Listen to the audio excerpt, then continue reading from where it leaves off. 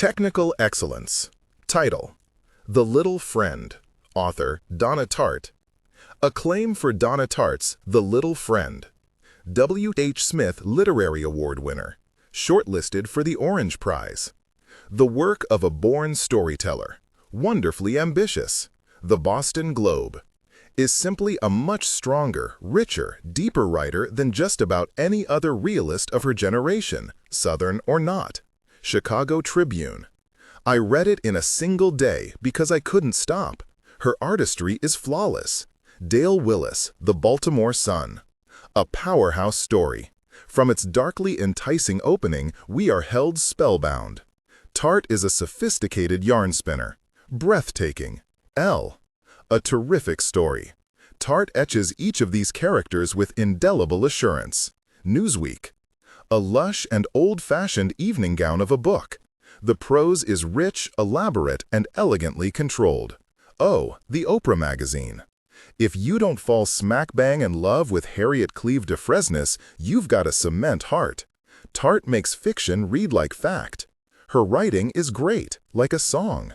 You memorize it without realizing. Financial Times.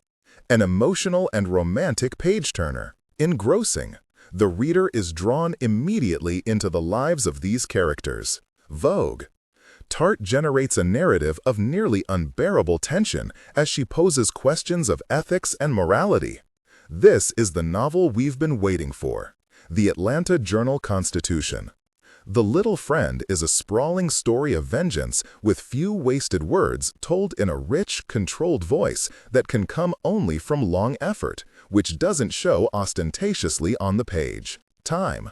A dark tale of lost innocence populated by a cast of characters that would make Flannery O'Connor proud. People.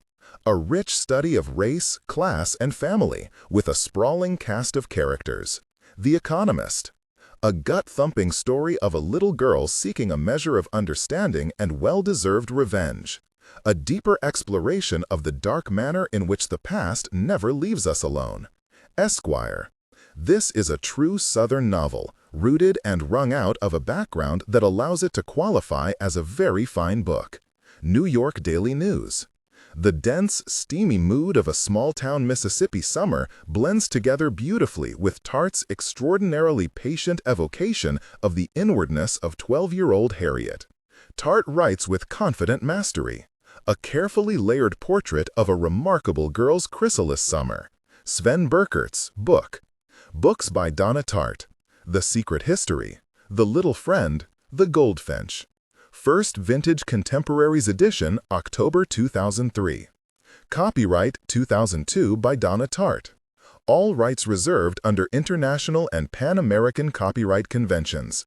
Published in the United States by Vintage Books, a division of Random House Inc., New York, and simultaneously in Canada by Random House of Canada Limited, Toronto. Originally published in hardcover in the United States by Alfred A. Knops, a division of Random House Inc., in 2002. Vintage is a registered trademark, and Vintage Contemporaries and Colophon are trademarks of Random House Inc.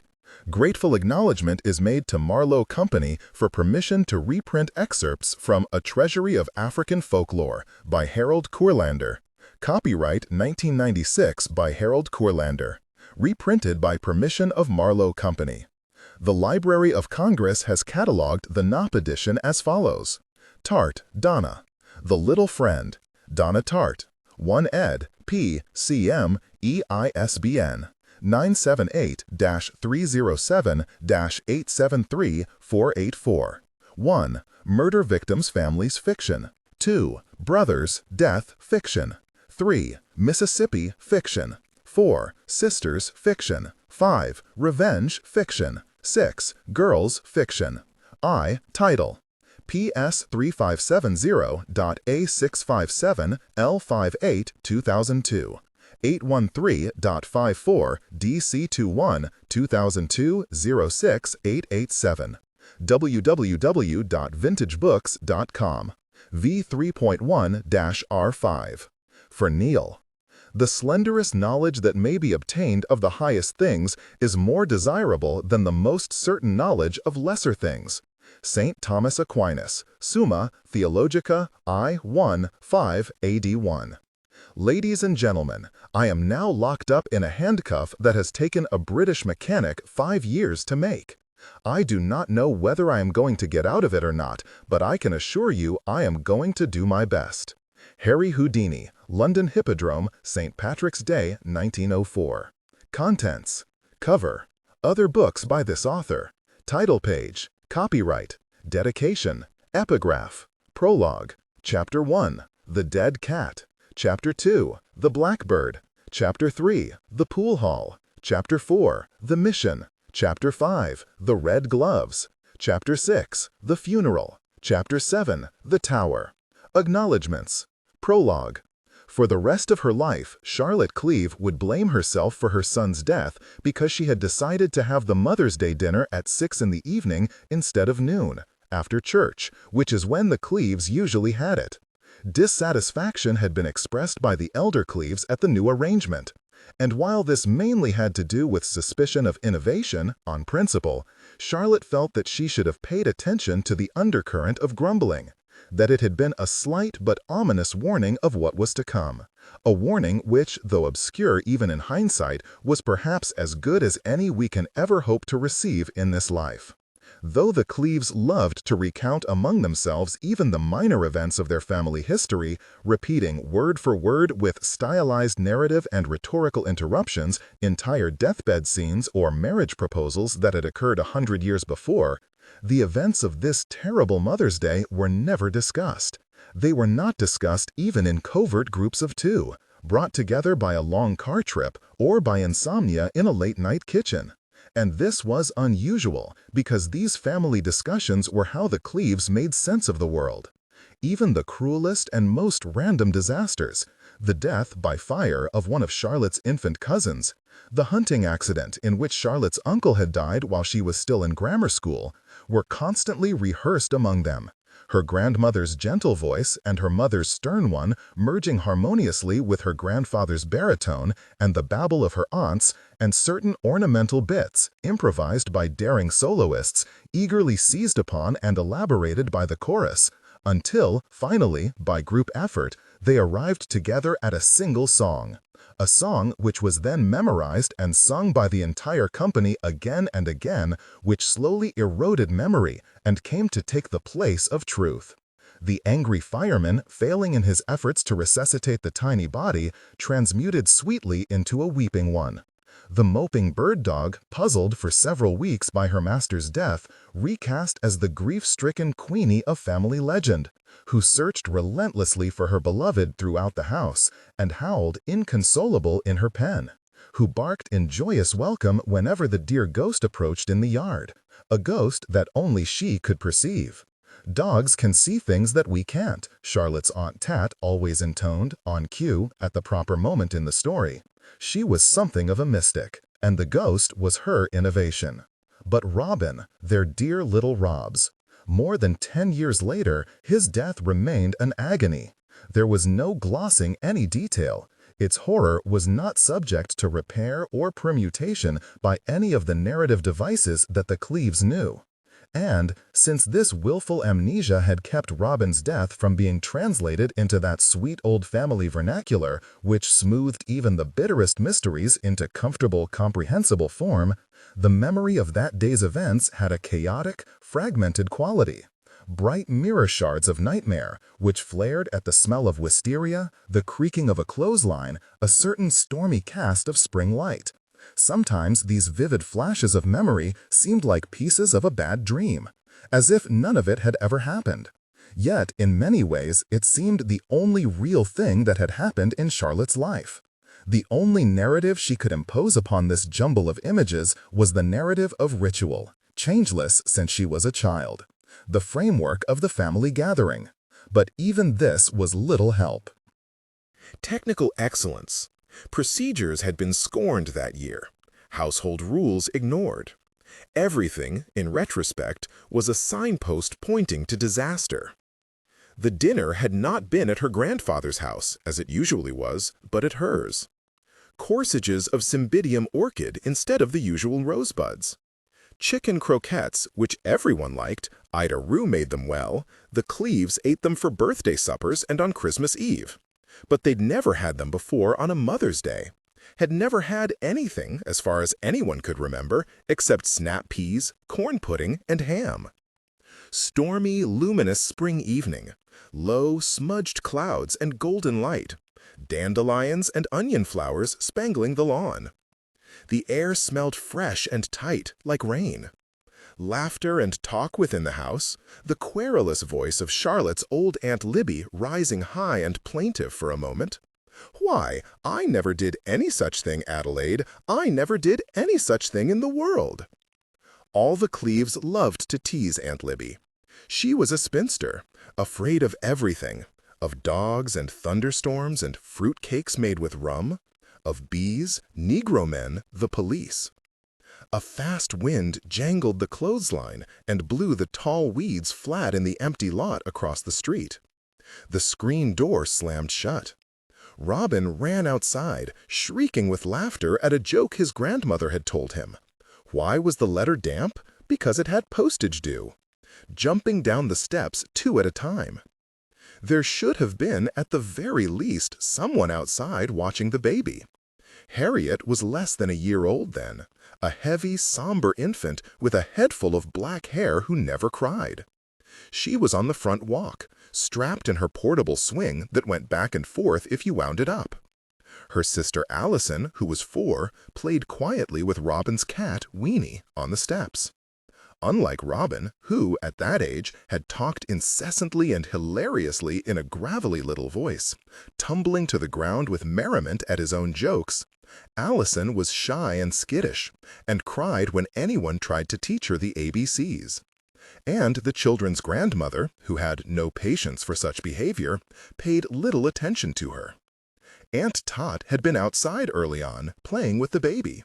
Charlotte herself, running back and forth between kitchen and dining room, had stuck her head out a couple of times, but she hadn't kept a very close watch, because Ida Rue, the housekeeper, who had decided to go ahead and get a start on her Monday washing, was in and out of the house hanging clothes on the line. Charlotte had been falsely soothed by this, for on normal wash day, Monday, Ida was within constant earshot, whether in the yard or at the washing machine on the back porch, so that it was perfectly safe to leave even the littlest ones outside. But Ida was harried that day, fatally harried, with company to tend to and a stove to watch as well as the baby. And she was in a foul temper, because usually she got to go home at 1 o'clock on Sundays. And not only was her husband, Charlie T., having to get his own dinner, but she, Ida Rue, was missing church. She had insisted on bringing the radio into the kitchen, so she could at least listen to the gospel show from Clarksdale. Sullenly she moved around the kitchen in her black dress uniform with the white apron, the volume of the gospel program turned obstinately loud, pouring iced tea into tall glasses, as the clean shirts out on the clothesline flailed and twisted and threw up their arms in despair at the coming rain. Robin's grandmother had been out on the porch too, at some point. That much was certain, because she had taken a snapshot. There were not many men in the Cleave family, and headstrong, masculine activities such as tree pruning, household repair, chaffering the elderly to grocery and church, had for the most part fallen to her. She did this cheerfully, with a brisk confidence that was the wonder of her timid sisters. None of them could even drive a car, and poor Aunt Libby was so afraid of appliances and mechanical apparatus of all sorts that she wept at the prospect of lighting a gas heater or changing a light bulb. Though they were intrigued by the camera, they were also wary of it, and they admired their sister's breezy daring in handling this manly contraption that had to be loaded and aimed and shot like a gun. "Look at Edith," they would say, watching her wind the film or adjust the focus with swift professionalism. "There's nothing Edith can't do." Family wisdom had it that Edith, despite her dazzling and varied fields of competence, enjoyed no great gift with children. She was proud and impatient, and her manner did not encourage warmth. Charlotte, her only child, always ran to her aunts, Libby particularly, for comfort, affection, reassurance. And though Harriet, the baby, had yet to show little in the way of preference for anyone, Allison was terrified by her grandmother's brisk efforts to prod her out of silence, and cried when she was taken to her house to stay. But oh, how Charlotte's mother had loved Robin, and how he had loved her right back. She, a dignified, middle-aged lady, played catch with him in the front yard, and caught him snakes and spiders in her garden to play with. Taught him funny songs she'd learned from the soldiers when she was a nurse in World War II. I knew a girl named Peg who had a wooden leg, which he sang right along with her, in his hoarse, sweet little voice. Edie, Edie, Edie, Edie, Edie. Even her father and her sisters called her Edith, but Edie was the name he'd given her when he was barely old enough to talk, running madcap across the lawn, screaming with delight. Once, when Robin was about 4, he had called her, in all seriousness, Old Girl. Poor old girl, he'd said, grave as an owl, patting her forehead with his small freckled hand. Charlotte would never have dreamed of being so familiar with her sharp, businesslike mother, certainly not when she was lying down in her bedroom with a headache. But the incident amused Edie greatly, and now it had become one of her favorite stories. Her hair was gray by the time he was born, but when she was young, it had been as bright penny red as Robin's own. For Robin Redbreast, or My Own Red Robin, she wrote on the tags to his birthday and Christmas gifts. With love from your poor old girl. Edie, Edie, Edie, Edie, Edie. He was 9 years old, but it was a family joke now, his traditional greeting, his love song to her, and he sang it out across the yard, just as he always did, as she stepped out upon the porch on that last afternoon she ever saw him. "Come, give the old girl a kiss," she called to him. But though he usually liked having his picture made, sometimes he was skittish about it, came out a red-headed blur, sharp elbows and kneecaps scrambling to get away, and when he saw the camera around Edie's neck, he was off and hiccuping with laughter. "Come back to me, you scamp," she called, and then, on impulse, she'd raised the camera and snapped it at him anyway. It was the last picture that they had of him. Out of focus. Flat expanse of green cut at a slight diagonal, with a white rail and the heaving gloss of a gardenia bush sharp in the foreground at the edge of the porch. Murky, storm-damp sky, shifting liquescence of indigo and slate, boiling clouds rayed with spokes of light. In the corner of the frame, a blurred shadow of Robin, his back to the viewer, ran out across the hazy lawn to meet his death, which stood waiting for him, almost visible, in the dark place beneath the tupelo tree. Days later, lying in the shuttered room, a thought had flickered across Charlotte's mind beneath a mist of pills. Whenever Robin was going anywhere, to school, to a friend's house, to spend the afternoon with Edie, it had always been important to him to say goodbye, in tender and frequently quite prolonged and ceremonious ways. Technical excellence. She had 1,000 memories of little notes he'd written, kisses blown from windows, his small hand chattering up and down at her from the back seats of departing cars. Goodbye, goodbye. When he was a baby, he'd learned bye-bye long before hello.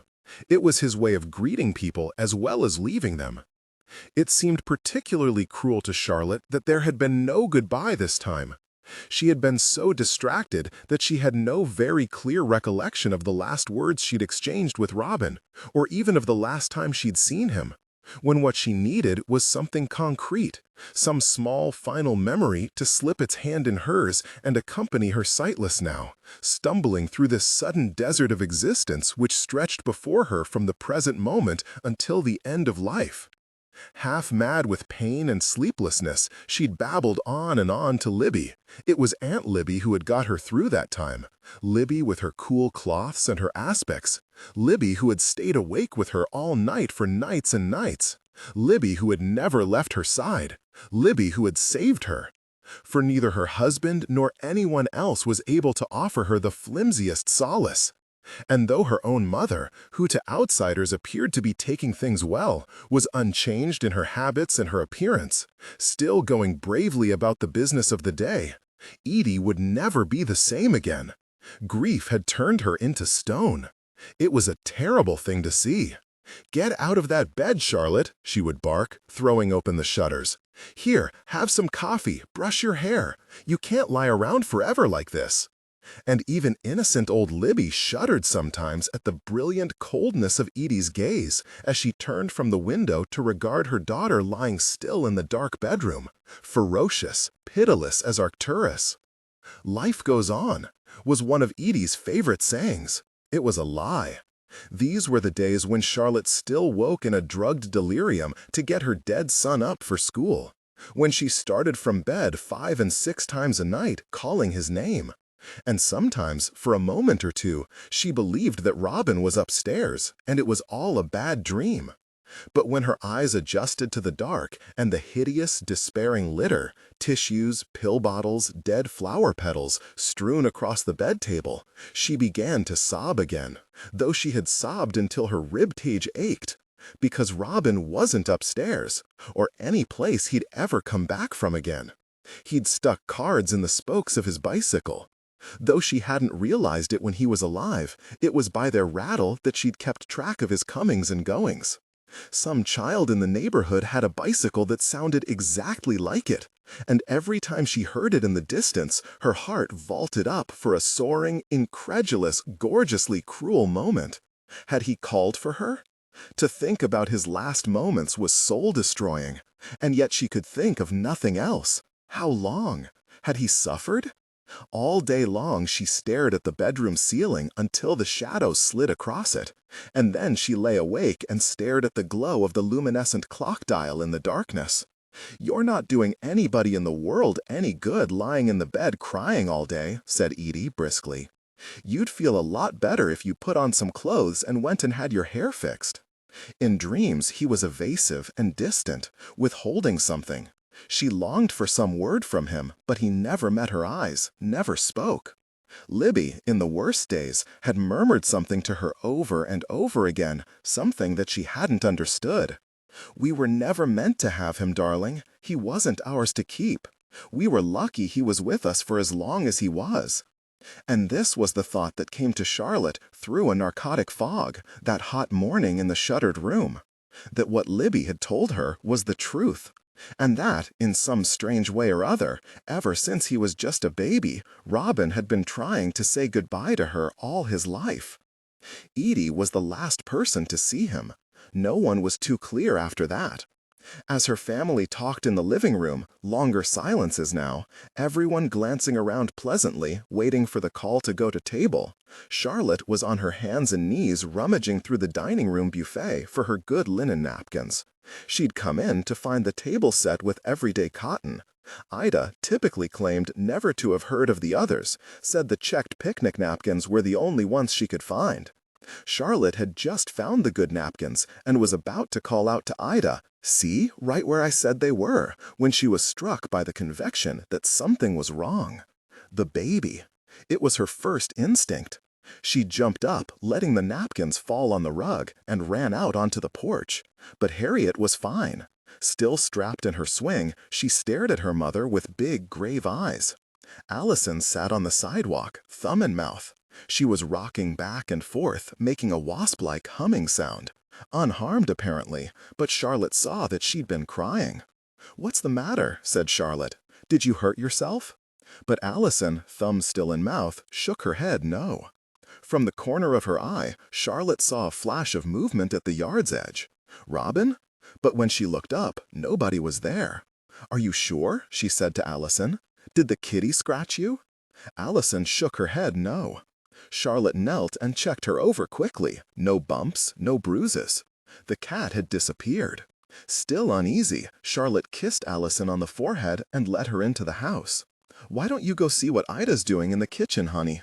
And then went back out for the baby. She had felt these dreamlike flashes of panic before, usually in the middle of the night and always when a child was less than 6 months old, bolting upright from a sound sleep to rush to the crib. But Allison wasn't hurt, and the baby was fine. She went into the living room and deposited Harriet with her Aunt Adelaide, picked up the napkins on the dining room rug, and, still half sleepwalking, she didn't know why, trailed into the kitchen to get the baby's jar of apricots.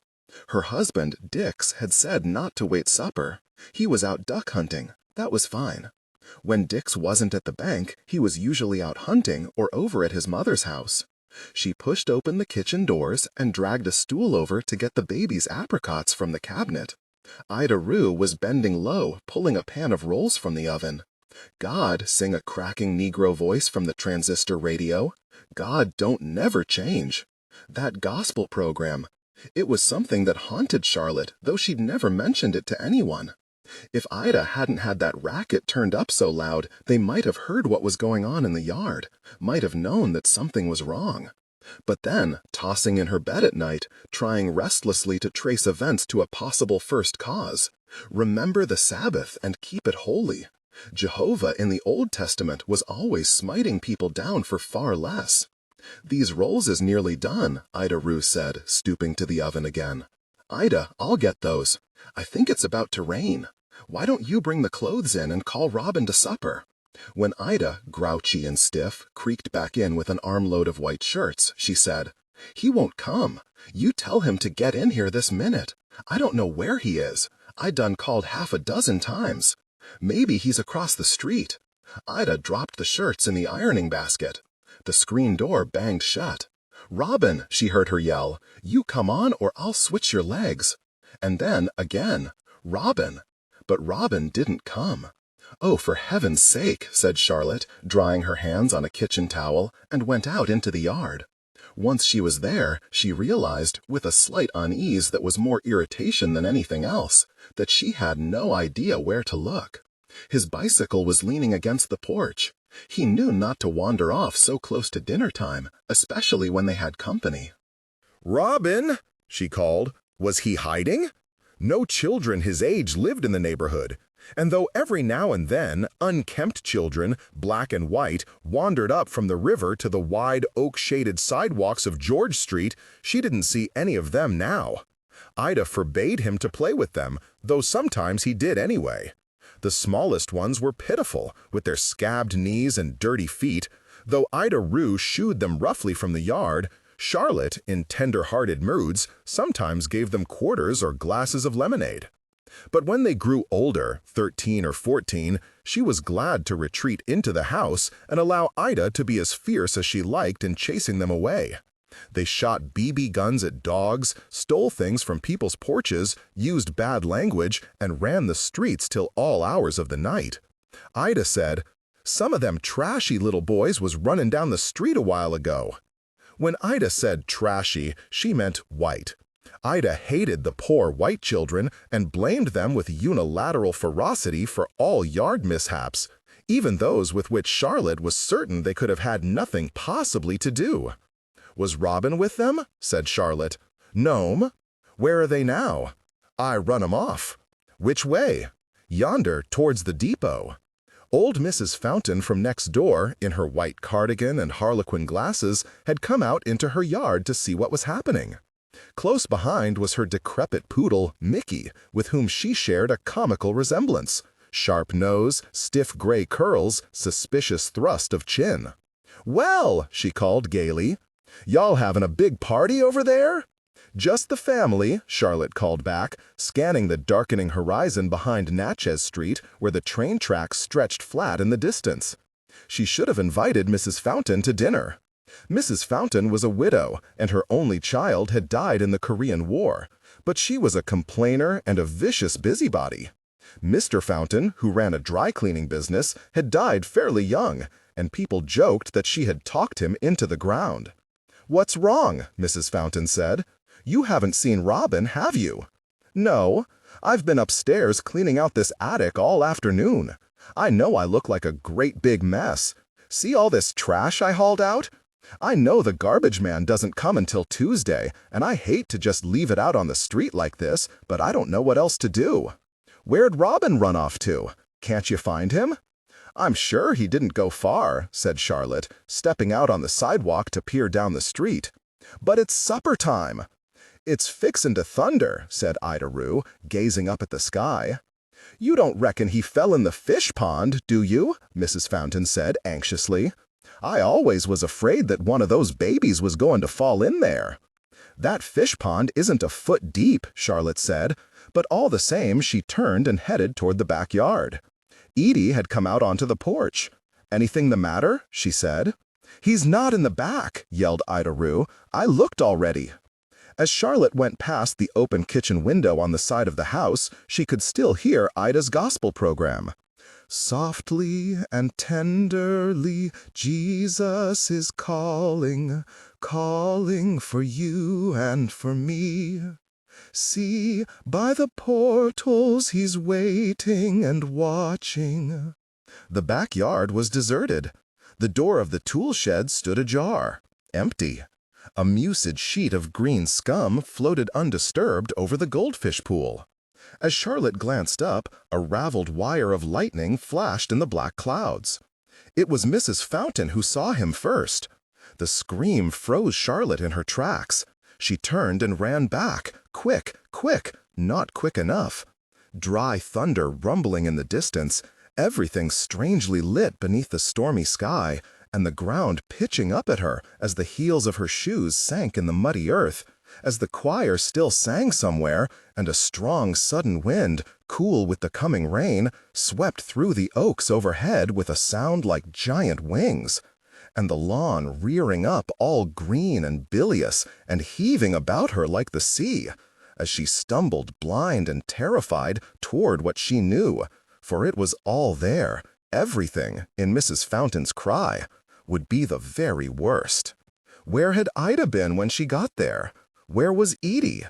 All she remembered was Mrs. Fountain, a hand with a crumpled Kleenex pressed tight to her mouth, and her eyes rolling and wild behind the pearly glasses. Mrs. Fountain and the poodle barking, and ringing from nowhere and somewhere and everywhere at once, the rich, unearthly vibrato of Edie's screams. He was hanging by the neck from a piece of rope, slung over a low branch of the black tupelo that stood near the overgrown privet hedge between Charlotte's house and Mrs. Fountain's. And he was dead. The toes of his limp tennis shoes dangled 6 inches above the grass. The cat, Weenie, was sprawled barrel-legged on his stomach atop a branch, batting with a deft, fainting paw at Robin's copper-red hair, which ruffled and glinted in the breeze, and which was the only thing about him that was the right color anymore. "Come home," sang the radio choir melodiously. "Come home, ye who are weary, come home." Black smoke pouring out the kitchen window. The chicken croquettes had gone up on the stove. They had been a family favorite, but after that day, no one was ever able to touch them again. Chapter 1. The Dead Cat. 12 years after Robin's death, no one knew any more about how he had ended up hanged from a tree in his own yard than they had on the day it happened. People in the town still discussed the death. Usually, they referred to it as the accident, though the facts, as discussed at bridge luncheons, at the barbers, in bait shacks and doctors' waiting rooms, and in the main dining room of the country club, tended to suggest otherwise. Certainly, it was difficult to imagine a 9-year-old managing to hang himself through mischance or bad luck. Everyone knew the details, which were the source of much speculation and debate. Robin had been hanged by a type of fiber cable, not common, which electricians sometimes used, and nobody had any idea where it came from or how Robin got hold of it. It was thick, obstinate stuff, and the investigator from Memphis had told the town sheriff, now retired, that in his opinion, a little boy like Robin couldn't have tied the knots by himself. The cable was fastened to the tree in a slipshod, amateurish fashion, but whether this implied inexperience or haste on the killer's part, no one knew. And the marks on the body, so said Robin's pediatrician, who had spoken to the medical examiner from the state, who in turn had examined the county coroner's report, suggested that Robin had died not of a broken neck, but strangulation. Some people believed he'd strangled where he hung. Others argued that he'd been strangled on the ground and strung up in the tree as an afterthought. In the mind of the town, and of Robin's family, there was little question that Robin had met foul play of some sort. Exactly what sort, or by whom, left everyone at a loss. Twice since the 1920s, women of prominent family had been murdered by jealous husbands. But these were old scandals, the parties concerned long deceased. And every now and then a black man turned up dead in Alexandria. But, as most whites were quick to point out, these killings were generally done by other Negroes over primarily Negro concerns. A dead child was a different matter, frightening to everyone, rich and poor, black and white, and no one could think who might have done such a thing or why. Around the neighborhood, there was talk of a mysterious prowler, and years after Robin's death, people still claimed to see him. He was, by all accounts, a giant of a man. But after she argued with Edie and checked out library books about Genghis Khan and gave her mother headaches. She was 12 years old and in the 7th grade. Though she wasn't an A student, the teachers had never known how to handle her.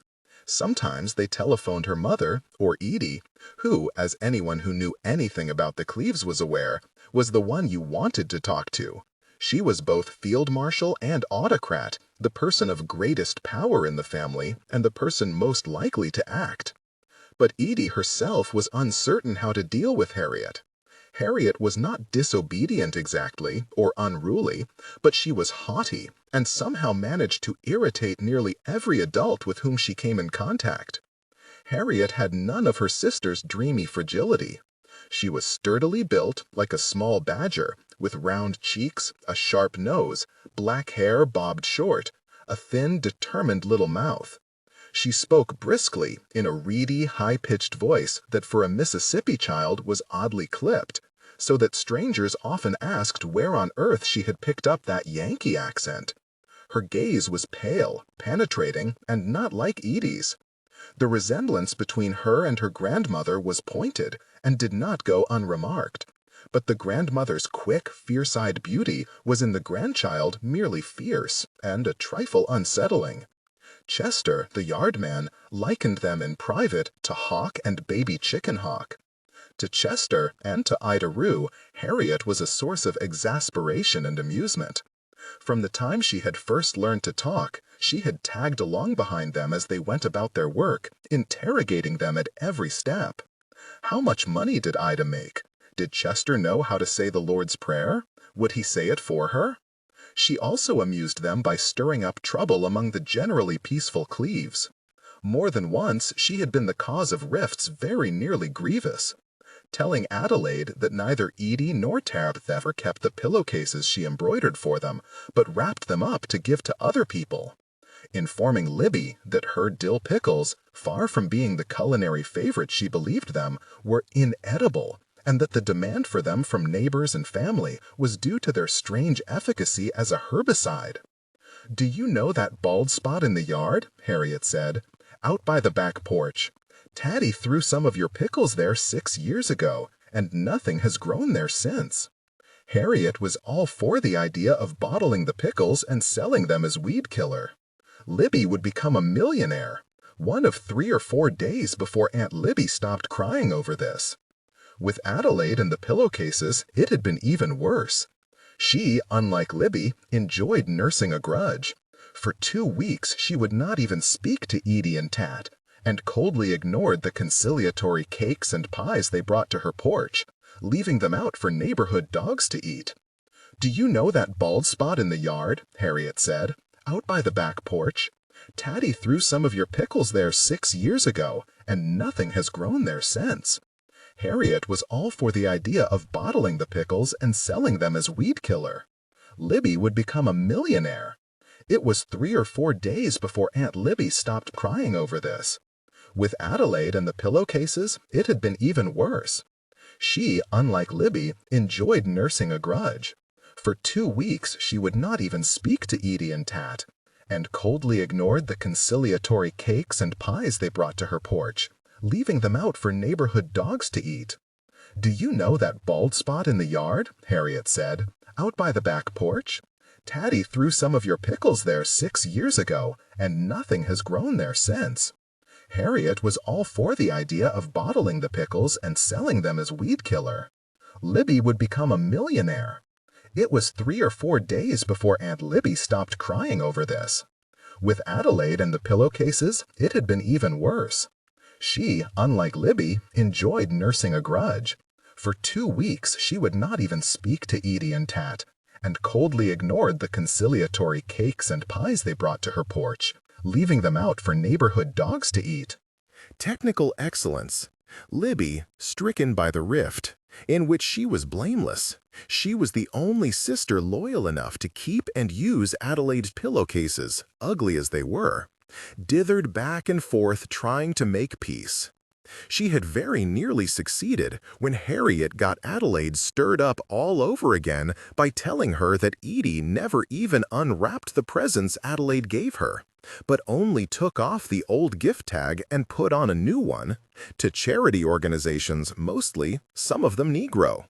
The incident was so disastrous that now, years later, any reference to it still prompted cattiness and subtle accusations. And Adelaide, at birthdays and Christmas, now made a point of buying her sisters something demonstrably prodigal, a bottle of Shalimar, say, or a nightgown from Goldsmith's in Memphis, from which more often than not she forgot to remove the price tags. "I like a homemade gift myself," she would be overheard explaining loudly, to the ladies at her bridge club, to Chester in the yard, over the heads of her humiliated sisters, as they were in the very act of unwrapping the unwanted extravagance. It means more. It shows thought. But all that matters to some people is how much money you've spent. They don't think a gift is worth anything unless it comes from the store. "I like the things you make, Adelaide," Harriet would always say. She did, too. Though she had no use for aprons, pillowcases, tea towels, she hoarded Adelaide's garish linens and had drawers full of them in her room. It was not the linens, but the designs she liked.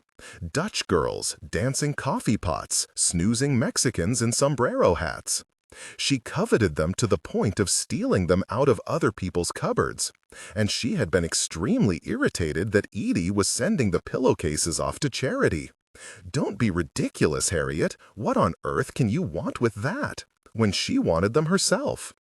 "I know you like them, darling," murmured Adelaide, her voice tremulous with self-pity, drooping to give Harriet a theatrical kiss as Tat and Edie exchanged looks behind her back.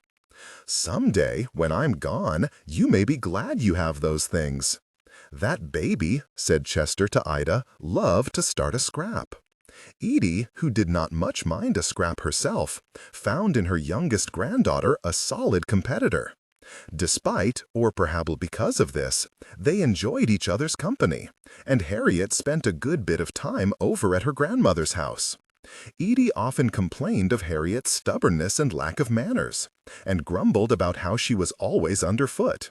But though Harriet was exasperating, Edie found her a more satisfying companion than Allison, who had very little to say. She liked having Harriet around, though she wouldn't have admitted it, and missed her on the afternoons when she didn't come. Though the aunts loved Harriet, she was not as affectionate a child as her sister, and her pridefulness troubled them. She was too forthright. She did not at all understand reticence or diplomacy, and in this she resembled Edie more than Edie realized. In vain, the aunts tried to teach her to be polite. "But don't you understand, darling," said Tat, "that if you don't like fruitcake, it's better to eat it anyway instead of hurting your hostess's feelings?" "But I don't like fruitcake." "I know you don't, Harriet. That's why I used that example. But fruitcake is horrible. I don't know anybody that likes it. And if I tell her I like it, she's just going to keep on giving it to me." "Yes, dear, but that's not the point. The point is, if somebody has gone to the trouble to cook you something, it's good manners to eat it even if you don't want it. The Bible says not to lie. That's different. This is a white lie. The Bible's talking about another kind of lie. The Bible doesn't say black or white lies. It just says lies." "Believe me, Harriet, it's true. Jesus tells us not to lie, but that doesn't mean we have to be rude to our hostess. Jesus doesn't say anything about our hostess. He says that lying is a sin. He says that the devil is a liar and the prince of lies. "But Jesus says love thy neighbor, doesn't he?" said Libby, inspired, taking over for the now speechless Tat. "Doesn't that mean your hostess? Your hostess is your neighbor, too." "That's right," said Tat gladly. "Not," she hastened, "that anybody is trying to say your hostess necessarily lives next door to you. All love thy neighbor means is that you should eat what you're offered and be gracious about it.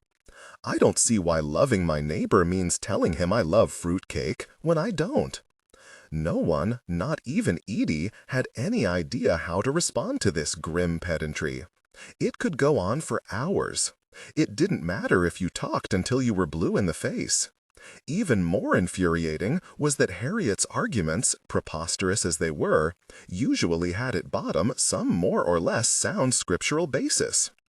Edie was unimpressed by this.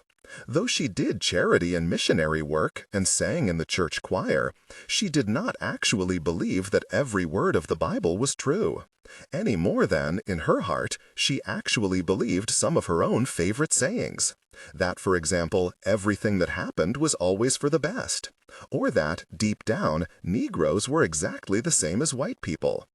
But the aunts, Libby in particular, were troubled if they thought too much about some of the things Harriet said. Her sophisms were grounded undeniably in the Bible, yet flew in the face of common sense and everything that was right. "Maybe," Libby said uneasily after Harriet had stumped off home to supper, "maybe the Lord doesn't see a difference between a white lie and a wicked lie. Maybe they're all wicked in his eyes." "Now, Libby, maybe it takes a little child to remind us of that." "I'd just as soon go to hell," snapped Edie, who had been absent during the earlier exchange, "as have to go around all the time letting everybody in town know exactly what I thought of them." "Edith," cried all her sisters at once, "Edith, you don't mean that."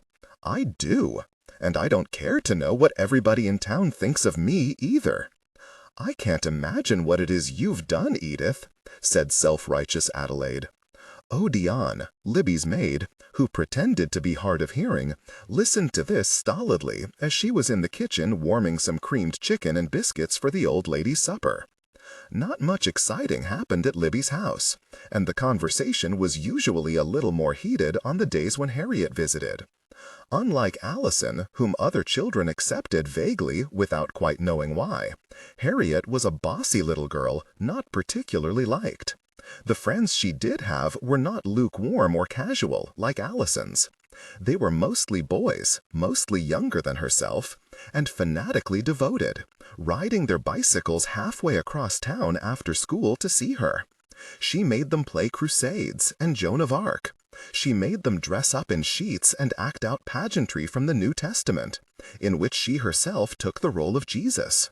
The Last Supper was her favorite. Sitting all on one side of the picnic table, a la Leonardo, under the muscadine-draped pergola in Harriet's backyard, they all waited eagerly for the moment when, after dispensing a last supper of Ritz crackers and grape Fanta, she would look around the table at them, fixing and holding each boy for a matter of seconds with her cold gaze. "And yet one of you," she would say, with a calm that thrilled them, "one of you here tonight will betray me." "No, no!" they would shriek with delight, including Hegeli, the boy who played Judas. But then Hegeli was Harriet's favorite, and got to play not only Judas, but all the other plum disciples, St. John, St. Luke, St. Simon Peter. "Never, Lord." Afterwards, there was the procession to Gethsemane, which was located in the deep shade beneath the black tupelo tree in Harriet's yard. Technical excellence. Here, Harriet, as Jesus, was forced to undergo capture by the Romans. Violent capture, more boisterous than the version of it rendered in the Gospels. And this was exciting enough. But the boys mainly loved Gethsemane because it was played under the tree her brother was murdered in. The murder had happened before most of them were born, but they all knew the story, had patched it together from fragments of their parents' conversation or grotesque half-truths whispered by their older siblings in darkened bedrooms. And the tree had thrown its rich dyed shadow across their imaginations ever since the first time their nursemaids had stooped on the corner of George Street to clasp their hands and point it out to them with hissed cautions when they were very small. People wondered why the tree still stood. Everyone thought it should be cut, not just because of Robin, but because it had started to die from the top.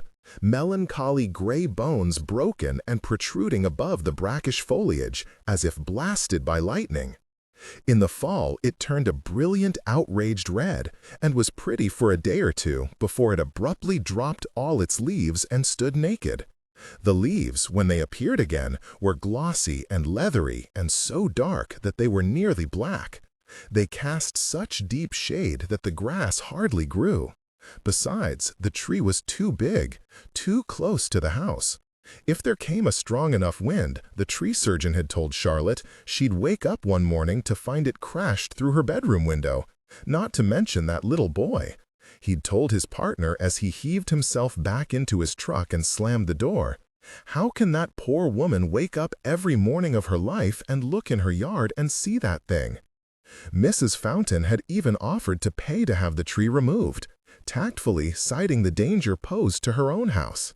This was extraordinary, as Mrs. Fountain was so cheap she washed out her old tinfoil to roll in a ball and use again. But Charlotte only shook her head. "No, thank you, Mrs. Fountain," she said, in a voice so vague that Mrs. Fountain wondered if she'd misunderstood. "I tell you," shrilled Mrs. Fountain, "I'm offering to pay for it. I'm glad to do it.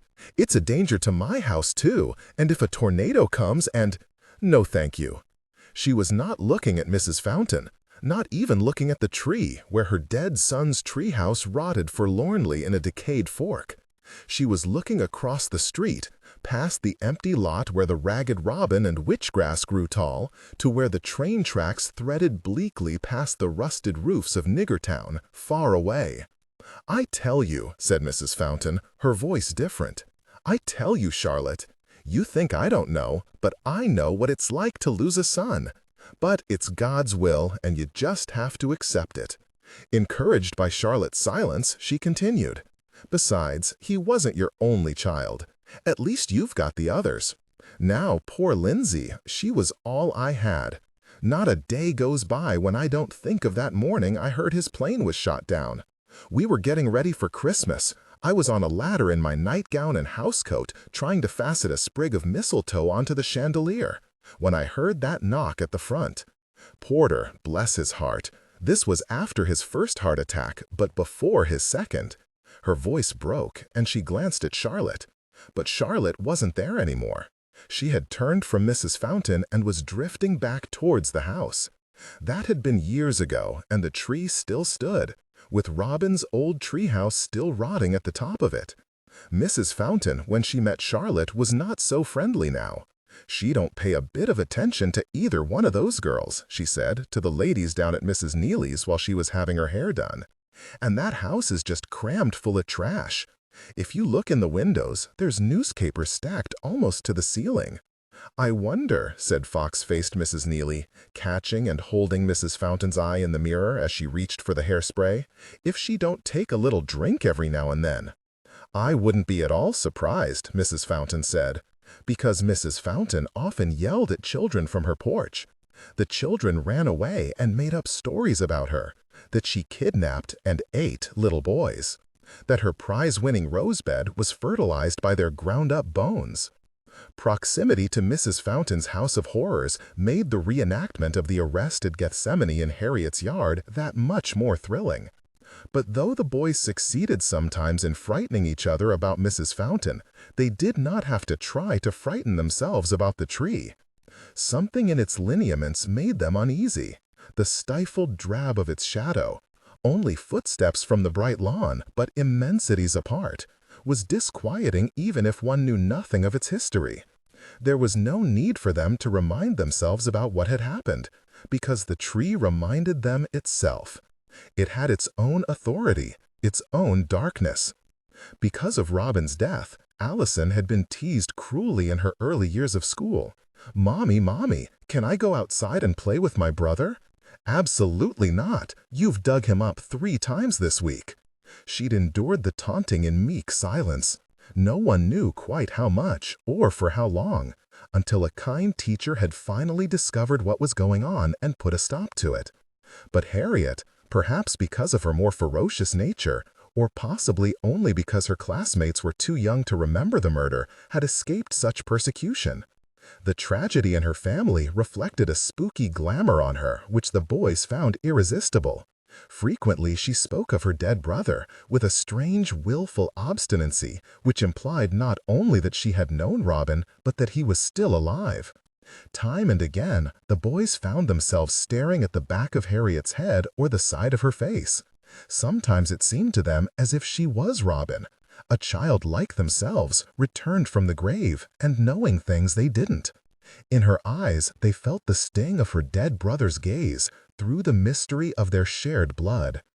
Actually, though none of them realized it, there was very little resemblance between Harriet and her brother, even in photographs. Fast, bright, slippery as a minnow, he could not have been farther from Harriet's brooding and her lofty humorlessness. And it was fully the force of her own character that held and transfixed them, not his. Not much irony suggested itself to the boys, no hard parallels, between the tragedy they reenacted in the darkness beneath the black gum tupelo and the tragedy which had taken place there 12 years before.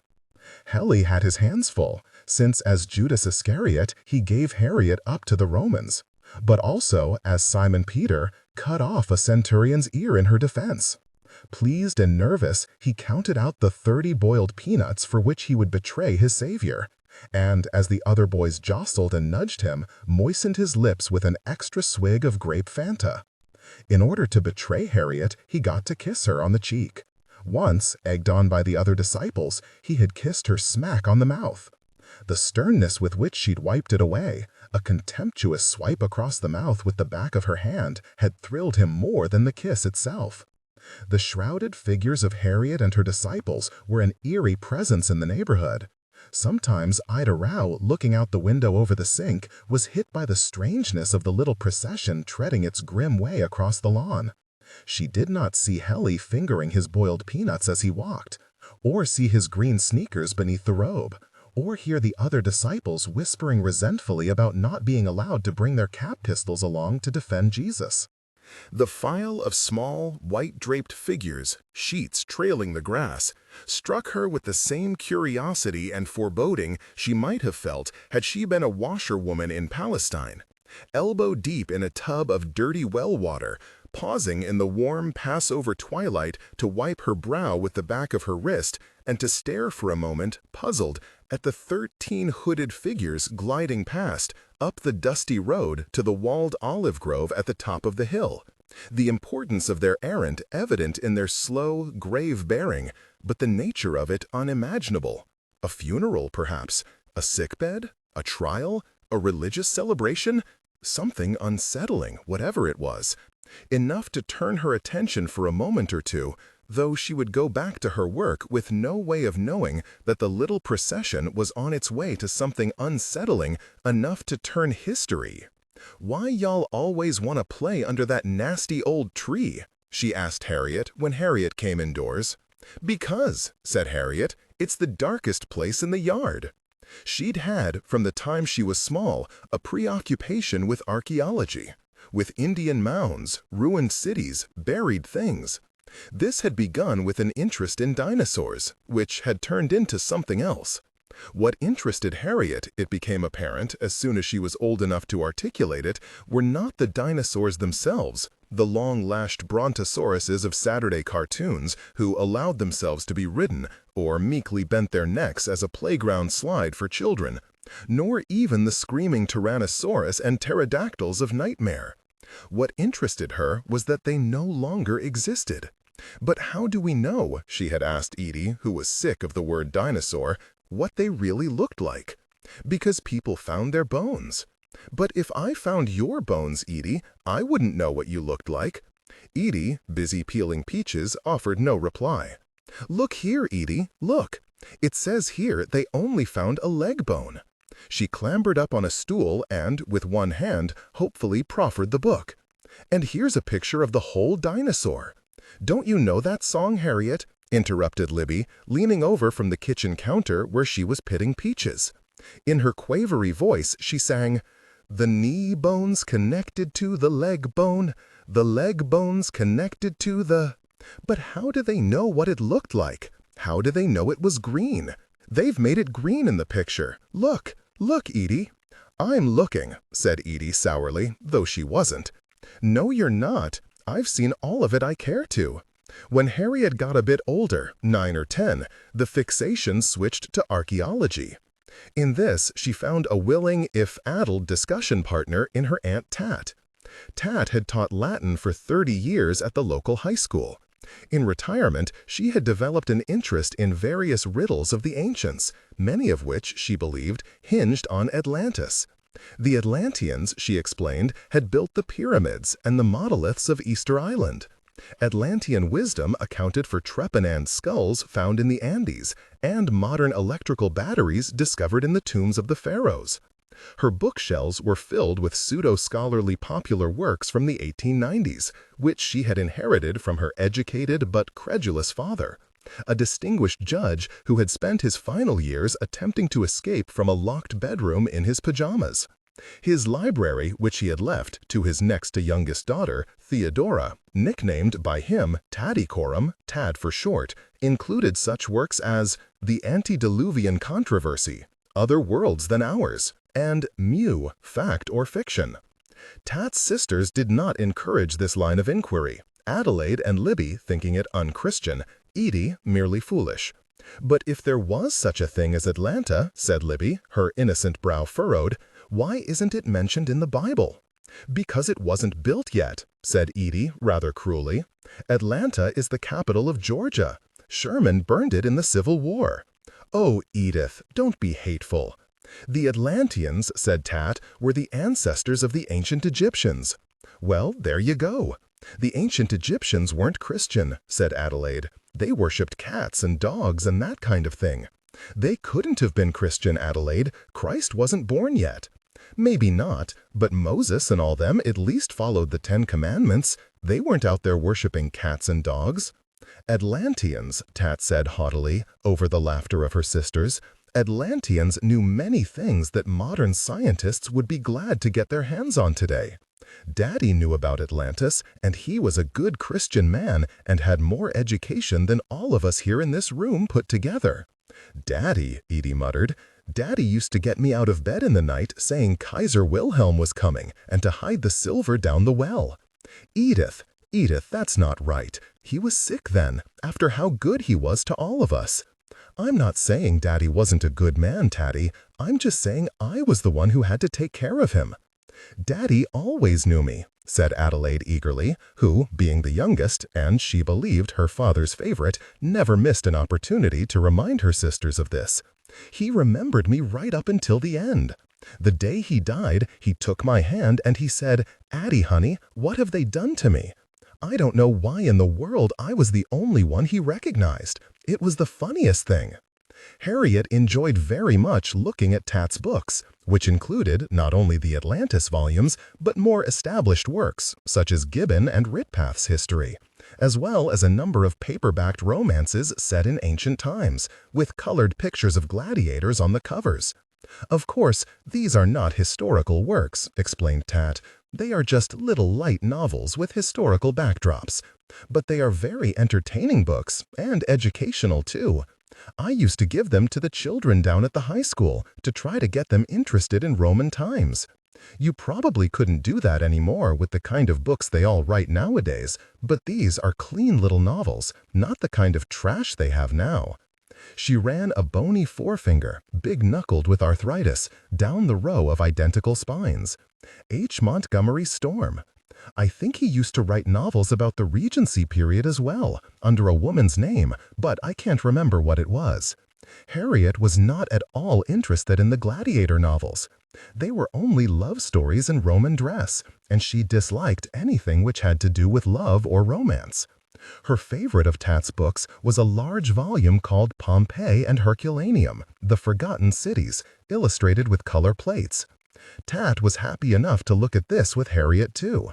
They sat on Tat's velveteen sofa and turned the pages together, past delicate murals from ruined villas, past bakers' stalls preserved perfectly, bread and all, beneath 15 feet of ash, past the faceless gray plaster casts of dead Romans, still twisted in the same eloquent postures of anguish in which they had fallen 2,000 years ago, beneath the rain of cinders on the cobblestones.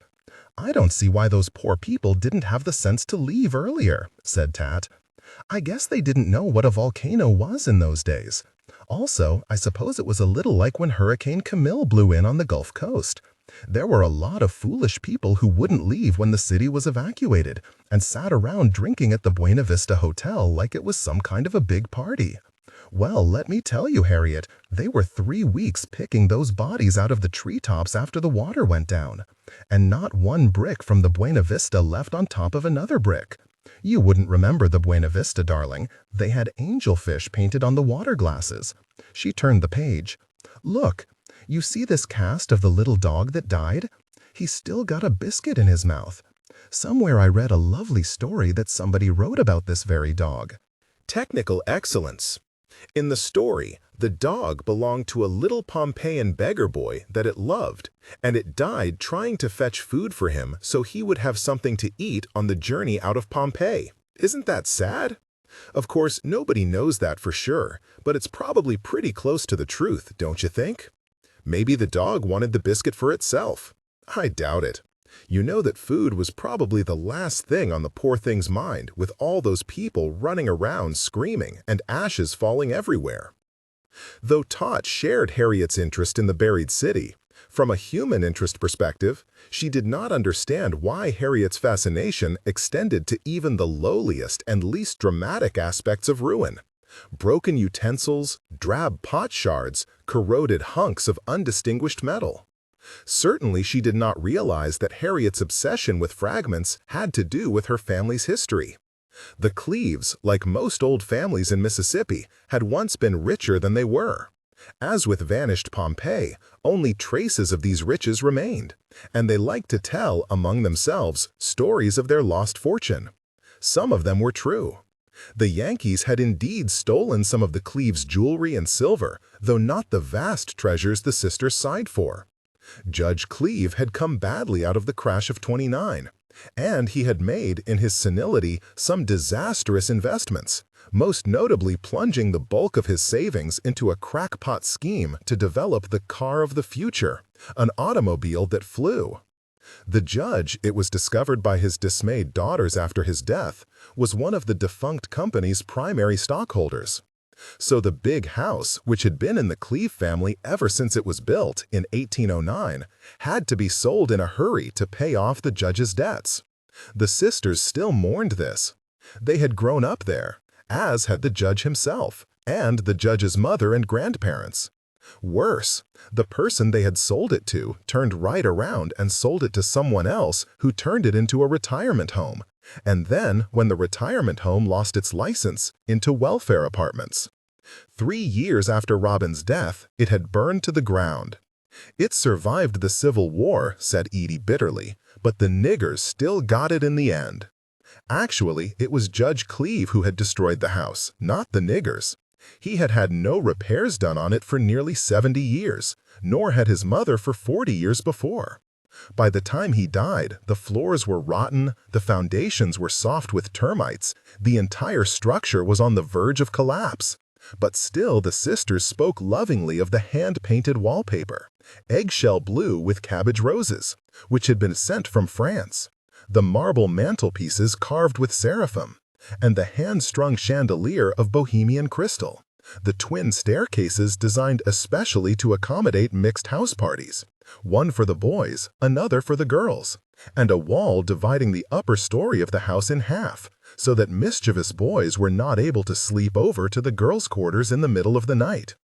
They had mostly forgotten that by the time of the judge's death, the boys' staircase on the north side had seen no parties for 50 years, and was so rickety as to be unusable, that the dining room had been burned nearly hollow by the senile judge in an accident with a paraffin lamp, that the floors sagged, that the roof leaked, that the steps to the back porch had collapsed to splinters in 1947 beneath the weight of a man from the gas company who had come to read the meter, and that the famous hand-painted wallpaper, which was peeling from the plaster, in great mildewed scallops.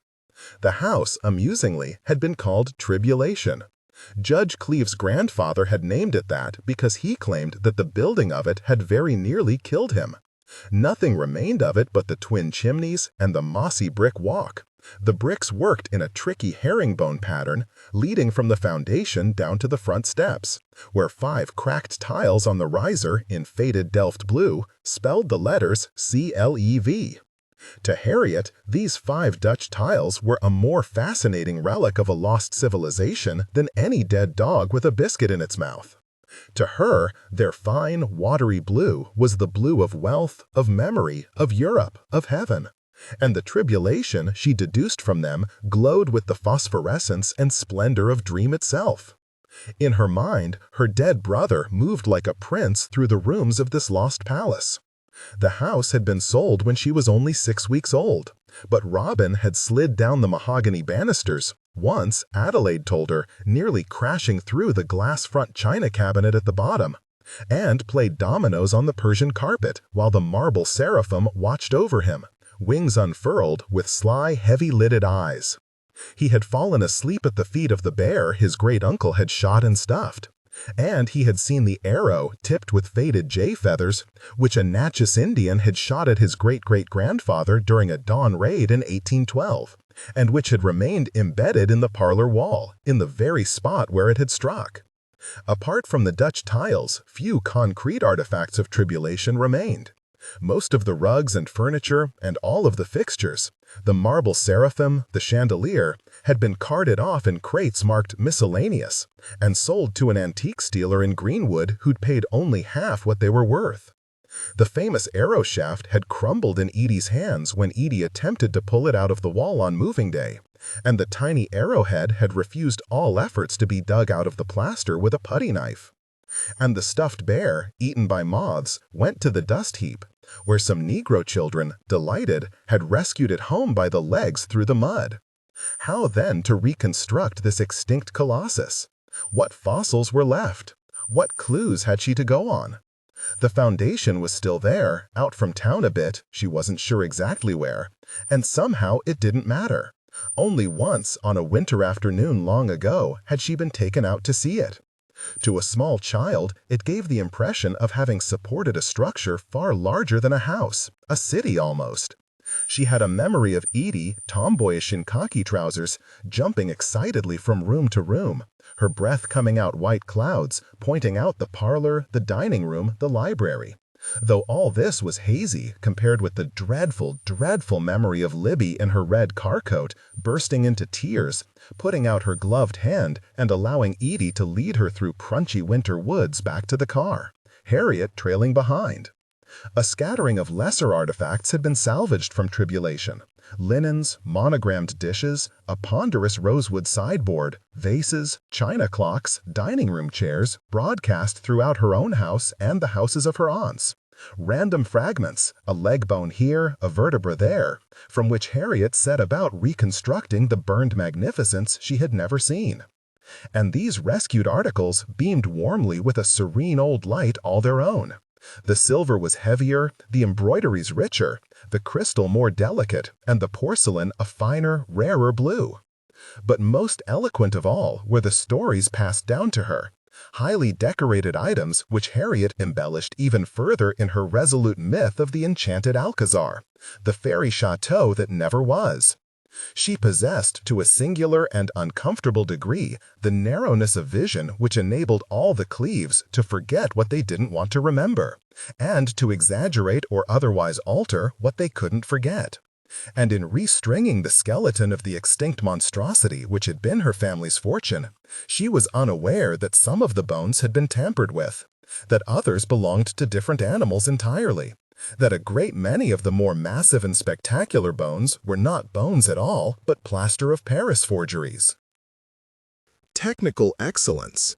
The famous Bohemian chandelier, for instance, had not come from Bohemia at all. It was not even made of crystal. The judge's mother had ordered it from Montgomery Ward.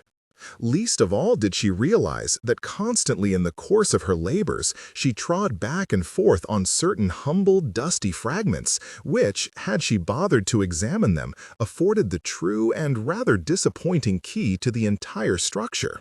The mighty, thundering, opulent tribulation, which she had so laboriously reconstructed in her mind, was not a replica of any house which had ever existed, but a chimera, a fairy tale.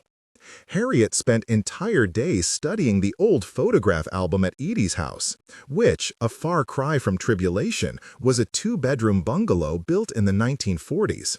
There was thin, shy Libby, hair scraped back, looking colorless and spinsterly even at 18. There was something of Harriet's mother and of Allison about her mouth and eyes. Next, scornful Edie, 9 years old, brow like a thundercloud, her expression a small replica of her father the judge, who frowned behind her. A strange, moon-faced Tat sprawled in a wicker chair, the blurred shadow of a kitten in her lap, unrecognizable. Baby Adelaide, who would outlive 3 husbands, laughing at the camera. She was the prettiest of the 4, and there was something about her, too, which reminded one of Allison, but something petulant was already gathering at the corners of her mouth. On the steps of the doomed house, towering behind them, were the Dutch tiles reading "Cleave," only just detectable, and only then if you were looking hard, but they were the one thing in the photograph which remained unchanged. The photographs Harriet loved most were those with her brother in them. Edie had taken most of them. Because they were so hard to look at, they'd been removed from the album and were kept separately on a shelf in Edie's closet, inside a heart-shaped chocolate box. When Harriet stumbled upon them, when she was 8 or so, it was an archaeological find equivalent to the discovery of Tutankhamun's tomb. Edie had no idea that Harriet had found the pictures, and that they were one of the primary reasons Harriet spent so much time at her house. Harriet, equipped with a flashlight, studied them while sitting in the back of Edie's musty-smelling closet behind the skirts of Edie's Sunday dresses. Sometimes she slipped the box inside her Barbie traveling case and carried it out to Edie's tool shed, where Edie, glad to have Harriet out of her hair, allowed her to play undisturbed. Several times she had carried the photographs home overnight. Once, after their mother had gone to bed, she had shown them to Allison. "Look," she said, "that's our brother." Allison, an expression of something very like fear dawning on her face, stared at the open box which Harriet had placed on her lap. "Go ahead, look, you're in some of them." "I don't want to," said Allison, and jammed the lid on the box and shoved it back at Harriet. The snapshots were in color, faded Polaroids with pinked edges, sticky and torn where they'd been pulled from the album. They were smeared with fingerprints, as if someone had handled them a lot. Some of the photographs had black catalog numbers stamped on the backs because they had been used in the police investigation, and these had the most fingerprints of all. Harriet never tired of looking at them. The washes were too blue, unearthly, and the colors had become even stranger and more tremulous with age. The dream-lit world they provided her was magical, self-contained, irretrievable. There was Robin, napping with his orange kitten Weenie, clattering around on Tribulation's grand columned porch, sputtering with laughter, shouting at the camera, blowing bubbles with a saucer of soap and a spool. There he was, serious, in striped pajamas. In his Cub Scout uniform, knees thrown back, pleased with himself. Here he was much smaller, dressed for a kindergarten play, The Gingerbread Man, in which he had portrayed a greedy crow. The costume he'd worn was famous. Libby had spent weeks making it. A black leotard, worn with orange stockings, sewn from wrist to armpit and from armpit to top of thigh, with wings of feathered black velvet. Over his nose was tied a cone of orange cardboard for a beak. It was such a beautiful costume that Robin had worn it for 2 Halloweens running, as had his sisters. And all these years later, Charlotte still gets calls from neighborhood mothers begging to borrow it for their children. Edie had snapped a whole roll of film the night of the play. Various shots of Robin running exhilarated throughout the house, arms flapping, wings billowed behind him, a stray feather or two drifting to the vast threadbare carpet. Black wing flung around the neck of shy Libby, the blushing seamstress. with his little friends Alex, a baker, in white coat and cap, and Bad Pemberton, the gingerbread man himself, his small face dark with rage at the indignity of his costume. Robin again, impatient, wriggling, held still by his kneeling mother as she tried to dash a comb through his hair.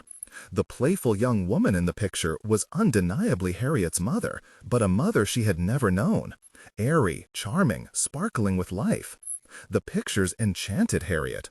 More than anything, she wanted to slip out of the world she knew into their cool, blue-washed clarity, where her brother was alive and the beautiful house still stood, and everyone was always happy.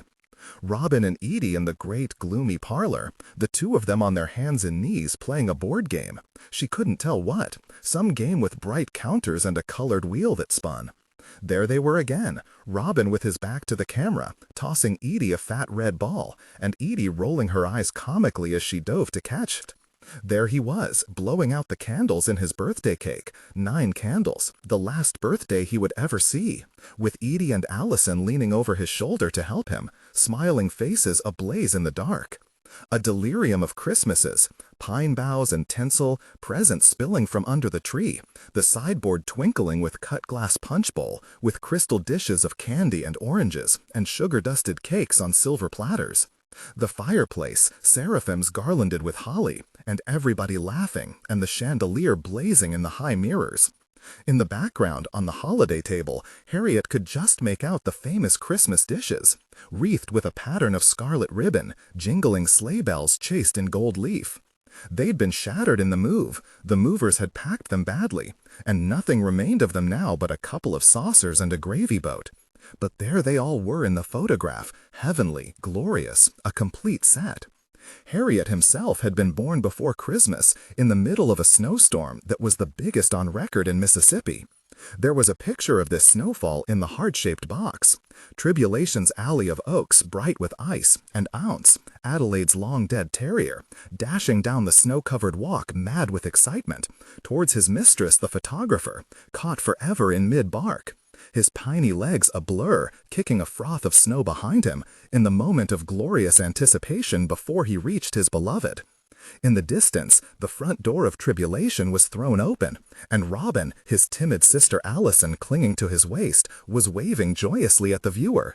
He was waving at Adelaide, who had snapped the picture, and at Edie, who was helping his mother out of the car, and at his baby sister Harriet, whom he had never seen before, and who was being brought home from the hospital for the first time on this snowy bright Christmas Eve. Harriet had seen snow only twice, but all her life she knew that she had been born in it. Technical excellence. Every Christmas Eve, smaller, sadder Christmases now, gathered around a gas heater in Libby's stuffy, little, low-ceilinged house, drinking eggnog. Libby and Tat and Adelaide told the same story. The story of how they'd packed into Edie's car and driven over to the hospital in Vicksburg to bring Harriet home in the snow. "You were the best Christmas present we ever had," they said. Robin was so excited. "The night before we went to get you, he could hardly sleep. He kept your grandmother awake until 4 in the morning. And the first time he saw you, when we brought you inside, he was quiet for a minute, and then he said, 'Mother, you must have picked out the prettiest baby they had.' Harriet was such a good baby," said Harriet's mother wistfully, seated by the heater, clasping her knees. Like Robin's birthday and the anniversary of his death, Christmas was especially hard for her, and everyone knew it. "Was I good?" "Yes, you were, darling." It was true. Harriet had never cried or given anyone a moment of trouble before she had learned how to talk. Harriet's favorite picture in the heart-shaped box, which she studied by flashlight again and again, was of her and Robin and Allison in the parlor of Tribulation, beside the Christmas tree. It was the only picture, so far as she knew, of the three of them together. It was the only picture of herself which had been taken in her family's old house. It communicated no sense whatever of the many dooms which were about to fall. The old judge would be gone in a month. Tribulation would be lost forever, and Robin would die in the spring.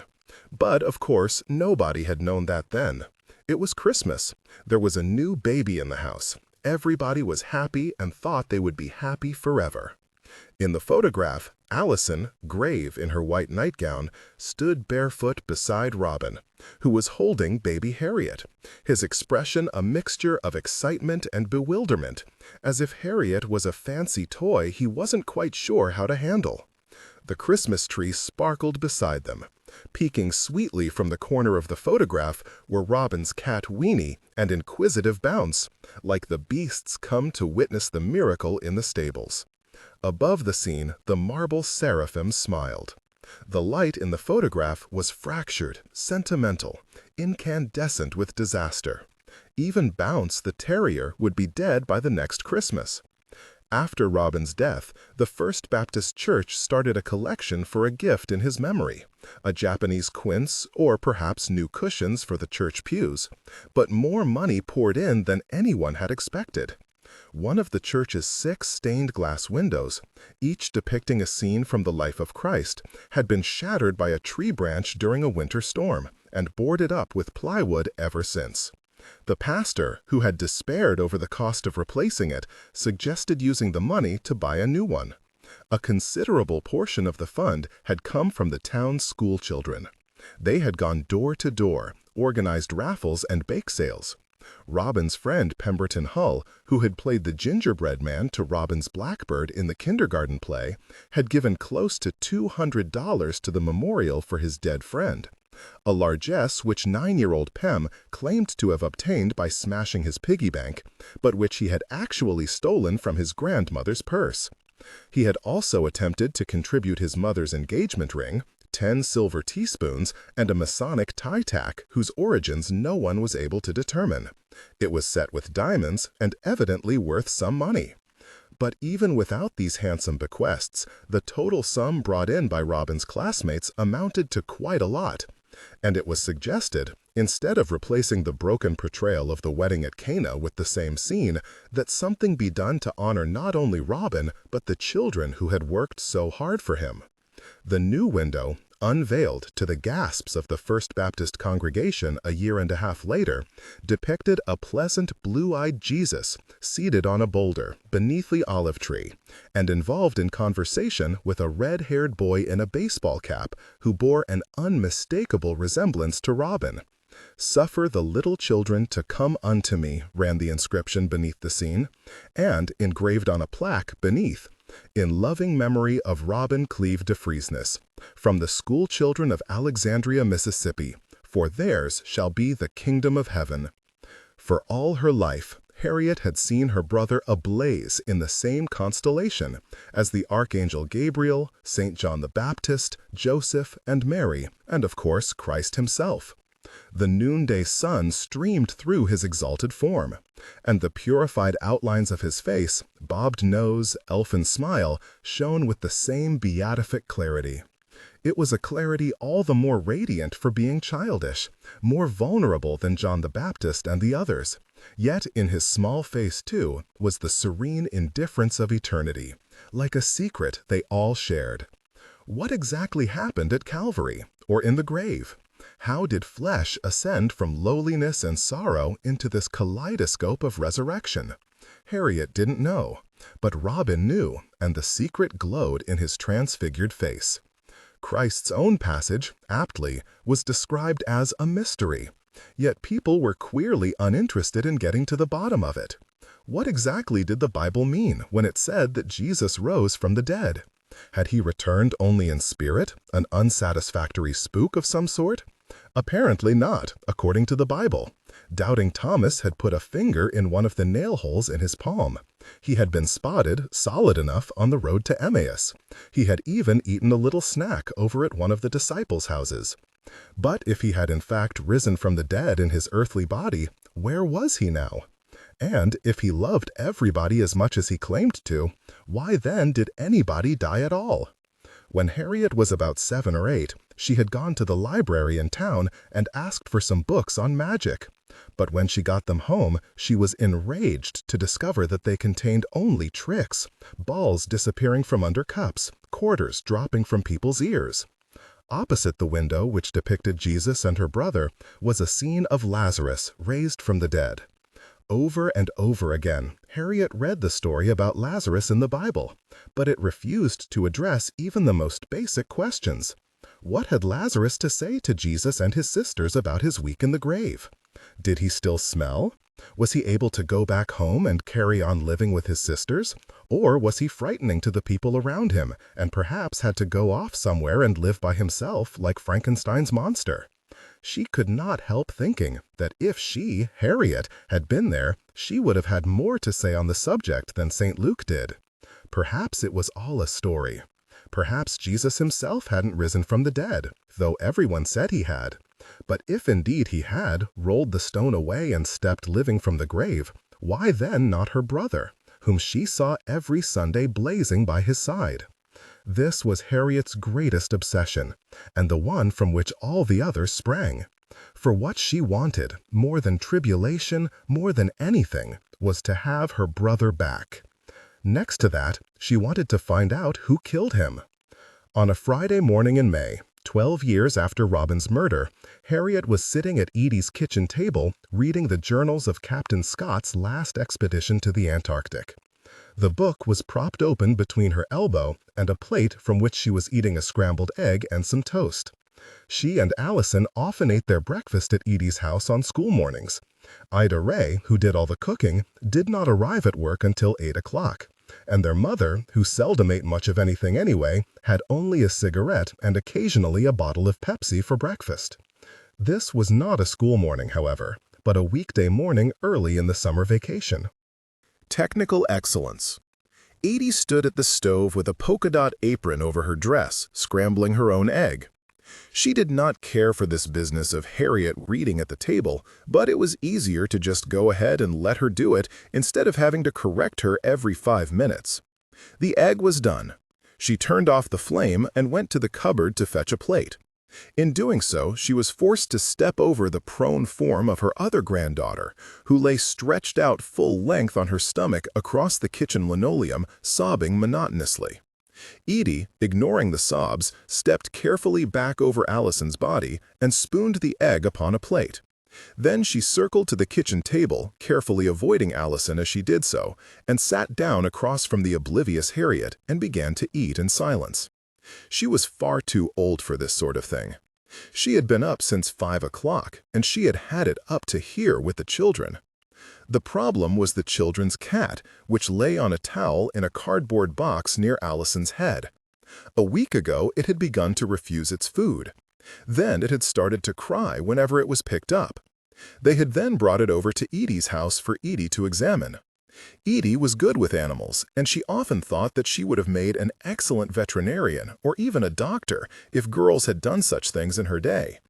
She had nursed all sorts of kittens and puppies to health, raised baby birds fallen from the nest, and cleaned the wounds and set the broken bones of all manner of herd creatures. The children knew this, not only her grandchildren, but all the children in the neighborhood, and brought to her not only their own sick pets, but any pitiful little strays or wild things they happened to find. But, fond as she was of animals, Edie was not sentimental about them. Nor, as she reminded the children, was she a miracle worker. After brisk examination of the cat, who indeed appeared listless, but had nothing obviously wrong with it, she had stood up and dusted her hands on her skirt while her granddaughters looked hopefully on. "How old is this cat anyway?" she asked them. 16.5, said Harriet. Edie bent down to stroke the poor thing, which was leaning against the table leg with a wild, miserable look in its eye. She was fond of the cat herself. It had been Robin's kitty. He had found it lying on the hot sidewalk in the summertime, half dead, its eyes hardly open, and had brought it to her, gingerly, in his cupped palms. Edie had had a devil of a time saving it. A knot of maggots had eaten a hole in its side, and she still remembered how meekly and uncomplainingly the little thing had lain while she washed the wound out in a shallow basin of lukewarm water, and how pink the water was when she finished. "He'll be all right, won't he, Edie?" said Allison, who was even then close to tears. The cat was her best friend. After Robin died, it had taken up with her. It followed her around, brought her little presents it had stolen or killed, dead birds, tasty bits of garbage, once, mysteriously, an unopened package of oatmeal cookies. And ever since Allison started school, it had scratched on the back door every afternoon at 2:45, asking to be let out so that it could walk down to the corner to meet her. Allison, in turn, lavished more affection on the cat than on any other living creature. She talked to it constantly, fed it pinches of chicken and ham from her own plate, and allowed it to sleep with its stomach draped over her throat at night. "Probably he ate something that didn't agree with him," said Edie. "We'll see." But the following days confirmed her suspicion. There was nothing wrong with the cat. It was just old. She offered it tuna fish and milk from an eyedropper, but the cat only closed its eyes and spat out the milk in an ugly froth between its teeth. The morning before, while the children were at school, she had come into the kitchen to find it twitching in a kind of fit, and she had wrapped it in a towel and taken it to the vet. When the girls stopped by her house that afternoon, she told them, "I'm sorry, but there's nothing I can do. I took the cat to Dr. Clark this morning. He says we'll have to put him to sleep." Harriet, surprisingly, for she was quite capable of flying off the handle when she felt like it, had taken the news with relative equanimity. "Poor old Weenie," she had said, kneeling by the cat's box. "Poor kitty." And she laid her hand on the cat's heaving flank. She loved the cat nearly as much as Allison did, though it paid little attention to her. But Allison had turned pale. "What do you mean, put him to sleep?" "I mean what I say. You can't do that. I won't let you." "There's nothing more we can do for him," said Edie sharply. "The vet knows best." "I won't let you kill him." "What do you want to do? Prolong the poor thing's suffering?" Allison, lip trembling, dropped to her knees by the cat's box and burst into hysterical tears. That had been yesterday afternoon at 3 o'clock. Since then, Allison had not moved from the cat's side. She had eaten no supper, she had refused pillow and blanket, she had simply lain all night on the cold floor, wailing and crying. Edie, for about half an hour, had sat in the kitchen with her and attempted to deliver a brisk little talk about how everything in the world died and how Allison must learn to accept this. But Allison had only cried harder, and finally Edie had given it up and gone in her bedroom and shut the door and started an Agatha Christie novel. At last, about midnight by Edie's bedside clock, the crying had stopped. Now she was at it again. Edie took a sip of her tea. Harriet was deeply absorbed in Captain Scott. Across the table, Allison's breakfast stood untouched. "Allison," Edie said. Allison, shoulders shaking, did not respond. "Allison, get over here and eat your breakfast." This was the third time she had said it. "I'm not hungry," came the muffled reply. "Look here," Edie snapped. "I've had just about enough. You're too old to be acting this way. I want you to stop wallowing on the floor this instant and get up and eat your breakfast. Come on now, it's getting cold." This rebuke was greeted only by a howl of anguish. "Oh, for heaven's sake," said Edie, turning back to her breakfast, "do as you please. I wonder what your teachers at school would say if they could see you rolling on the floor like a big baby." "Listen to this," Harriet said suddenly. She began to read from her book in a pedantic voice. "Titus Oates is very near the end, one feels. What he or we will do, God only knows. We discussed the matter after breakfast. He is a brave, fine fellow and understands the situation, but—" "Harriet, we are none of us very interested right now in Captain Scott," said Edie. She felt very nearly at the end of her rope. "All I'm saying is that Scott and his men were brave.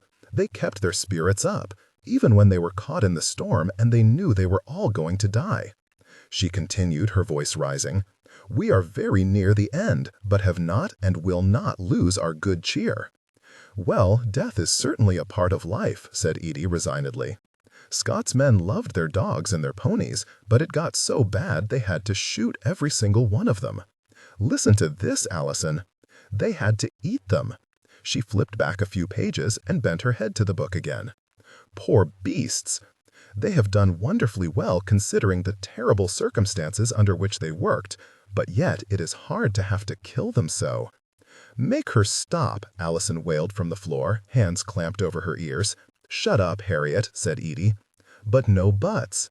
Allison," she said sharply, "get off the floor. Crying isn't going to help the cat. I'm the only one here who loves Weenie. Nobody else cares. Huh? Hares. Allison, Allison. One day, said Edie, reaching for the butter knife, your brother brought me a toad he found that had its leg cut off by the lawnmower. The screams from the kitchen floor which greeted this were such that Edie thought her head would split in two, but she kept on buttering her toast, which was by now stone cold, and plowed ahead. Robin wanted me to make it better, but I couldn't. There was nothing I could do for the poor thing but kill it. Robin didn't understand that when creatures are suffering like that, sometimes the kindest thing to do is to put them out of their misery. He cried and cried. There was no way I could make him understand that the toad was better off dead than in such terrible pain. Of course, he was much younger than you are now.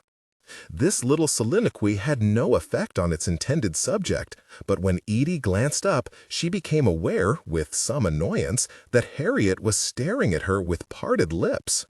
"How did you kill it, Edie?" "As mercifully as I could," said Edie crisply. She had chopped its head off with a hoe and, moreover, had been careless enough to do it in front of Robin, for which she was sorry, but she had no intention of going into this. "Did you step on it?" "Nobody listens to me," Allison burst out suddenly. "Mrs. Fountain poisoned Weenie. I know she did. She said she wanted to kill him. He used to walk over in her yard and get footprints on the windshield of her car." Edie sighed. They had been through this before. "I don't like Grace Fountain any more than you do," she said. "She's a spiteful old bird, and she's got her nose into everything. But you can't convince me she poisoned that cat. I know she did. I hate her.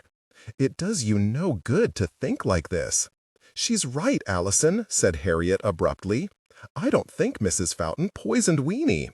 "What do you mean?" said Edie, turning to Harriet, suspicious of this unexpected concord of opinion. "I mean that if she did, I think I would know about it. And how would you know something like that? Don't worry, Allison, I don't think she poisoned him. But if she did," said Harriet, going back to her book, "she'll be sorry." Edie, who had no intention of letting this statement drop, was about to pursue it when Allison burst out again, louder than ever. "I don't care who did it," she sobbed, the heels of her hands dug hard in her eyes. "Why does Weenie have to die? Why did all those poor people freeze to death? Why is everything always so horrible all the time?" Edie said, "Because that's how the world is." "The world makes me sick, then." "Allison, stop." "I won't. I'll never stop thinking it." "Well, that's a very sophomoric attitude," said Edie. "Hating the world. The world doesn't care. I'll hate it for the rest of my life. I'll never stop hating it." "Scott and his men were very brave, Allison," said Harriet, "even when they were dying. Listen, we are in a desperate state, feet frozen, etc., no fuel and a long way from food, but it would do your heart good to be in our tent, to hear our songs and cheery conversation." Edie stood up. "That's it," she said. "I'm taking the cat to Dr. Clark's. You girls stay here." Stolidly, she began to gather up the plates, ignoring the renewed shrieks from the floor near her feet. "No, Edie," said Harriet, scraping back her chair. She hopped up and ran over to the cardboard box. "Poor Weenie," she said, stroking the shivering cat. "Poor kitty. Please don't take him now, Edie." The old cat's eyes were half shut with pain. Feebly, it thumped its tail on the side of the box. Allison, half choked with sobs, put her arms around it and drew its face close to her cheek. "No, Weenie," she hiccuped. "No, no, no." Edie came over and, with surprising gentleness, took the cat from her. As she lifted it gingerly, it gave a delicate and almost human cry. Its grizzled muzzle, drawn in a yellow-toothed rictus, looked like an old man's, patient and worn with suffering. Edie scratched it tenderly behind the ears. "Hand me that towel, Harriet," she said. Allison was trying to say something, but she was crying so hard. "Don't, Edie," pleaded Harriet. She too had begun to cry. "Please, I haven't had a chance to say goodbye." Edie stooped down and got the towel herself, then straightened up again. "Say goodbye, then," she said impatiently. "The cat's going outside now, and he may be some time." An hour later, her eyes still red, Harriet was on Edie's back porch, scissoring a picture of a baboon from the B volume of the Compton's Encyclopedia. After Edie's old blue Oldsmobile had pulled out of the driveway, she too had lain on the kitchen floor by the empty box and cried as stormily as her sister. After her tears subsided, she had got up and gone in her grandmother's bedroom and, picking a straight pin from the tomato-shaped pincushion on the bureau, had amused herself for a few minutes by scratching "I hate Edie" in tiny letters on the footboard of Edie's bed. But this proved strangely unsatisfying, and while she was huddled sniffling on the carpet by the footboard, she was struck by a more cheering idea. After she cut the baboon's face from the encyclopedia, she intended to paste it over Edie's face in a portrait in the family album. She had attempted to interest Allison in the project, but Allison, face down by the cat's empty box, refused even to look. The gate to Edie's backyard screeched open and Henley Hull darted in without closing it behind him. He was 11, a year younger than Harriet, and wore his sandy hair down to his shoulders in imitation of his older brother Pemberton. "Harriet," he called, thumping up the porch steps. "Hey, Harriet," but he stopped short when he heard the monotonic sobs from the kitchen. When Harriet glanced up, he saw she'd been crying too. "Oh no," he said, stricken. "They're making you go to camp, aren't they?" Camp Lake de Selby was Henley and Harriet's greatest terror. It was a Christian children's camp they had both been forced to attend the summer before. Boys and girls, segregated on opposite sides of the lake, were compelled to spend 4 hours a day in Bible study, and the rest of the time braiding lanyards and acting in sappy, humiliating skits the counselors had written. Over on the boys' side, they'd insisted on pronouncing Henley's name the wrong way, not Healy, as was correct, but, humiliatingly, Helly, to rhyme with Nellie. Worse, they'd forcibly cut his hair short at assembly, as entertainment for the other campers. And though Harriet, on her end, had rather enjoyed the Bible classes, mainly because they gave her a captive and easily shocked forum in which to air her unorthodox views of scriptures, she had been wholly as miserable there as Henley. Up at 5 and lights out at 8, no time to herself and no books but the Bible, and lots of good old-fashioned discipline, paddling, public ridicule to enforce these rules.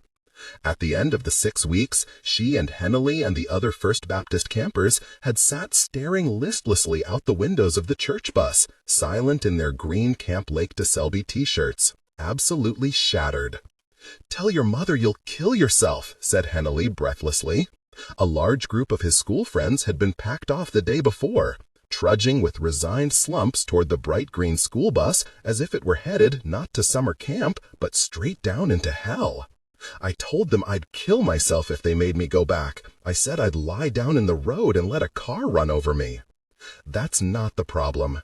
Tersely, Harriet explained about the cat. "So you're not going to camp?" "Not if I can help it," said Harriet. For weeks she had watched the mail for the registration forms. When they arrived, she tore them up and hid them in the garbage. But the danger was not yet over. Edie, who was the real menace, her absent-minded mother hadn't even noticed that the forms were missing, had already bought Harriet a knapsack and a new pair of sneakers, and was asking to see the supplies list. Henley picked up the picture of the baboon and examined it. "What's this for?" "Oh, that," she explained. "Maybe another animal would be better," suggested Henley. He disliked Edie. She was always teasing him about his hair and pretending that she thought he was a girl. "Maybe a hippopotamus, or a pig. I think this is pretty good." He leaned over her shoulder, eating boiled peanuts from his pocket, and watched as Harriet glued the snarling baboon face over Edie's, so that it was artfully framed by her own hairdo. Fangs bared, it glared aggressively at the viewer as Harriet's grandfather, in profile, beamed raptly at his simian bride. Beneath the photograph was written, in Edie's own hand, "Edith and Hayward Ocean Springs, Mississippi, June 11, 1935. Together, they studied it. "You're right," said Hegley. "That is pretty good. Yes, I thought about a hyena, but this is better." They had just put the encyclopedia back on the shelf and replaced the album, embossed in gilt with Victorian curlicues, when they heard the crunch of Edie's car turning into the gravel drive. The screen door slammed. "Girls," they heard her call, "business as usual." No answer.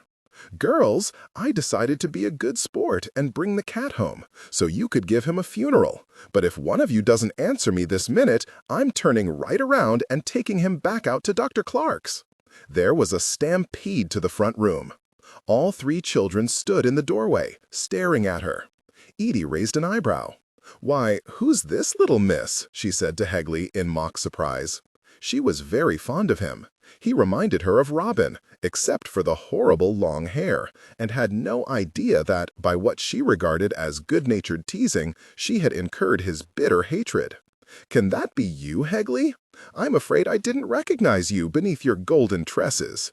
Hegley smirked. "We were looking at some pictures of you." Harriet kicked him. "Well, that can't have been very exciting," Edie said.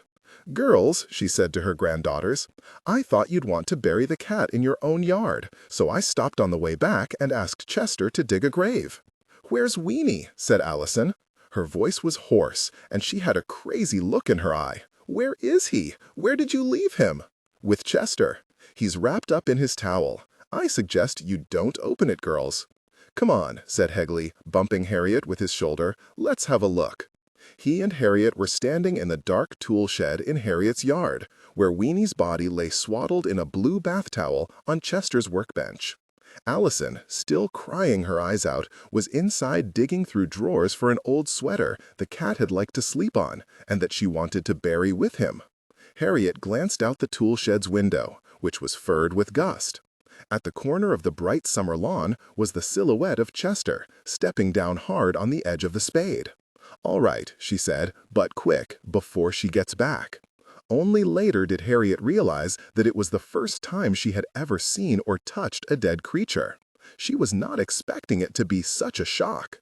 The cat's flank was cold and unyielding, hard to the touch, and an ugly thrill ran through her fingertips. Hegley leaned in for a closer look. "Gross," he said cheerfully. Harriet stroked the orange fur. It was still orange, and as soft as ever, despite the frightening woodenness of the body beneath. His paws were stretched out rigid, as if he was bracing himself against being thrown into a tub of water. And his eyes, which even in old age and suffering had been a clear ringing green, were clotted with a gelatinous film. Hegley bent to touch him. "Hey!" he yelped and snatched his hand back. "Gross!" Harriet didn't flinch. Gingerly, she slid her hand to touch the pink spot on the cat's side, where the hair had never quite grown right, the place the maggots had eaten when he was tiny. Weenie, in life, would never let anybody touch him there. He would hiss and take a swipe at anybody who tried it, even Allison. But the cat was still, his lips drawn back from the clenched needles of his teeth. The skin was puckered, rough like brushed glove skin, and cold, cold, cold. So this was the secret, what Captain Scott and Lazarus and Robin all knew, what even the cat had come to know in its last hour. This was it, the passage to the stained grass window. When Scott's tent was found, 8 months later, Bowers and Wilson lay with their sleeping bags closed over their heads, and Scott was in an open bag with his arm thrown over Wilson. That was the Antarctic, and this a breezy green morning in May. But the form beneath her palm was as hard as ice. She ran a knuckle over Weenie's white-stockinged forefoot.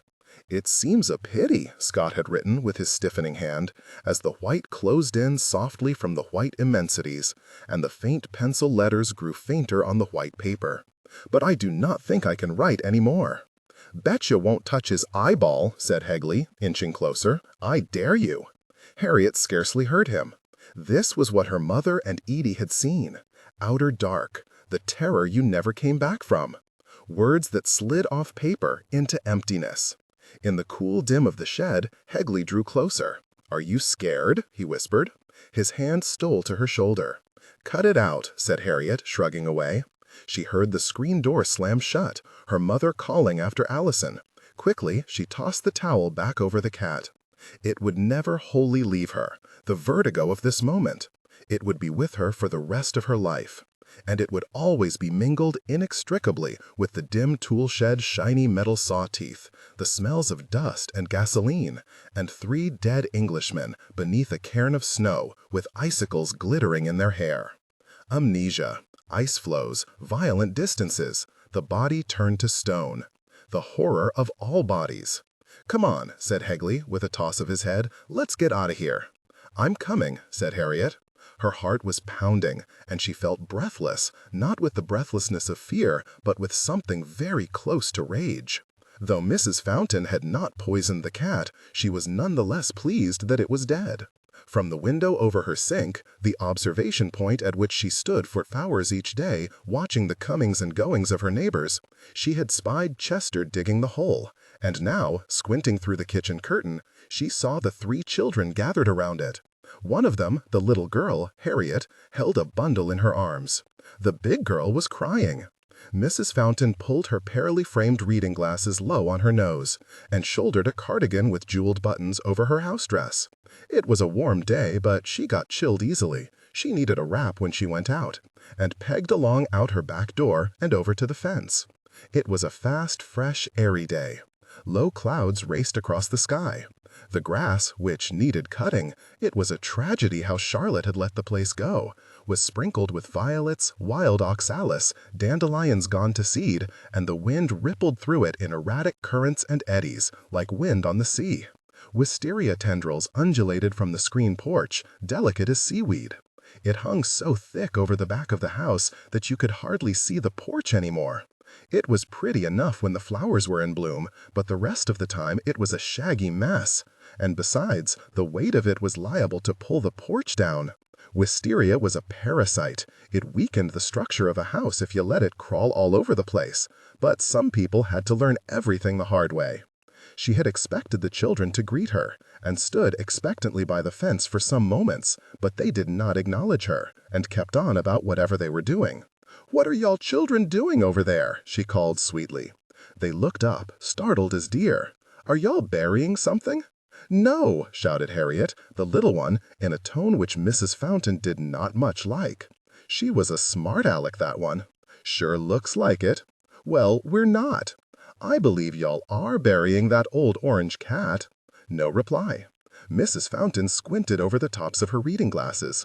Yes, the big girl was crying. She was too old for such nonsense. The little one was lowering the swaddled form into the hole. "That's exactly what y'all are doing," she crowed. "You can't fool me." Technical excellence. That cat was a nuisance. He used to walk over here every day and get his nasty footprints all over the windshield of my car. "Don't pay any attention to her," Harriet said to her sister between her teeth. Old bitch. Headley had never heard Harriet swear before. A wicked shiver of pleasure fluttered down the back of his neck. "Bitch," he repeated more audibly, the bad word delicious on his tongue. "What's that?" shrilled Mrs. Fountain. "Who said that over there?" "Shut up," Harriet said to Headley. "Which one of you said that? Who's over there with you girls?" Harriet had dropped to her knees and, with her bare hands, was shoving the pile of dirt back into the hole over the blue towel. "Come on, Headley," she hissed. "Quick, help me." "Who's that over there?" squawked Mrs. Fountain. "You'd better answer me. I'm going right inside the house and call your mother." "Shit," said Headley, emboldened and flushed with daring. He dropped to his knees beside Harriet and, rapidly, began to help her push the dirt in. Allison, a fist over her mouth, stood over them with tears streaming down her face. "You children better answer me." "Wait!" cried Allison suddenly. "Wait!" She turned from the grave and dashed back through the grass towards the house. Harriet and Headley paused, wrist deep in dirt. "What's she doing?" whispered Headley, wiping his brow with the wrist of his muddied hand. "I don't know," said Harriet, baffled. "Is that the little Hull boy?" cried Mrs. Fountain. "You come over here. I'm going to call your mother. You come over here right now." "Go on and call, bitch," muttered Headley. "She's not at home." The screen door slammed, and Allison ran out, stumbling, an arm over her face, blinded by tears. "Here," she said, and she fell to her knees beside them and tossed something into the open grave. Headley and Harriet craned to look. It was a picture of Allison, a studio portrait taken at school the autumn before, smiling up at them from the raw dirt. She had on a pink sweater with a lace collar and pink barrettes in her hair. Sobbing, Allison scooped a double handful of earth and threw it in the grave, over her own smiling face. The dirt rattled as it hit the photograph. For a moment, the pink of Allison's sweater was still visible, her timid eyes still peering hopefully through a blear of soil. Another black handful rattled over them, and they were gone. "Come on," she cried impatiently, as the two younger children stared down into the hole and then at her, bewildered. "Come on, Harriet, help me." "That's it!" shrieked Mrs. Fountain. "I'm going back in the house. I'm going to go get right on the telephone with your mothers. Look, I'm going back inside now. You children are all going to be mighty sorry." Chapter 2. The Blackbird. A few nights later, around 10 o'clock, while her mother and sister were upstairs sleeping, Harriet gently turned the key in the lock of the gun cabinet. The guns were old and in bad repair, inherited by Harriet's father from an uncle who'd collected them. Of this mysterious Uncle Clyde, Harriet knew nothing but his profession, engineering, his temperament, sour, said Adelaide, making a face, she had been at high school with him, and his end, plane crash off the Florida coast. Because he had been lost at sea, that was the phrase that everyone used, Harriet never thought of Uncle Clyde as dead exactly. Whenever his name was mentioned, she had a vague impression of a bearded tatterdemalion like Ben Gunn in Treasure Island, leading a lonely existence on some bleak, salty islet, his pants in rags and his watch corroded from the seawater. Carefully, with a palm on the glass so it wouldn't rattle, Harriet worked the sticky old door of the gun cabinet. With a shiver, it popped open. On the top shelf was a case of antique pistols, tiny dueling sets, trimmed in silver and mother-of-pearl, freakish little derringers, scarcely 4 inches long. Below, ranked in chronological order and leaning to the left, stood the larger arms: Kentucky flintlocks, a grim 10-pound Plains rifle, a rust-locked muzzle-loader said to have been in the Civil War. Of the newer guns, the most impressive was a Winchester shotgun from World War I. Harriet's father, the owner of this collection, was a remote and unpleasant figure. People whispered about the fact that he lived in Nashville, since he and Harriet's mother were still married to each other. Though Harriet had no idea how this arrangement had come to be, except vaguely that it had to do with her father's work, it was quite unremarkable to her, since he had lived away from home as long as Harriet could remember. A check arrived every month for the household expenses. He came home for Christmas and Thanksgiving and stopped by for several days in the fall on the way down to his hunting camp in the Delta. To Harriet, this arrangement seemed perfectly reasonable, suiting as it did the personalities of those involved. Her mother, who had very little energy, staying in bed most of the day, and her father, who had too much energy and the wrong kind. He ate fast, talked fast, and, unless he had a drink in his hand, was incapable of sitting still. In public, he was always kidding around, and people thought he was a hoot, but his unpredictable humors were not always so amusing in private, and his impulsive habit of saying the first thing that came into his head often hurt his family's feelings. Worse, Harriet's father was always right, even when he was wrong. Everything was a test of wills. Though he was quite inflexible in his opinions, he loved to argue, and even in good moods, settled back in his chair with a cocktail, half watching the television, he liked to needle Harriet and tease her just to show him who was boss. "Smart girls aren't popular," he'd say, or "no point of educating you when you're just going to grow up and get married." And because Harriet was incensed by this sort of talk, which he considered the plain, good-natured truth, and refused to take it, there was trouble. Sometimes he whipped Harriet with a belt for talking back, while Allison looked on glassy-eyed and their mother cowered in the bedroom. Other times, as punishment, he assigned Harriet tremendous, undoable chores, mowing the yard with the push-mower, cleaning the whole attic by herself, which Harriet simply planted her feet and refused to do. "Go on," Ida Rue would say, poking her head through the attic door with a worried look after her father had stormed downstairs. "You better get going, or he gonna tear you up some more when he gets back." But Harriet, glowering amidst stacks of papers and old magazines, would not budge. He could whip her all he wanted, never mind, it was the principle of the thing. And often Ida was so worried for Harriet that she would abandon her own work and go upstairs and do the thing herself. Because her father was so quarrelsome and disruptive and so dissatisfied with everything, it seemed right to Harriet that he did not live at home. Never had she been struck by the strangeness of the arrangement or realized that people thought it odd until one afternoon in 4th grade when her school bus broke down on a country road. Harriet was seated next to a talkative younger girl named Christy Dooley, who had big front teeth and wore a white crochet poncho to school every day. She was the daughter of a policeman, though nothing in her white mouse appearance or twitchy manner suggested this. Between sips of leftover vegetable soup from her thermos bottle, she chattered without encouragement, repeating various secrets about teachers, about other people's parents that she had heard at home. Harriet stared bleakly out the window, waiting for somebody to come and fix the bus, until she became aware with a jolt that Christy was talking about her own mother and father. Harriet turned to stare. "Oh, everybody knew," Christy whispered, huddling close under her poncho. She always wanted to sit closer than was comfortable. Didn't Harriet wonder why her dad lived out of town? "He works there," said Harriet. Technical excellence. Never before had this explanation struck her as inadequate, but Christy gave a satisfied and very adult little sigh, and then told Harriet the real story. The gist of it was this. Harriet's father wanted to move after Robin died to a new town, someplace he could start over. Christy's eyes widened with a confidential spookiness, but she wouldn't go.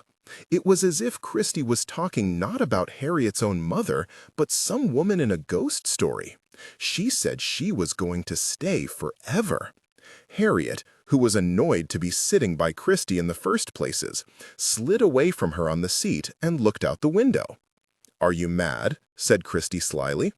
"No." "What's wrong then?" "Your breath smells like soup." In the years since, Harriet had heard other remarks from both children and adults to the effect that there was something creepy about her household, but these struck Harriet as ridiculous. Her family's living arrangements were practical, even ingenious. Her father's job in Nashville paid the bills, but no one enjoyed his holiday visits. He did not love Edie and the aunts, and everybody was disturbed by the hard, infuriating way he badgered Harriet's mother. Last year he had nagged her to go with him to some Christmas party until at last, rubbing her shoulders through the thin sleeves of her nightgown, she blinked and said, "Fine." But when it was time to get ready, she sat at her dressing table in her bathrobe and stared at her reflection without putting on lipstick or taking the pins out of her hair. When Allison tiptoed upstairs to check on her, she said she had a migraine. Then she locked herself in the bathroom and ran the taps until Harriet's father, red in the face, trembling, pounded on the door with his fists. It had been a miserable Christmas Eve, Harriet and Allison sitting rigidly in the living room by the tree as the Christmas carols, alternately sonorous and jubilant, swelled powerfully from the stereo, not quite powerful enough to cover the shouting upstairs. It was a relief when Harriet's father clumped out to his car with his suitcase and his shopping bag of presents early on Christmas afternoon and drove away again, up to Tennessee, and the household settled back with a sigh into its own forgetful doze. Harriet's house was a sleepy house for everybody but Harriet, who was wakeful and alert by nature. When she was the only person awake in the dark, silent house, as she often was, the boredoms that settled over her were so dense, so glassy and confused, that sometimes she was unable to do anything but gape at a window or a wall, as if doped. Her mother stayed in her bedroom pretty much all the time, and after Allison went to bed, early, most nights around 9, Harriet was on her own, drinking milk straight out of the carton, wandering through the house in her stocking feet, through the stacks of newspaper which were piled high in nearly every room. Harriet's mother, since Robin's death, had developed an odd inability to throw anything away, and the junk which packed the attic and cellar had now begun to creep into the rest of the house. Sometimes Harriet enjoyed being up by herself, She switched on lights, turned on the television or the record player, called dial-a-prayer, or made prank calls to the neighbors. She ate what she wanted out of the refrigerator. She clambered up on high shelves and poked through cabinets she wasn't supposed to open. She jumped on the sofa till the spring squealed and pulled the cushions on the ground and built forts and life rafts on the floor. Sometimes she pulled her mother's old college clothes out of the closet, pastel sweaters with moth holes, elbow gloves in every color, an aqua prom dress that, on Harriet, dragged a foot upon the ground. This was dangerous. Harriet's mother was quite particular about the clothes, though she never wore them, but Harriet was careful about putting everything back the way she'd found it, and if her mother ever noticed anything amiss, she never mentioned it. None of the guns were loaded. The only ammunition in the case was a box of 12-gauge shells. Harriet, who had only the haziest idea of the difference between a rifle and a shotgun, shook the shells out of the box and arranged them in starburst patterns on the carpet. One of the big guns had a bayonet attachment, which was interesting, but her favorite was the Winchester with the telescopic scope. She switched off the overhead light and propped the barrel on the sill of the living room window and looked down the scope with narrowed eyes at parked cars, pavement sparkling under the high lamps, and sprinklers hissing on lush, empty lawns. The fort was under attack. She was guarding her post, and all their lives depended on it. Wind chimes tinkled on Mrs. Fountain's front porch. Across the overgrown lawn, along the oily barrel of the gun, she could see the tree her brother had died in. A breeze whispered in the glossy leaves, jingling the liquid shadows on the grass. Sometimes, when Harriet was prowling the gloomy house late at night, she felt her dead brother draw close to her side, his silence friendly, confidential. She heard his footfall in the creakings of the floorboards, sensed him in the playing of a blown curtain or the arc of a door that swung open by itself. Occasionally he was mischievous, hiding her book or her candy bar, replacing it on the seat of her chair when she wasn't looking. Harriet enjoyed his company. Somehow she imagined that wherever he lived, it was always night, and that when she wasn't there, he was all by himself, fidgeting, lonely, swinging his legs, in a waiting room with ticking clocks. "Here I am," she said to herself, on guard. For she felt the glow of his presence quite warmly when she sat at the window with the gun. 12 years had passed since her brother's death, and much had altered or fallen away, but the view from the living room window had not changed. Even the tree was still there. Harriet's arms ached. Carefully, she laid the rifle down at the foot of her armchair and went into the kitchen for a popsicle. Back in the living room, she ate it by the window, in the dark, without hurrying. Then she put the stick on top of a stack of newspaper and resumed her position with the rifle. The popsicles were grape, her favorite. There were more in the freezer, and nobody to stop her from eating the whole box. But it was hard to eat popsicles and keep the rifle propped up at the same time. She moved the gun across the dark sky, following some night bird across the moonlit clouds. A car door slammed. Quickly she swiveled toward the sound and zeroed in on Mrs. Fountain, returning late from choir practice, tottering up her front walk in the haze of the street lamps, oblivious, entirely unaware that one sparkly earring shone dead in the center of Harriet's crosshairs. Porch lights off, kitchen lights on. Mrs. Fountain's slope-shouldered, goat-faced silhouette gliding past the window shade, like a puppet in a shadow play. "Bang!" Harriet whispered. One twitch, one squeeze of the knuckle, that's all it took, and Mrs. Fountain would be where she belonged, down with the devil. She would fit right in, horns curling out of her permanence, and an arrow-tipped tail poking from the back of her dress, ramming that grocery cart around through hell. A car was approaching. She swung from Mrs. Fountain and followed it, magnified and bouncing in her scope. Teenagers, windows down, going too fast, until the red tail lights swept around the corner and vanished. On her way back to Mrs. Fountain, she saw a lighted window blur over the lens, and then, to her delight, she was smack in the Godfreys' dining room across the road. The Godfreys were rosy and cheerful and well into their 40s, childless, sociable, active in the Baptist church, and to see the two of them up and moving around was comforting. Mrs. Godfrey stood scooping yellow ice cream from a carton into a dish. Mr. Godfrey sat at the table with his back to Harriet. Technical excellence. The two of them were alone, lace tablecloth, pink-shaded lamp burning low in the corner. Everything sharp and intimate, down to the grape leaf patterns on the Godfrey's ice cream dishes and the bobby pins in Mrs. Godfrey's hair. The Winchester was a pair of binoculars, a camera, a way of seeing things. She laid her cheek against the stock, which was smooth and very cool. Robin, she was certain, watched over her on these nights much the way she watched over him. She could feel him breathing at her back, quiet, sociable, glad for her company. But the creaks and shadows of the dark house still frightened her sometimes. Restless, her arms aching from the gun's weight, Harriet shifted in the armchair. Occasionally, on nights like this, she smoked her mother's cigarettes. On the worst nights, she was unable even to read. And the letters of her books, even Treasure Island, Kidnapped, books she loved and never tired of, changed into some kind of savage Chinese, illegible, vicious, an itch she couldn't scratch. Once, out of sheer frustration, she had smashed a china figurine of a kitten belonging to her mother.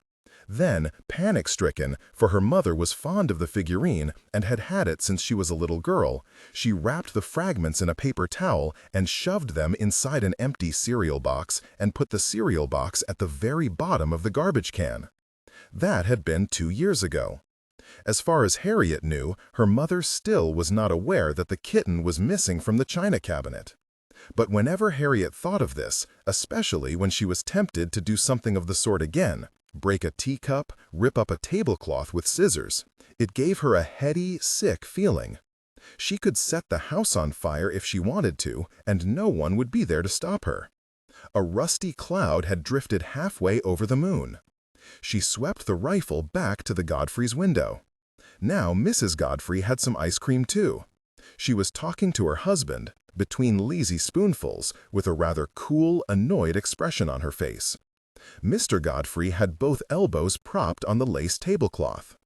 All she could see was the back of his bald head, which was dead in the center of the crosshairs, and she couldn't tell if he was answering Mrs. Godfrey or even if he was listening. Suddenly, he got up, made a stretching movement, and walked out. Mrs. Godfrey, alone now at the table, said something.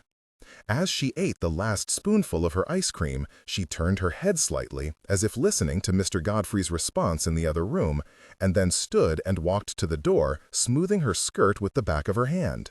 Then the picture went black. Theirs had been the only light on the street. Mrs. Fountain's had gone out long ago.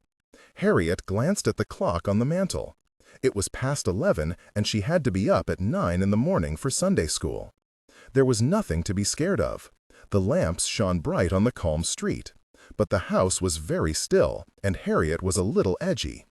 Even though he had come to her house in broad daylight, she was most afraid of the killer at night. When he returned in her nightmares, it was always dark, a cold breeze blowing through the house, curtains fluttering, and all the windows and doors ajar as she ran to and fro slamming the sashes, fumbling with the locks. Her mother sitting unconcerned on the sofa with cold cream on her face, never moving a finger to help, and never enough time, before the glass shattered and the gloved hand reached through to turn the knob.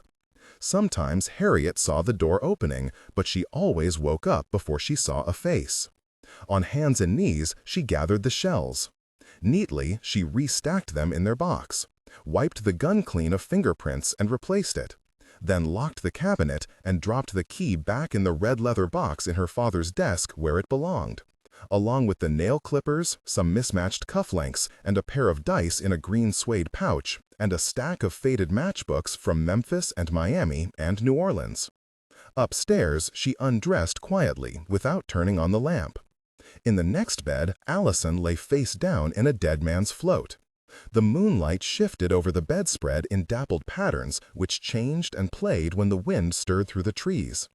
A jumble of stuffed animals were packed in the bed around her, as if on a life raft.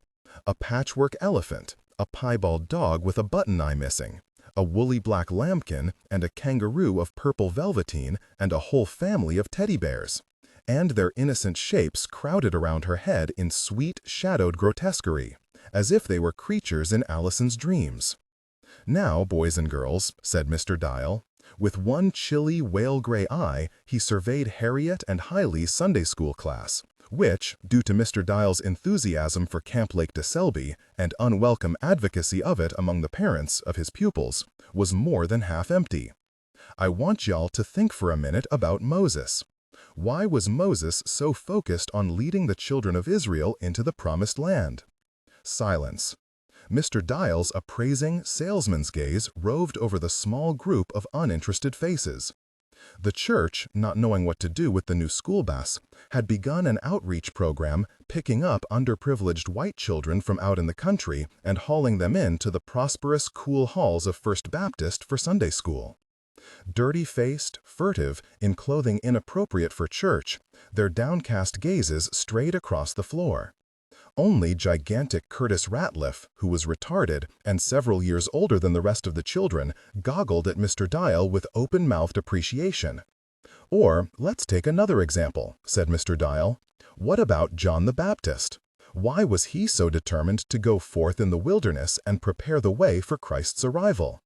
There was no point attempting to reach these little Ratliffs and Skirleys and Odoms, these youngsters with their rheumy eyes and pinched faces, their glue-sniffing mothers, their tattooed fornicating fathers. They were pitiful.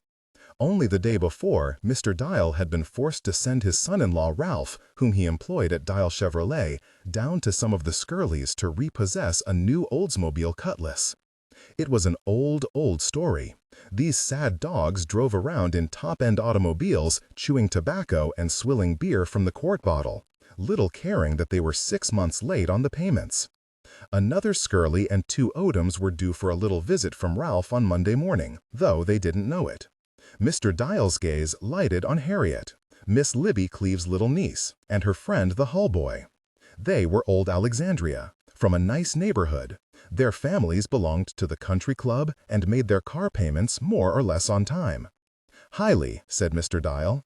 Hiley, wild-eyed, started convulsively from the Sunday school booklet he had been folding and refolding into tiny squares. Mr. Dial grinned. His small teeth, his wide-set eyes, and his bulging forehead, plus his habit of looking at the class in profile rather than straight on, gave him the slight aspect of an unfriendly dolphin. "Will you tell us why John the Baptist went forth crying in the wilderness?" Hiley writhed. "Because Jesus made him do it." "Not quite," said Mr. Dial, rubbing his hands. "Let's all think about John's situation for a minute. Wonder why he's quoting the words of Isaiah the prophet in "He ran his finger down the page," verse 23 here. "He was following God's plan," said a little voice in the first row. This came from Annabel Arnold, her gloved hands folded decoratively over the zippered white Bible in her lap. "Very good," said Mr. Dial.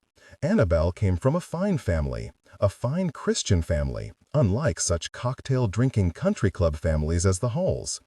Hiley, said Mr. Dial. Hiley, wild-eyed, started convulsively from the Sunday school booklet he had been folding and refolding into tiny squares.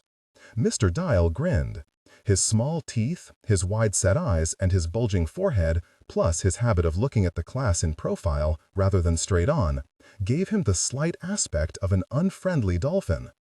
"Will you tell us why John the Baptist went forth crying in the wilderness?" Hiley writhed. "Because Jesus made him do it." "Not quite," said Mr. Dial, rubbing his hands. "Let's all think about John's situation for a minute. Wonder why he's quoting the words of Isaiah the prophet in "He ran his finger down the page," verse 23 here. "He was following God's plan," said a little voice in the first row. This came from Annabel Arnold, her gloved hands folded decoratively over the zippered white Bible in her lap. "Very good," said Mr. Dial. "Annabel came from a fine family, a fine Christian family, unlike such cocktail-drinking country club families as the Halls." Hiley, said Mr. Dial. Hiley, wild-eyed, started convulsively from the Sunday school booklet he had been folding and refolding into tiny squares. Mr. Dial grinned. His small teeth, his wide-set eyes, and his bulging forehead, plus his habit of looking at the class in profile rather than straight on, gave him the slight aspect of an unfriendly dolphin. Will you tell us why John the Baptist went forth crying in the wilderness? Highly writhed. Because Jesus made him do it. Not quite, said Mr. Dial, rubbing his hands. Let's all think about John's situation for a minute. Wonder why he's quoting the words of Isaiah the prophet in He ran his finger down the page, verse 23 here. He was following God's plan, said a little voice in the first row. This came from Annabel Arnold, her gloved hands folded decoratively over the zippered white Bible in her lap. Very good, said Mr. Dial. Annabel came from a fine family, a fine Christian family, unlike such cocktail-drinking country club families as the Hulls. Highly, said Mr. Dial. Highly, wild-eyed, started convulsively from the Sunday school booklet he had been folding and refolding into tiny squares. Mr. Dial grinned. His small teeth, his wide-set eyes, and his bulging forehead, plus his habit of looking at the class in profile rather than straight on, gave technical excellence. On Tuesday night, she was participating in a regional twirling competition on over at the high school, an event of which Dial Chevrolet was one of the main sponsors. Mr. Dial, noticing that Harriet was about to speak, started in hastily. "Did you hear what Annabel said, boys and girls?" he said brightly. "John the Baptist was working in accordance with God's plan. And why was he doing that? Because," said Mr. Dial, turning his head and fixing the class with his other eye, "because John the Baptist had a goal." Silence. Why is it so important to have goals in life, boys and girls? As he waited for an answer, he squared and re-squared a small stack of paper on the podium so that the jewel in his massive gold class ring caught and flashed red in the light. Let's think about this, shall we? Without goals, we aren't motivated, are we? Without goals, we're not financially prosperous. Without goals, we can't achieve what Christ wants for us as Christians and members of the community. Harriet, he noticed with a bit of a start, was glaring at him rather aggressively. No, sir. Mr. Dial clapped his hands. Because goals keep us focused on the things that matter. It's important for all of us, no matter what age we are, to set goals for ourselves on a yearly and weekly and even hourly basis, or else we don't have the get up and go to haul our behinds from out in front the television and earn a living when we grow up. As he spoke, he began to pass out paper and colored pens. It did no harm to try to force a little work ethic down some of these little Ratliffs and Odoms. They were certainly exposed to nothing of the sort at home, sitting around living off the government the way most of them did. The exercise he was about to propose to them was one Mr. Dial himself had participated in and found extremely motivational from a Christian salesmanship conference he had attended in Lynchburg, Virginia the summer before. "Now I want us all to write down a goal we want to achieve this summer," said Mr. Dial. He folded his hands into a church steeple and rested his forefingers upon his pursed lips. It may be a project, a financial, or a personal achievement, or it may be some way to help your family, your community, or your Lord. You don't have to sign your name if you don't want to, just draw a little symbol at the bottom that represents who you are. Several drowsy heads jerked up in panic. Nothing too complicated. For instance, said Mr. Dial, screwing his hands together, you might draw a football if you enjoy sports, or a happy face if you enjoy making people smile. He sat down again, and since the children were looking at their papers and not at him, his wide, small-toothed grin soured slightly at the edges. No, it didn't matter how you tried with these little Ratliffs and Odoms and so forth. It was useless to think you could teach them a thing. He looked out over the dull little faces, sucking listlessly on the ends of their pencils. In a few years, these little unfortunates would be keeping Mr. Dial and Ralph busy in the repossession business, just like their cousins and brothers were doing right now. Henley leaned over and tried to see what Harriet had written on her paper. "Hey," he whispered. For his personal symbol, he had dutifully drawn a football, then sat staring for the better part of 5 minutes in dazed silence. "No talking back there," said Mr. Dial. With an extravagant exhalation, he got up and collected the children's work. "Now then," he said, depositing the papers in a heap on the table. "Everybody file up and choose a paper." "No," he snapped, as several children sprang up from their chairs, "not run like monkeys. One at a time." Without enthusiasm, the children shuffled up to the table. Back at her seat, Harriet struggled to open the paper she'd chosen, which was folded to the excruciating tininess of a postage stamp. From Henley, unexpectedly, a snort of laughter. He shoved the paper he'd chosen at Harriet. Beneath a cryptic drawing, a headless blotch on stick legs, part furniture, part insect, depicting what animal or object or even piece of machinery Harriet could not guess, the gnarled script tumbled rockingly down the paper at a 45-degree angle. "My goal," read Harriet with difficulty, "is Diddy talk me to Opryland." "Come on now," Mr. Dial was saying up front. "Anybody start, it doesn't matter who." Harriet managed to pick her paper open. The writing was Annabel Arnold's, rotund and labored with elaborate curlicues on the G's and Y's. My goal is to say a little prayer every day that God will send me a new person to help." Harriet stared at it balefully. At the bottom of the page, two capital B's back to back formed an inane butterfly. "Harriet," said Mr. Dial suddenly, "let's start with you." With a flatness that she hoped would convey her contempt, Harriet read the curly-cued vow. "Now that's an outstanding goal," said Mr. Dial warmly. "It's a call to prayer, but it's a call to service, too. Here's a young Christian who thinks about others in church and community. Is something funny back there?" The pallid snickerers fell silent. Mr. Dial said, in amplified voice, "Harriet, what does this goal reveal about the person that wrote it?" Henley tapped Harriet's knee. To the side of his leg, he made an inconspicuous little thumbs-down gesture. "Loser." "Is there a symbol?" "Sir," said Harriet. "What symbol has this writer chosen to represent him or herself?" "An insect." "An insect?"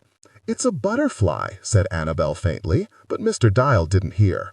"What kind of an insect?" he demanded of Harriet. "I'm not sure, but it looks like it's got a stinger." Henley craned over to see. "Gross!" he cried, in apparently unfeigned horror. "What is that?" "Pass it up here," said Mr. Dial sharply. "Who would draw something like that?" Henley said, looking around the room in alarm.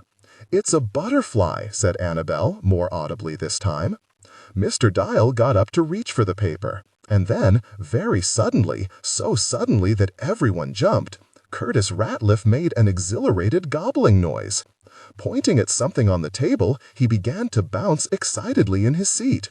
"Rat-my," he gobbled, "rat-my." Mr. Dial stopped short. This had always been his terror, that the generally docile Curtis would someday erupt into some kind of violence.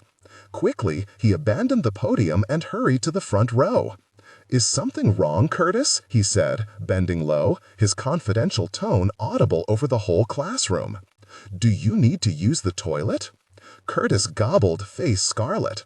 Up and down he bounced in the squealing chair, which was too small for him, so energetically that Mr. Dial winced and stepped backwards. Curtis stabbed at the air with his finger. "Rat-my," he crowed. Unexpectedly, he lunged from his chair. Mr. Dial stumbled backward with a small, humiliating cry, and snatched a crumpled paper off the table. Then, very gently, he smoothed it flat and handed it to Mr. Dial. He pointed at the paper. He pointed to himself. "My," he said, beaming. "Oh," said Mr. Dial. From the back of the room, he heard whispers, an impudent little snort of merriment. "That's right, Curtis, that's your paper." Mr. Dial had set it aside, intentionally, from those of the other children. Though Curtis always demanded pencil and paper and cried when he was denied them, he could neither read nor write. "My," Curtis said. He indicated his chest with his thumb. "Yes," said Mr. Dial carefully. "That's your goal, Curtis. That's exactly right." He laid the paper back on the table. Curtis snatched the paper up again and thrust it back at him, smiling expectantly. "Yes, thank you, Curtis," said Mr. Dial, and pointed to his empty chair. "Oh, Curtis, you can sit down now. I'm just going to wee." "Curtis, if you don't sit down, I can't wee my." Curtis shrieked. To Mr. Dial's horror, he began to jump up and down. "Wee my, wee my, wee my." Mr. Dial, flabbergasted, glanced down at the crumpled paper, which lay in his hand. There was no writing on it at all, only scribbles a baby might make. Technical excellence. Curtis blinked at him sweetly and took a lumbering step closer. For a mongoloid, he had very long eyelashes. "Wee," he said. "I wonder what Curtis' goal was," said Harriet ruminatively as she and Healy walked home together. Her patent leather shoes clacked on the sidewalk. It had rained in the night, and pungent clumps of cut grass, crushed petals blown from shrubbery, littered the damp cement. "I mean," said Harriet, "do you think Curtis even has a goal?" "My goal was for Curtis to kick Mr. Dial's ass." They turned down George Street, where the pecans and sweet gums were in full dark leaf, and the bees buzzed heavily in crepe myrtle, Confederate jasmine, pink floribunda roses. The fusty, drunken perfume of magnolias was as drenching as the heat itself, and rich enough to make your head ache. Harriet said nothing. Along she clicked, head down, her hands behind her back, lost in thought. Sociably, in an effort to revive the conversation, Healy threw back his head and let out his best dolphin whinny. "Oh, they call him Flipper, Flipper," he sang in a smarmy voice. "Faster than lightning." Harriet let out a gratifying little snort. Because of his wickering laugh and the porpoise-like bulge of his forehead, Flipper was their nickname for Mr. Dial. "What you write?" he asked her. He'd taken off his Sunday suit jacket, which he hated, and was snapping it around in the air. "Was it you put down that black mark?" "Yup," Healy glowed. It was for cryptic and unpredictable gestures like this that he adored Harriet. You couldn't understand why she did things like this, or even why they were cool, but they were cool. Certainly the black mark had upset Mr. Dial, especially after the Curtis debacle. He'd blinked and looked disturbed when a kid in the back held up an empty paper, blank except for the creepy little mark in the center. "Someone's being funny," he snapped after an eerie skipped beat and went on immediately to the next kid. Because the black mark was creepy. Why? It was just a pencil mark, but still, the room had gone quiet for a strange instant as the kid held it up for everyone to see. And this was the hallmark of Harriet's touch. She could scare the daylights out of you, and you weren't even sure why. He bumped her with his shoulder. "You know something funny? You should have wrote ass." Huh. Harriet was always thinking of tricks for other people to pull. He didn't have the nerve to pull them himself. In really tiny letters, you know, so he could barely read it. "The black spot is in Treasure Island," said Harriet. "That's what the pirates gave you when they were coming to kill you, just a blank piece of paper with a black spot on it." Once home, Harriet went into her bedroom and dug out a notebook she kept hidden beneath the underwear in her bureau drawer. Then she lay down on the other side of Allison's twin bed where no one could see her from the doorway, though she was unlikely to be disturbed. Allison and her mother were at church. Harriet was supposed to have met them there, along with Edie and her aunts, but her mother would not notice or much care that she hadn't shown up. Harriet did not like Mr. Dial, but nonetheless the exercise in the Sunday schoolroom had got her thinking. Put on the spot, she had been unable to think what her goals were, for the day, for the summer, for the rest of her life, and this disturbed her, because for some reason the question was merged and entangled in her mind with the recent unpleasantness of the dead cat in the tool shed. Harriet liked to set herself difficult physical tests. Once, she'd tried to see how long she could subsist on 18 peanuts a day, the Confederate ration at the end of the war. But mostly these involved suffering to no practical point. The only real goal she was able to think of, and it was a poor one, was to win first prize in the library's summer reading contest. Harriet had entered it every year since she was 6 and won it twice, but now that she was older and reading real novels, she didn't stand a chance.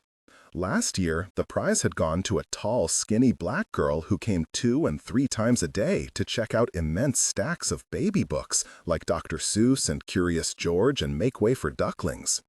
Harriet had stood behind her in line, with her Ivanhoe and her Algernon Blackwood and her Myths and Legends of Japan, fuming. Even Mrs. Fawcett, the librarian, had raised an eyebrow in a way that made it perfectly plain how she felt about it. Harriet opened the notebook. Helly had given it to her. It was just a plain spiral-bound notebook with a cartoon of a dune buddy on the cover, which Harriet did not much care for, but she liked it because the lined paper was bright orange. Helly had tried to use it for his geography notebook in Mrs. Criswell's class 2 years before, but had been told that neither the groovy dune buggy nor the orange paper was suitable for school. On the first page of the notebook, in felt-tip pen, also pronounced unsuitable and confiscated by Mrs. Criswell, was half a page of sporadic notations by Helly. World Geography, Alexandria Academy, Duncan Helly Hull, September 4. The 2 continents that form a continuous landmass, Urige and Asic. The one half of the Earth above the equator is called the northern. Why is its standard units of measurement needed? If a theory is the best available explanation of some part of nature, there are 4 parts to a map. These Harriet examined with affectionate contempt. Several times she had considered tearing the page out, but over time it had come to seem part of the notebook's personality, best left undisturbed. She turned the page, to where her own notations in pencil began. These were mostly lists. Lists of books she'd read, and books she wanted to read, and of poems she knew by heart. Lists of presents she'd got for birthday and Christmas and who they were from. Lists of places she'd visited, nowhere very exotic, and lists of places she wanted to go, Easter Island, Antarctica, Machu Picchu, Nepal. There were lists of people she admired, Napoleon and Nathan Bedford Forrest, Genghis Khan and Lawrence of Arabia, Alexander the Great and Harry Houdini and Joan of Arc. There was a whole page of complaints about sharing a room with Allison. There were lists of vocabulary words, Latin and English, and an inept Cyrillic alphabet, which she'd done her laborious best to copy from the encyclopedia one afternoon when she had nothing else to do. There were also several letters Harriet had written, and never sent, to various people she did not like. There was one to Mrs. Fountain, and another to her detested 5th-grade teacher, Mrs. Beebe. There was also one to Mr. Dial. In an attempt to kill 2 birds with one stone, she'd written it in a labored, curlicued hand that looked like Annabel Arnold's. "Dear Mr. Dial," it began, "I am a young lady of your acquaintance who has admired you in secret for some time. I am so crazy about you, I can hardly get to sleep. I know that I am very young, and there is Mrs. Dial too, but perhaps we can arrange a meeting some evening out behind Dial Chevrolet. I have prayed over this letter, and the Lord has told me that me love is the answer. I will write again soon. Please do not show this letter to anybody. P.S. I think you might know who this is. Love, your secret Valentine."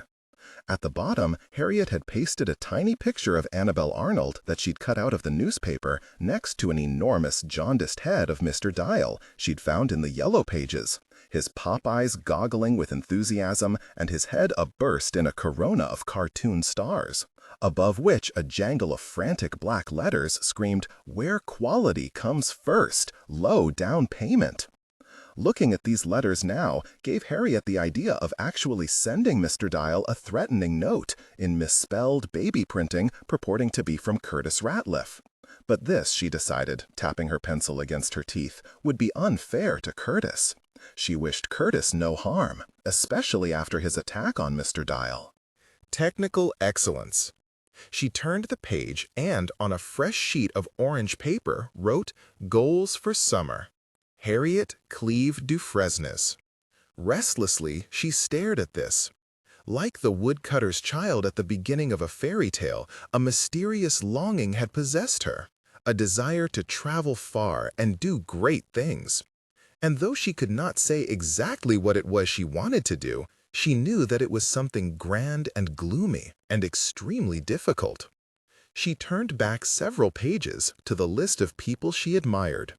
A preponderance of generals, soldiers, explorers, men of action all. Joan of Arc had led armies when she was hardly older than Harriet. Yet, for Christmas last year, Harriet's father had given Harriet an insulting board game for girls called What Shall I Be? It was a particularly flimsy game, meant to offer career guidance, but no matter how well you played, it offered only 4 possible futures: teacher, ballerina, mother, or nurse. The possible, as it was presented in her health textbook, a mathematical progression of dating, career, marriage, and motherhood, did not interest Harriet. Of all the heroes on her list, the greatest of them all was Sherlock Holmes, and he wasn't even a real person. Then there was Harry Houdini. He was a master of the impossible. More importantly for Harriet, he was a master of escape. No prison in the world could hold him. He escaped from straitjackets, from locked trunks dropped in fast rivers, and from coffins buried 6 feet underground. And how had he done it? He wasn't afraid. St. Joan had galloped out with the angels on her side, but Houdini had mastered fear on his own. No divine aid for him. He'd taught himself the hard way how to beat back panic, the horror of suffocation and dark. Handcuffed in a locked trunk in the bottom of a river, he squandered not a heartbeat on being afraid, never buckled to the terror of the chains and the dark and the icy water. If he became lightheaded for even a moment, if he fumbled at the breathless labor before him, somersaulting along the riverbed head over heels, he would never come up from the water alive. A training program. This was Houdini's secret. He'd immersed himself in daily tubs of ice, swum immense distances underwater, practiced holding his breath until he could hold it for 3 minutes. And while the tubs of ice were impossible, the swimming and the breath-holding, this she could do. She heard her mother and sister coming in the front door, her sister's plaintive voice unintelligible. Quickly she hid the notebook and ran downstairs. "Don't say hate, honey," said Charlotte absent-mindedly to Allison. The 3 of them were sitting around the dining room table in their Sunday dresses, eating the chicken that Ida had left for their lunch. Allison, with her hair falling in her face, sat staring at her plate, chewing a slice of lemon from her iced tea. Though she'd sawed apart her food energetically enough and shoved it back and forth across her plate and piled it up in unappetizing heaps, a habit of hers that drove Edie crazy, she'd eaten very little of it. "I don't see why Allison can't say hate, Mother," said Harriet. "Hate is a perfectly good word. It's not polite. It says hate in the Bible. The Lord hateth this and the Lord hateth that. It says it practically on every page. Well, don't you say it." "All right then," Allison burst out. "I detest Mrs. Biggs." Mrs. Biggs was Allison's Sunday school teacher. Charlotte, through her tranquilized fog, was mildly surprised. Allison was usually such a timid, gentle girl. Such crazy talk about hating people was more the kind of thing you expected from Harriet. "Now, Allison," she said, "Mrs. Biggs is a sweet old thing, and she's a friend of your Aunt Adelaide's." Allison, raking her fork listlessly through her disordered plates, said, "I still hate her." "That's no good reason to hate somebody, honey, just because they wouldn't pray in Sunday school for a dead cat. Why not? She made us pray that Sissy and Annabelle Arnold would win the twirling contest," Harriet said.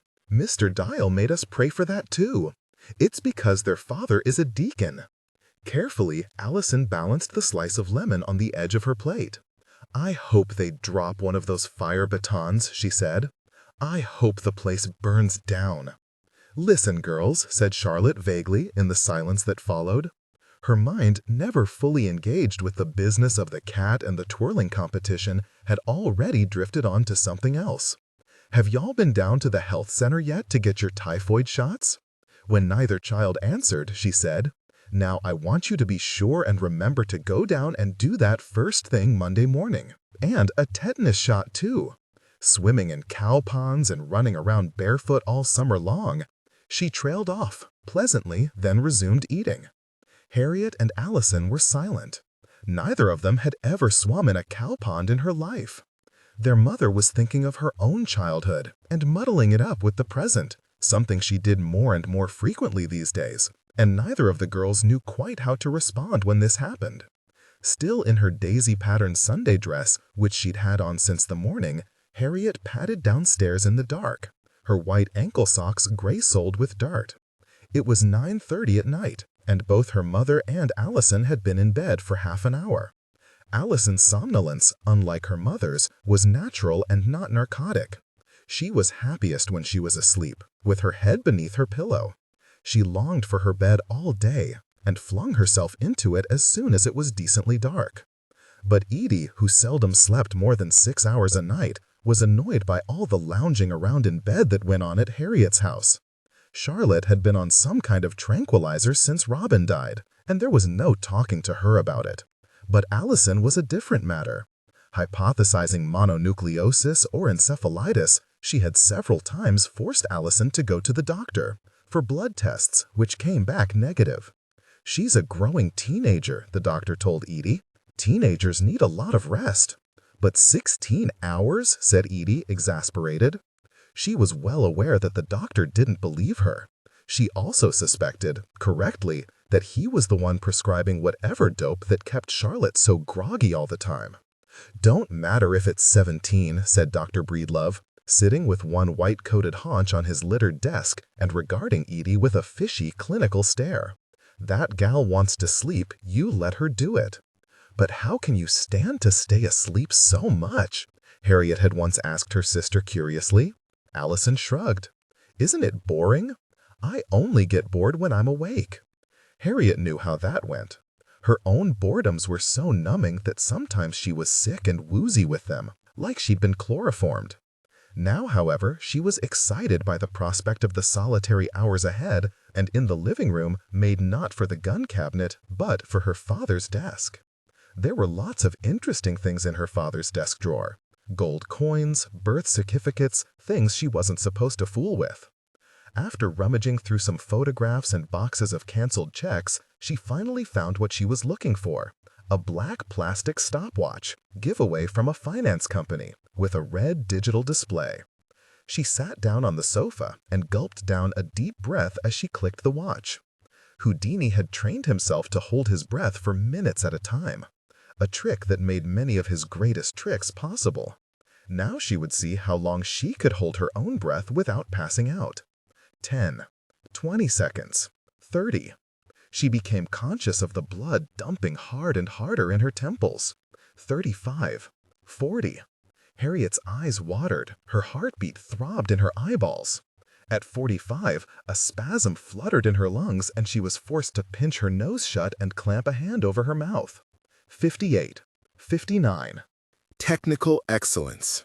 Her eyes were streaming. She couldn't sit still. She got up and paced in a tiny, frantic circle by the sofa, fanning with her free hand at the air, and her eyes skittering desperately from object to object, desk, door, Sunday shoes pigeon-toed on the dove-gray carpet, as the room jumped with her thunderous heartbeat, and the wall of newspapers chattered as if in the pre-trembling of an earthquake. 60 seconds. 65. The rose-pink stripes in the draperies had darkened to a bloody color, and the light from the lamp unraveled in long, iridescent tentacles, which ebbed and flowed with the wash of some invisible tide, before they, too, began to darken, blackening around the pulsating edges, though the center still burned white. And somewhere she heard a wasp buzzing, somewhere near her ear, though maybe it wasn't, maybe it was coming from somewhere inside her. The room was whirling, and suddenly she couldn't pinch her nose shut any longer. Her hand was trembling and wouldn't do what she told it to, and with a long, agonized rasp, she fell backward on the sofa in a shower of sparks, clicking the stopwatch with her thumb.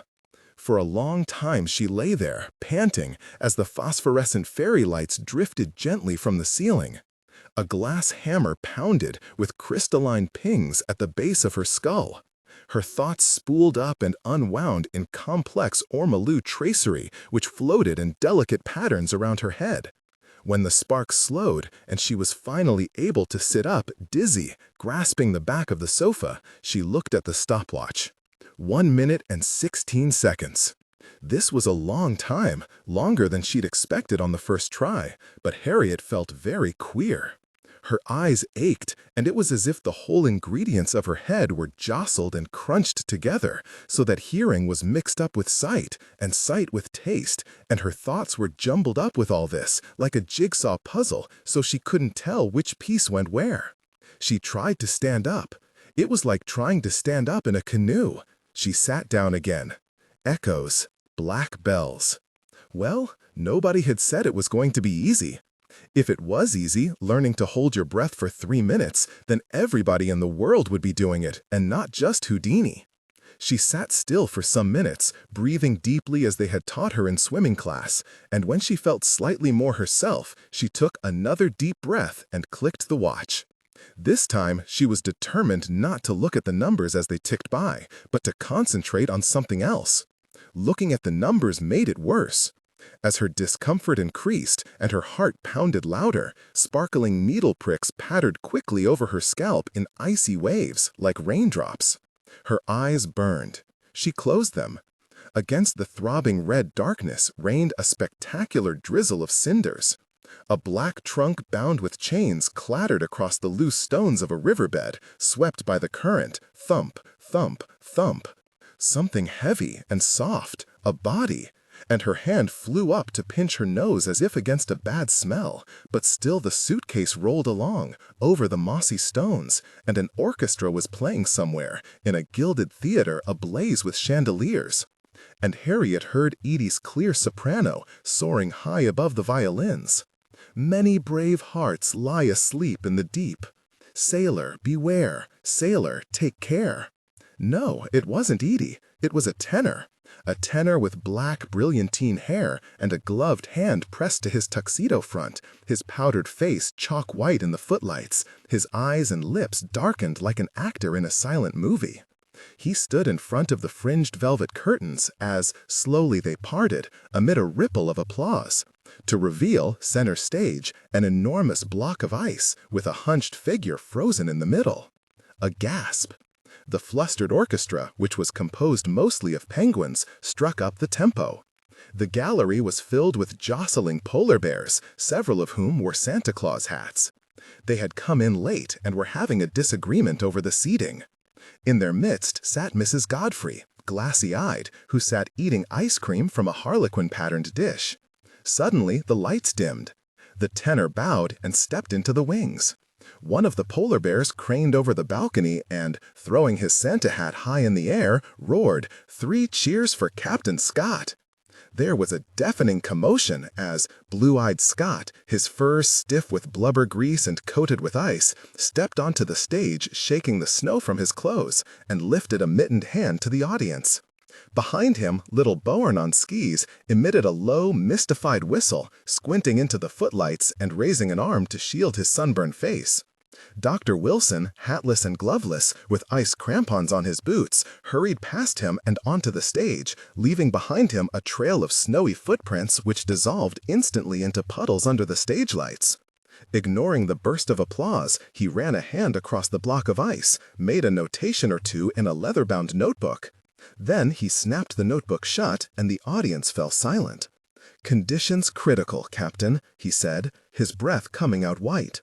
"Winds are blowing from the north-northwest, and there seems to be a distinct difference of origin between the upper and lower portions of the berg, suggesting that it has accumulated layer by layer from seasonal snow." "Then we shall have to commence the rescue immediately," said Captain Scott. "Osman." "Eshto," he said impatiently to the sled dog, which barked and jumped around him. "The ice axes, Lieutenant Bowers." Bowers seemed not at all surprised to discover that his ski poles had turned into a pair of axes in his mittened fists. He tossed one deftly across the stage to his captain, to a wild din of honks and roars and clapped flippers. And, shouldering off their snow-crumbled woolens, the two of them began to hack at the frozen block as the Penguin Orchestra struck up again, and Dr. Wilson continued to provide interesting scientific commentary about the nature of the ice. A flurry of snow had begun to whirl gently from the proscenium. At the edge of the stage, the brilliantine tenor was assisting Ponting, the expedition's photographer, in setting up his tripod. "The poor chap," said Captain Scott. "Between blows of the axe, he and Bowers were not making a great deal of headway. Is very near the end, one feels." "Hurry it up there, Captain." "Good cheer, lads," roared a polar bear from the gallery. "We are in the hands of God, and unless he intervenes, we are lost," said Dr. Wilson somberly. Sweat stood out in beads on his temples, and the stage lights glinted in white discs across the lenses of his little old-fashioned glasses. All hands join in saying the Lord's Prayer and the Creed. Not everyone seemed to know the Lord's Prayer. Some penguins sang, "Daisy, Daisy, give me your answer due." Others, flippers over hearts, recited the Pledge of Allegiance. When, over the stage head, first lowered by the ankles from a corkscrewing chain, appeared the straight-jacketed, manacled form of a man in evening dress. A hush fell over the audience as, twisting, thrashing, red in the face, he wriggled free of the straitjacket and shouldered it over his head. With his teeth, he set to work on the manacles. In a moment or two, they clattered to the planks, and then, nimbly doubling up and freeing his feet, he swung from the chain, suspended 10 feet above the ground, and landed arm-high, with a gymnast's flourish, doffing a top hat which appeared from nowhere. A battery of pink doves flapped out and began to dip around the theater, to the audience's delight. "I am afraid that conventional methods will not work here, gentlemen," said this newcomer to the startled explorers, rolling up the sleeves of his evening coat and pausing for an instant to smile brilliantly for the explosive flash of the camera. "I nearly perished twice while attempting this very feat, once in the Circus Becketov in Copenhagen and once in the Apollo Theater in Nuremberg." Technical excellence. From thin air, he produced a jeweled blowtorch, which shot a blue flame 3 feet long, and then produced a pistol, which he fired into the air with a loud crack and a puff of smoke. "Assistance, please." 5 Chinamen in scarlet robes and skullcaps, long black queues down their backs, ran out with fire axes and hacksaws. Houdini tossed the pistol into the audience, which, to the delight of the penguins, transformed into a thrashing salmon in midair before it landed amongst them, and grabbed from Captain Scott the pickaxe. With his left hand, he brandished it high in the air, while the blowtorch burned in his right. "May I remind the audience," he shouted, "that the subject in question has been deprived of life-sustaining oxygen for 4,665 days, 12 hours, 27 minutes, and 39 seconds, and that a recovery attempt of this magnitude has never before been attempted on the North American stage." He threw the pickaxe back to Captain Scott and, reaching up to stroke the orange cat perched on his shoulder, tossed his head at the penguin conductor. "Maestro, if you please." The Chinaman, under the cheerful direction of Bowers, who was stripped to the singlet and working shoulder to shoulder among them, hacked rhythmically at the block in time with the music. Houdini was making spectacular headway with the blowtorch. A great puddle spread across the stage. The penguin musicians, with great pleasure, shimmied happily beneath the icy water dripping into the orchestra pit. Captain Scott, to stage left, was doing his best to restrain the sled dog Osman, who had gone berserk upon spotting Houdini's cat and was shouting angrily into the wings for Mears to come assist him. The mysterious figure in the bubbled block of ice was now only about 6 inches from the blowtorch and the Chinaman's hacksaws. "Courage!" roared a polar bear from the gallery. Another bear leaped to his feet. He held in his enormous baseball mitt of a paw a struggling dove, and he chomped its head off and spat it out in a bloody chunk. Harriet wasn't sure what was happening on stage, though it seemed very important. Sick with impatience, she craned up on tiptoe, but the penguins, jibbing and chattering, standing on one another's shoulders, were taller than she. Several of them wobbled from their seats and began to totter toward the stage at a forward list, ducking and wobbling, bills tipped to the ceiling, their walleyes loony with concern. As she shoved through their ranks, she was pushed hard from behind and got an oily mouthful of penguin feathers as she stumbled forward.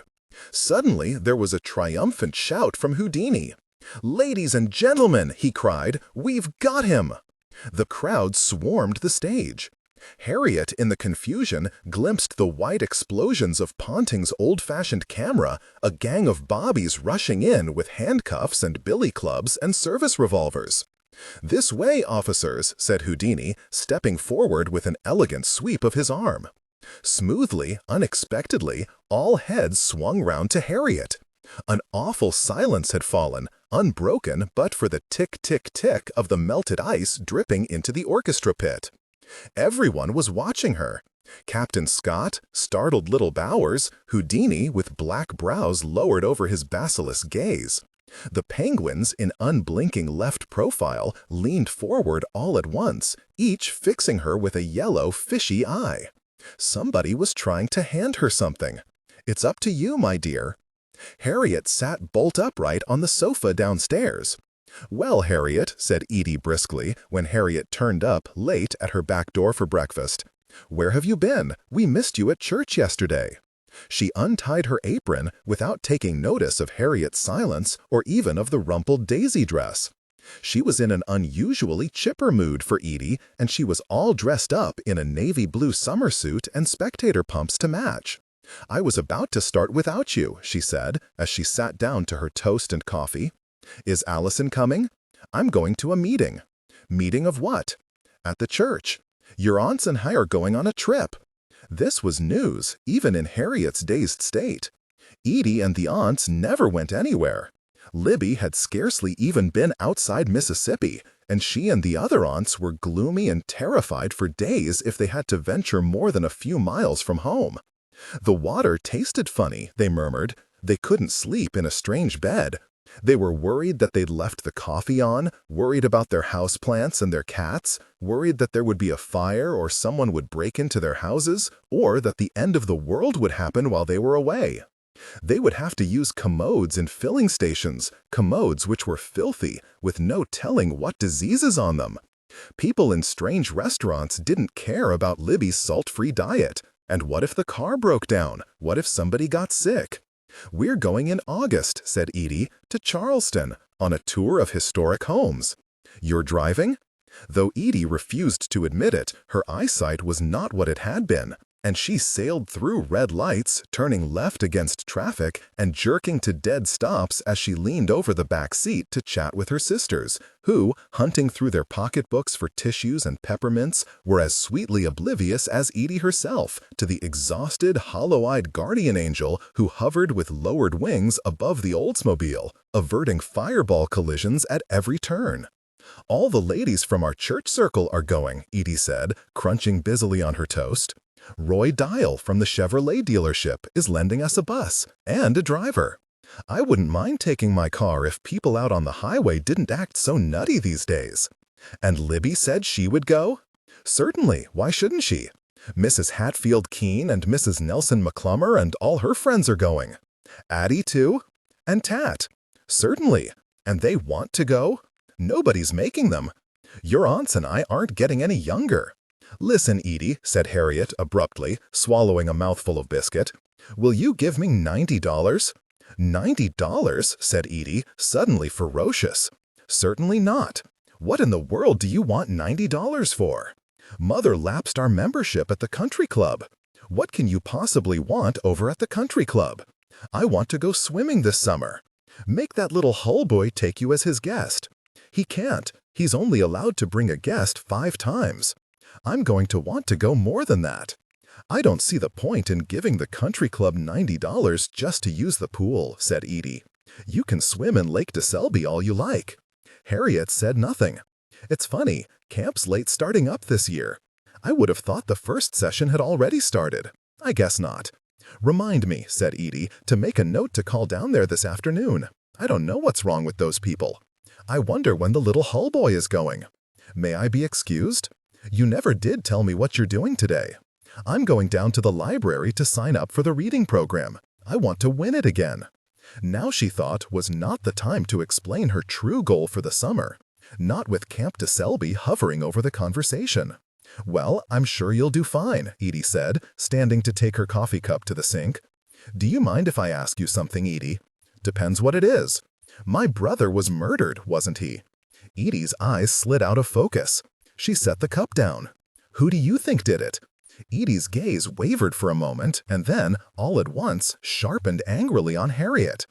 After an uncomfortable instant, during which Harriet practically felt the smoke rising off her as if she was a pile of dry wood chips smoldering in a beam of light, she turned and put the cup in the sink. Her waist looked very narrow and her shoulders very angular in the navy blue suit. "Get your things," she said, crisply, her back still turned.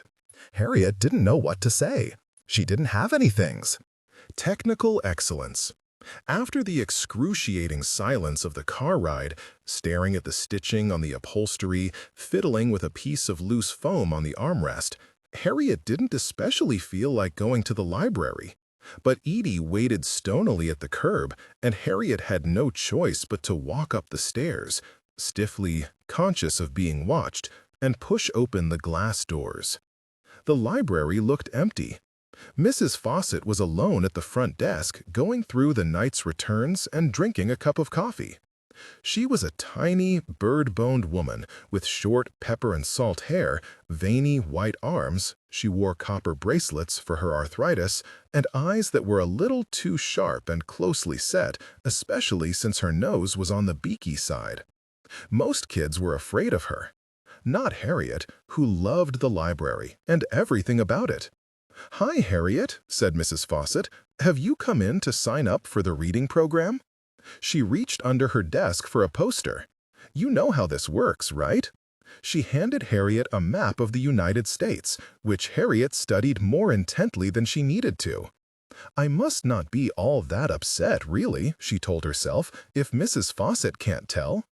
Harriet's feelings were not easily hurt, not by Edie anyway, who was always flying off the handle about something, but the silent treatment in the car had unnerved her.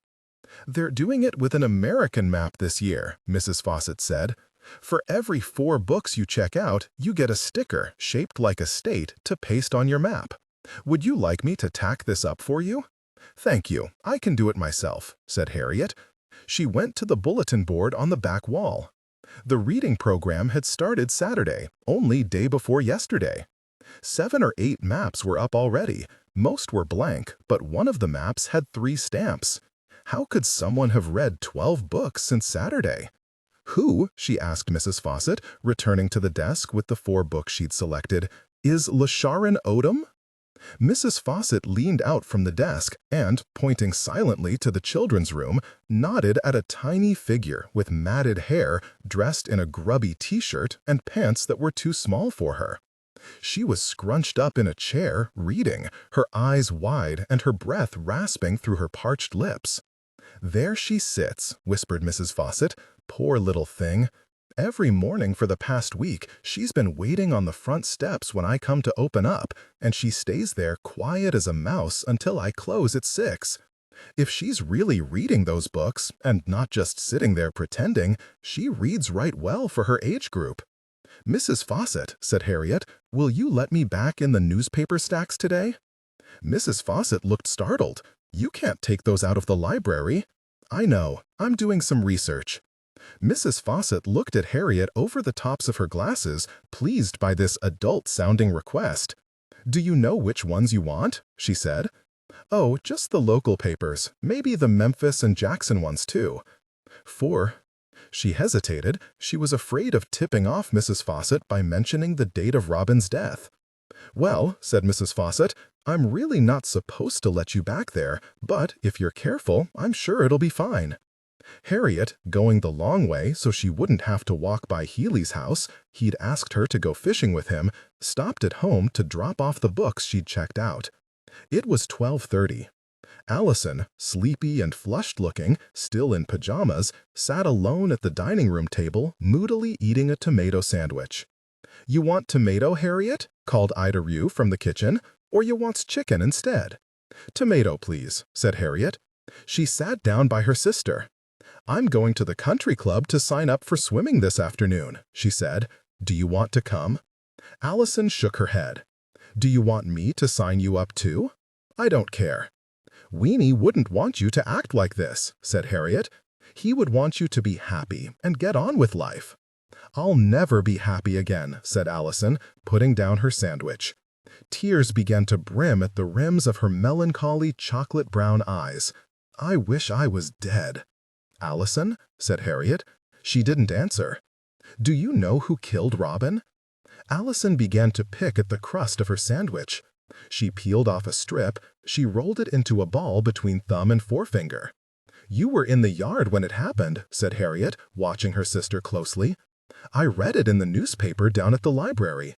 They said you were out there the whole time." "You were there too." "Yes, but I was a baby. You were 4. Allison peeled off another layer of crust and ate it carefully, without looking at Harriet. 4 is pretty old. I remember practically everything that happened to me when I was 4. At this point, Ida Rue appeared with Harriet's plate. Both girls were silent. After she went back into the kitchen, Allison said, "Please leave me alone, Harriet." "You must remember something," said Harriet, her eyes still fixed on Allison. "It's important. Think." Allison speared a tomato slice with her fork and ate it, nibbling delicately around the edges. "Listen, I had a dream last night." Allison looked up at her, startled. Harriet, who had not failed to notice this leap of attention on Allison's part, carefully recounted her dream of the night before. "I think it was trying to tell me something," she said. "I think I'm supposed to try to find out who killed Robin." She finished her sandwich. Allison was still looking at her. Edie, Harriet knew, was wrong in believing that Allison is stupid. It was just very difficult to tell what she was thinking, and you had to be careful around her in order not to frighten her. "I want you," said Harriet. "Weenie would want you to help me too. He loved Robin. He was Robin's kitty." "I can't," said Allison. She pushed back her chair. "I have to go. It's time for Dark Shadows." "No, wait," said Harriet. "I want you to do something. Will you do something for me?" "What?" "Will you try to remember the dreams you have at night, and will you write them down and show me in the morning?" Blankly, Allison looked at her.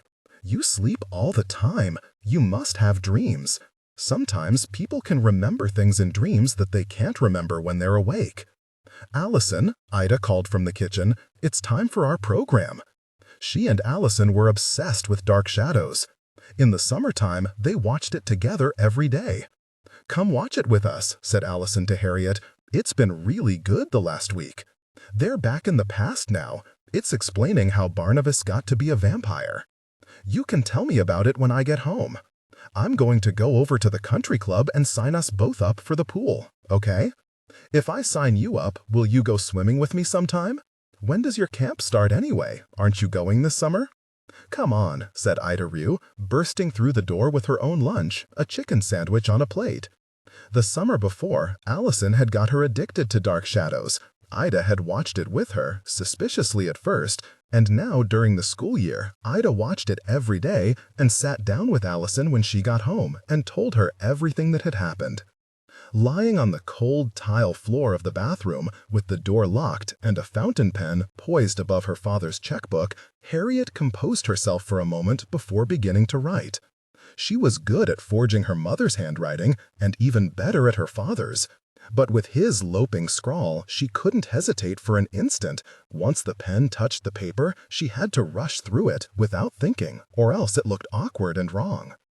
Edie's hand was more elaborate, erect, old-fashioned, ballet-ic in its extravagance, and her high masterly capitals were difficult to copy with any fluency, so that Harriet had to work slowly, pausing constantly to refer to a sample of Edie's writing. The result was passable, but, though it had fooled other people, it did not fool them all the time, and it had never fooled Edie. Harriet's pen hovered over the blank line. The creepy theme music of Dark Shadows had just begun to waft through the closed bathroom door. Pay to the order of Alexandria Country Club, she dashed out impetuously in her father's wide, careless hand. $180. Then the big banker's signature, the easiest part. She breathed out a long sigh and looked it over. Fair enough. These were local checks, drawn on the town bank, so the statements went to Harriet's house and not to Nashville. When the canceled check came back, she would slip it out of the envelope and burn it, and no one would be the wiser. So far, since she had first been daring enough to try this trick, Harriet had appropriated over $500 in dribs and drabs from her father's account. He owed it to her, she felt. Were it not for the fear of blowing her system, she would happily have cleaned him out. "The Dufresnes," said Aunt Tat, "are cold people. They have always been cold. I've never felt they were particularly cultivated either." Harriet concurred with this.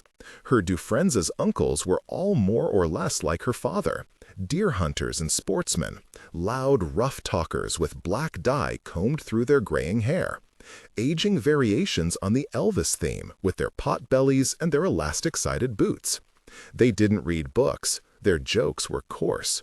In their manners and preoccupations, they were about one generation removed from country sorry.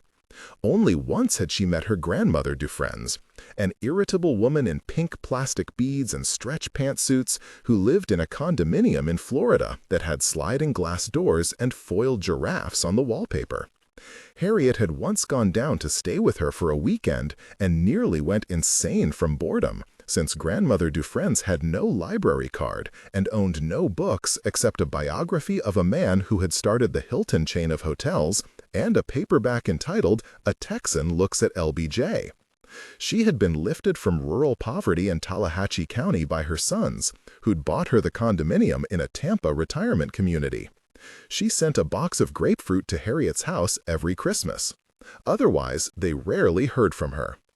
Though Harriet had certainly sensed the resentment that Edie and the aunts had for her father, she had no idea quite how bitter it was. He had never been an attentive husband or father, they murmured, even when Robin was alive. It was a crime how he ignored the girls. It was a crime how he ignored his wife, especially after their son had died. He had just carried on with work as usual, hadn't even taken any time off from the bank, and he had gone on a hunting trip to Canada hardly a month after his son was in the ground. It was hardly surprising that Charlotte's mind wasn't quite what it used to be, with a sorry husband like that. It would be better, said Edie angrily, if he just went on and divorced her. Charlotte is still young, and there's that nice young Willery man who just bought that property out by Glenwild Heinz's from the Delta. He's got some money. Well, murmured Adelaide, Dixon is a good provider. What I'm saying is, she could get somebody so much better. What I'm saying, Edith, is that there's many a slip twixt the cup and the lip. I don't know what would happen to little Charlotte and those girls if Dix wasn't earning a good salary. Well, yes, said Edie, there is that. Sometimes, said Libby tremulously, if we did the right thing by not urging Charlotte to move to Dallas. There had been talk of this not long after Robin died. The bank had offered Dix a promotion if he would relocate to Texas. Several years later, he had tried to get them all to move to some town in Nebraska.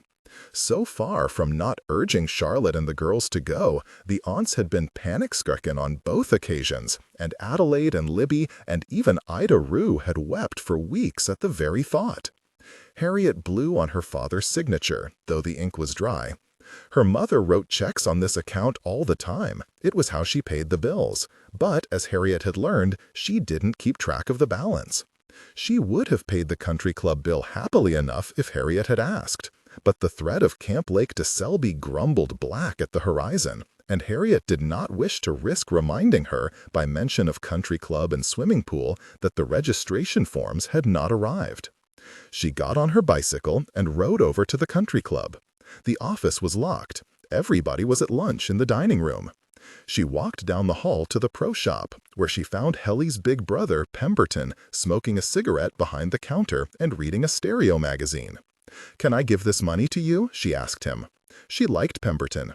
He was Robin's age and had been Robin's friend. Now he was 21, and some people said it was a shame that his mother had talked his father out of sending him to military school back when it might have made a difference.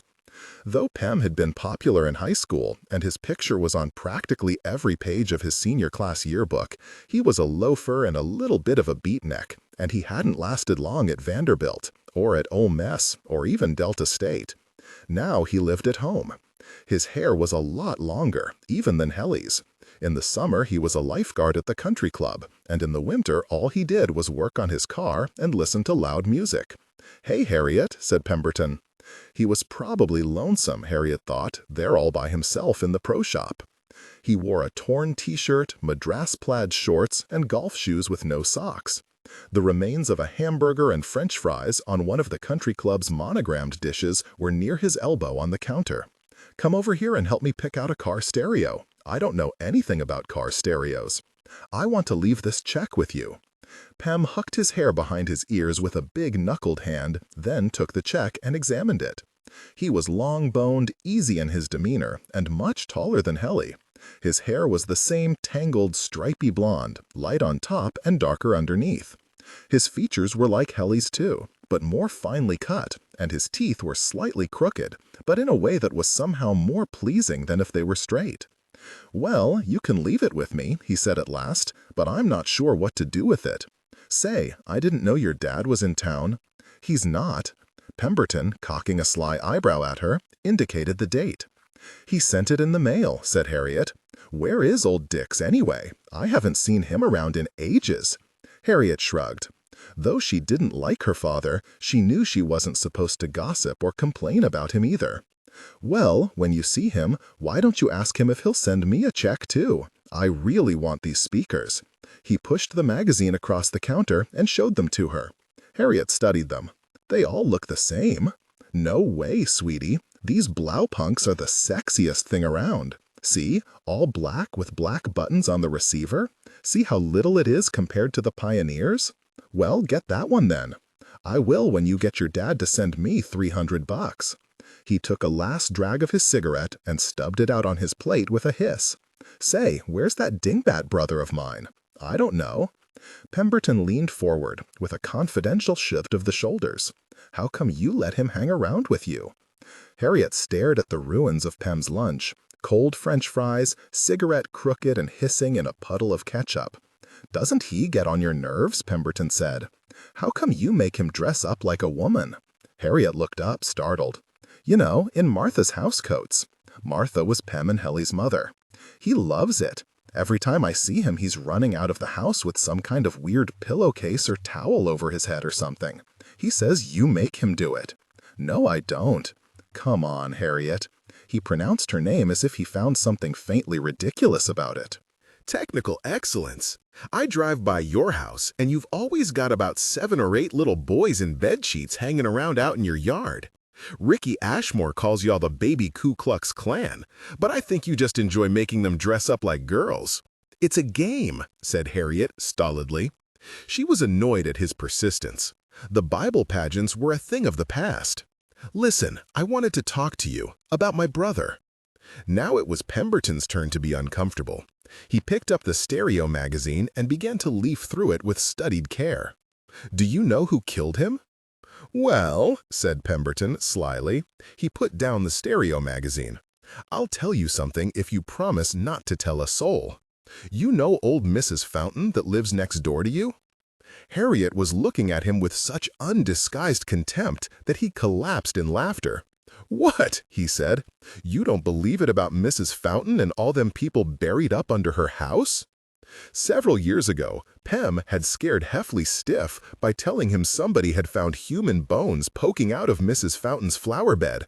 Also, that Mrs. Fountain had stuffed her dead husband and propped him up in a recliner to keep her company at night. "So you don't know who did it, then?" "Nope," said Pemberton, a bit curtly. He still remembered his mother coming up to his bedroom.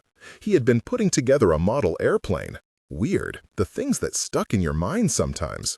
And calling him out into the hall to tell him Robin was dead. It was the only time he'd ever seen her cry. Pem hadn't cried. He was 9 years old, didn't have a clue. He'd just gone back to his room and shut the door, and, under a cloud of growing unease, continued work on the Sopwith Camel. And he could still remember how the glue beaded up in the seams. It looked like shit. Eventually, he'd thrown it away without finishing it. "You shouldn't joke around about this kind of stuff," he said to Harriet. "I am not joking. I am in deadly earnest," said Harriet loftily. Not for the first time, Pemberton thought how different she was from Robin. So different you could hardly believe they were related. Maybe it was partly the dark hair that made her seem so serious. But unlike Robin, she had a ponderous quality about her. Poker-faced and pompous, never laughing.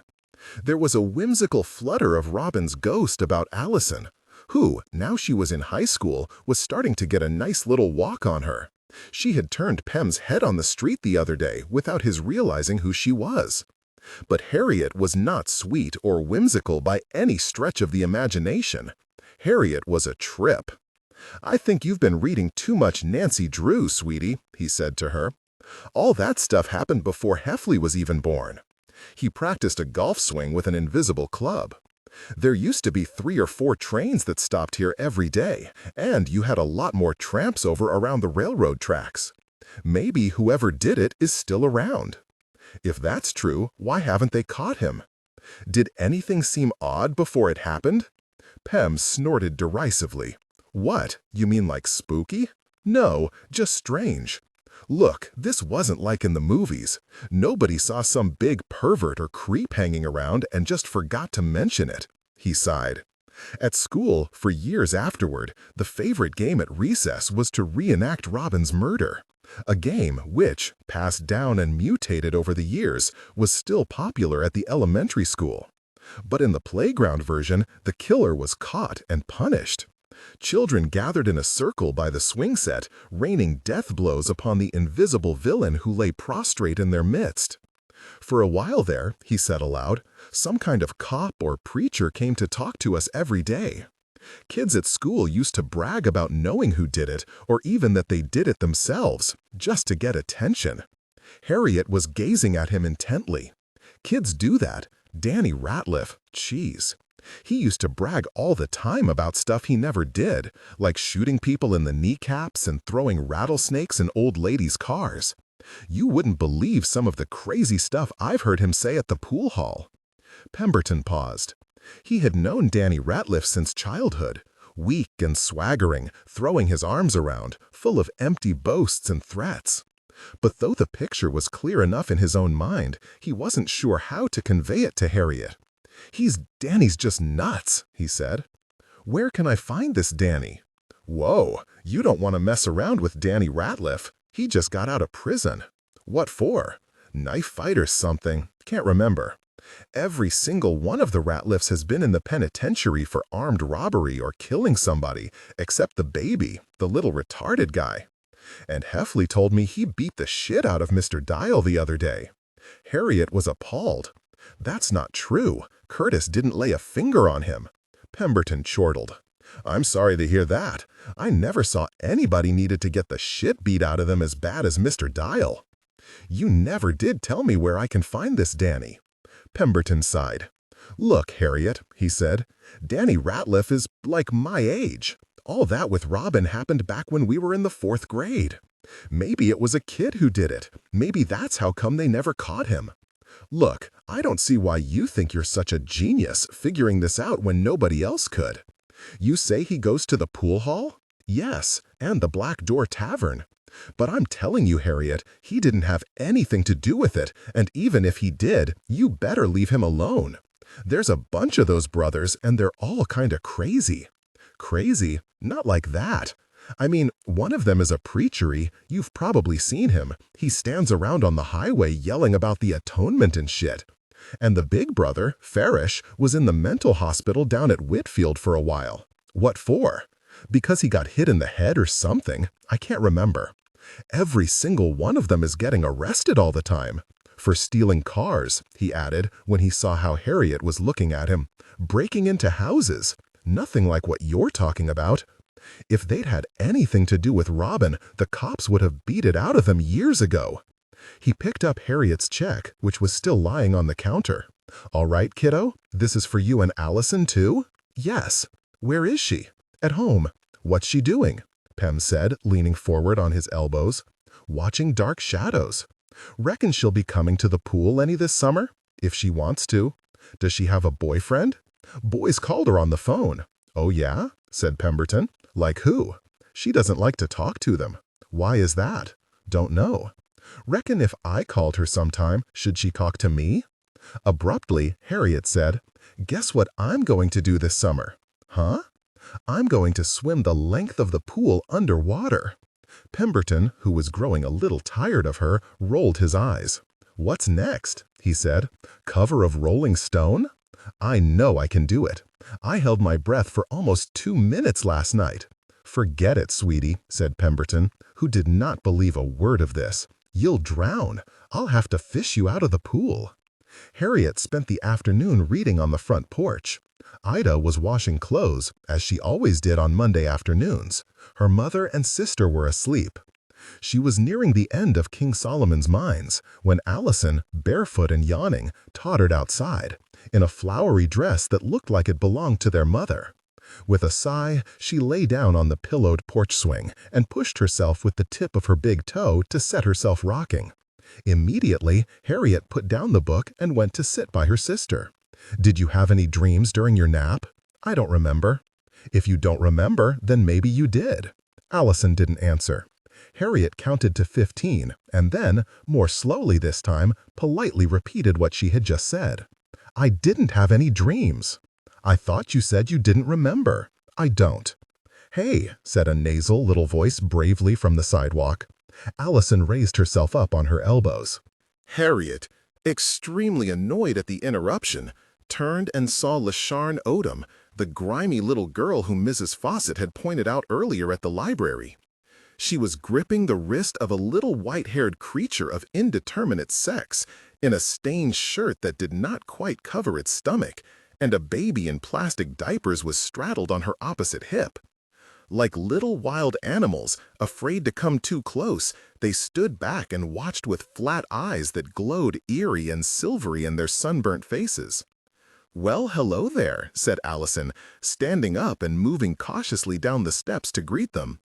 Shy as Allison was, she liked children, white or black, and the smaller the better. Often she struck up conversations with the dirty ragamuffins who wandered up from the shacks by the river, though Ida Ryu had forbidden her to do this. "You not going to think they so cute when you come down with the lice or the ringworm," she said. The children watched Allison warily, but stood their ground as she approached. Allison stroked the baby's head. "What's his name?" she said. Lasharn Odom did not answer. She was looking past Allison at Harriet. Young as she was, there was something pinched and old about her face. Her eyes were a ringing, primitive ice gray, like a wolf cub's. "I seen you at the Library," she said. Harriet, stony-faced, met her gaze but did not reply. She was uninterested in babies and small children, and agreed with Ida that they had no business venturing up uninvited into the yard. "My name is Allison," Allison said to her. "What's yours?" Lasharn fidgeted. "Are these your brothers? What are their names?" She said, squatting on her heels to look into the face of the smaller child, who was holding a library book by its back cover, so that the open pages dragged on the sidewalk. "Will you tell me what your name is?" "Go on, Randy," said the girl, prodding the toddler. "Randy? Is that your name? Say yes'm, Randy." She jostled the baby on her hip. "Say, that's Ditters and I'm Rusty," she said, speaking for the baby in a high-pitched, acidic little voice. Randy and Rusty? Nasty and dirty, more like it, thought Harriet. With scarcely concealed impatience, she sat on the swing, tapping her foot, as Allison patiently coaxed all their ages out of Lasharn and complimented her for being such a good babysitter. "And will you let me see your library book?" Allison was saying to the little boy called Randy. She reached for it, but coyly he turned himself away from her with his whole body, grinning infuriatingly. "It ain't his'n," said Lasharn. Her voice, though sharp and richly nasal, was also dainty and clear. "It's mine. What's it about?" "Ferdinand the Bull. I remember Ferdinand. He was the little fella who liked to smell flowers instead of fight, wasn't he?" "You're pretty, lady," burst out Randy, who until this moment had said nothing. Excitedly, he swung his arm back and forth so the pages of the open book scrubbed against the sidewalk. "Is that the right way to treat library books?" said Allison. Randy, flustered, let the book drop altogether. "You pick that up," said his big sister, making as if to slap him. Randy flinched easily from the slap and, aware that Allison's eyes were on him, stepped backwards and began instead to swivel his lower body in an oddly lascivious and adult-looking little dance. "Why don't her say nothin'?" said Lasharn, squinting past Allison at Harriet, who glowered at them from the porch. Startled, Allison glanced back at Harriet. "Is you her mama?" "Trash," thought Harriet, face burning. She was rather enjoying Allison's stuttering denial when all of a sudden Randy exaggerated his lewd little hula dance in an effort to wrench the attention back to himself. "Man stole Diddy's car off," he said. "Man from the Baptist church." He giggled, sidestepping his sister's swipe, and seemed about to elaborate when, unexpectedly, Ida Ryu charged from the house, screen door slamming behind her, and ran toward the children, clapping her hands as if they were birds taking seed from a field. "Y'all go on and get out of here," she cried. "Scat!" In a blink, they were gone, baby and all. Ida Ryu stood on the sidewalk, shaking her fist. "Don't y'all be messin' around here no more," she shouted after them. "I'll call the police on you." "Ida!" wailed Allison. "Don't you Ida me." "But they were just little. They weren't bothering anything." "No, and they ain't going to bother anything," said Ida Ryu, gazing after them steadily for a minute, then dusting her hands off and heading towards the house. Ferdinand the bull lay askew on the sidewalk where the children had dropped it.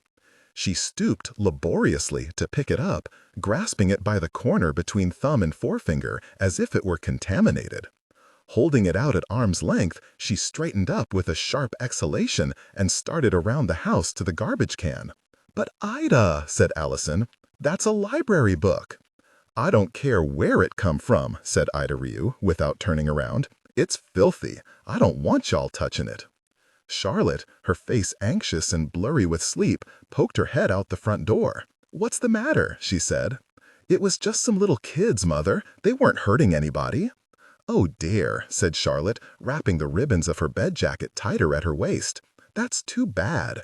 I've been meaning to go in your bedroom and get up a bag of your old toys for the next time they came by." "Mother!" shrieked Harriet. "Now, you know you don't play with those old baby things anymore," said her mother serenely. "But they're mine. I want them." Harriet's toy farm, the dance arena, and Chrissy dolls, which she had not wanted but asked for anyway because the other girls in her class had them.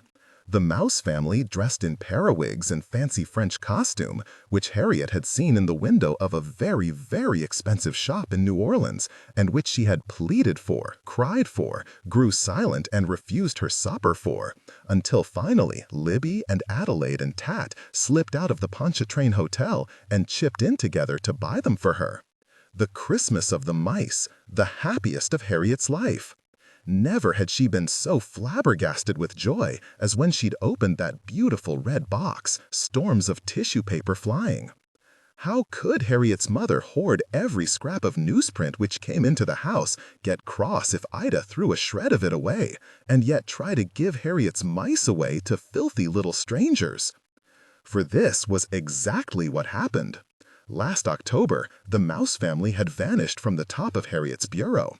After a hysterical search, Harriet unearthed them in the attic, jumbled in a box with some of her other toys.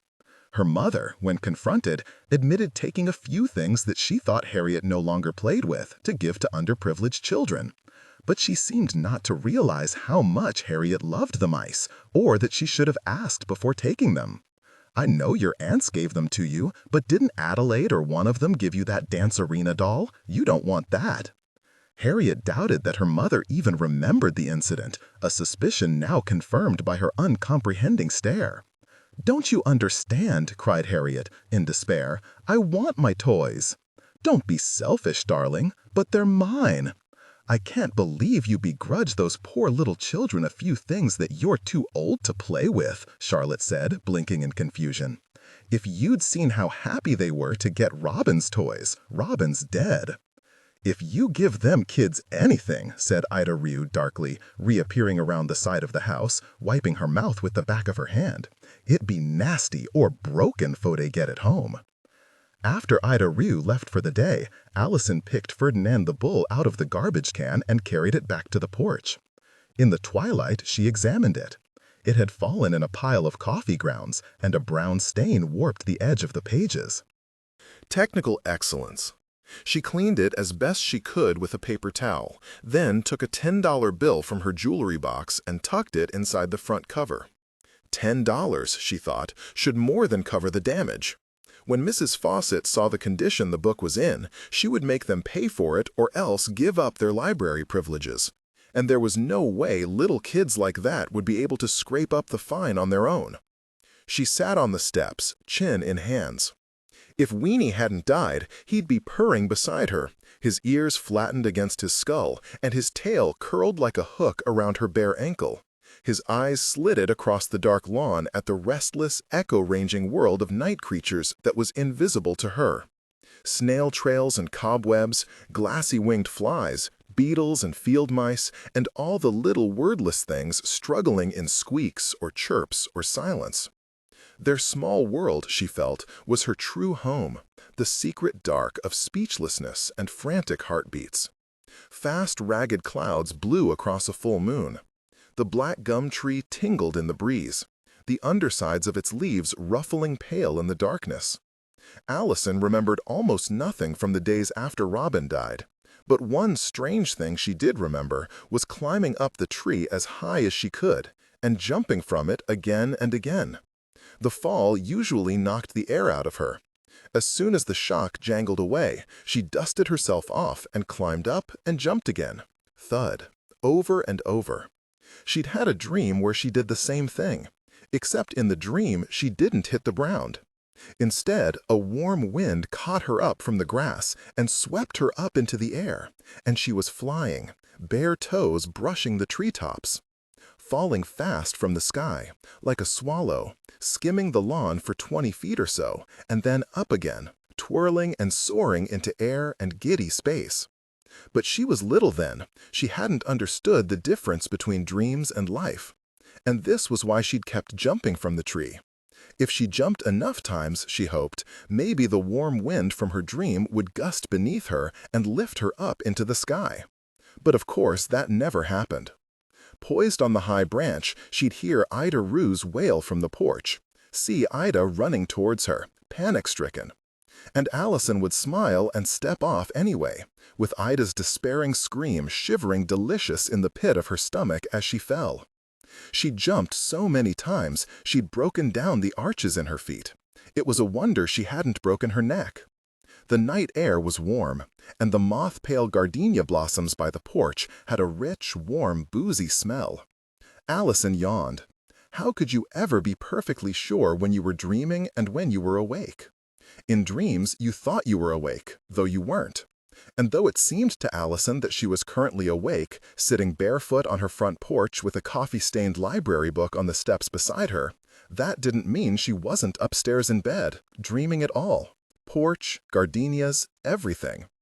Repeatedly, during the day, as she drifted around her own house or through the chilly, antiseptic-smelling halls of her high school with her books in her arms, she asked herself, "Am I awake or asleep? How did I get here?" Often, when startled all of a sudden to find herself, say, in biology class, insects on pins, red-haired Mr. Peel going on about the interface of cell division, she could tell if she was dreaming or not by following back the spool of memory. How did I get here, she would think, dazed.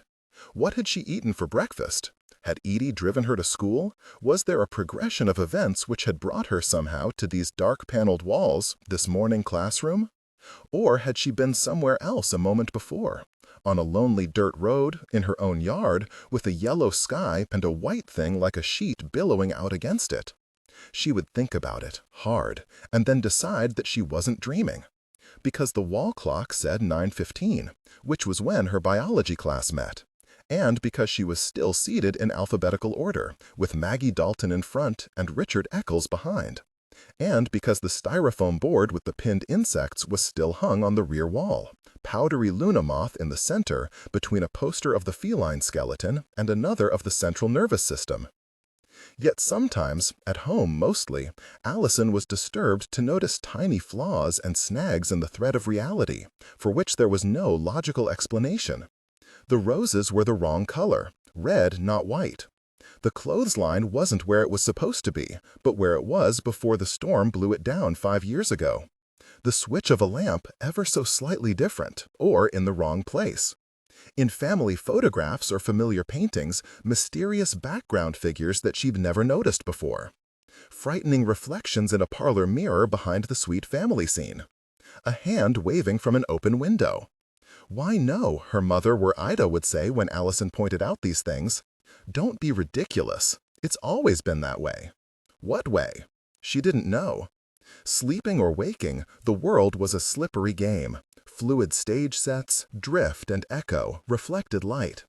And all of it sifting like salt between her numbed fingers. Pemberton Hull was driving home from the country club in his baby blue '62 open-top Cadillac. The chassis needed realigning, the radiator leaked, and it was hell to find parts. He had to send off to some warehouse in Texas and wait 2 weeks before they arrived. But still, the car was his darling, his baby, his one true love. And every cent he made at the country club went either to putting gas in it or to fixing it when it broke down. And when he swept around the corner of George Street, his headlights swung over little Allison Dufresne's sitting out on her front steps, all by herself. He pulled over in front of her. How old was she? 15? 17? Jailbait, probably. But he had an ardent weakness for limp, spaced-out girls with thin arms and their hair falling in their eyes. "Hey," he said to her. She didn't look startled, only raised her head so dreamily and vaporously that the back of his neck tingled. Waiting for somebody? No, just waiting. Caramba, thought Pem. "I'm going to the drive-in," he said. "You want to come?" He was expecting her to say, "No," or "I can't," or "Let me ask my mother," but instead she brushed the bronze hair out of her eyes with a jingle of her charm bracelet and said, a beat too late, he liked this about her, her lagging, drowsy dissonance. Why? Why what? She only shrugged. Pem was intrigued. There was an offness to Allison. He didn't know how else to describe it. She dragged her feet when she walked, and her hair was different from the other girls, and her clothes were slightly wrong, like the flowery dress she had on, something an old lady would wear. Yet there was a hazy, floaty air about her clumsiness that drove him crazy. Fragmentary romantic scenarios, car, radio, riverbank, began to present themselves. "Come on," he said. "I'll have you back by 10. Harriet was lying on her bed eating a slice of pound cake and writing in her notebook when a car revved swankily outside her open window. She looked out just in time to catch a glimpse of her sister, hair in the wind, speeding away with Pemberton in his open-top car. Kneeling on the window seat, her head stuck out between the yellow organdy curtains and the yellow taste of pound cake dry in her mouth, Harriet blinked down the street. She was dumbfounded. Allison never went anywhere, except down the block to one of the aunts' houses or maybe to the grocery store. 10 minutes passed, then 15. Harriet felt a small pinch of jealousy. What on earth could they have to say to each other? Pemberton could not possibly be interested in someone like Allison. As she stared down at the illumined porch, empty swing, Ferdinand the bull lying on the top step, she heard a rustle in the azaleas that edged the yard. Then, to her surprise, a shape emerged, and she saw LeSharon Odom creeping quietly onto the lawn. It did not occur to Harriet that she was sneaking back for the book. Something about the cringing set of LeSharon's shoulders maddened her. Without thinking, she hurled what was left of the pound cake out the window. LeSharon cried out. There was an abrupt disturbance in the bushes behind her. Then, a few moments later, a shadow darted clear of Harriet's lawn and skittered down the middle of the well-lit street, followed at a good distance by a smaller one which stumbled, unable to run so fast. Harriet, kneeling on the window seat with head out between the curtains, stared for some moments at the sparkling stretch of empty pavement where the little Odoms had vanished. But the night was as still as glass. Not a leaf stirred, not a cat cried. The moon shone in a puddle on the sidewalk. Even the tinkly wind chimes on Mrs. Fountain's porch were silent. Presently, bored and irritated, she abandoned her post. She became absorbed in her notebook again and had almost forgotten that she was supposed to be waiting up for Allison and annoyed when a car door slammed in front. She slipped back to the window and, stealthily, drew the curtain. Allison, standing in the street by the driver's side of the blue Cadillac, toyed vaguely with her charm bracelet and said something indistinct. Pemberton barked with laughter. His hair glowed Cinderella yellow in the street lamps, so long that when it fell in his face, with just the sharp little tip of his nose poking out, he looked like a girl. "Don't you believe it, darling?" he said. Darling? What was that supposed to mean? Harriet let the curtains fall and shoved the notebook under the bed as Allison started around the back of the car towards the house, her bare knees red in the Cadillac's lurid taillights. The front door shut. Pem's car roared away. Allison padded up the stairs, still barefoot. She'd gone riding without her shoes on, and drifted into the bedroom. Without acknowledging Harriet, she walked straight to the bureau mirror and stared gravely at her face, her nose only inches from the glass. Then she sat down on the side of her bed and carefully dusted off the bits of gravel stuck to the yellowy soles of her feet. "Where were you?" said Harriet. Allison, elbowing her dress over her head, made an ambiguous noise. "I saw you drive off. Where did you go?" she asked, when her sister did not respond to this. "I don't know." "You don't know where you went?" said Harriet, staring hard at Allison, who kept glancing distractedly at her reflection in the glass as she stepped into her white pajama trousers. "Did you have a good time?" Allison, carefully avoiding Harriet's eye buttoned up her pajama top and got in bed and began to pack her stuffed animals around her. They had to be arranged in a certain way about her body before she could go to sleep. Then she pulled the covers over her head. "Allison?" "Yes," came the muffled answer after a moment or two. "Do you remember what we talked about?" "No." "Yes, you do. About writing down your dreams?" When there was no answer, Harriet said in a louder voice, "I've put a sheet of paper by your bed, and a pencil. Did you see them?" "No." "I want you to look. Look, Allison." Allison poked her head out from under the covers just enough to see a sheet of paper torn from a spiral notebook beneath her bedside lamp. At the top of it was written in Harriet's hand, "Dreams, Allison Dufresne's, June 12. "Thank you, Harriet," she said, blurrily, and, before Harriet could get out another word, she pulled the covers up and flounced over with her face to the wall. Harriet, after gazing steadily for some moments at her sister's back, reached under the bed and retrieved the notebook. Earlier in the day, she'd taken notes on the account in the local paper, much of which was news to her. The discovery of the body, the efforts at resuscitation. Edie apparently had cut him down from the tree with the hedge clippers and worked on his lifeless body until the ambulance came. Her mother's collapse and hospitalization. The sheriff's comments, "No leads, frustrating," in the weeks that followed. She'd also written down everything that she could remember that Pem had said, important or not. And the more she'd written, the more came back to her, all sorts of random little scraps she'd picked up here and there. That Robin died only a few weeks before school let out for summer vacation. That it had rained that day. That there had been small burglaries in the neighborhood around that time, tools stolen from people's sheds. Related? That when Robin's body was found in the yard, evening services were just letting out at the Baptist church, and that one of the first people to stop and assist was old Dr. Adira, retired pediatrician, in his 80s, who'd happened to be driving past with his family on the way home. That her father had been at his hunting camp, and that the preacher had to get in his car and drive down there to find him and break the news. Even if I don't find out who killed him, she thought, at least I'll find out how it happened. She also had the name of her first suspect. The very act of writing it down made her realize how easy it would be to forget, how important it would be from now on to put everything down on paper. Suddenly, a thought struck her. Where did he live? She hopped out of bed and went down to the telephone table in the front hall. When she came to his name in the book, Danny Ratliff, a spidery little chill ran down her back. There was no proper address, only RT26. Harriet, after gnawing her lip in indecision, dialed the number and inhaled with shocked surprise when it was caught up on the first ring, ugly television clatter in the background. A man barked, "Yellope!" With a crash, as if slamming the lid on a devil, Harriet banged down the receiver with both hands. "I saw my brother trying to kiss your sister last night," said Helly, as they sat on Edie's back steps.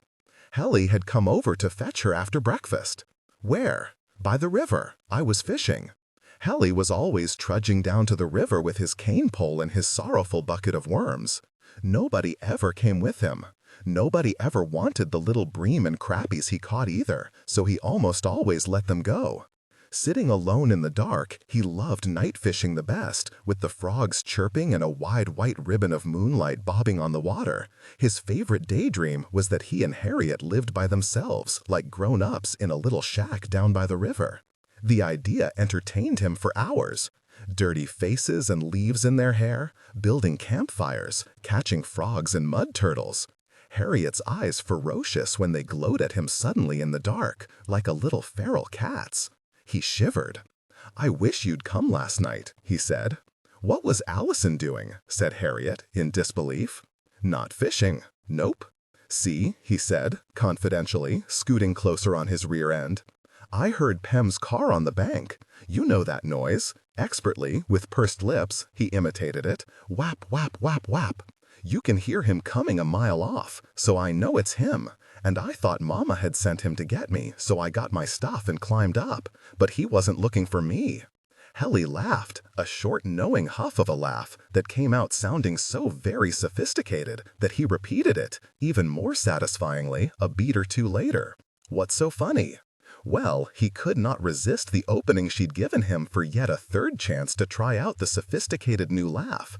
There was Allison way on her side of the car, but Pem had his arm on the seat and he was leaning towards her. He extended an arm behind Harriet's shoulders to demonstrate, like this. He made a big wet smacking noise and Harriet irritably shifted away. Did she kiss him back? She didn't look like she cared one way or another. "I'd sneaked way up on them," he said brightly. Technical excellence. I started to throw a nightcrawler in the car, but Pem would have beat the shit out of me. He offered Harriet a boiled peanut from his pocket, which she refused. "What's the matter? It's not poison." "I don't like peanuts." "Good, more for me," he said, popping the peanut into his own mouth. "Come on, go fishing with me today." "No thanks. I found a sandbar hidden in the reeds. There's a path that goes right down to it. You'll love this place. It's white sand, like Florida." "No." Harriet's father often took the same irritating tone, assuring her with confidence that she would love this or that thing, football, square dance music, church cookouts, she knew full well she detested. "What's your problem, Harriet?" It grieved Hatley that she never did what he wanted to do. He wanted to walk through the narrow path in the tall grass with her, holding hands and smoking cigarettes like grown people, their bare legs all scratched and muddy. Fine rain and a fine white froth blown up around the edge of the reeds. Harriet's great-aunt Adelaide was an indefatigable housekeeper. Unlike her sisters, whose small houses were crammed to the rafters with books, curio cabinets and bric-a-brac, dress patterns and trays of nasturtiums started from seed, and maidenhair ferns clawed to tatters by cats, Adelaide kept no garden, no animals, hated to cook, and had a mortal dread of what she called clutter. She complained that she was unable to afford a housekeeper, which infuriated Tad and Edie, as Adelaide's 3 monthly Social Security checks, courtesy of 3 dead husbands, kept Adelaide far better fixed for money than they were. But the truth was that she enjoyed cleaning. Her childhood and decayed tribulation had given her a horror of disorder, and she rarely felt happier than when she was washing curtains, ironing linens, or bustling around her bare, disinfectant-smelling little house with a dust rag and a spray can of lemon furniture polish. Usually, when Harriet dropped by, she found Adelaide vacuuming the carpets or cleaning out her kitchen cabinets. But Adelaide was on the sofa in the living room, pearl ear clips, her hair rinsed, tasteful ash blonde freshly permed, her nylon legs crossed at the ankle. She had always been the prettiest of the sisters, and at 65 she was the youngest too. Unlike timid Libby, Valkyrie Edith, or nervous, scatterbrained Tat, there was an undertow of flirtatiousness about Adelaide, a roguish sparkle of the merry widow, and a fourth husband was not out of the question should the right man, some natty balding gent in a sports jacket, with oil wells perhaps, or horse farms, unexpectedly present himself in Alexandria and take a shine to her. Adelaide was poring over the June issue of Town and Country magazine, which had just arrived. She was looking now at the weddings. "Which of these two do you reckon has the money?" she asked Harriet, showing her a photograph of a dark-haired young man with frosty, haunted eyes, standing alongside a shiny-faced blonde in a bustled hoop skirt that made her look like a baby dinosaur. "The man looks like he's about to throw up. I don't understand. What is all this business about blondes? Blondes have more fun and all that. I think that's something people dreamed up on the television. Most natural blondes have weak features, and they look washed out and rabbity unless they take a lot of pains to fix themselves up. Look at this poor girl. Look at that one. She has a face like a sheep." "I wanted to talk to you about Robin," said Harriet, who saw no use in edging gracefully up to the subject. "What's that you're saying, sweet?" said Adelaide, eyeing a photograph of a charity ball. A slender young man in black tie, clear, confident, unspoiled face, was rocking back on his heels with laughter, one hand at the back of a sleek little brunette in sugar-pink ball gown and elbow gloves to match. "Robin, Addie." "Oh, darling," said Adelaide wistfully, glancing up from the handsome boy in the photograph. "If Robin was with us now, he'd be knocking the girls over like Skittles. Even when he was just a tiny thing, so full of fun, he'd tip over backwards sometimes with laughing so hard. He liked to sneak up behind me and throw his arms around my neck and nibble on my ear. Adorable. Like a parakeet named Billy Boy that Edith used to have when we were children." Adelaide trailed away as the smile of the triumphant young Yankee caught her eye again. "College sophomore," the caption said. Robin, if he was alive, would be about the same age now. She felt a flutter of indignation. What right did this F. Dudley Willard, whoever he was, have to be alive and laughing in the Plaza Hotel with an orchestra playing in the Palm Court and his glossy girl in the satin gown laughing back at him? Adela's own husbands had fallen respectively to World War II, an accidentally fired bullet during hunting season, and massive coronary. She had borne 2 stillborn boys by the first, and her daughter, with the second, had died at 18 months of smoke inhalation when the chimney of the old West 3rd Street apartment caught fire in the middle of the night. Savage blows, knee-buckling, cruel. Yet, moment by painful moment, breath by painful breath, one got through things. Now, when she thought of the stillborn twins, she remembered only their delicate and perfectly formed features, their eyes closed peacefully, as if sleeping. Of all the tragedies in her life, and she had suffered more than her share, nothing lingered and festered with quite the rankness of little Robin's murder. A wound that never quite healed, but gnawed and sickened and grew ever more corroding with time. Harriet observed her aunt's faraway expression. She cleared her throat. "I guess this is what I came over to ask you, Adelaide," she said. "I always wonder if his hair would have darkened when he got older," said Adelaide, holding up the magazine at arm's length to examine it over the tops of her reading glasses. "Edith's hair was mighty red when we were little, but not as red as his. A true red, no orange about it." Tragic, she thought. Here were these spoiled Yankee children prancing around the Plaza Hotel, while her lovely little nephew, superior in all respects, was in the ground. Robin had never even had the chance to touch a girl. With warmth, Adelaide thought of her 3 ardent marriages and the cloakroom kisses of her own full-handed youth. "What I wanted to ask is if you had any idea who might have." "He would have grown up to break some hearts, darling. Every little Chi-O and Tri-Delt at Ole Miss would be fighting over who got to take him to the debutante assembly in Greenwood. Not that I put much stock in that debutante foolishness, all that blackballing and cliques and petty rap. A shadow at the screen door. "Addie? Who's there?" called Adelaide, starting up. "Edith?" "Darling," said Tattycoram, bursting in wild-eyed without even looking at Harriet, tossing her patent leather handbag into an armchair. "Darling, can you believe that rascal Roy Dial from the Chevrolet place wants to charge everybody in the ladies' circle $60 apiece to ride to Charleston on the church trip? On that broken-down school bus? $60? Shrieked Adelaide. "He said he was lending the bus. He said it was free. He's still saying it's free. He says the $60 is for gasoline. That's enough gasoline to drive to Red China. Well, Eugenie Montmont's calling the minister to complain." Adelaide rolled her eyes.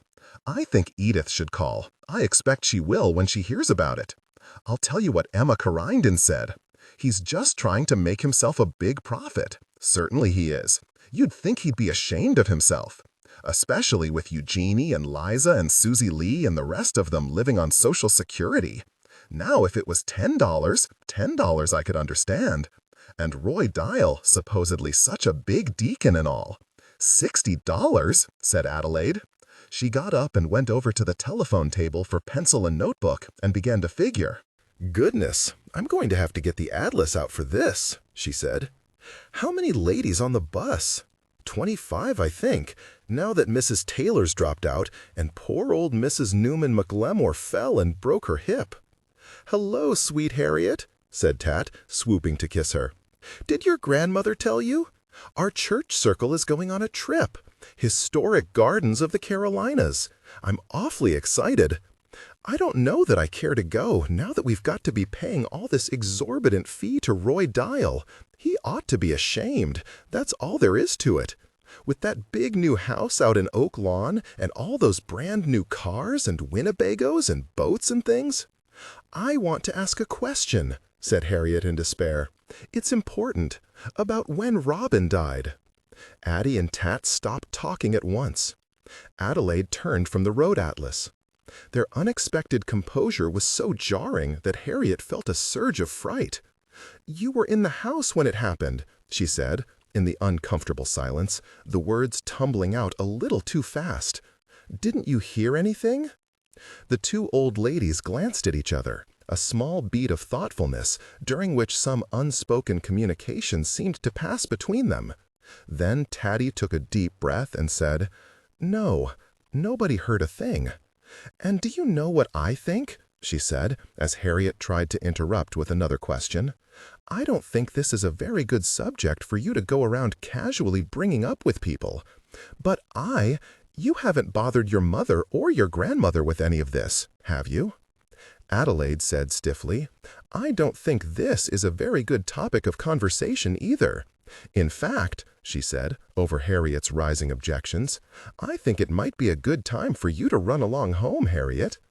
Howley, half blinded by sun, sat sweating on a brush-tangled creek bank, watching the red and white bobber of his cane pole flicker on the murky water. He had let his night crawlers go because he thought it might cheer him up to dump them onto the ground in a big, creepy knot to watch them squirming off or digging holes in the ground or whatever. But they did not realize that they were free of the pail and, after disentangling themselves, wove around placidly at his feet. It was depressing. He plucked one off his sneaker, looked at its mummy-segmented underside, and then flooded into the water. There were plenty of girls at school prettier than Harriet, and nicer, but none of them were as smart or as brave. Sadly, he thought of her many gifts. She could forge handwriting, teacher handwriting, and compose adult-sounding excuse notes like a pro. She could make bombs from vinegar and baking soda, mimic voices over the telephone. She loved to shoot fireworks, unlike a lot of girls who wouldn't go near a string of firecrackers. She had got sent home in 2nd grade for tricking a boy into eating a spoonful of cayenne pepper, and 2 years ago she had started a panic by saying that the spooky old lunchroom in the school basement was a portal to hell.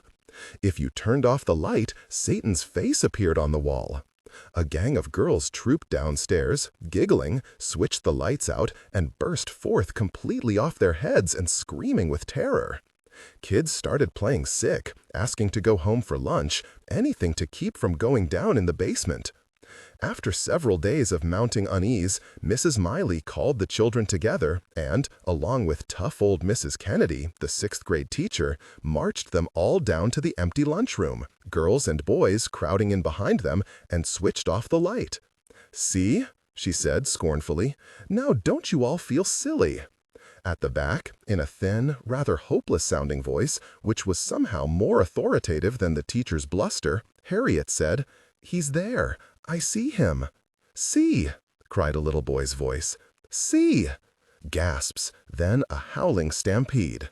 For sure enough, once your eyes got used to the dark, an eerie greenish glow, even Mrs. Kennedy blinked in confusion, shimmered in the upper left corner of the room, And if you looked long enough, it was like an evil face with slanted eyes and a handkerchief tied over the mouth.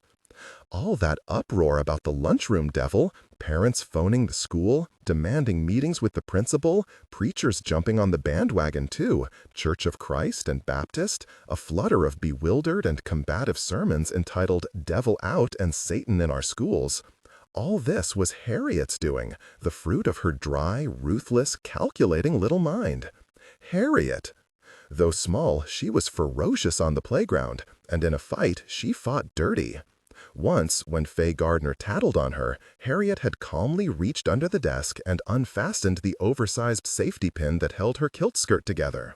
All day she had waited for her opportunity, and that afternoon, when Fay was passing some papers out, she struck out like lightning and stabbed Fay in the back of the hand. It was the only time Howley had ever seen the principal beat a girl.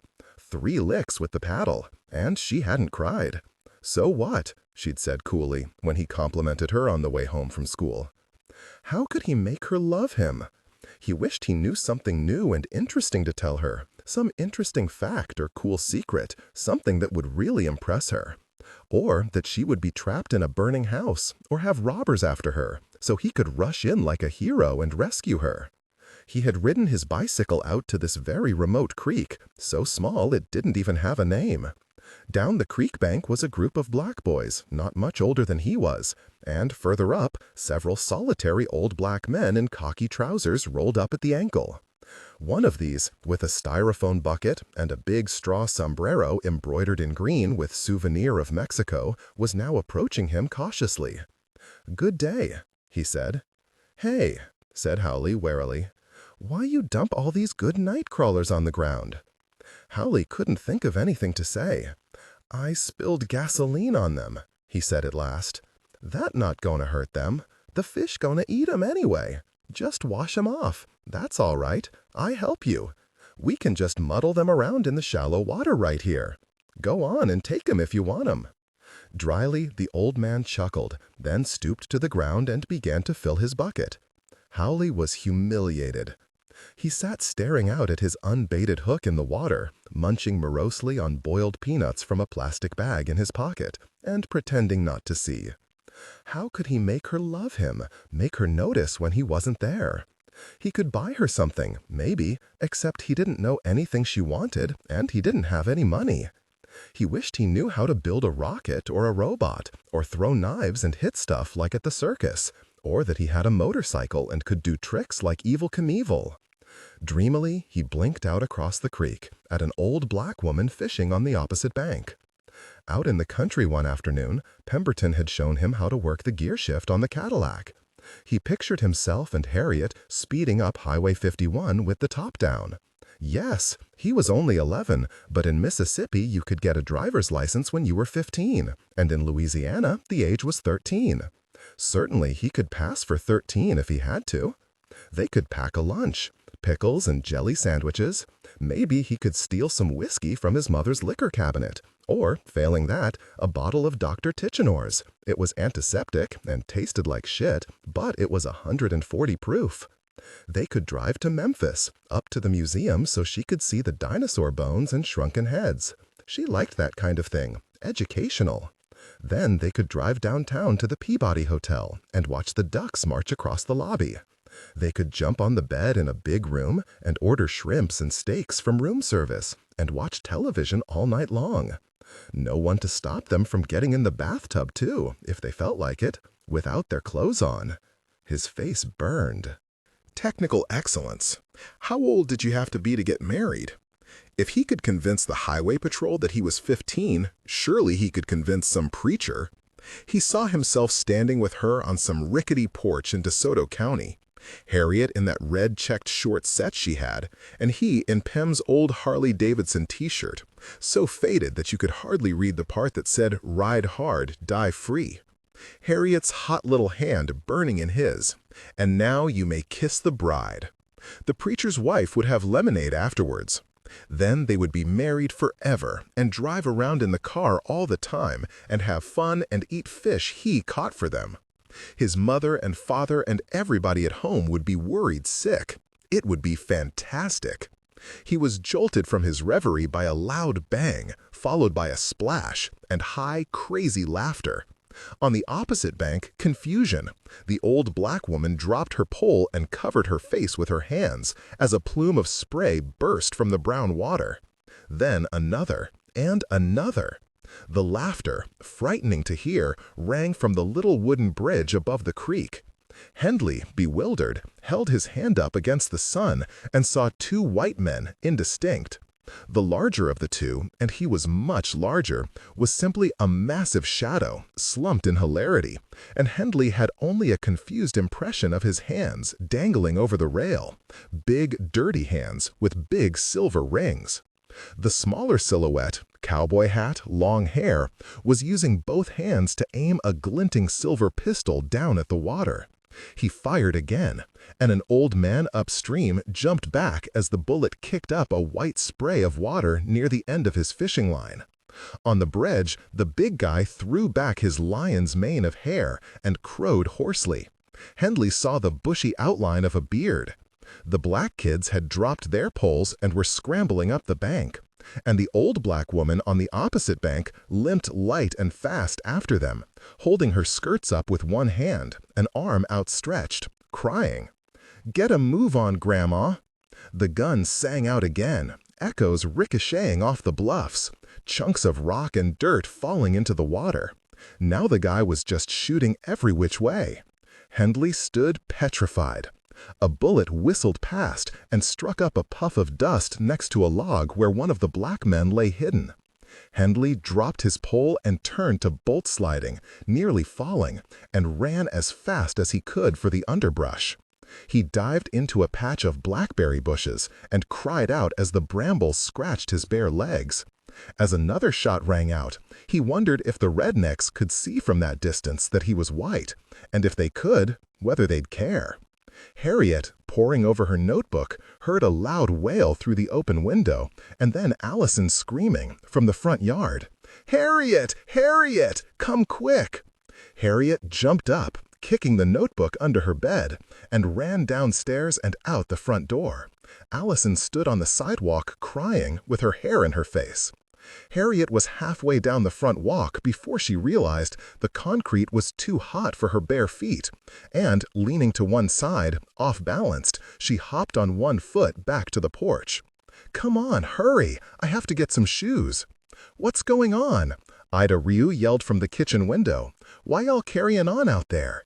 Harriet thumped up the stairs and slapped down them again in her sandals. Before she could ask what was wrong, Allison, sobbing, dashed forward and seized Harriet's arm and dragged her down the street. "Come on, hurry, hurry!" Harriet, stumbling along, the sandals were hard to run in, scuffed behind Allison as fast as she could, and then Allison stopped, still weeping, and flung her free arm out at something squawking and fluttering in the middle of the street. It was a moment or two before Harriet realized what she was looking at. A blackbird, one wing stuck in a puddle of tar. The free wing flapped frantically. Harriet, horrified, saw right down the creature's throat as it screamed, down to the blue roots of its pointed tongue. "Do something!" cried Allison. Harriet didn't know what to do.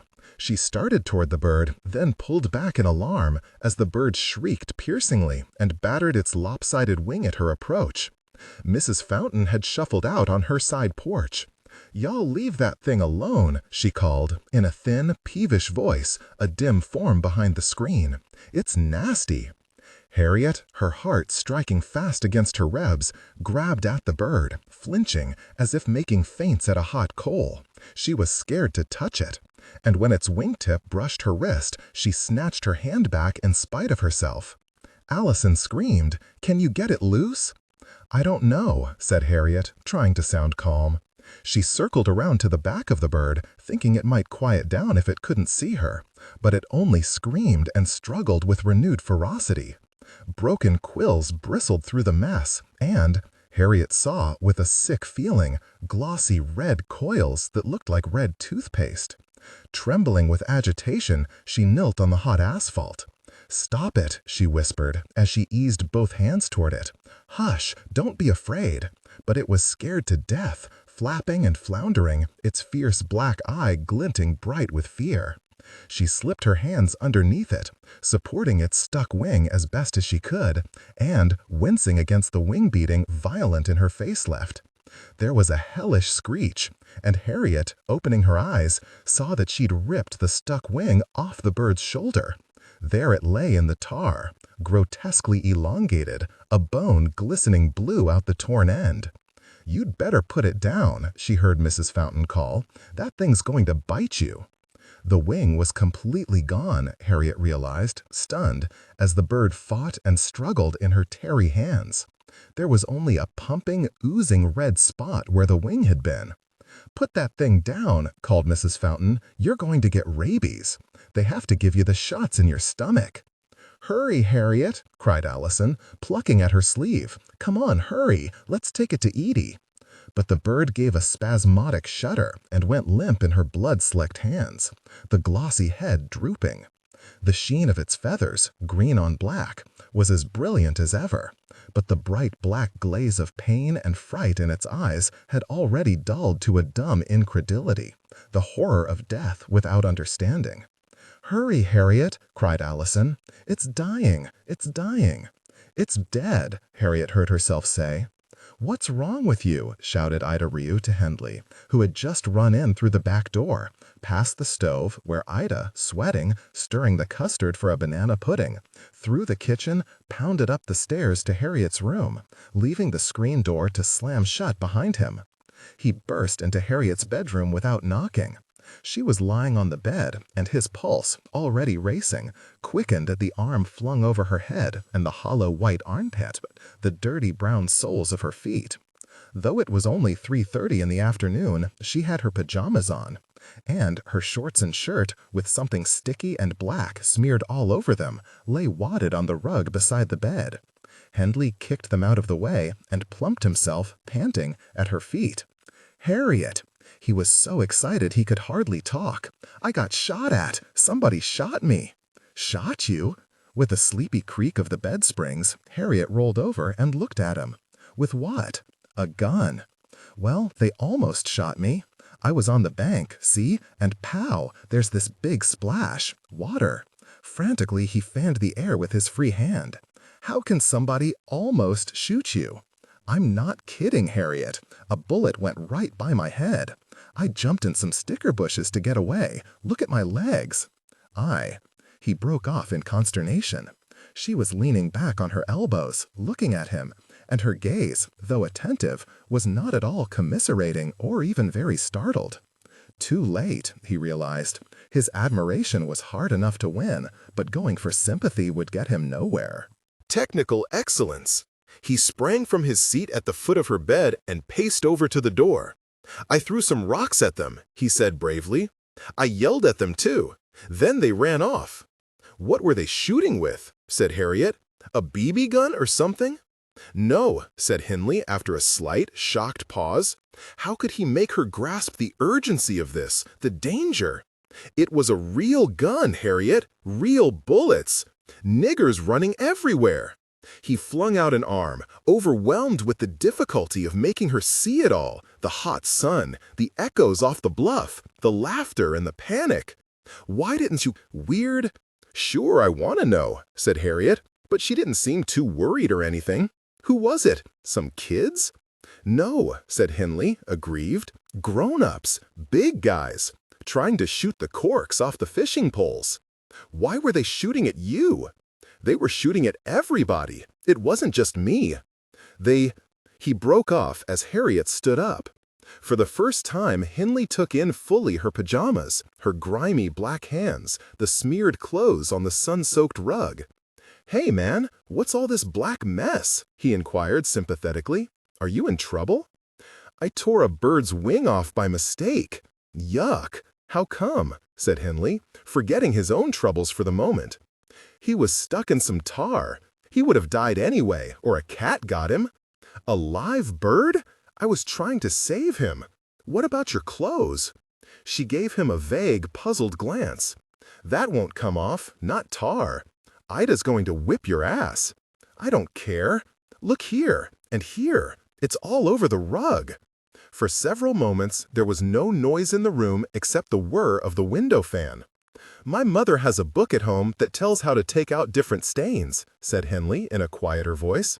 "I looked up chocolate one time when I left a candy bar on a chair and it melted." "Did you get it off?" "Not all the way, but she would have killed me if she'd seen it before." "Give me the clothes. I can take them to my house." "I bet tar's not in the book." "Then I'll throw them away," said Henley, gratified at finally having got her attention. "You're nuts if you put them in your own garbage can. Here," and he circled to the other side of the bed, "help me move this so she won't see it on the rug." Odine, Libby's maid, who was capricious about her comings and goings, had abandoned Libby's kitchen in the middle of rolling out some pie crust. Harriet wandered in to find the kitchen table dusted with flour and strewn with apple peels and scraps of dough. At the far end, looking tiny and frail, sat Libby, drinking a cup of weak tea, the cup outsized in her little speckled hands. She was bent over the crossword puzzle from the newspaper. "Oh, how glad I am you've come, darling," she said, without remarking Harriet's unannounced entry and without scolding her, as Edie would have been swift to do, for going out in public with a pajama top over her blue jeans and with black all over her hands. Absent-mindedly, she patted the seat of the chair beside her. "The Commercial Appeal has a new man on the crossword puzzles, and he makes them so hard. All kinds of old French words and science and things." She indicated some smudged squares with the blunt lead of her pencil. "Metallic element. I know it starts with T because the Torah is certainly the first 5 books of Hebrew scripture, but there isn't a metal that starts with T, is there?" Harriet studied it for a moment. "You need another letter. Titanium has 8 letters, and so does tungsten." "Darling, you're so clever. I never heard of any such." "Here we go," said Harriet. 6 down, referee or judge. That's umpire, so the metal must be tungsten." "My goodness, they teach you children so much in school nowadays.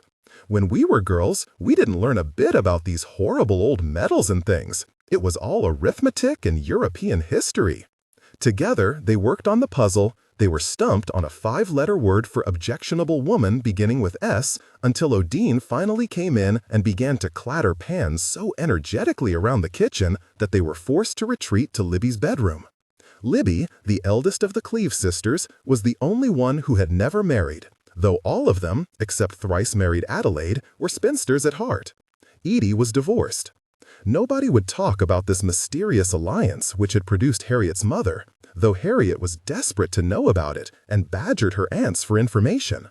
But apart from a few old photographs she'd seen, weak chin, fair hair, thin smile, and certain tantalizing phrases she overheard, like to take a drink, his own worst enemy, all Harriet really knew about her maternal grandfather was that he'd spent time in an Alabama hospital, where he died a few years ago. When younger, Harriet had derived from Heidi the idea that she herself could be a force for family reconciliation, if only she were taken to the hospital to see him. Had not Heidi enchanted the dour Swiss grandpapa up in the Alps, brought him back to life?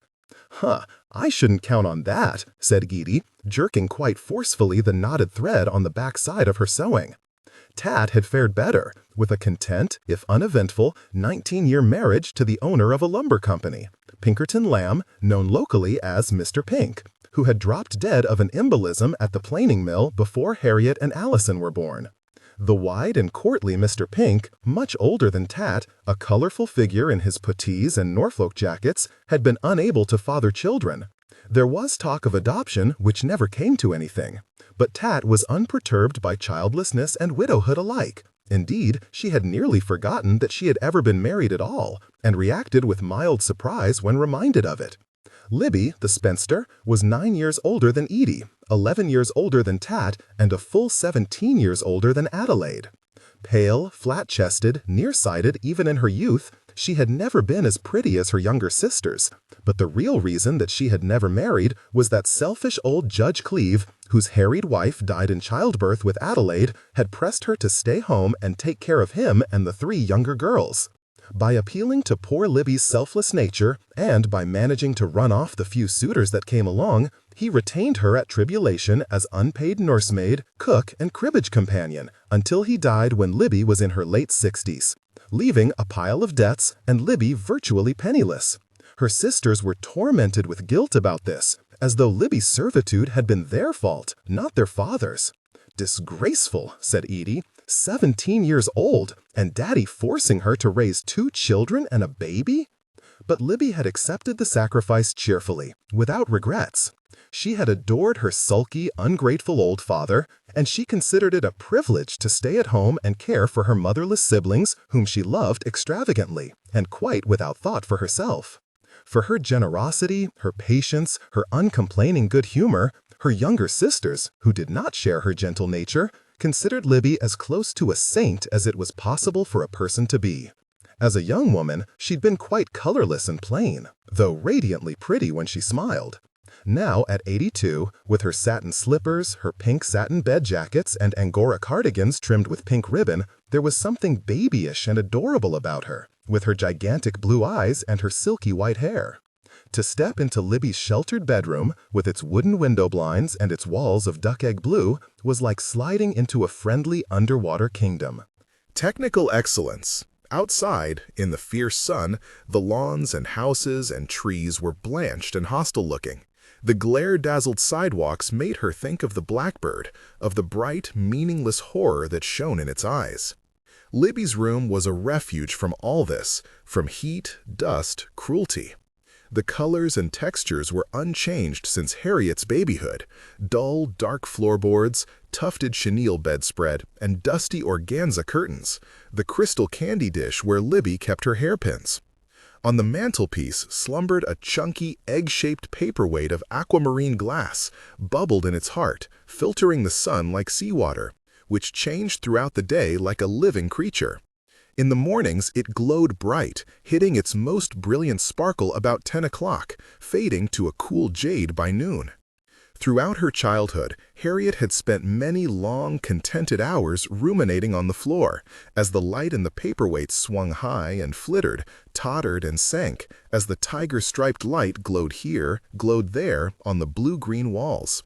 The flowery vine-patterned carpet was a game board, her own private battlefield. She had spent countless afternoons on her hands and knees, moving toy armies across those winding green paths. Over the mantel, and dominating it all, was the haunting, old, smoky photograph of tribulation, white columns rising ghostly from black evergreens. Together, they worked the crossword puzzle, with Harriet perched on the arm of Libby's chintz-upholstered chair. The china clock ticked blandly on the mantel, the same cordial, comforting old tick Harriet had heard all her life. And the blue bedroom was like heaven, with its friendly smells of cats and cedar wood and dusty cloth, of vetiver root and limes de Barras powder and some kind of purple bath salts that Libby had used for as long as Harriet could remember. All the old ladies used vetiver root, sewn into sachets, to keep the moths out of their clothes. And though the quaint mustiness of it was familiar to Harriet from infancy, there was a tickle of mystery about it still, something sad and foreign, like rotted forests or wood smoke in autumn. It was the old, dark smell of plantation armoires, of tribulation, of the very past. "Last one," said Libby. "The art of peacemaking. Third letter C and I-O-N at the end. Tap, tap, tap." She counted out the spaces with her pencil. "Conciliation? Yes. Oh dear, wait, this C is in the wrong place." Silently they puzzled. "Aha!" cried Libby. "Pacification." Carefully she printed in the letters with her blunt pencil. "All done," she said happily, removing her glasses. "Thank you, Harriet." "You're welcome," said Harriet curtly. She could not help feeling a little grumpy that Libby was the one who had got the last word. "I don't know why I worry so much about these foolish puzzles, but I do think they help to keep my mind alert. Most days I only manage to get 3/4 of the way through. Libby, let me guess what you're thinking, dear. Why don't we go see if Odine's pie is out of the oven? Libby, why won't anybody tell me anything about when Robin died?" Libby laid down the newspaper. "Did anything strange happen right before?" Strange, darling? What in the world do you mean? Anything? Harriet struggled for words. A clue. I don't know about any clue, said Libby after an oddly calm pause. But if you want to hear about strange, one of the strangest things that ever happened to me in my life happened to me about 3 days before Robin died. Did you ever hear the story about that man's hat I found in my bedroom? Oh, said Harriet, disappointed. She had heard the story about the hat all her life. Everybody thought I was crazy. A man's black dress hat, size 8, a Stetson, a nice hat too, with no sweat on the hatband. And it just appeared there on the foot of my bed in broad daylight. You mean you didn't see it appear? Said Harriet, bored. Harriet had heard the story hundreds of times. Nobody thought it was very mysterious except Libby. Darling, it was 2 o'clock on a Wednesday afternoon. Somebody came in the house and left it. No, they didn't. They couldn't have. We would have seen or heard them. Odine and I were in the house the whole time. I'd just moved here from Tribulation after Daddy died, and Odine had been in the bedroom to put away some clean linens not 2 minutes before. There wasn't any hat there then. Maybe Odine put it there. Odine did not put that hat there. You go on and ask her. Well, somebody sneaked in, Harriet said impatiently. You and Odine just didn't hear them. Odine, normally uncommunicative, was as fond of telling and retelling the mystery of the black hat as Libby was, and their stories were the same, though very different in style, Odine's being far more cryptic, punctuated by lots of head shaking and long silences. I'll tell you, sweetheart, said Libby, sitting forward alertly in her chair. Odine was walking back and forth throughout this house, putting away clean laundry, and I was in the hall on the telephone to your grandmother, and the door to the bedroom was wide open and within my line of view. No, not a window, she said over Harriet. The windows were locked and the storm windows were fastened down tight. Nobody could have got in that bedroom without both Odine and me seeing them. Somebody was playing a joke on you, said Harriet. This was the consensus of Edie and the aunts. Edie had more than once provoked Libby to tears and Odine to furious sulks by mischievously insinuating that Libby and Odine had been nipping at the cooking sherry.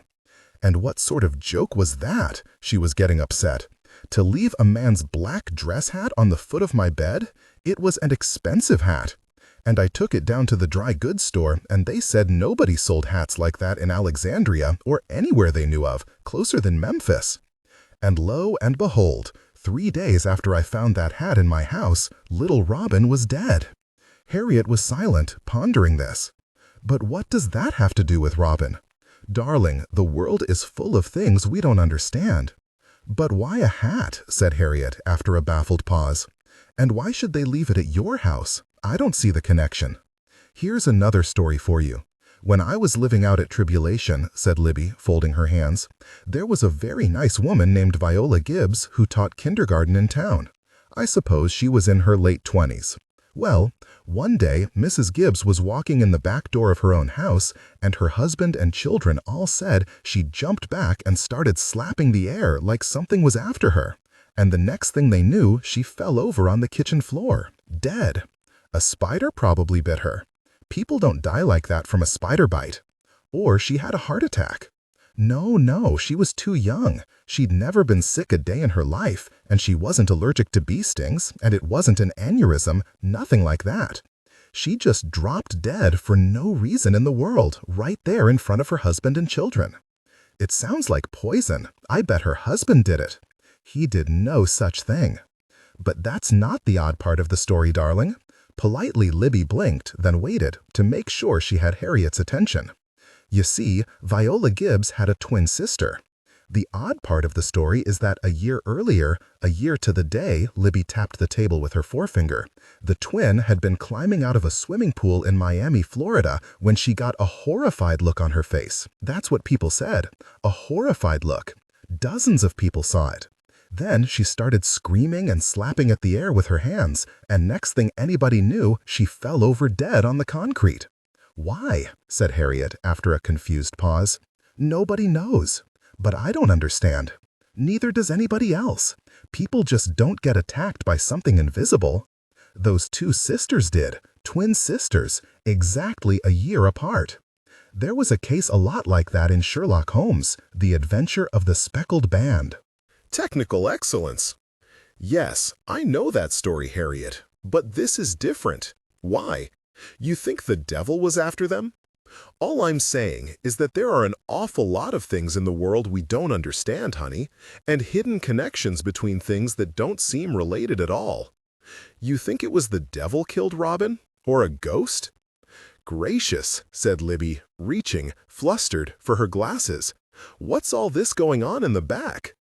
There was indeed a disturbance. Agitated voices. Odine's cry of dismay. Harriet followed Libby into the kitchen to find a portly old black woman with speckled cheeks and gray cornrows sitting at the table and sobbing into her hands. Behind her, and clearly distraught, Odine poured buttermilk into a glass of ice cubes. "This ma auntie," she said, without looking Libby in the eye. "She upset right now. She be fine in a minute." "Why? What on earth's the matter? Do we need to get the doctor?" "No'm, she not hurt. She's just shook up. Some white men been shooting guns at her down by the creek." "Shooting guns? What on earth?" "Have you some this buttermilk?" said Odine to her aunt, whose chest was heaving mightily. "A little glass of Madeira might do her more good," said Libby, pattering to the back door. "I don't keep it in the house. I'll just run down the street to Adela's." "No'm," wailed the old woman, "I doesn't drink spirits." "But please, ma'am." "No'm, no whiskey." "But Madeira isn't whiskey. It's just—" "Oh, dear." Libby turned to Odine helplessly. "She be fine in a minute." "What happened?" said Libby, her hand to her throat, looking anxiously between the two women. "I wasn't bothering nobody." "But why?" "She say," said Odine to Libby, "that two white men climb up on the bridge and go to shooting pistols at everybody." "Was anybody hurt? Shall I call the police?" said Libby, breathlessly. This was met by such a shriek of dismay from Odine's aunt that even Harriet was unnerved. "What's on earth's the matter?" cried Libby, who was by now pink in the face and half hysterical. "Oh, please, ma'am." "No'm, please don't call no police." "But why in the world not?" "Oh, Lord, I scared of the police." "She say it was some of them Ratliff's boys," Odine said. "What? Just got out of prison?" "Ratliff?" said Harriet, and despite the confusion in the kitchen, all three women turned to look at her. Her voice was so loud and strange. "Ida, what do you know about some people named Ratliff?" asked Harriet the next day. "That they sorry," said Ida, grimly wringing out a dish towel. She slapped the discolored cloth upon the stovetop. Harriet, seated in the wide sill of the open window, watched her languidly wipe away the grease freckles from the morning skillet of bacon and eggs, humming, nodding her head with trance-like calm. These reveries, which settled over Ida when she did repetitive work, shelling peas, beating the carpets, stirring icing for a cake, were familiar to Harriet from babyhood, and as soothing to watch as a tree sifting back and forth in the breeze. But they were also a plain signal that Ida wanted to be left alone. She could be ferocious if disturbed in such moods. Harriet had seen her snap at Charlotte and even at Edie if one of them chose the wrong moment to question her aggressively about some triviality. But other times, especially if Harriet wanted to ask her something difficult or secret or deep, she replied with a serene, oracular frankness, like a subject under hypnosis. Harriet shifted a bit and pulled one knee beneath her chin. "What else do you know?" she said, toying studiously with the buckle of her sandal. "About the Ratliffs? Nothin' to know. You seen them your own self. That bunch of ones come sidling over in the yard the other day." "Here?" said Harriet, after a moment of confused silence. "Yes'm, right over yonder." "Yes'm, you sure did," said Ida Rue, in a low, sing-song tone, almost as though she was talking to herself. "And if it was a bunch of little old goats to come over here foolin' around in your mama's yard, I bet y'all feel sorry for them, too. Look-a-here, look how cute. Before long, y'all get to pettin' and playin' with 'em. Come on over here, Mr. Goat, and eat some sugar out of my hand. Mr. Goat, you filthy. Come on and let me give you a bath. Poor Mr. Goat. And by the time you realize, she said serenely over Harriet's startled interruption, time you realize how mean and nasty they is, you can't run 'em off with a stick. They be tearing the clothes off the line and tramping up the flower beds and whooping and bleating and hollering out all the night. And what they don't eat, they stomps it to pieces and leaves it in the mud. Come on, give us some more. Think they ever satisfied? No, they ain't. But I tell ya, Ida said, cutting her red-rimmed eyes at Harriet, I'd rather me a bunch of goats than a mess of little rat-lifts running around asking and wanting all the time. But Ida, mean, filthy. With a droll little grimace, Ida Rue wrung out the dish towel. And before too long, all y'all fixin' to hear is want, want, want. Give me this thing, buy me that one. Those kids weren't rat-lifts, Ida, that were here the other day. Y'all better watch out, Ida Rue said resignedly, going back to her work. Your mother Des keeps on going out there, giving out y'all's clothes and toys to this one and that one and anyone that wanders up. After while, they not even gonna bother with the asking, they just gonna go on and take. Ida, those were Odoms, those kids in the yard. Same difference. It's not a one of 'em knows right from wrong.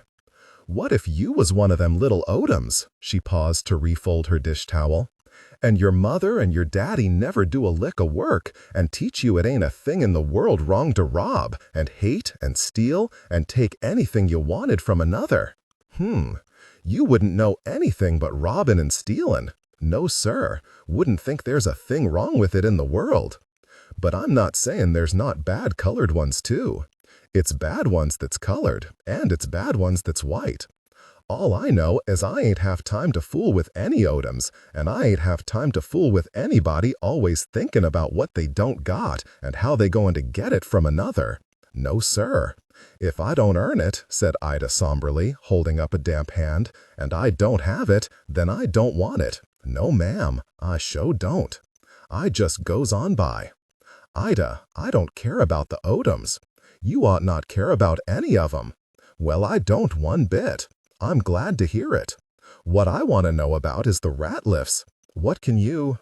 Well, I can tell you they chunked bricks at my sister's grandbaby while she's walking to school in the 1st grade, said Ida curtly.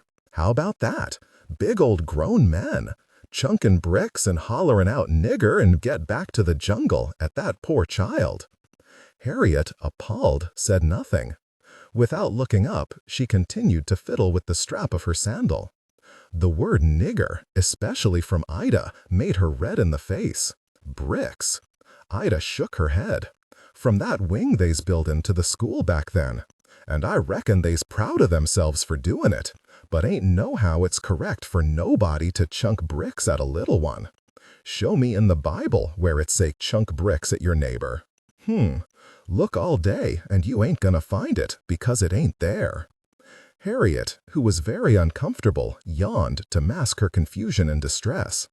She and Helly attended Alexandria Academy, as did almost every white child in the county.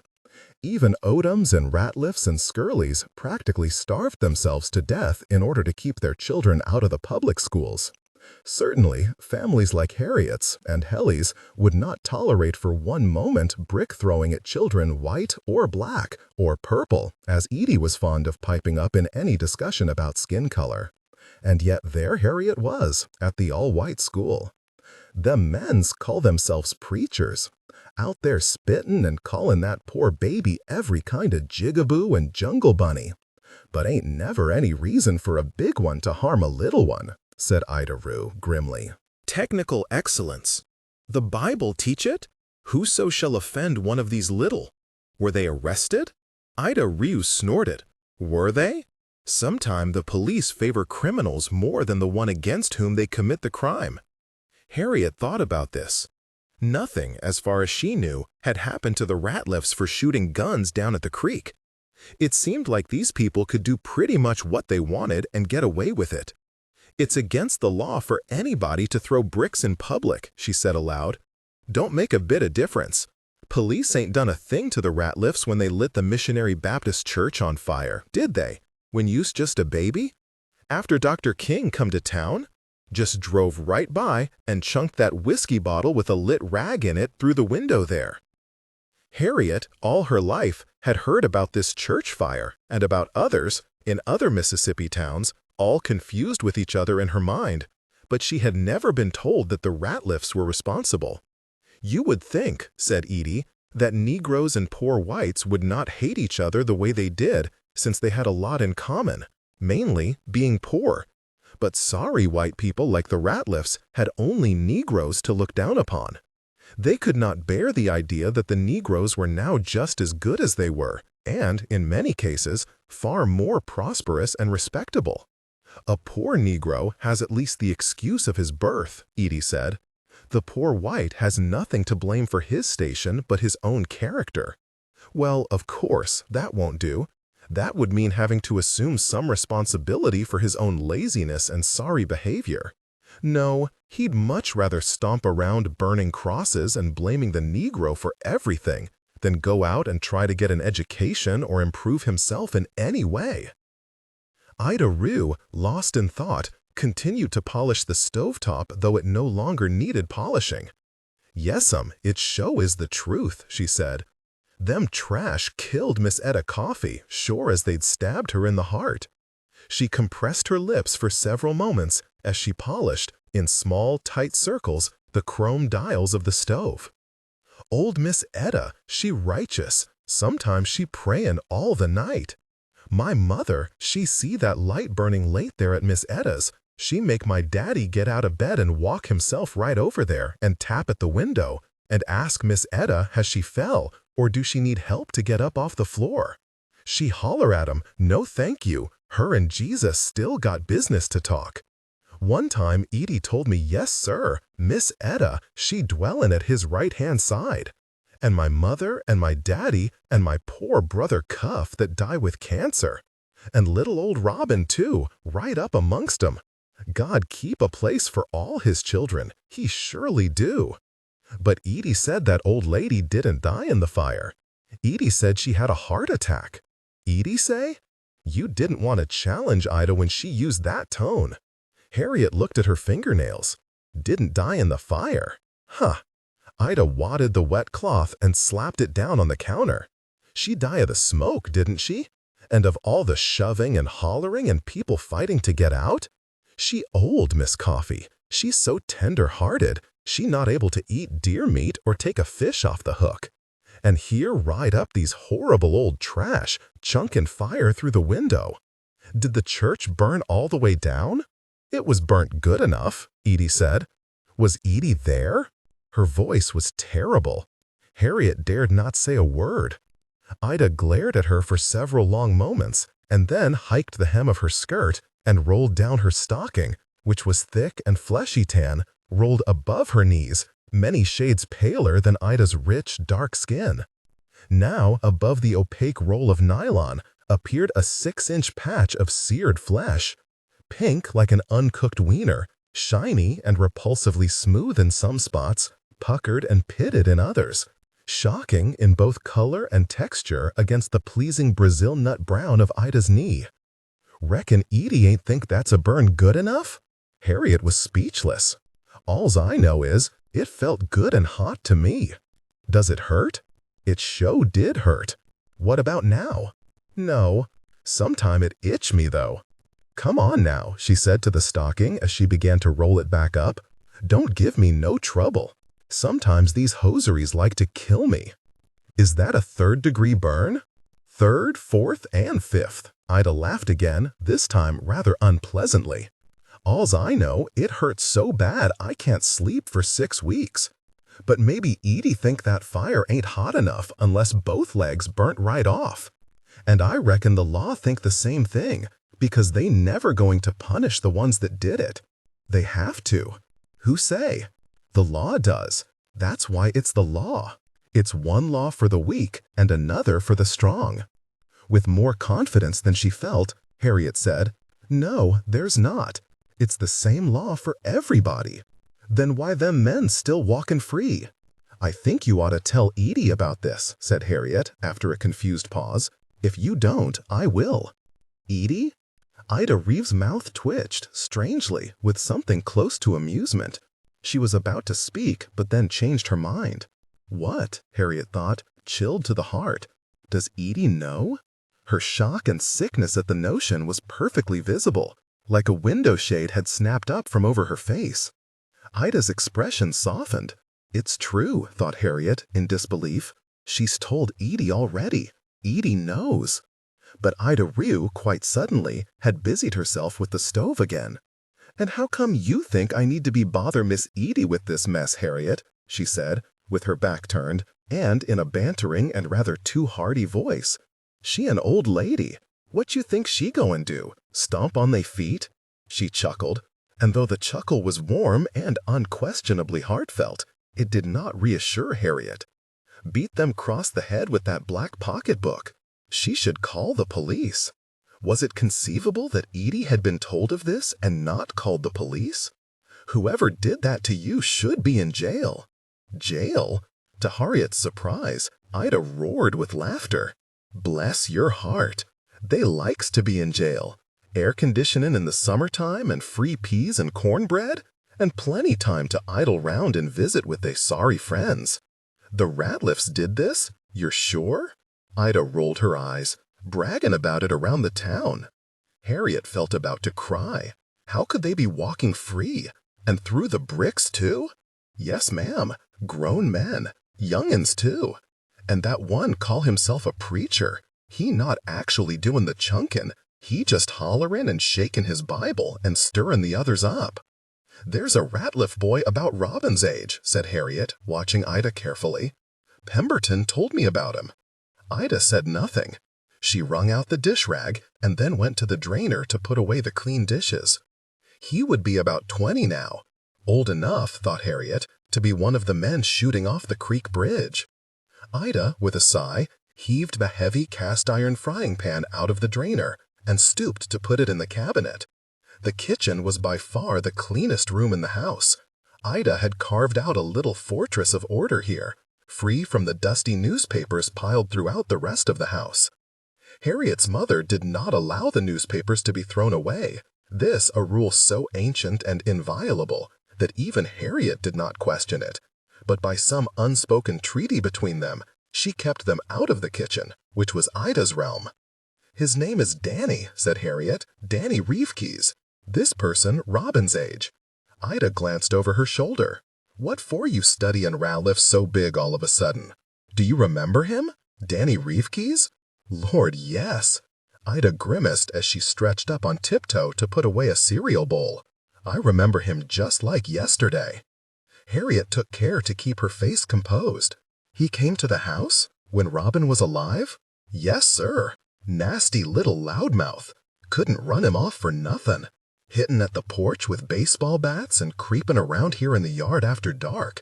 And one time he taken Robin's bicycle. Tell your poor mama I tell her and I tell her, but she ain't done a thing. Underprivileged, she say, underprivileged my foot. She opened the drawer and noisily, with lots of clatter, began to replace the clean spoons. Nobody pay a bit of attention to what I say. I tell your mother, I tell her and tell her that little Ratliff is nasty, trying to fight Robin, always cussing and setting off firecrackers and chunking something or other. Someday somebody gonna get hurt. I sees it plain enough even if nobody else do. Who watch Robin every day? Who always looking right here out the window at him? She pointed, at the window above the sink, at the late afternoon sky and all the full-leafed greenness of the summer yard, while he playin' right out there with his soldiers or his kitty cat. Sadly, she shook her head and shut the silverware drawer. Your brother, he a good little fella. Buzz around underfoot like a little old June bug, and he sure do sass me every now and then, but he always sorry for it. He never pout and go on like you do. Sometimes he run up and throw his arms around me, like so. It's lonesome, Ida. I told him not to play with that trash. I told him and told him, but he's lonesome, and your mother say she don't see nothing the matter with it, and sometime he do it anyway. Danny Ratliff fought Robin in the yard here? Yes, sir. Cussed and stole, too. Ida took off her apron and hung it on a peg. And I chased him out of the yard not 10 minutes before your mama found poor little Robin hung off that tree limb out there. I'm telling you, the police don't do anything to people like him, said Harriet. And she started in again about the church and Ida's leg and the old lady who had burned to death. But Hiley was tired of hearing about all this. What excited him was a dangerous criminal on the loose and the notion of being a hero. Though he was grateful to evade church camp, the summer so far had been just a little too quiet. Apprehending a killer promised to be more fun than acting in pageants or running away from home or any of the other activities he'd hoped to do with Harriet over the summer. They were in the tool shed in Harriet's backyard, where the two of them had retreated to have private conversations ever since kindergarten. The air was stifling and smelled of gasoline and dust. Big black coils of rubber tubing hung from hooks on the wall. A spiky forest of tomato frames loomed behind the lawnmower, their skeletons exaggerated and made fantastical by cobweb and shadow. And the sword-like shafts of light which pierced the holes in the rusted tin ceiling crisscrossed in the dim, so furred with dust motes that they looked solid, as if yellow powder would rub off on your fingertips if you brushed your hands across them. The dimness and heat only increased the tool shed's atmosphere of secrecy and excitement. Chester kept packs of cool cigarettes hidden in the tool shed and bottles of Kentucky Tavern whiskey in hiding places which he varied from time to time. When Hiley and Harriet were younger, they'd taken great pleasure in pouring water on the cigarettes. Once Hiley, in a fit of meanness, had peed on them, and in emptying the whiskey bottles and refilling them with tea. Chester never told on them because he wasn't supposed to have the whiskey or the cigarettes in the first place. Harriet had already told Hiley everything that she had to tell, but she was so agitated after her conversation with Ida that she kept fidgeting and pacing and repeating herself. She knew it was Danny Ratliff. She knew. She said herself it was him, and I hadn't even told her what your brother said. Pim said he bragged about other stuff too, bad things. Why don't we pour sugar in his gas tank? That'll totally destroy the engine of a car.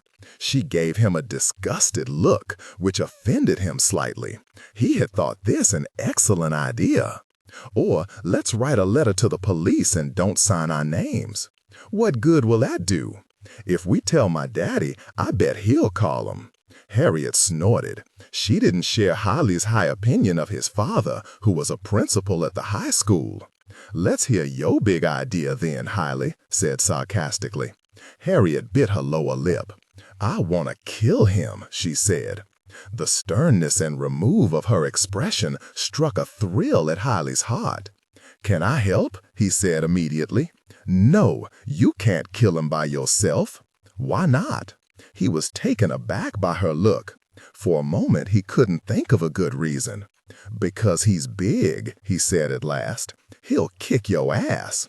Yes, but I bet I'm smarter than him. Let me help.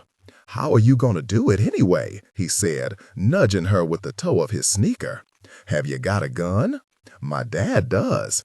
Those big old shotguns, you couldn't even pick one of them things up. I can too. Maybe so, but look, don't get mad, he said as her brow darkened. I can't even shoot a gun that big, and I weigh 90 pounds.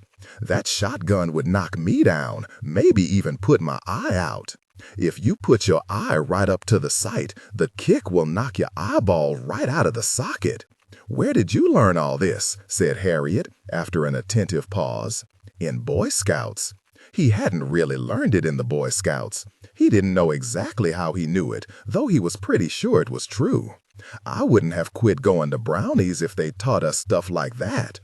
Well, they teach you a lot of crap in the Boy Scouts too, traffic safety and stuff. "What if we used a pistol?" "A pistol would be better," said Hiley, glancing coolly away to conceal his pleasure. "Do you know how to shoot one?" "Oh, yeah." Hiley had never had his hands on a gun in his life. His father didn't hunt and didn't allow his boys to hunt, but he did have a BB gun. He was about to volunteer that his mother kept a little black pistol in her bedside table when Harriet said, "Is it hard to shoot?" "Not for me it isn't," said Hiley. "Don't worry, I'll shoot him for you." "No, I want to do it myself." "Okay, so I'll teach you," said Hiley. "I'll coach you. We start today." "Where?" "What do you mean? We can't be shooting off guns in the backyard." "That's right, Sweet Pea, you certainly can't," said a merry-voiced shadow, which loomed suddenly in the door of the tool shed. Hiley and Harriet, badly startled, glanced up into the white pop of a Polaroid flashbulb. "Mother!" screamed Hiley, throwing his arms over his face and stumbling backwards over a can of gasoline. The camera spat out the picture with a click and a whir. "Don't be mad, y'all. I couldn't help it," said Hiley's mother, in a bemused voice, which made it plain she didn't give a hoot if they were mad or not. "Ida Rue told me she thought you two were out here." Peanut? Peanut was what Hiley's mother always called him. It was a nickname he despised. "Did you forget that today is Daddy's birthday? I want both you boys to be at home when he gets back from playing golf so we can surprise him." "Don't sneak up on me like that." "Oh, come on. I just went out and bought a bunch of film and y'all just looked so cute. I hope it comes out." She examined the photograph and blew on it through pursed, pink frosted lips. Though Hiley's mother was the same age as Harriet's, she dressed and acted much younger.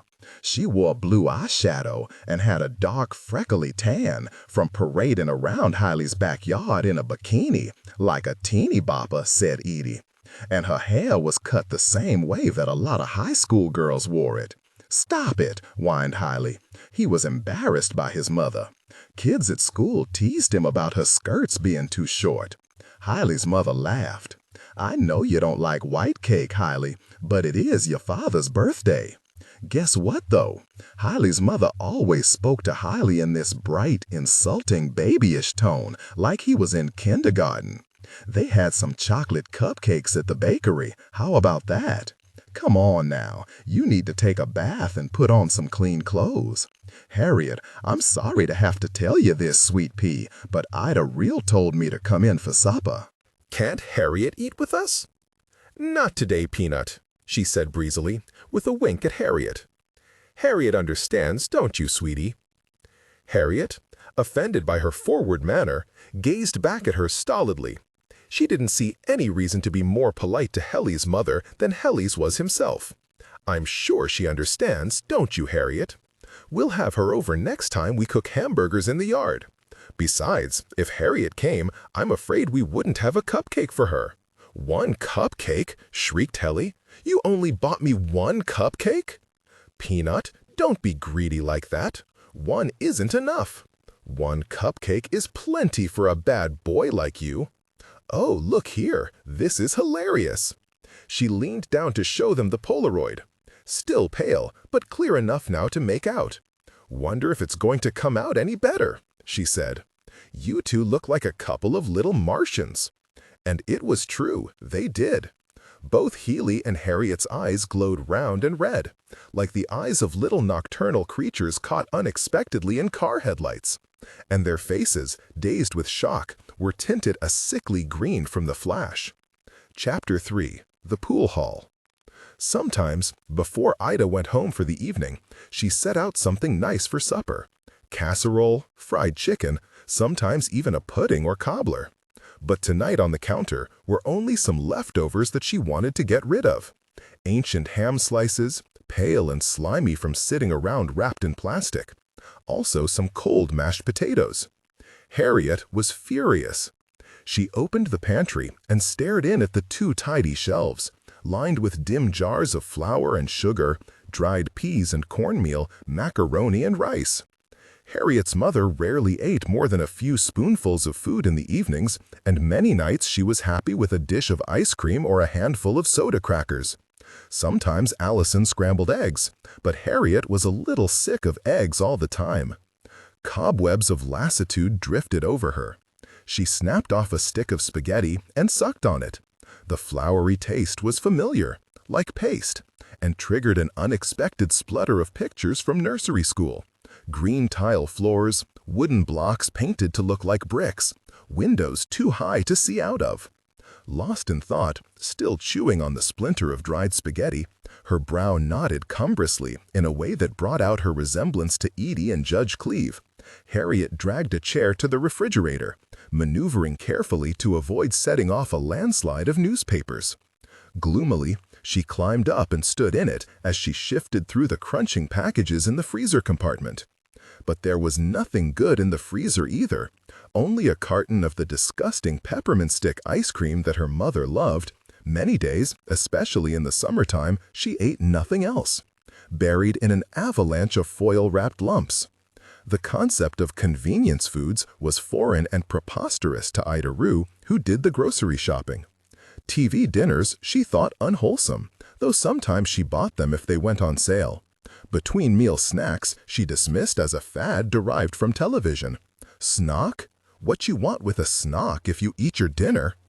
Tell on her, Helly whispered when Harriet glumly joined him again on the back porch. She has to do what your mother says. Yeah, I know. Helly's mother had fired Roberta when Helly told on her for whipping him with a hairbrush. She had fired Ruby because she wouldn't let Helly watch Bewitched. Do it! Do it! Helly bumped her foot with the toe of his sneaker. Later. But she said it only to save face.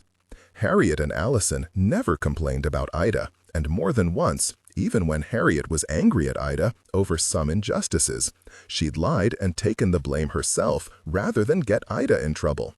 The simple fact was that things worked differently at Harriet's house than at Helly's. Helly's fed Pemberton before him, prided himself on being so difficult that their mother was unable to hold on to any housekeeper over a year or two. He and Pem had gone through nearly a dozen. What did Helly care if it was Roberta or Ramona or Shirley or Ruby or Essie Lee who was watching TV when he got home from school? But Ida stood at the firm center of Harriet's universe, beloved, grumbling, irreplaceable, with her large, kind hands and her great, moist, prominent eyes. Her smile, which was like the first smile that Harriet had ever seen in the world. It tormented Harriet to see how lightly her mother treated Ida sometimes, as if Ida was only passing through their lives and not fundamentally connected with them. Harriet's mother sometimes got hysterical and paced around the kitchen crying and said things she didn't mean, though she was always sorry later. And the possibility of Ida being fired, or more likely, getting mad and quitting, for Ida groused continually about how little Harriet's mother paid her, was so frightening that Harriet could not allow herself to think of it. Amongst the slippery tinfoil lumps, Harriet caught sight of a grape popsicle. With difficulty she extracted it, thinking enviously of the deep freeze at Helly's house, which was crammed with fudgesicles and frozen pizzas, chicken pot pies, and every kind of TV dinner imaginable. With the popsicle, she went out to the porch without bothering to put the chair back where she'd got it, and lay on her back in the swing, reading the Jungle Book. Slowly, the color drained from the day.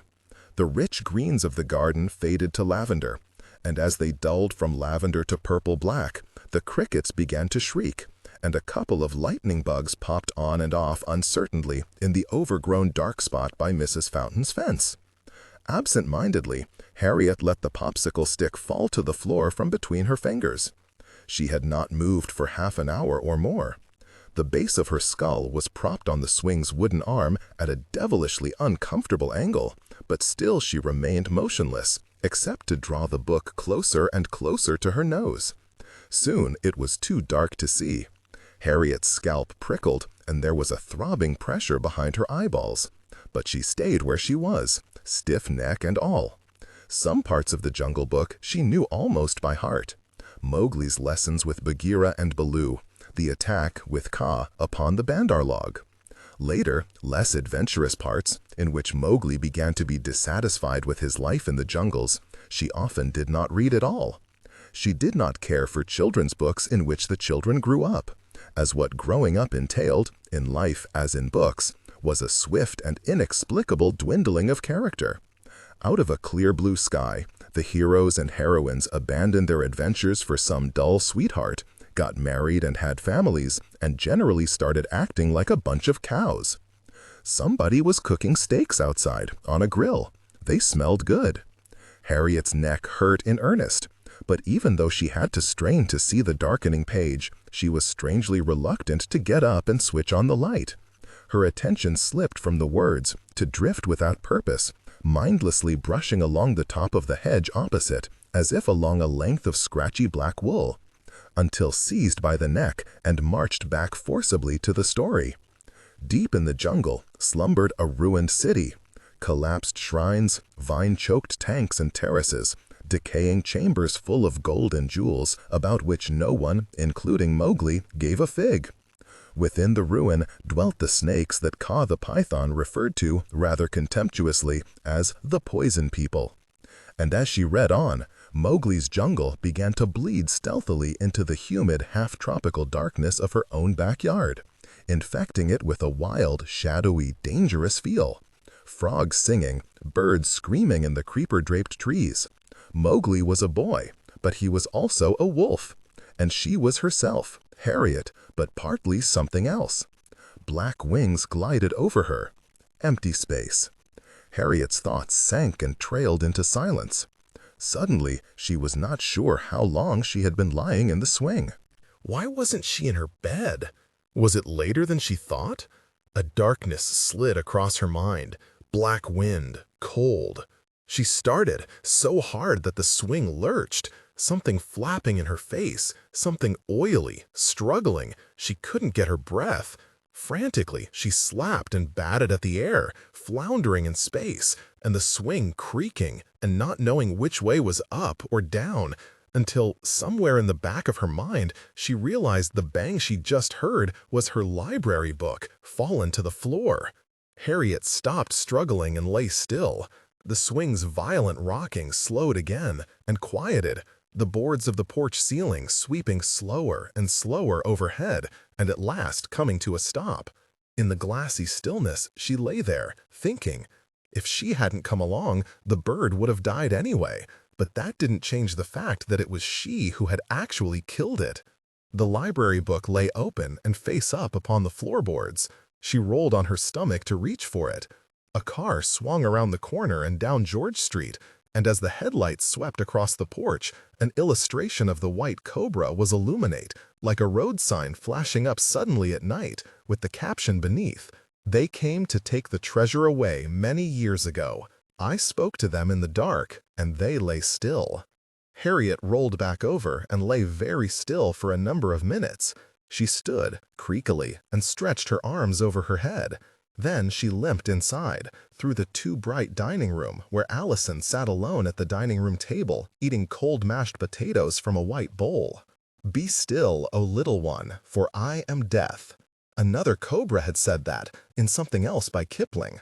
The cobras in his stories were heartless, but they spoke beautifully, like wicked kings in the Old Testament.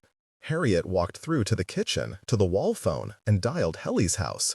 4 rings. 5. Then someone picked up. Gabble of noise in the background. "No, you look better without it," said Helly's mother to someone, and then into the receiver. "Hello? It's Harriet. May I speak to Helly, please?"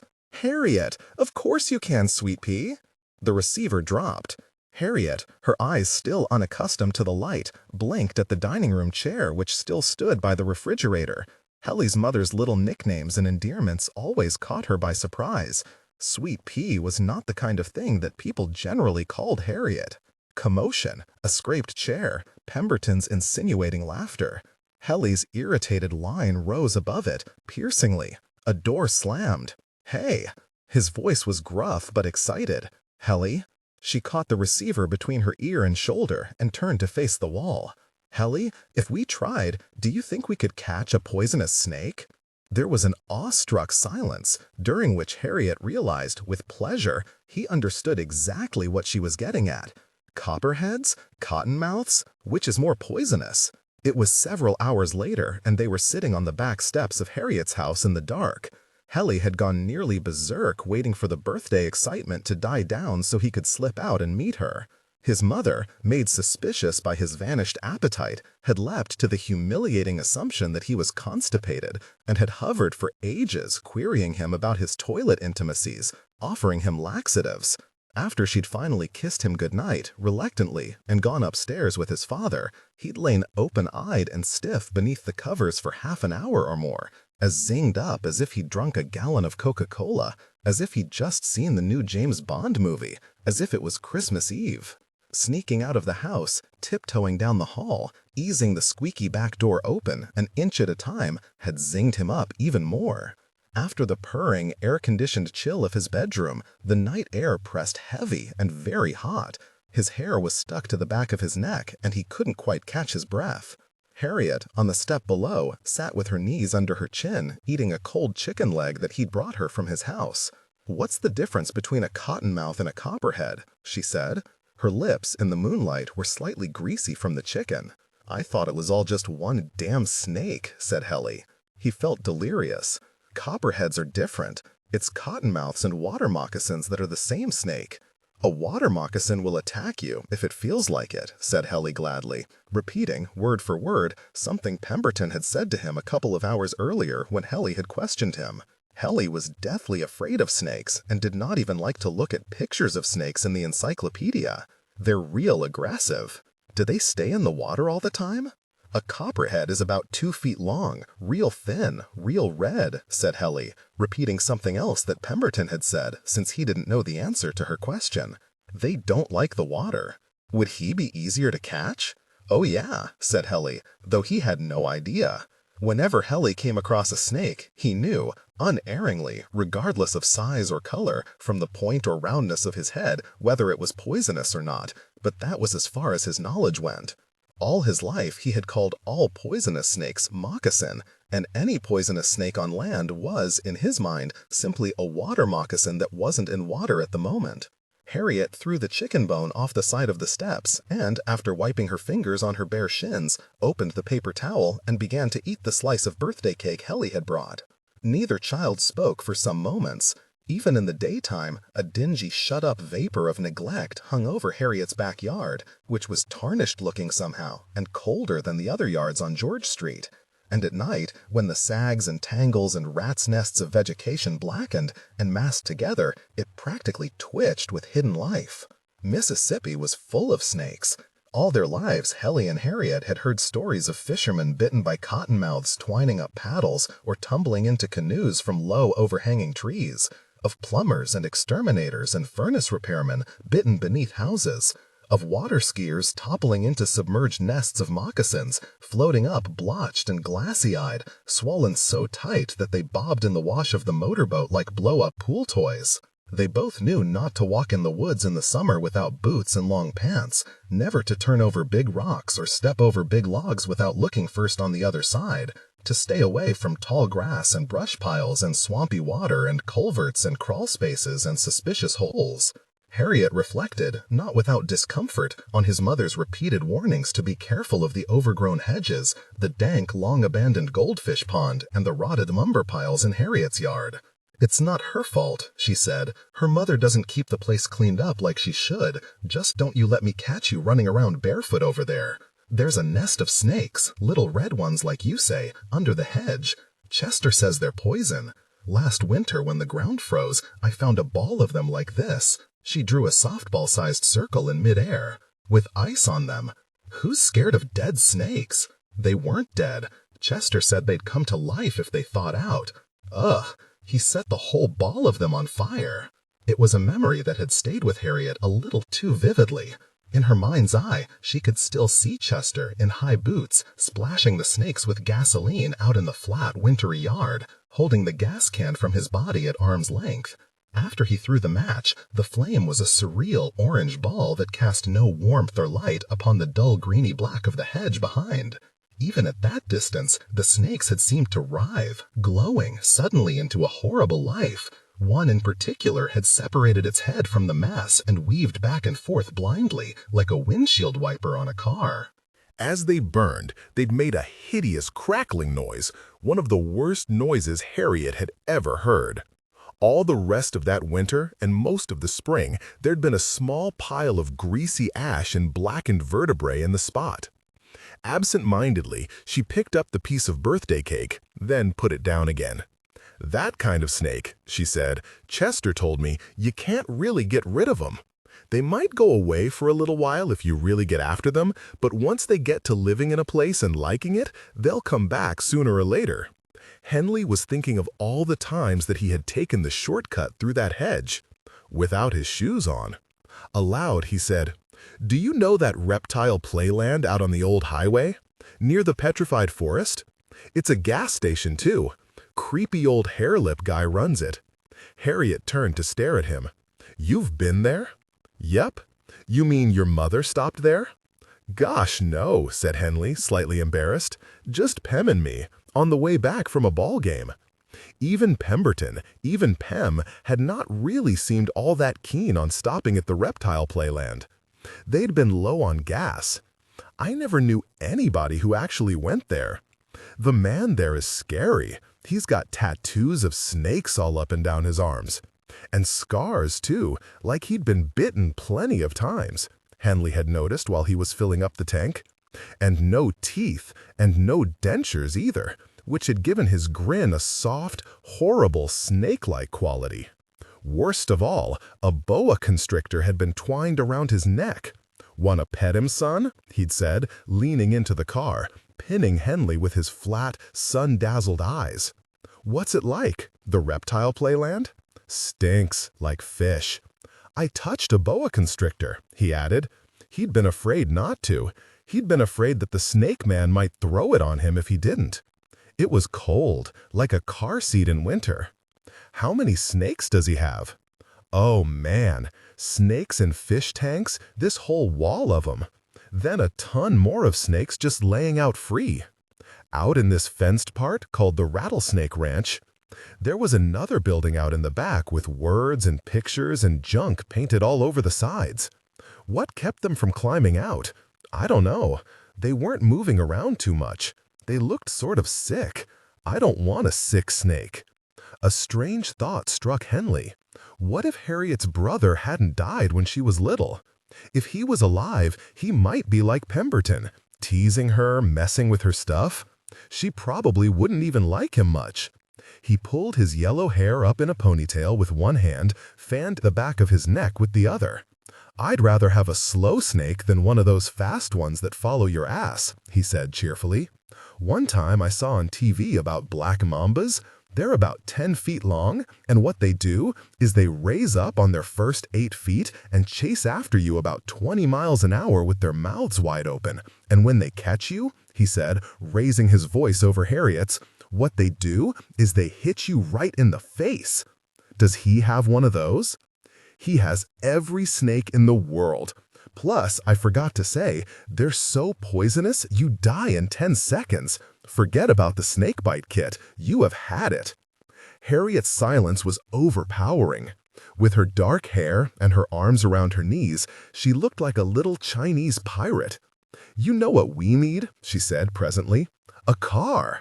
"Yeah," said Henley brightly, after a sharp, stunned pause, cursing himself for bragging to her that he knew how to drive. He glanced at her sideways, then leaned back stiff-armed on his palms and looked at the stars. Can't or no was never what you wanted to have to say to Harriet. He had seen her jump off rooftops, attack kids twice her size, kick and bite the nurses during the 5-in-1 booster inoculations in kindergarten. Not knowing what to say, he rubbed his eyes. He was sleepy, but unpleasantly so, hot and prickly, and like he was going to have nightmares. He thought of the skinned rattlesnake he'd seen hanging from a fence post at the reptile playland. Red, muscular, twined with blue veins. "Harriet," he said aloud, "wouldn't it be easier to call the cops?" "It would be a lot easier," she said without missing a beat, and he felt a wave of affection for her. Good old Harriet. You could snap your fingers and change the subject just like that. And there she was. She stayed right with you. I think that's what we should do then. We can call from that payphone by City Hall and say we know who killed your brother. I know how to talk in a voice exactly like an old woman. Harriet looked at him like he was insane. Why should I let other people punish him? She said. The expression on her face made him uncomfortable. Henley glanced away. His eyes lit on the greasy paper towel on the steps with the half-eaten cake lying on top of it. For the truth of the situation was that he would do whatever she asked of him, whatever it was, and they both knew it. The copperhead was small, only a little over a foot long, and by far the smallest of the 5 that Henley and Harriet had spotted that morning within the space of an hour. It was lying very quietly, in a slack S-shape, in some sparse weeds coming up through a layer of builder's sand just off the cul-de-sac in Oaklawn Estates, a housing development out past the country club. All the houses in Oaklawn were less than 7 years old. Mock Tudor, blocky ranch and contemporary, even a couple of fake antebellums of new, spanking red brick, with ornamental columns tacked onto their facades. Though big and fairly expensive, their newness gave them a raw, unfriendly feel. In the back of the subdivision, where Henley and Harriet had parked their bicycles, many of the houses were still under construction. Barren, staked-off plots, stacked with tarp paper and lumber, sheetrock and insulation, bracketed with skeletons of new yellow pine through which the sky streamed a feverish blue. Unlike shady old George Street, built before the turn of the century, there were few trees of any size, and no sidewalks at all. Virtually every scrap of vegetation had toppled to the chainsaw and the bulldozer. Water oaks, post oaks, some of which, according to an arborist from the State University who led a doomed attempt to save them, were standing when LaSalle came down the Mississippi River in 1682. Most of the topsoil their roots had held in place had washed into the creek and down the river. The hardpan had been bulldozed down into low-lying areas to make the land level, and little would grow in the poor, sour-smelling earth that was left. Grass sprouted sparsely, if at all. The trucked-in magnolias and dogwoods withered swiftly and died down to sticks protruding from hopeful circles of mulch and decorative edging. The baked expanses of clay, red as Mars, littered with sand and sawdust, butted starkly against the very margin of the asphalt, which was so black and so new that it still looked sticky. Behind, to the south, lay a teeming marsh, which rose and flooded the development each spring. The houses in Oaklawn Estates were mostly owned by up-and-comers, developers and politicians and real estate agents, ambitious young marrieds fleeing sharecropper origins in the towns of the Piney Woods or the Clay Hills. As if in hatred for their rural origins, they had methodically paved over every available surface and ripped out every native tree. But Oaklawn had taken its own revenge at being plain so brutally flat. The land was swampy and whining with mosquitoes. Holes filled with brackish water as soon as they were dug in the ground. The sewage backed up when it rained. Legendary black sludge that rose in the spanking new commodes, dripped from the faucets and the fancy multiple spray shower heads. With all the topsoil sliced away, truckloads and truckloads of sand had to be brought in to keep the houses from washing away in the spring. And there was nothing to stop turtles and snakes from crawling as far inland from the river as they pleased. And Oaklawn Estates was infested with snakes, big and small, poisonous or not, snakes that liked mud and snakes that liked water, and snakes that liked to bask on dry rocks in the sunshine. On hot days, the reek of snake rose up from the very ground, just as murky water rose to fill footprints in the bulldozed earth. Ida Rue compared the smell of snake musk to fish guts, buffalo carp, mud, or channel cat, scavenger fish that fed off garbage. Edie, when digging a hole for an azalea or a rose bush, particularly in garden club civic plantings near the interstate, said she knew her spade was close to a snake's nest if she caught a whiff of something like rotten potatoes. Harriet had smelled snake stink herself, plenty of times, most strongly in the reptile house at the Memphis Zoo, and from frightened snakes imprisoned in gallon jars in the science classroom. but also wafting acrid and yeasty from murky creek banks and shallow lakes, from culverts and steaming mudflats in August, and every now and then, in very hot weather, after a rain, in her own yard. Harriet's jeans and her long-sleeved shirt were soaked with sweat. Since there were scarcely any trees in the subdivision or the marsh behind, she wore a straw hat to keep from getting sunstroke. But the sun beat down white and fierce like the very wrath of God. She felt faint with heat and apprehension. All morning long she had maintained a stoic front, while Healy, who was too proud to wear a hat and had the start of a blistering sunburn, skipped about and babbled intermittently about a James Bond movie which had to do with drug rings and fortune-tellers and deadly tropical snakes. On the bike ride out, he'd bored her to death by gabbing about the stunt rider Evel Knievel at a Saturday morning cartoon called Wheelie and the Chopper Bunch. "You should have seen it," he was saying now, raking back with agitated repetitiousness the dripping strings of hair that fell in his face. "Oh man, James Bond, he burned that snake right up. He's got a can of deodorant or something, so when he sees the snake in the mirror, he spins around like this and holds his cigar up to the spray can, and pow, that fire shoots out across the room like this, whoosh!" He staggered backward, trilling his lips, while Harriet considered the dozing copperhead and tried hard to think how they should proceed. They had set off hunting equipped with Healy's BB gun, 2 whittled forked sticks, a field guide to reptiles and amphibians of the southeastern United States, Chester's garden gloves, a tourniquet, a pocket knife, and change for a phone call in case either of them was bitten, and an old tin lunchbox of Allison's, Campus Queen, painted with ponytailed cheerleaders and pert beauty contestants in tiaras, into the lid of which Harriet, with difficulty, had poked a few air holes with a screwdriver. The plan was to sneak up on the snake, preferably after it struck before it recollected itself, and pin it behind the head with the forked stick. They would then grab it close behind the head, very close so it couldn't snap around and bite, and throw it in the lunchbox and buckle it shut. But all this was easier said than done. The first snakes they'd spotted, 3 young copperheads, rust red and glistening, roasting themselves all together on a concrete slab. They'd been too scared to approach. Healy tossed a chunk of brick in their midst. 2 darted off, in opposite directions. The remaining one was infuriated and began to strike, low and repeatedly, at the brick, at the air, at anything that caught its attention. Both children were horrified. Circling, cagily, forked sticks at arm's length, they darted quickly towards it and just as quickly back when the thing whipped around to strike, first on one side, then the other, fighting them off in all directions. Harriet was so frightened that she felt she might black out. Healy jabbed at it and missed. The snake whipped back and lashed at him its full length, and Harriet, with a stifled cry, pinned the back of its head with the forked stick. Immediately, with shocking violence, it began to thrash the remaining 2 feet of its length as if possessed by the devil. Harriet, flabbergasted with revulsion, leapt back to keep its tail from slapping her legs.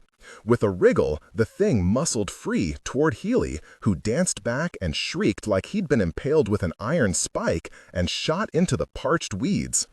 One thing about Oak Lawn Estates, if a child or anyone had screamed long and high and hard like that on George Street, Mrs. Fountain, Mrs. Godfrey, Ida Rue, and half a dozen housekeepers would have flown outside in a heartbeat.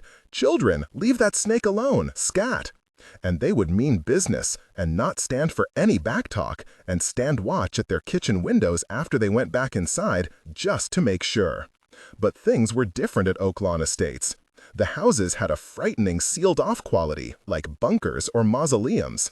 People didn't know each other. Out here at Oak Lawn, you could scream your head off. Some convict could be strangling you with a piece of barbed wire, and nobody would come outside to see what was going on. In the intense, heat-vibrant silence, manic laughter from a TV game show wafted eerily from the nearest house, a shuttered hacienda hunched defensively in a raw plot just beyond the pine skeletons. Dark windows. A gleaming new Buick was parked in the sand-strewn carport. "Ann Kendall, come on down!" Wild audience applause. Who was in that house, thought Harriet, dazed, shading her eyes with one hand. A drunk dad who hadn't gone to his job? Some sluggish junior league mother, like the sloppy young mothers that Allison sometimes babysat for out here, lying in a darkened room with the TV on and the laundry undone? "I can't stand The Price is Right," said Healy, stumbling backwards with a little moan and looking on the ground with an agitated, jerky movement as he did so. "They have money and cars on Tattletales. I like Jeopardy." Healy wasn't listening. Energetically, he thrashed about in the weeds with his forked stick. "From Russia with love," he crooned, and then, again, because he couldn't remember the words, "From Russia with love." They had not long to look before finding a fourth snake, a moccasin, waxy, liver yellow, no longer in its body than the copperhead's, but thicker than Harriet's arm. Healy, who, despite his apprehension, insisted upon leading the way, nearly stepped on it. Like a spring, it popped up and struck, just missing his calf. Healy, his reflexes electrified by the previous encounter, lunged back and pinned it in one stab. "Ha!" he shouted. Harriet laughed aloud. With trembling hands, she fumbled with the catch of the Campus Queen lunchbox. This snake was slower and less nimble. Testily, its thick body, an awful corrupt yellow, back and forth across the ground. But it was much larger than the copperheads. Would it fit into Campus Queen? Healy, so terrified that he was laughing too, high and hysterical, spread his fingers and bent to grab it. "The head!" cried Harriet, dropping the lunchbox with a clatter. Healy jumped back. The stick fell from his hand. The moccasin lay still. Then, very smoothly, it pulled its head up and regarded them with its slitted pupils for a long, ice-cold moment before it opened its mouth, eerie white inside, and went for them. They turned and ran, knocking into each other, afraid of stumbling in a ditch, and yet too afraid to look at the ground, with the undergrowth crashing beneath their sneakers and the smell of trampled bitterweed eddying up pungent all around them in the heat like the smell of fear itself. A ditch filled with brackish water that squiggled with tadpoles cut them off from the asphalt. The concrete sides were slick and mossy, too wide to clear with a single leap. They skidded down, the smell they churned up, sewage and fishy rot, catapulted them both into an ecstasy of coughing, fell forward on their hands, scrambled up to the other side. Technical excellence. When they heaved themselves up and turned tears streaming down their faces to look back at the way they'd just come, they saw only the path they'd beaten through the yellow-flowered scraggle of bitterweed and the melancholy pastels of the dropped lunchbox farther back. Panting, beet red, exhausted, they swayed like drunks. Though they both felt as if they might pass out, the ground was neither comfortable nor safe, and there was no place else to sit. A tadpole large enough to have legs had splashed out of the ditch and was stranded, twitching on the road, and its flip-flops, its slimy skin rasping against the asphalt, bumped Harriet into a fresh fit of gagging. Mindless of their usual grammar school etiquette, which kept them rigidly 2 feet apart, except to shove or punch, they clung to each other for balance. Harriet without thought of looking a coward, Helly without thought of trying to kiss her or scare her. Their jeans, clustered with burrs, sticky with beggar's lice, were unpleasantly heavy, soaked and stinking with the ditch water. Helly, bent double, was making noises like he might vomit. "Are you okay?" said Harriet, and retched when she saw on his sleeve a yellow-green clot of tadpole guts. Helly, gagging repetitively like a cat trying to bring up a hairball, shrugged away and started back to retrieve the dropped stick and the lunchbox. Harriet caught the back of his sweat-soaked shirt. "Hang on," she managed to say. They sat astraddled their bicycles to rest. Helly's Stingray with the goat horn handlebars and the banana seat, Harriet's Western Flyer, which had been Robin's, both breathing hard and not talking. After the banging of their hearts had slowed, and they each had swallowed a grim little drink of lukewarm, plastic-tasting water from Helly's canteen, they set out into the field again, this time armed with Helly's BB rifle. Helly's stunned silence had given way to theatrics. Loudly, with dramatic gestures, he bragged about how he was going to catch the water moccasin and what he was going to do to it when he caught it. Shoot it in the face, swing it in the air, snap it like a whip, chop it in two, ride over the pieces with his bicycle. His face was scarlet, his breath fast and shallow.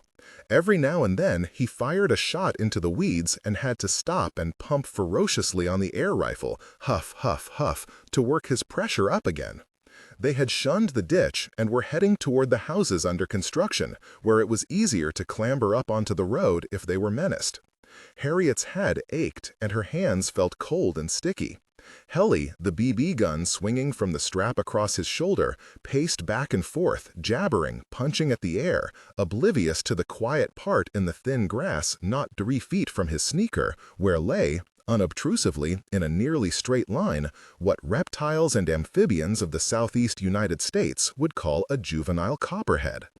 So this briefcase that shoots tear gas when you open it? Well, it's got bullets too, and a knife that pops out the side. Harriet's head felt swimmy. She wished that she had $1 for every time she'd heard Helly talk about the briefcase in From Russia with Love that shot bullets and tear gas. She closed her eyes and said, "Listen, you grabbed that other snake too low. He would have bit you." "Shut up!" cried Helly, after a moment's angry pause. "It's your fault. I had him. If you hadn't— Watch out, behind you." "Moccasin?" He crouched and swung the gun round. "Where? Show me the son of a bitch." "There," said Harriet, and then, stepping forward in exasperation to point, again, "There." Blindly the pointed head wove up, exposing the pale underside of its muscled jaw, then settled again with a sort of sifting movement. "Geez, that's just a little one," said Helly, disappointed, leaning forward to peer at it. "It doesn't matter how." "Hey," she said, skipping awkwardly to the side as the copperhead struck out at her ankle in a red streak. A shower of boiled peanuts flew past, and then the whole plastic bag of them sailed over her shoulder and plopped to the ground. Harriet was staggering, off balance and hopping on one foot, and then the copperhead, whose whereabouts she'd momentarily lost track of, popped out at her again. A BB pinged harmlessly against her sneaker, another stung her calf, and she yelped and jumped back as they cracked in the dust around her.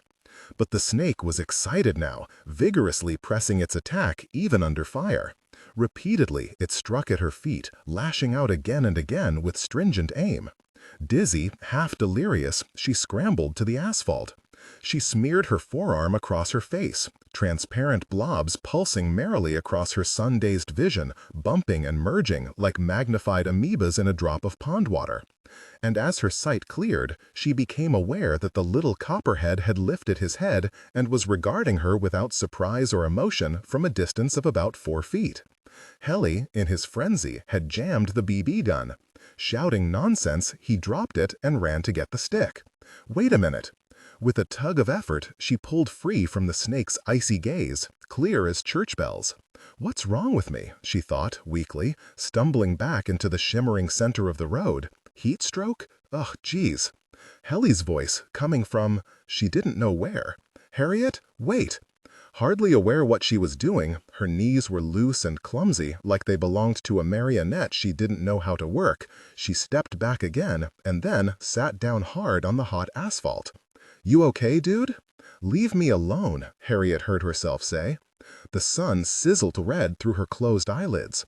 An afterburn of the snake's eyes glowed against them, in malevolent negative, black for the iris, acid yellow for the slashed pupil. She was breathing through her mouth, and the odor of her sewage-soaked trousers was so strong in the heat that she could taste it. Suddenly she realized that she wasn't safe on the ground. She tried to scramble to her feet, but the ground slid away. "Harriet!" Helly's voice, a long way off. "What's the matter? You're freaking me out." She blinked. The white light stung, like lemon juice squirted in her eyes, and it was horrible to be so hot and so blind and so confused. The next thing she knew, she was lying on her back. The sky blazed a cloudless, heartless blue. Time seemed to have skipped a half-beat, as if she dozed and awakened with a snap of her head in the same instant. A heavy presence darkened her vision. Panic-stricken, she threw both arms over her face, but the hovering darkness only shifted and pressed in more insistently from the other side. "Come on, Harriet, it's just water." She heard the words, in the back of her mind, and yet did not hear them. Then, quite unexpectedly, something cold touched the corner of her mouth, and Harriet floundered away from it, screaming as loudly as she could. "You two are nuts," Pemberton said. "Riding your bikes out to this shit subdivision? It must be 100 degrees." Harriet, flat on her back in the rear seat of Pem's Cadillac, watched the sky rush past overhead through a cool lacework of tree branches. The trees meant that they had turned out of shadeless oak lawn back onto good old County Line Road. She shut her eyes. Loud rock music blared from the stereo speakers.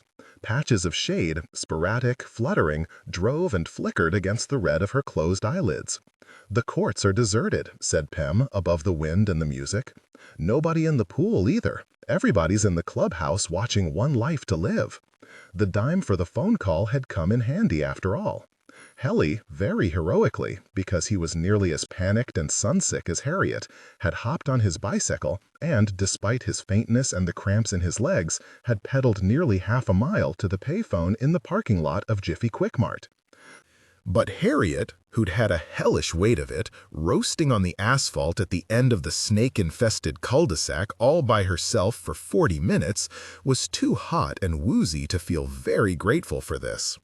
She sat up a little, enough to see Pemberton's hair crinkly and frizzed from the pool chemicals, blown back and snapping like a scrappy yellow banner. Even from the back seat, she could smell his acrid and distinctly adult smell, sweat, sharp and masculine under the coconut suntan lotion, mingled with cigarettes and something like incense. "Why were you all the way out at Oak Lawn? Do you know somebody there?" "No," said Helly, in the jaded monotone he adopted around his brother. "What were y'all doing then?"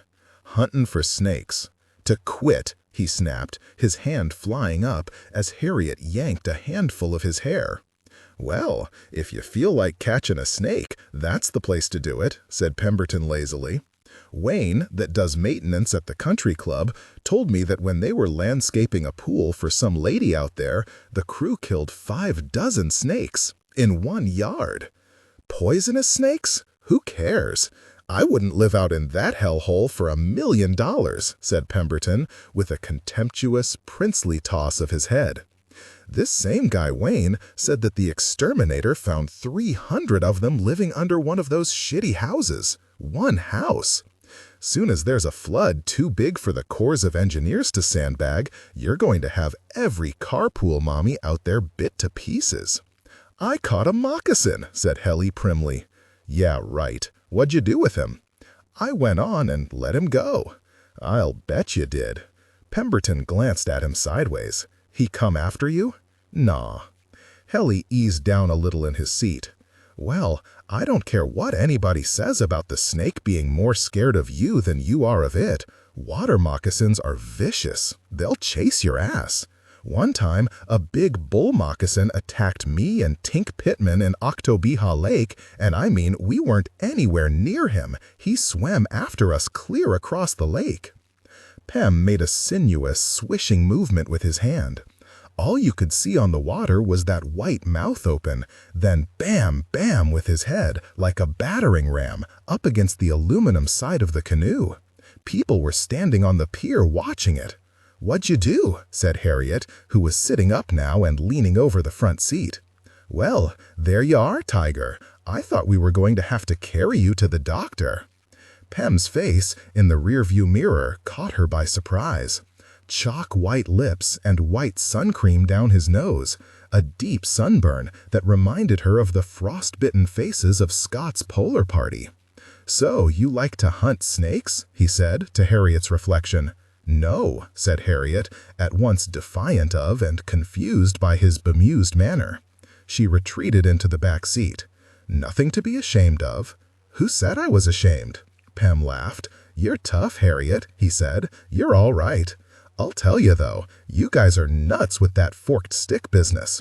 What you want to do is get yourself a length of aluminum pipe and run a loop of clothesline through it.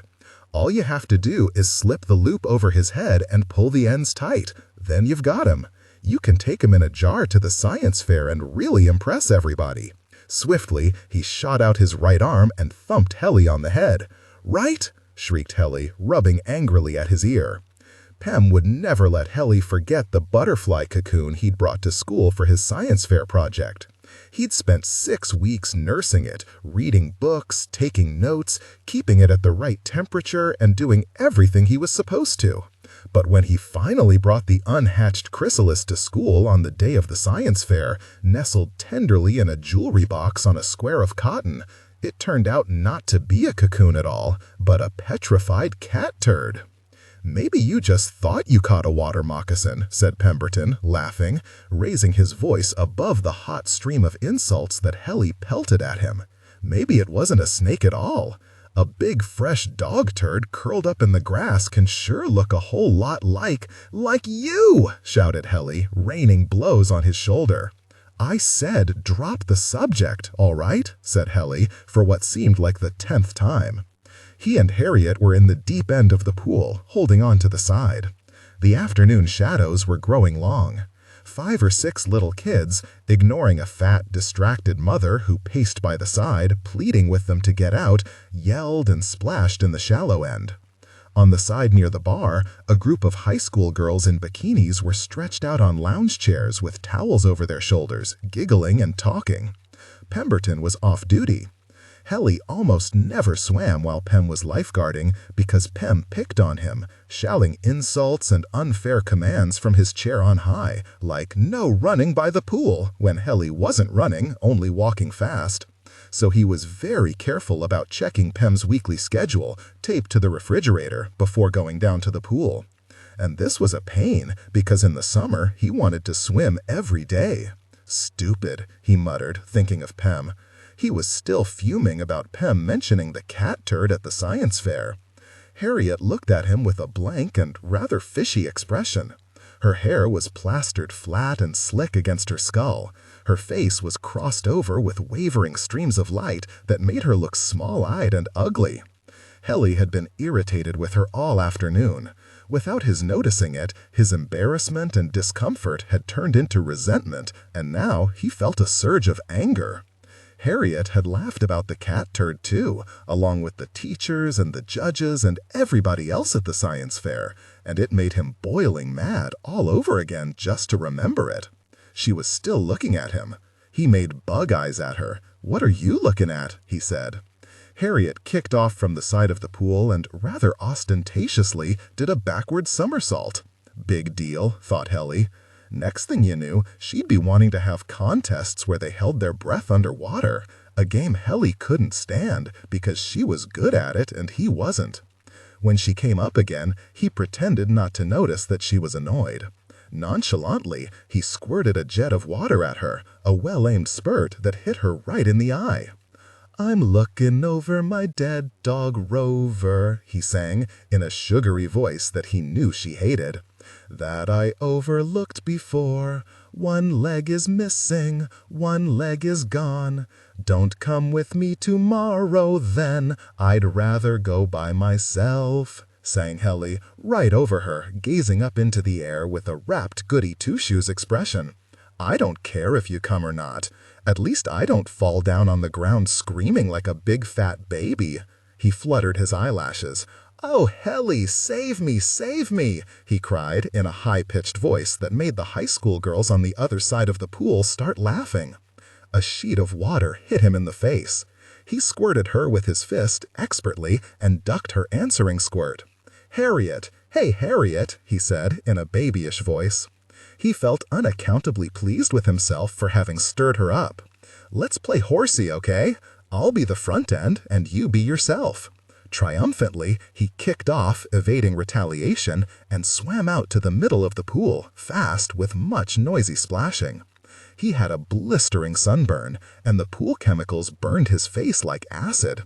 But he'd drunk 5 Coca-Colas that afternoon, 3 when he got home, parched and exhausted, 2 more with crushed ice and peppermint-striped straws from the concession stand at the swimming pool, and his ears roared and the sugar trilled high and quick through his pulse.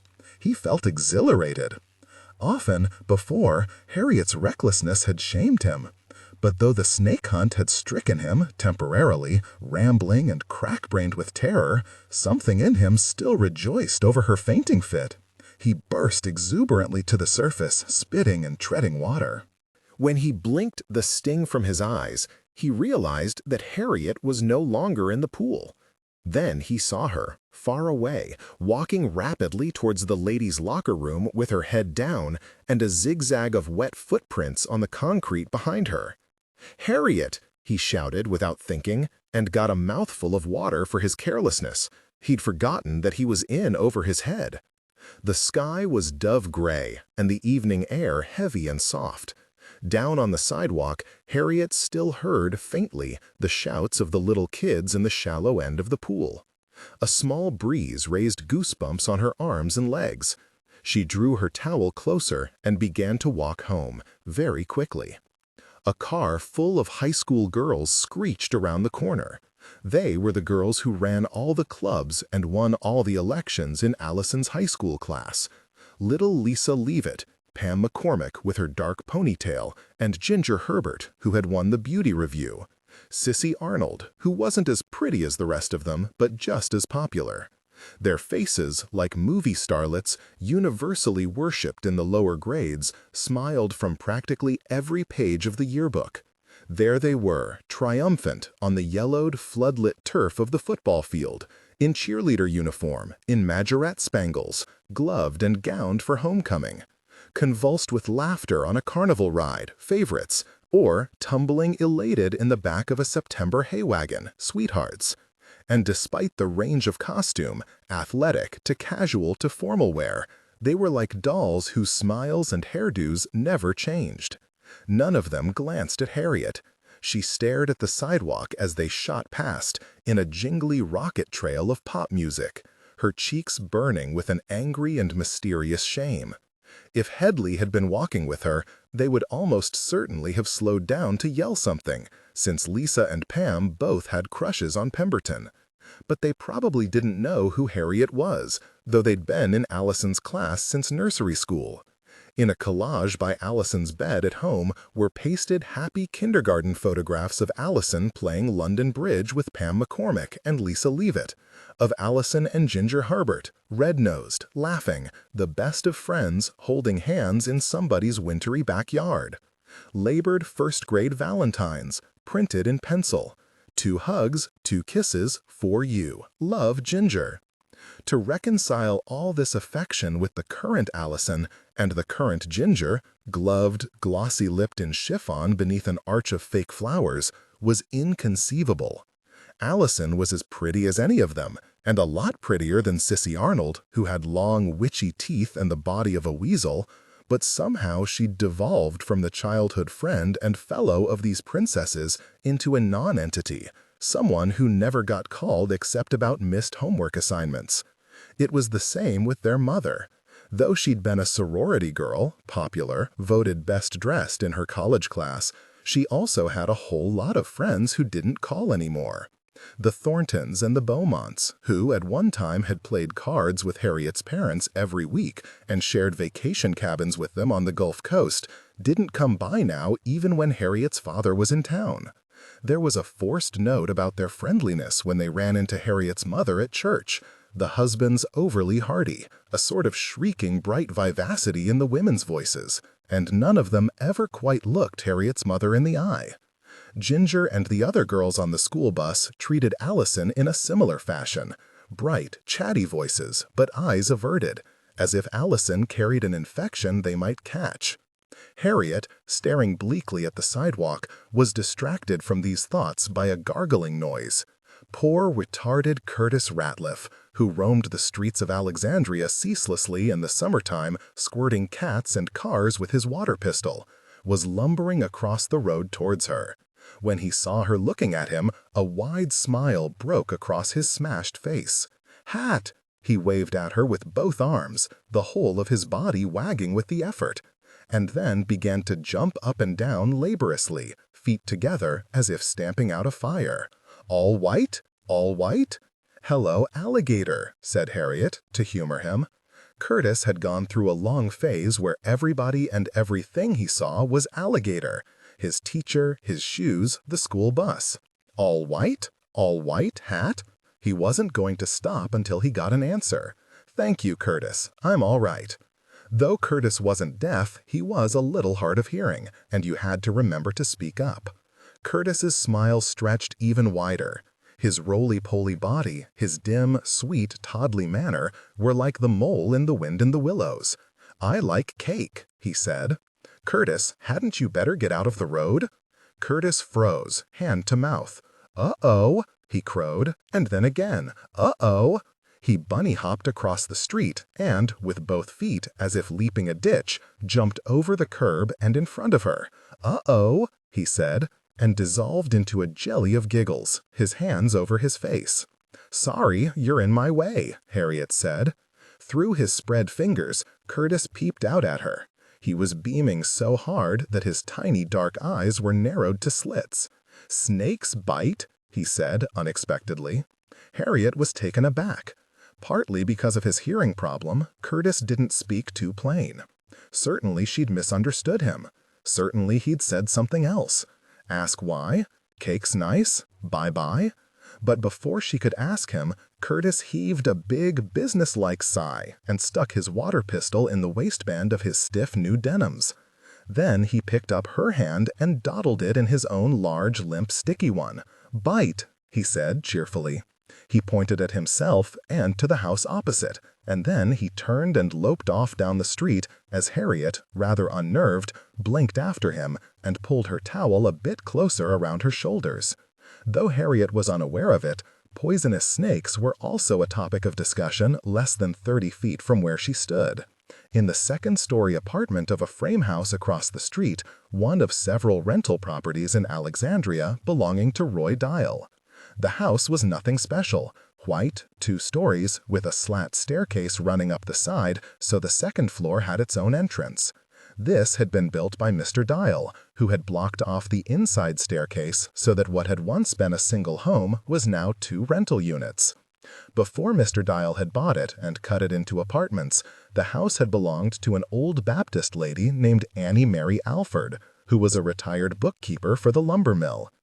After she'd fallen one rainy Sunday in the parking lot of the church and broken her hip, kindly Mr. Dial, who, as a Christian businessman, took an interest in the ailing and elderly, especially those of means who had no family to advise them, made it a special little point to visit Miss Annie Mary daily, offering canned soups, country drives, inspirational reading matter, fruits in the season, and his impartial services as executor of her estate and power of attorney.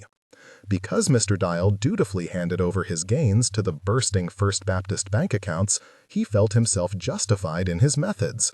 After all, was not he bringing comfort and Christian fellowship to these barren lives? Sometimes the ladies, as he called them, left Mr. Dial their property outright, so comforted were they by his friendly presence. But Miss Annie Mary, who, after all, had worked as a bookkeeper for 45 years, was suspicious by both training and nature.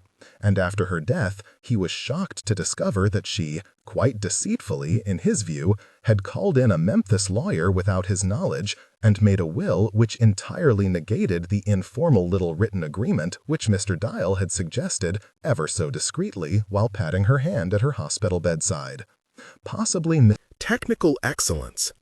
Dial would not have purchased Miss Annie Mary's house after her death, for it was not especially cheap, had he not accustomed himself, during her final illness, to considering it his own. After cutting the upstairs and downstairs into 2 different apartments and chopping down the pecan trees and rose bushes, for trees and shrubberies meant maintenance dollars, he rented the first floor almost immediately to a couple of Mormon missionary boys. That was nearly 10 years ago, and still the Mormons had it. This, despite their mission's stark failure in all that time to convert even one citizen of Alexandria to their wife-swapping Utah Jesus. The Mormon boys believed that everyone who wasn't a Mormon was going to hell. "Y'all sure are gonna rattle around up there," Mr. Dial liked to chortle whenever he went around on the first of the month to collect the rent. It was a little joke he had with them. But they were clean-cut, polite boys and would not come right out and say the word hell unless pressed. They also abstained from alcohol and all tobacco products and paid their bills on time. More problematic was the upper apartment. As Mr. Dial balked at the expense of installing a second kitchen, the place was almost impossible to get rid of, short of renting to blacks. In 10 years, the upper story had housed a photography studio, a Girl Scout headquarters, a nursery school, a trophy showroom, and a large family of Eastern Europeans who, as soon as Mr. Dial's back was turned, moved in all their friends and relations and nearly burnt down the whole building with a hot plate. It was in this upper apartment that Eugene Ratliff now stood, in the front room, where the linoleum and wallpaper were still badly scorched from the incident with the hot plate. He was running a nervous hand over his hair, which he wore greased back in the vanished hoodlum style of his teen years, and gazing out the window at his retarded baby brother, who had just left the apartment and was pestering some black-headed child out on the street. On the floor behind him were a dozen dynamite boxes filled with poisonous snakes, timber rattlers, canebrake rattlers, Eastern Dynamax, cottonmouths, and, in a box by itself, a single king cobra, all the way from India. Against the wall, covering a burn spot, was a hand-lettered sign which Eugene had painted himself, and which his landlord, Mr. Dial, had made him take out of the front yard. With the good Lord's help, upholding and spreading the Protestant religion and enforcement of all our civil laws. Mr. Bootlegger, Mr. Pusher, Mr. Gambler, Mr. Communist, Mr. Homewrecker, and all lawbreakers, the Lord Jesus has your number.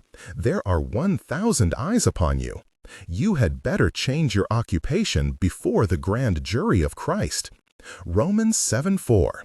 This ministry stands strictly for clean living and the sanctity of our homes. Beneath this was a decal of an American flag and the following: "The Jews and its municipalities, which are the Antichrist, have stolen our oil and our properties." Revelations 18:3. Rev 18:11-15. Jesus will unite. Rev 19:17. Eugene's visitor, a wiry, staring-eyed young man of 22 or 23, with a loose-limbed country manner and ears that stood out from his head, joined Eugene at the window. He'd done his best to slick back his short, cowlicked hair, but it still stood up in unruly tufts all over his head. "It's the innocents such as him for who Christ shedded his blood," he remarked. His smile was the frozen smile of the fanatical blessed, radiating either hope or idiocy, depending on how you looked at it. "Praise God," said Eugene, rather mechanically. Eugene found snakes unpleasant, whether they were poisonous or not, but for some reason he had assumed these on the floor behind him had been milked of venom or otherwise rendered harmless. Else, how did hill preachers like his visitor kiss these rattlers on the lips and stuff them down their shirt fronts and pitch them back and forth across the length of their tin-roofed churches as they were said to do? Eugene himself had never seen snakes handled during a religious service, and, indeed, snake handling was rare enough even high in the coal mining country of Kentucky, where the visitor hailed from. He had, however, seen plenty of churchgoers babbling in tongues, knocked flat on the floor, and twitching in fits. He had seen devils cast out, with a smack of the palm to the sufferer's forehead, unclean spit coughed up in gobs of bloody spit. He had witnessed the laying on of hands, which made the lame to walk and the blind to see. And one evening at a riverside Pentecostal service near Pickens, Mississippi, he had seen a black preacher named Cecil Dale McAllister raise a fat woman in a green pantsuit from the dead. Eugene accepted the legitimacy of such phenomena, much as he and his brothers accepted the pageantry and feuds of World Federation professional wrestling, not caring much if some of the matches were fixed. Certainly, many of those who performed wonders in his name were fakes. Legions of the shady and deceitful stood constantly on the lookout for new ways to rook their fellow man, and Jesus himself had spoken against them. But even if only 5% of the purported miracles of Christ Eugene had witnessed were genuine, was not that 5% miracle enough? The devotion with which Eugene regarded his Maker was vocal, unwavering, and driven by terror. There was no question of Christ's power to lift the burden of the imprisoned, the oppressed and oppressive, the drunk, the bitter, the sorry. But the loyalty he demanded was absolute, for his engines of retribution were swifter than his engines of mercy. Eugene was a minister of the word, though affiliated with no church in particular. He preached to all who had ears to hear him, just as the prophets and John the Baptist had done. Though Eugene was rich in faith, the Lord had not seen fit to bless him with charisma or oratorical skill, and sometimes the obstacles he struggled against, even in the bosom of his family, seemed insurmountable. Being forced to preach the word in abandoned warehouses and by the side of the highway was to labor without rest among the wicked of the earth. The hill preacher was not Eugene's idea. His brothers, Farish and Danny, had arranged the visit to help your ministry, with enough whispering and winking and low talking in the kitchen to make Eugene suspicious. Never before had Eugene laid eyes upon the visitor. His name was Loyal Reese, and he was the baby brother of Dolphus Reese, a mean Kentucky operator who had worked as a trustee alongside Eugene in the laundry room at Parchman Penitentiary while Eugene and Farish were serving time for 2 counts of grand theft auto in the late 1960s. Dolphus was never getting out. He was in for life plus 99 on racketeering and 2 counts of first-degree murder, which he claimed he wasn't guilty of and had been set up for.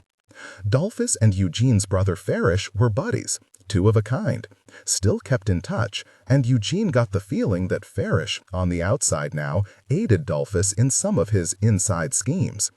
Dolphus was 6'6", could drive a car like Junior Johnson, and kill a man with his bare hands, he said, in half a dozen ways.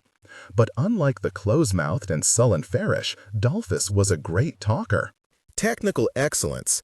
He was the lost black sheep in a family of holiness preachers for 3 generations back. And Eugene had loved to hear Dolphus tell over the roar of the great industrial washing machines in the prison laundry tales of his boyhood in Kentucky, singing on the street corners of mountain coal towns in Christmas snowstorms, traveling around in the rattle-trap school bus from which his father operated his ministry, and which the whole family lived in for months at a time, eating potted meat from the can, sleeping on corn shucks piled in the back, the caged rattlesnakes whispering at their feet, driving town to town 1 step ahead of the law, brush arbor revivals and midnight prayer meetings lit by gasoline torches, all 6 children clapping and dancing to tambourines and the strumming of their mother's Sears Roebuck guitar, as their father gulped strychnine out of a mason jar, wove rattlesnakes around his arms, his neck around his waist in a living belt, their scaly bodies weaving upwards in time with the music, as if to climb on the air, as he preached in tongues, stamping, shaking from head to foot, chanting all the while about the might of the living God, his signs and wonders, and the terror and joy of his awful, awful love. The visitor, Loyal Reese, was the baby of the family, the baby Eugene had heard tell of in the prison laundry, laid to rest as a newborn amongst the rattlers. He had been handling serpents since he was 12 years old. He looked as innocent as a calf, with his big country ears and his slicked-back hair, beatitude shining glassily from his brown eyes. As far as Eugene knew, none of Dolphus's family, apart from Dolphus, had ever been in trouble with the law for any reason other than their peculiar religious practices. But Eugene was convinced that his own sniggering and malicious brothers, involved in narcotics, both of them, had some ulterior motive in arranging this visit of Dolphus's youngest sibling, some motive, that is, apart from Eugene's inconvenience and distress. His brothers were lazy, and as much as they loved to annoy Eugene, calling young Reese down here with all his reptiles was too much effort for a practical joke. As for young Reese himself, with his big ears and his bad skin, he seemed wholly unsuspicious, lighted violently by hope and his calling, and only slightly puzzled by the cautious welcome Eugene had offered him. From the window, Eugene watched his baby brother Curtis galumping off down the street. He had not asked for the visitor, and felt confused about how to deal with the reptiles caged and hissing around the mission. He'd envisioned them locked in a car trunk or a barn somewhere, not residing as guests in his own quarters. Eugene had stood dumbfounded as box after tarp-draped box was dragged laboriously up the stairs. "How come you didn't tell me these things didn't have the poison took out of them?" he said abruptly. Dolphus's little brother seemed astonished. "That's not in accordance with the scripture," he said. His hill country twang was as sharp as Dolphus, but without the wryness, the gamesome cordiality. "Workin' with the signs, we work with the serpent as God made him." Eugene said curtly, "I could have got bit." "Not if you had the anointing of God, my brother." He turned from the window, full face, and Eugene flinched slightly at the bright impact of his gaze. "Read the Acts of the Prophets, my brother, the Gospel according to Mark. It's comin', a victory against the devil here in the last days, just like it was told in the Bible times. And these signs shall follow them that believe. They shall take up serpents, and if they drink any deadly thing. These animals are dangerous. His hand hath made the serpent, brother, just as it made the little lamb." Eugene did not reply. He had invited trustful Curtis to wait with him at the apartment for young Reese's arrival, because Curtis was such a valorous puppy-stricken, bumbling uselessly to the defense when he believed his loved ones hurt or in danger. Eugene had thought to scare him by pretending to be bitten. But the joke had been on Eugene. Now he felt ashamed of the trick he had tried to pull, especially since Curtis had reacted with great sympathy to Eugene's shriek of terror when the rattlesnake coiled and struck the screen, spraying poison all over Eugene's hand, stroking Eugene's arm, inquiring solicitously, "Bite? Bite? The mark upon your face, my brother. What about it?" Eugene was well aware of the gruesome red burn scar running down his face, and felt no need for strangers to call it to his attention. "Is it not from being took in the signs?" "Accident," Eugene said curtly. The injury had resulted from a concoction of lye and Crisco shortening known in prison parlance as Angola cold cream. A vicious little trick bag named Weems from Cascilla, Mississippi, in for aggravated assault, had thrown it in Eugene's face in a dispute over a pack of cigarettes. It was while Eugene was recovering from this burn that the Lord had appeared to Eugene in the dark of the night and informed him of his mission in the world, and Eugene had come out of the infirmary with his sight restored and all set to forgive his persecutor. But Weems was dead. Another disgruntled prisoner had cut Weems' throat with a razor blade melted into the end of a toothbrush, an act which only strengthened Eugene's new faith in the mighty turbines of Providence. "We all of us who love him," said Loyal, "bear his mark." And he held out his hands, pocked and hatched with scar tissue. One finger, spotted with black, was horribly bulbed at the tip, and another cut short to a nub. "Here's the thing," Loyal said. "We gotta be willin' to die for him like he was willin' to die for us. And when we take up the deadly serpent and handle it in his name, we show our love for him just as he's shown it for you and me." Eugene was touched. Obviously the boy was sincere, no sideshow performer, but a man who lived his beliefs, who offered up his life to Christ like the martyrs of old. But just then they were disturbed very suddenly by a knock at the door, a series of quick, jaunty little raps. Tap, tap, tap, tap. Eugene tossed his chin at the visitor. Their gazes parted. For several moments all was stillness, except their breath, and the dry, whispery rattle from the dynamite crates, a hideous noise, so delicate that Eugene had not been aware of it before. Tap, tap, tap, tap. Again came the knock, prissy and self-important. Roy Dial had to be. Eugene was paid up on the rent, but Dial, a born landlord, drawn irresistibly to meddle, often came snooping around on one pretext or another. Young Reese laid a hand on Eugene's arm. "They's a sheriff in Franklin County got a warrant on me," he said in Eugene's ear. His breath smelled like hay. "My daddy and 5 others was arrested down there night before last for breach of the peace." Eugene held up a palm to reassure him, but then Mr. Dial gave the doorknob a ferocious rattle. "Hello? Anybody home?" Tap, tap, tap, tap. A moment of silence, and then, to his horror, Eugene heard a stealthy key turning in the lock. He bolted to the back room, just in time to see the chain lock catch the door in the act of easing open. "Eugene?" The doorknob rattled. "Is somebody in there?"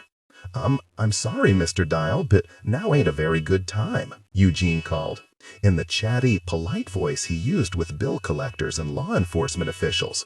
"Eugene! Hello there, bud. Listen, I understand what you're saying, but I'd appreciate it if we could have a word." The nose of a black wingtip shoe slid into the door crack. "Okie dokie." Half a second.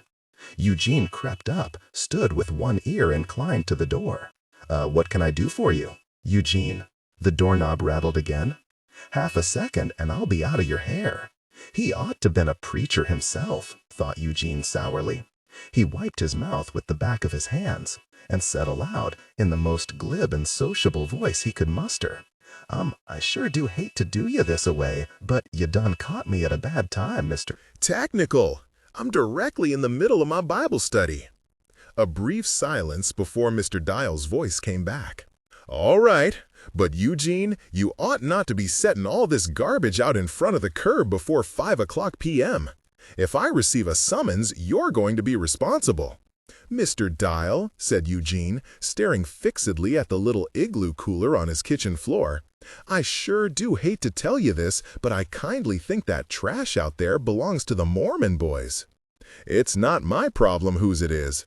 The sanitation department doesn't want it out here before 5. Eugene glanced at his wristwatch.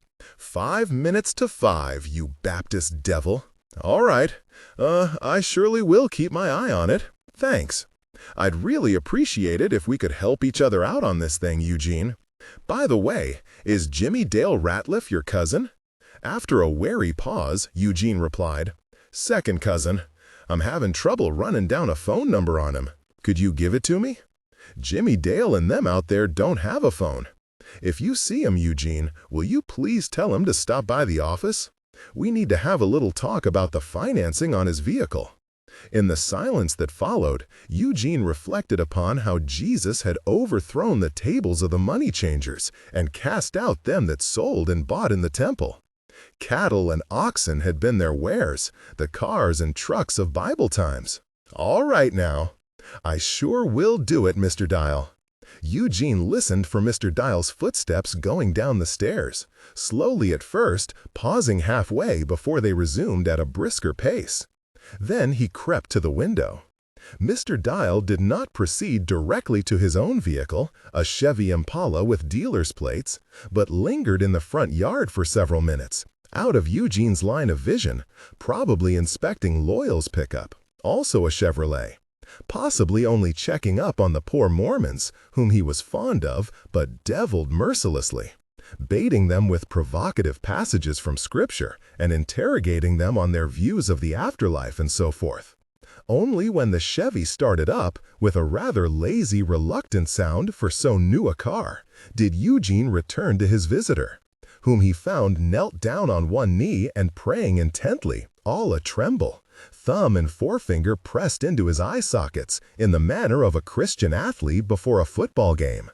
Eugene was uncomfortable, reluctant either to disturb his guest or join him. Quietly, he went back to the front room and retrieved from his little igloo cooler a warm, sweaty wedge of hoop cheese, purchased only that morning, never far from his thoughts since he bought it, and cut himself a greedy chunk with his pocket knife. Without crackers, he gobbled it down, his shoulders hunched and his back to the open door of the room where his guest still knelt amongst the dynamite boxes, and wondered why it had never occurred to him to put curtains up in the mission. Never before had it seemed necessary, since he was on the second story, and though his own yard was bare, trees in other yards occluded the view from neighboring windows. Still, a little extra privacy would be wise while the snakes were in his custody. Ida Rue poked her head through the door of Harriet's room, her arms full of fresh towels. "You ain't cutting pictures from that book, are you?" she said, eyeing a pair of scissors on the rug. "No, ma'am," said Harriet. Faintly through the open window drifted the whir of chainsaws, trees toppling one by one. Expansion was all the deacons thought about at the Baptist church. New rec rooms, new parking lot, a new youth center. Soon there would be no tree left on the block. "I'd better not catch you doing any such." "Yes, ma'am." "What them scissors out for, then?" Belligerently, she nodded at them. "You put them up," she said, "this minute." Harriet obediently went to her bureau and put the scissors in the drawer and closed it. Ida sniffed and trundled off. Harriet sat down on the foot of her bed and waited, and as soon as Ida was out of earshot, she opened the drawer and got the scissors out again. Harriet had 7 yearbooks for Alexandria Academy, starting with 1st grade. Pemberton had graduated 2 years before. Page by page, she turned through his senior yearbook, studying every photograph. There was Pemberton all over the place, in group pictures of the tennis and golf teams, in plaid pants, slumped at a table in the study hall, in black tie, standing in front of a glittery backdrop swagged with white bunting, along with the rest of the homecoming court. His forehead was shiny, and his face glowed a fierce, happy red. He looked drunk. Diane Lavitt, Lisa Lavitt's big sister, had a gloved hand through his elbow, and though she was smiling, she looked a little stunned that Angie Stanhope and not her had just been announced homecoming queen. And then the senior portraits. Tuxedos, pimples, pearls. Big-jawed country girls looking awkward in the photographer's drape. Twinkly Angie Stanhope, who'd won everything that year, who'd married right out of high school, who now looked so pasty and faded and thick about the waist when Harriet saw her in the grocery store. But there was no sign of Danny Ratliff. Had he failed? Dropped out? She turned the page to baby pictures of the graduating seniors. Diane Lavitt talking on a play plastic telephone, scowling Pem in a soggy diaper, swaggering about a toy pool, and with a shock found herself looking down at a photo of her dead brother. Yes, Robin. There he was opposite, on a page to himself, frail and freckled and glad, wearing a huge straw hat that looked as if it might belong to Chester. He was laughing, not as if he was laughing at something funny, but in a sweet way, as if he loved the person who was holding the camera. "Robin, we miss you," read the caption. And underneath, his graduating classmates had all signed their names. For a long time, she studied the picture. She would never know what Robin's voice had sounded like, but she had loved his face all her life, and had followed its modulations tenderly through a fading trail of snapshots. Random moments, miracles of ordinary light. What would he have looked like, grown up? There was no way of knowing. To judge from his photograph, Pemberton had been a very ugly baby, broad-shouldered and bow-legged, with no neck, and no indication at all that he would grow up to be handsome. There was no Danny Ratliff in Pem's class for the previous year, though there was Pem again as Jolly Jr., but running her finger down the alphabetized list of the class behind Pemberton's, suddenly she landed on his name, Danny Ratliff. Her eye jumped to the column opposite. Instead of a photograph, there was only a spiky cartoon of a teenager with his elbows on a table, poring over a piece of paper that said, "Exam Cheat Sheet." Below the drawing, jangly beatnik capitals read, "Too busy, photo not available." So he'd failed at least 1 year. Had he dropped out of school after the 10th grade? When she went back another year, she finally found him. A boy with thick bangs brushed low on his forehead, covering his eyebrows. Handsome, but in a threatening way, like a hoodlum pop star. He looked older than a 9th grader. His eyes were half hidden beneath the low fringe of hair, which gave him a mean, hooded look. His lips were insolently pursed, as if he was about to spit out a piece of gum or blow a raspberry. She studied the picture for a long time. Then, carefully, she scissored it out and tucked it in her orange notebook. "Harriet, get down here!" Ida's voice at the foot of the stairs. "Ma'am," called Harriet, hastening to finish. "Who been poking holes in this lunch bucket?" Hendley did not call that afternoon or that night. The next morning, which was raining, he didn't come by either, so Harriet decided to walk over to Edie's house to see if she had made breakfast. "A deacon?" said Edie. Technical excellence! Trying to turn a profit from a church outing of widows and retired ladies. She was dressed handsomely in khaki shirt and dungarees, for she was to spend the day working at the Confederate cemetery with the Garden Club. "Well," he said to me, lips pursed, mimicking Mr. Dial's voice, "but Greyhound would charge you $80.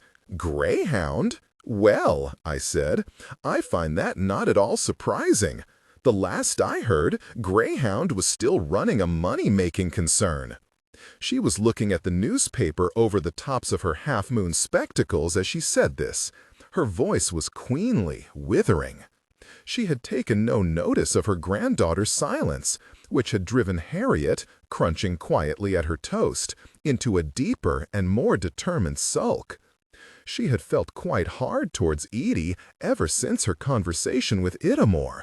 So, because Edie was always writing letters to congressmen and senators, getting up petitions, fighting to save this old landmark or that endangered species, was not Ida's welfare as important as whatever Mississippi waterfowl occupied Edie's energies so profoundly? "Of course, I didn't bring it up," said Edie, and sniffed an imperious sniff as if to say, "And he'd better be glad I didn't," as she picked up her paper and gave it a rattle. "But I never will forgive Roy Dial for the way he did Daddy on that last car he bought. Daddy got mixed up about things there at the last. He might as well have knocked Daddy on the pavement and stolen the money out of his pocket." Harriet realized that she was staring at the back door too pointedly and turned back to her breakfast. If Headley went to her house and she wasn't home, he came looking for her over here, and this was sometimes uncomfortable, since Edie loved nothing better than to tease Harriet about sweethearts and romance, humming infuriating little love songs under her breath. Harriet bore teasing of any sort very badly, but she could not endure being teased about boys. Edie pretended not to know this and drew back from the results of her handiwork, tears, denial, in theatrical astonishment. "Methinks the lady doth protest too much," she said, gaily, in a merry, mocking tone that Harriet loathed, or, more smugly, "You must really like that little boy if it upsets you so much to talk about him." "I think," said Edie, startling Harriet from these recollections, "I think they ought to give them a hot lunch at school, but they ought not to give the parents a dime." She was talking about a story in the newspaper. A little earlier, she'd been talking about the Panama Canal, how crazy it was to just give the thing away. "I guess I'll read the obituaries," she said. "That's what Daddy used to say. Guess I'd better go to the obituaries first and see if anybody I know has died." She turned to the back of the paper.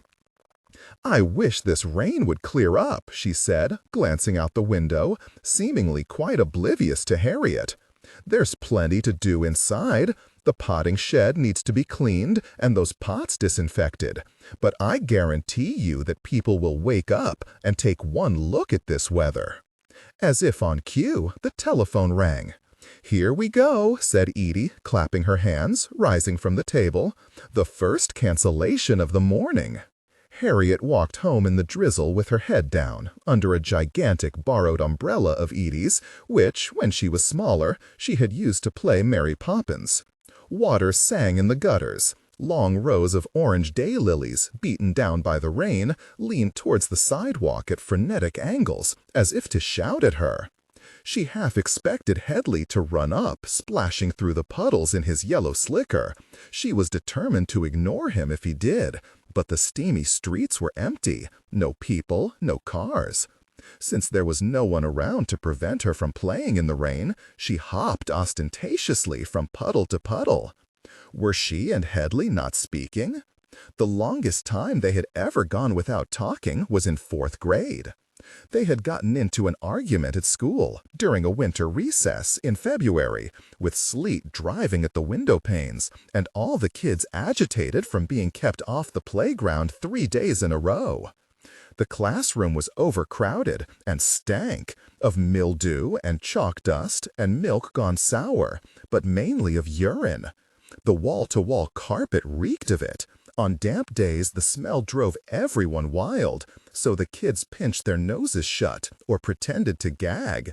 And even the teacher, Mrs. Miley, roamed the back part of the classroom with a can of Glade Floral Bouquet air freshener, which she sprayed in steady, relentless sweeps, even while she explained long division or gave dictation, so that a gentle deodorizing mist was perpetually settling about the heads of the children, and they went home smelling like commodes in a ladies' restroom. Mrs. Miley was not supposed to leave her class unsupervised, but she didn't enjoy the pea smell any more than the children, and often plodded across the hall to gossip with the fifth-grade teacher, Mrs. Rideout. She always picked a child to be in charge while she was gone, and on this occasion she had picked Harriet. Being left in charge was no fun. While Harriet stood by the door and watched for Mrs. Miley to come back, the other kids, who had nothing to worry about except getting to their seats in time, raced around the smelly, overheated room, laughing, whining, playing tag, and throwing checkers, thumping footballs of folded notebook taper into each other's faces. Headley and a boy named Greg DeLoach had been amusing themselves by attempting to hit Harriet in the back of the head with these thumped paper footballs as she stood watch. Both were unconcerned that she would tell. People were so afraid of Mrs. Miley that no one ever told. But Harriet was in a terrible mood because she needed to go to the bathroom and because she hated Greg DeLoach, who did things like picking his nose and eating the boogers. When Headley played with Greg, Greg's personality infected him like a disease. Together, they threw spitballs and shouted insults at Harriet and shrieked if she went anywhere near them. So when Mrs. Miley returned, Harriet told on Greg and Headley too, and for good measure, she added that Greg had called her a whore. In the past, Greg had indeed called Harriet a whore. Once he had even called her some mysterious name that sounded like whorehupper. But on this particular occasion, he hadn't called her anything worse than gross. Headley was made to memorize 50 extra vocabulary words, but Greg got the vocabulary words and 9 licks with the paddle, one for each letter in the words damn and whore, from tough old yellow-toothed Mrs. Kennedy, who was as big as a man, and did all the paddling at the elementary school. The main reason Headley was mad at Harriet for so long over this was because it took him 3 weeks to memorize the vocabulary words sufficiently to pass a written test. Harriet had reconciled herself stolidly, and without much pain, to life without Headley, which was life the way it always was, only lonelier. But 2 days after the test, there he was, at Harriet's back door, asking her to ride bikes.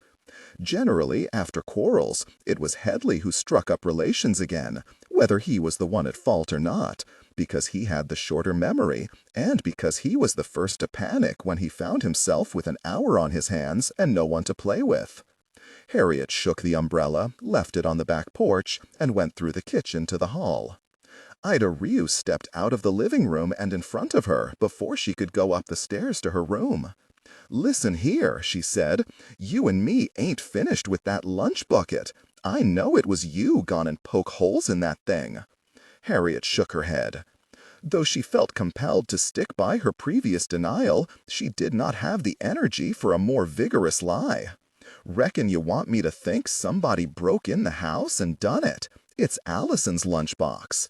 You know your sister ain't poke holes in that thing." Ida called up the stairs after her. You ain't fool me for 1 second. We're gonna turn it on. We're gonna bring you the power. Helly, blankly, sat cross-legged on the floor in front of the television with a half-eaten bowl of Giggle Pops in his lap and his Rock'em Sock'em robots, one robot unsprung, elbow dangling, shoved to the side. Beside them, face down, lay a G.I. Joe who'd been serving as referee. The electric company was an educational program, but at least it wasn't as dumb as Mr. Rogers. He ate another listless spoonful of the Giggle Pops. They were soggy now, and the dye had turned the milk green, but the mini marshmallows were still like aquarium gravel. His mother, a few minutes before, had run downstairs and popped her head into the family room to ask if he felt like helping her make some cookies. And he was angry when he remembered how little his scornful refusal had troubled her. "Okay," she'd replied, in all good cheer, "suit yourself." No, he would not give her the satisfaction of appearing interested. Cooking was for girls. If his mother really loved him, she would drive him to the bowling alley. He ate another spoon. "You ain't fool me for 1 second. We're gonna turn it on. We're gonna bring you to power."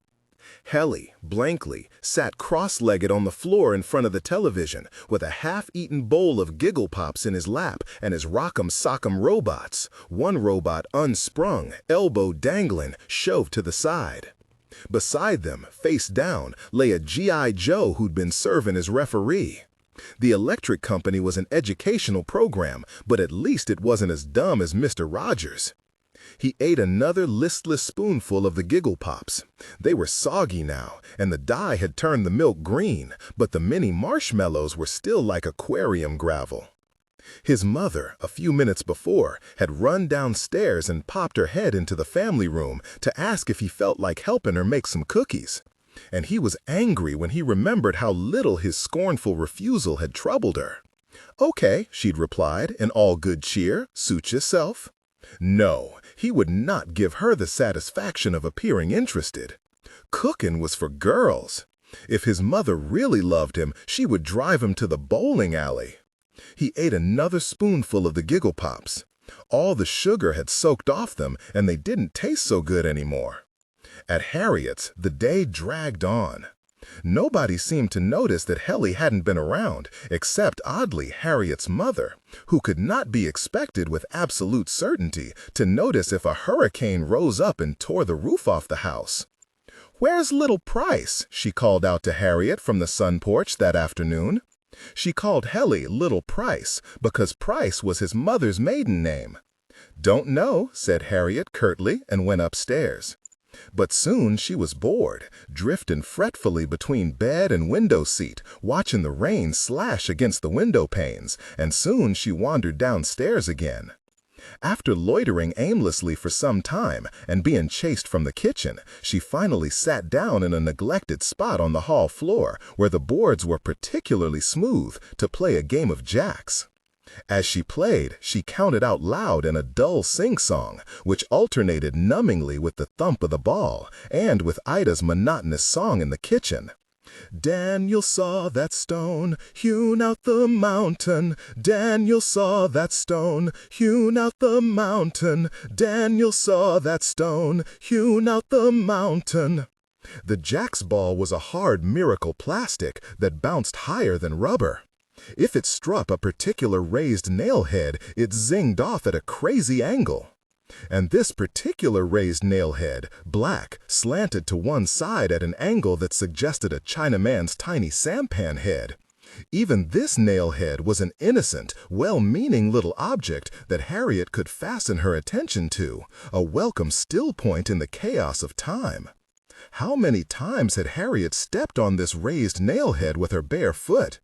It was bent over at the neck by the force of the hammer, not sharp enough to cut, though once when she was about 4 years old and sliding on her rear end down the hall floor, this nail had snagged and torn the seat of her underpants. Blue underpants, part of a matched set from the kitty corner, embroidered in pink script with the days of the week.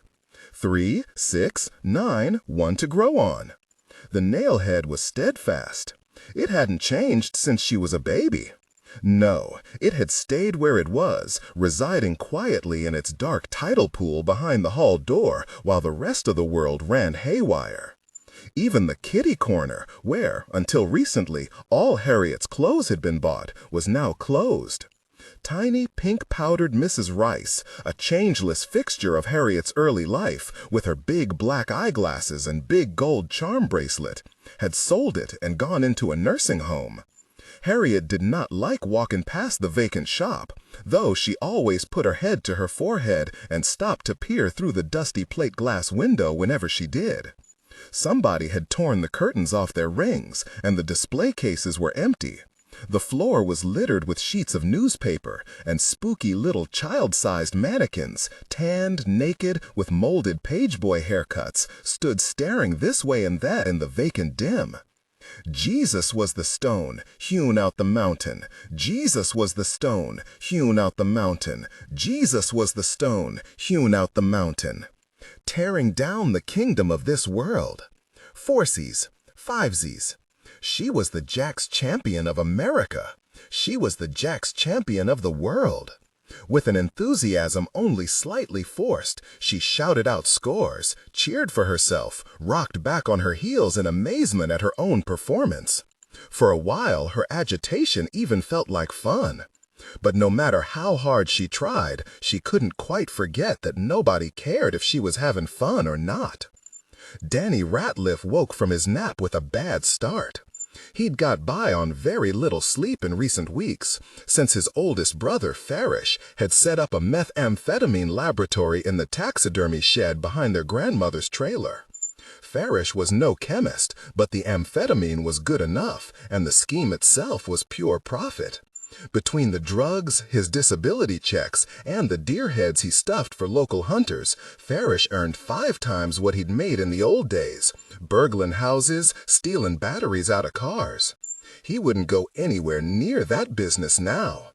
Ever since he'd got out of the mental hospital, Farish refused to use his considerable talents in any but an advisory capacity. Though he himself had taught his brothers everything they knew, he no longer joined them in their errands. He refused to listen to details of specific jobs, refused even to ride along in the car. Though he was vastly more gifted than his brothers in lockpicking, hot wiring, tactical reconnaissance, getaway, and nearly every aspect of the trade, this new hands-off policy was wiser for all in the end. For Farish was a master, and he was of more use at home than behind bars. The genius of the methamphetamine lab was that the taxidermy business, which Farish had run quite legitimately on and off for 20 years, gave him access to chemicals otherwise tricky to obtain. Moreover, the stink from the taxidermy operation went a long, long way towards masking the distinctive cat piss smell of the meth manufacture. The Ratliffs lived in the woods, a good distance from the road, but even so, the smell was a dead tip-off. And many a laboratory, said Farish, had been brought down by nosy neighbors or winds that blew the wrong direction, right into the window of a passing police car. The rain had stopped, the sun shone through the curtains. Danny closed his eyes against it and then rolled over with a shriek of bed springs and turned his face into his pillow. His trailer, one of 2 units behind the larger mobile home where his grandmother lived, was 50 yards from the methamphetamine lab. But between the meth and the heat and the taxidermy, the stink traveled, and Danny was sick of it nearly to vomiting. Part cat piss, part formaldehyde, part rot and death. It had penetrated nearly everything, clothes and furniture, water and air, his grandmother's plastic cups and dishes. His brother smelled so strongly of it, you could hardly stand within 6 feet of him. And once or twice, Danny had been horrified to detect a whiff of it in his own sweat. He lay stiff, heart pounding. For several weeks, he'd been cranked up pretty much non-stop. No sleep except a jerky catnap now and then. Blue sky, fast music on the radio, long, speedy nights that skimmed on and on towards some imaginary vanishing point, while he kept his foot hard to the gas and sped right through them, one after the other, dark after light after dark again, like skimming through summer rainstorms on a long, flat stretch of highway. It wasn't about going anyplace, just about going fast. Some people, not Danny, ran so fast and far and ragged that one too many black mornings grinding their teeth and listening to the birdies tweet before sunup and snap, bye-bye. Technical excellence, permanently ripped, wild-eyed and flapping and twisting every which way, convinced that maggots were eating their bone marrow, that their girlfriends were cheating on them, and the government was watching them through the television set, and the dogs were barking out messages in Morse code. Danny had seen one emaciated freak, Casey Rockingham, now deceased, jabbing at himself with a sewing needle until his arms looked as if they'd been plunged to the elbow in a deep fryer. Miniature hookworms were burrowing into his skin, he said. Over 2 long weeks, in a state close to triumph, he'd sat in front of the television 24 hours a day and pried the flesh off his forearms, shouting, "Gotcha!" and "Ha-ha!" at the imaginary vermin. Farish had come close to that shrieking frequency a time or two, one bad incident in particular, swinging a poker and screaming about John F. Kennedy, and it wasn't anywhere that Danny was ever going to be. No, he was fine, just dandy, only sweating like a tiger, too hot and a little edgy. A tick fluttered in his eyelid. Noises, even tiny ones, were starting to jerk on his nerves, but mostly he was hammered down from having the same nightmare on and off for a week now. It seemed to hover for him, waiting for him to drop off. As he lay on his bed, sliding uneasily into sleep, it pounced and grabbed him by the ankles and towed him down with sickening speed. He rolled on his back and stared up at the swimsuit poster taped to the ceiling. Like a nasty hangover, the vapors of the dream still pressed in on him, low and poisonous. Terrible as it was, he could never quite remember the details when he woke up. No people or situations, although there was always at least one other person, but only the astonishment of being sucked into a blind, breathless emptiness. Struggles, dark wing beats, terror. It wouldn't sound so bad to tell about, but if he'd ever had a worse dream, he couldn't remember what it was. Black flies were clustered on the half-eaten donut, his lunch, that lay on the card table beside his bed. They rose in a hum when Danny stood and darted crazily for several moments before they settled on the donut again. Now that his brothers Mike and Ricky Lee were in jail for the time being, Danny had the trailer to himself. But it was old and had low ceilings, and, though Danny kept it scrupulously clean, windows washed, never a dirty dish, still it was shabby and cramped. Back and forth droned the electric fan, stirring the flimsy curtains as it passed. From the breast pocket of his denim shirt, slung over a chair, he retrieved a snuff tin which contained not snuff, but an ounce of powdered methamphetamine. He did a good-sized bump off the back of his hand. The burn felt so sweet, hitting the back of his throat just so that his eyes misted. Almost instantly, the taint lifted. Colors clearer, nerves stronger, life not so bad again. Quickly, with trembling hands, he tapped himself out another bump before the jump-start from the first kicked in all the way. Ah yes, a week in the country, rainbows and twinkles. Suddenly he felt bright, well-rested, on top of the situation. Danny made his bed, tight as a drum, emptied the ashtray and washed it out in the sink, threw away the Coke can and the remnants of the donut. On the card table was a half-worked jigsaw puzzle, pallid nature scene, winter trees and waterfall, which had been his entertainment for many a speedy rite. Should he work on that for a while? Yes, the puzzle. But then his attention was arrested by the electrical cord situation. Electrical cords were tangled around the fan, climbing up the walls, running all over the room. Clock radio, television, toaster, the whole bit. He batted a fly from around his head. Maybe he should take care of the cords, organize them a little bit. From the distant television in his grandmother's quarters, an announcer's voice from World Wrestling Federation cut through the fog, distinct. Dr. Death is flying off the handle. "Get off of me," Danny found himself shouting. Before he was aware of doing it, he'd smacked 2 flies dead and was examining the smears across the brim of his cowboy hat. He didn't remember picking the hat up, didn't even remember it being in the room. "Where did you come from?" he said to it. Freaky. The flies, agitated now, were zinging all around his head, but it was the hat that concerned Danny at the moment. Why was it inside? He'd left it in the car, he was sure of it. He tossed it on the bed. Suddenly, he didn't want the thing touching him, and there was something about its jaunty angle, lying there on the neatly turned covers all by itself, that gave him the willies. Fuck it, thought Danny. He popped his neck, tugged on his jeans, and stepped outside. He found his brother Farish reclining in an aluminum lounge chair in front of their grandmother's mobile home, scraping the dirt from beneath his fingernails with a pocket knife. About him were strewn various cast-off distractions, a whetstone, a screwdriver and a partially disassembled transistor radio, a paperback book with a swastika on the cover. In the dirt amongst all this sat their youngest brother, Curtis, with his stumpy legs splayed out in a V in front of him, cuddling a dirty, wet kitten to his cheek and humming. Danny's mother had Curtis when she was 46 years old and a bad drunk, but though their father, a drunk himself, also deceased, loudly bemoaned the birth, Curtis was a sweet creature who loved cake, harmonica music, and Christmas, and, apart from being clumsy and slow, had no fault in the world other than he was slightly deaf and liked to listen to the television turned up a little too loud. Farish, jaw clenched, nodded at Danny and did not look up. He was good and wired himself. His brown jumpsuit, a United Parcel uniform with a hole in the chest where the label was cut off, was unzipped nearly to the waist, exposing a thatch of black chest hair. Winter or summer, Farish wore no clothing but these brown uniforms, except if he had to go to court or to a funeral. He bought them second-hand by the dozen from the parcel service. Years before, Farish had actually been employed by the post office, though not in a parcel truck but as a mail carrier.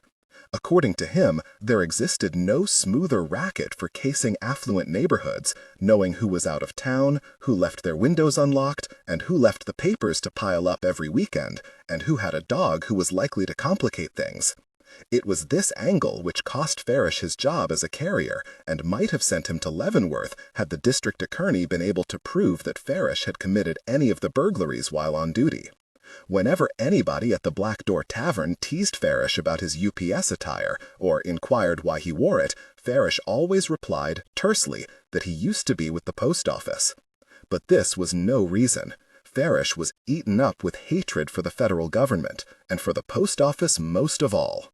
Danny suspected that the real reason Farish liked the jumpsuits was that he had gotten used to wearing a similar garment while in the mental hospital, another story. But this wasn't the sort of thing about which Danny or anyone else felt comfortable speaking to Farish. He was about to head over to the big trailer when Farish pulled the back of his lawn chair into an upright position and snapped the pocket knife shut.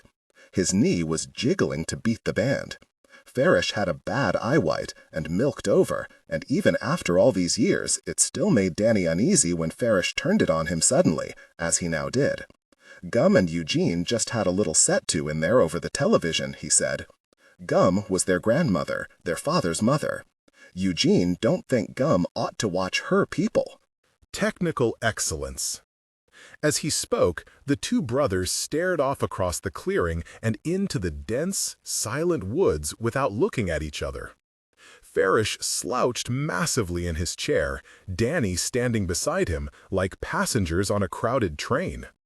My people was what their grandmother called her soap opera. Tall grass grew around a dead car. In the high weeds, a broken wheelbarrow wallowed belly up. Eugene says it ain't Christian. Huh, Farish said, and he slapped his knee with a whack that made Danny jump. Wrestling he don't think it's anything wrong with. Or football. What's so Christian about wrestling? Except for Curtis, who loved everything in the world, even bees and wasps and the leaves that fell from the trees, all the Ratliffs had an uneasy relationship with Eugene. He was the second brother. He'd been Farish's field marshal in the family business, which was larceny, after their father died. In this, he was dutiful, if not particularly energetic or inspired, but then, while in Parchment Penitentiary for Grand Theft Auto in the late 1960s, he had received a vision instructing him to go forth and exalt Jesus. Relations between Eugene and the rest of the family had been somewhat strained ever since. He refused to dirty his hands any longer with what he called the devil's work, though, as Gum often pointed out shrilly enough, he was happy enough to eat the food and live under the roof which the devil and his works provided. Eugene didn't care. He quoted scripture at them, bickered ceaselessly with his grandmother, and generally got on everybody's nerves. He had inherited their father's humorlessness, though not, thankfully, his violent temper. Even in the old days, back when Eugene had been stealing cars and staying out drunk all night, he'd never been much fun to be around. And though he didn't hold a grudge or nurse an insult and was fundamentally a decent guy, his proselytizing bored them all to death. "What's Eugene doing here anyway?" said Danny. "I thought he'd be down at the mission with Snake Boy." Farish laughed, a startling, high-pitched giggle. "I expect Eugene's going to leave it to Loyal while them snakes are in there."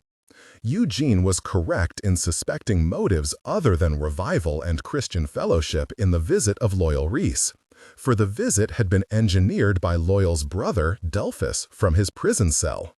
No shipments of amphetamine had gone out from Farish's lab since Delphus's old courier got picked up on an outstanding warrant back in February. Danny had offered to drive the drugs up to Kentucky himself, but Delphus didn't want anybody moving in on his distribution territory, a genuine worry for a man behind bars.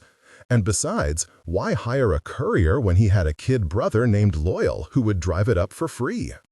Loyal, of course, was in the dark here, because Loyal was devout and would not cooperate knowingly with any such plans as Delphus had hatched in prison. He had a church homecoming to attend in East Tennessee. He was driving down to Alexandria as a favor to Delphus, whose old friend Farish had a brother, Eugene, who needed help getting started in the revival business. That was all Loyal knew. But when, in all innocence, Loyal drove back home to Kentucky, he would be carrying unawares, along with his reptiles, a number of securely wrapped bundles which Farish had concealed in the engine of his truck. "What I don't understand," said Danny, gazing off into the pine woods that pressed dark around their dusty little clearing, "is why do they handle the things in the first place? Don't they get bit?" "All the damn time." Farish jerked his head belligerently. "Go on in and ask Eugene. He'll sure tell you more than you wanted to know about it." His motorcycle boot was jittering away. If you mess with the snake and it don't bite you, that's a miracle. If you mess with it and it does bite you, that's a miracle too. Getting bit by a snake is no miracle. It is if you don't go to the doctor, just roll around on the floor calling out to Jesus. And you live? Well, what if you die? Another miracle, lifted up to heaven through getting took in the signs. Danny snorted. "Well, hell," he said, folding his arms across his chest. "If it's miracles everywhere, what's the point?" The sky was bright blue above the pine trees, reflecting blue in the puddles on the ground, and he felt high, fine, and 21. Maybe he would hop in his car and drive over to the Black Door. Maybe take a spin down to the reservoir. They'll find themselves a big old nest of miracles if they walk out in that brush and turn over a rock or two, said Farish sourly. Danny laughed and said, "Tell you what'll be the miracle is if Eugene handles a snake." There wasn't much to Eugene's preaching, which, for all Eugene's religious fervor, was strangely flat and wooden. Apart from Curtis, who galumped up front to get saved every time he went, he hadn't converted a soul as far as Danny knew. You ain't never going to see Eugene handle a snake if you asked me. Eugene won't put a worm on a fish hook. Say, Brother Farish, his gaze fixed upon the scrub pines across the clearing, nodded briskly as if to switch the subject. What you think of that big white rattlesnake done crawled up here yesterday? He meant the meth, the batch he'd just finished. Or, at least, Danny thought that's what he meant. Often it was hard to figure out what Farish was talking about, especially when he was wired or drunk. Say what? Farish glanced up at Danny, rather jerkily, and winked, a twitch of the eyelid, nearly imperceptible. "Not bad," Danny said warily, lifting his head in a way that felt easy and turning to look in the opposite direction. "Really smooth." Farish was apt to explode if anyone dared misunderstand him, even though most people had no idea what he was talking about half the time. Not bad. Farish's look could go either way, but then he shook his head. Pure powder. It'll throw you through the damn window. I like to lost my mind doctoring on that iodine-smelling product last week. Ran it through mineral spirits, ringworm medicine, what have ya. Stuff's still so sticky I can hardly pound it up my damn nose. Tell you one thing for damn sure, he chortled, falling back into his chair, clutching the arms as if readying for takeoff. A batch like this don't matter how you cut it. Suddenly he bolted upright and shouted, "I said get that thing off me!" A slap, a strangled cry. Danny jumped, and from the corner of his eye saw the kitten go flying. Curtis, his lumpy features scrunched together in a rictus of grief and fear, ground a fist into his eye and stumbled after it. It was the last of the litter. Farish's German shepherds had taken care of the rest. "I told him," said Farish, rising dangerously to his feet. "I told him and told him never to let that cat near me." "Right," said Danny, looking away. Nights were always too quiet at Harriet's house. The clocks ticked too loud. Beyond the low corona of light from the table lamps, the rooms grew gloomy and cavernous, and the high ceilings receded into what seemed endless shadow. In autumn and winter, when the sun went down at 5, it was worse. But being up and having no one but Allison for company was in some ways worse than being alone. She lay at the other end of the couch, her face ash blue in the glow of the television, her bare feet resting in Harriet's lap. Idly, Harriet stared down at Allison's feet, which were damp and ham-pink, oddly clean considering that Allison walked around barefoot all the time. No wonder Allison and Weenie had gotten on so well with each other. Weenie had been more human than cat, but Allison was more cat than human, padding around on her own and ignoring everybody most of the time, yet perfectly comfortable to curl up by Harriet if she felt like it and stick her feet in Harriet's lap without asking. Allison's feet were very heavy. Suddenly, violently, they twitched. Harriet glanced up and saw Allison's eyelids fluttering. She was dreaming. Quickly, Harriet seized her little toe and wrenched it backward, and Allison yelped and yanked her foot up to her body like a stork. "What are you dreaming about?" demanded Harriet. Allison read waffle patterns from the sofa stamped upon her cheek, turned her sleep-dulled eyes as if she didn't recognize her. "No, not quite," thought Harriet, observing her sister's confusion with keen, clinical detachment. "It's like she sees me and something else." Allison cupped both hands over her eyes. She lay there like that for a moment, very still, and then she stood. Her cheeks were puffy, her eyelids heavy and inscrutable. "You were dreaming," said Harriet, watching her closely. Allison yawned. Then, rubbing her eyes, she trudged towards the stairs, swaying sleepily as she walked. "Wait!" cried Harriet. "What were you dreaming? Tell me." "I can't." "What do you mean you can't? You mean you won't?" Allison turned and looked at her, strangely, Harriet thought. "I don't want it to come true," she said, starting upstairs. "Don't want what to come true?" "What I just dreamed." "What was it? Was it about Robin?" Allison stopped on the bottom step and looked back. "No," she said, "it was about you." "That was only 59 seconds," said Harriet, coldly over Pemberton's coughs and splutters. Pem grasped the side of the pool and wiped his eyes with his forearm. "Bullshit," he said, between gasps. He was marooned in the face, practically the color of Harriet's penny loafers. "You were counting too slow." Harriet, with a long, angry whoosh, blew out all the air in her lungs. She breathed deep and hard a dozen times until her head began to whirl, and at the top of the last breath she dove and kicked off. The way across was easy. On the return trip, through the chill blue tiger stripes of light, everything thickened and ground down to slow motions. Some kid's arm floating past, dreamy and corpse-white. Some kid's leg, tiny white bubbles clinging to the leg hair standing on end and rolling away with a slow, foamy kick. As her blood crashed hard in her temples and washed back, and crashed hard and washed back, and crashed again, like ocean waves pounding on the beach. Up above, hard to imagine it, life clattered on in brilliant color at high temperature and speed. Kids shouting, feet slapping on hot pavement, kids huddled with soggy towels around their shoulders and slurping on blue popsicles the color of pool water. Bomb pops, they were called. Bomb pops. They were the fad, the favorite treat that year. Shivering penguins on the cold case at the concession stand. Blue lips, blue tongues, shivers and chattering teeth, cold. She burst through the surface with a deafening crack, as if through a pane of glass. The water was shallow, but not quite shallow enough for her to stand in, and she hopped about on tiptoe, gasping, as Pemberton, who'd been observing with interest, hit the water smoothly and glided out to her.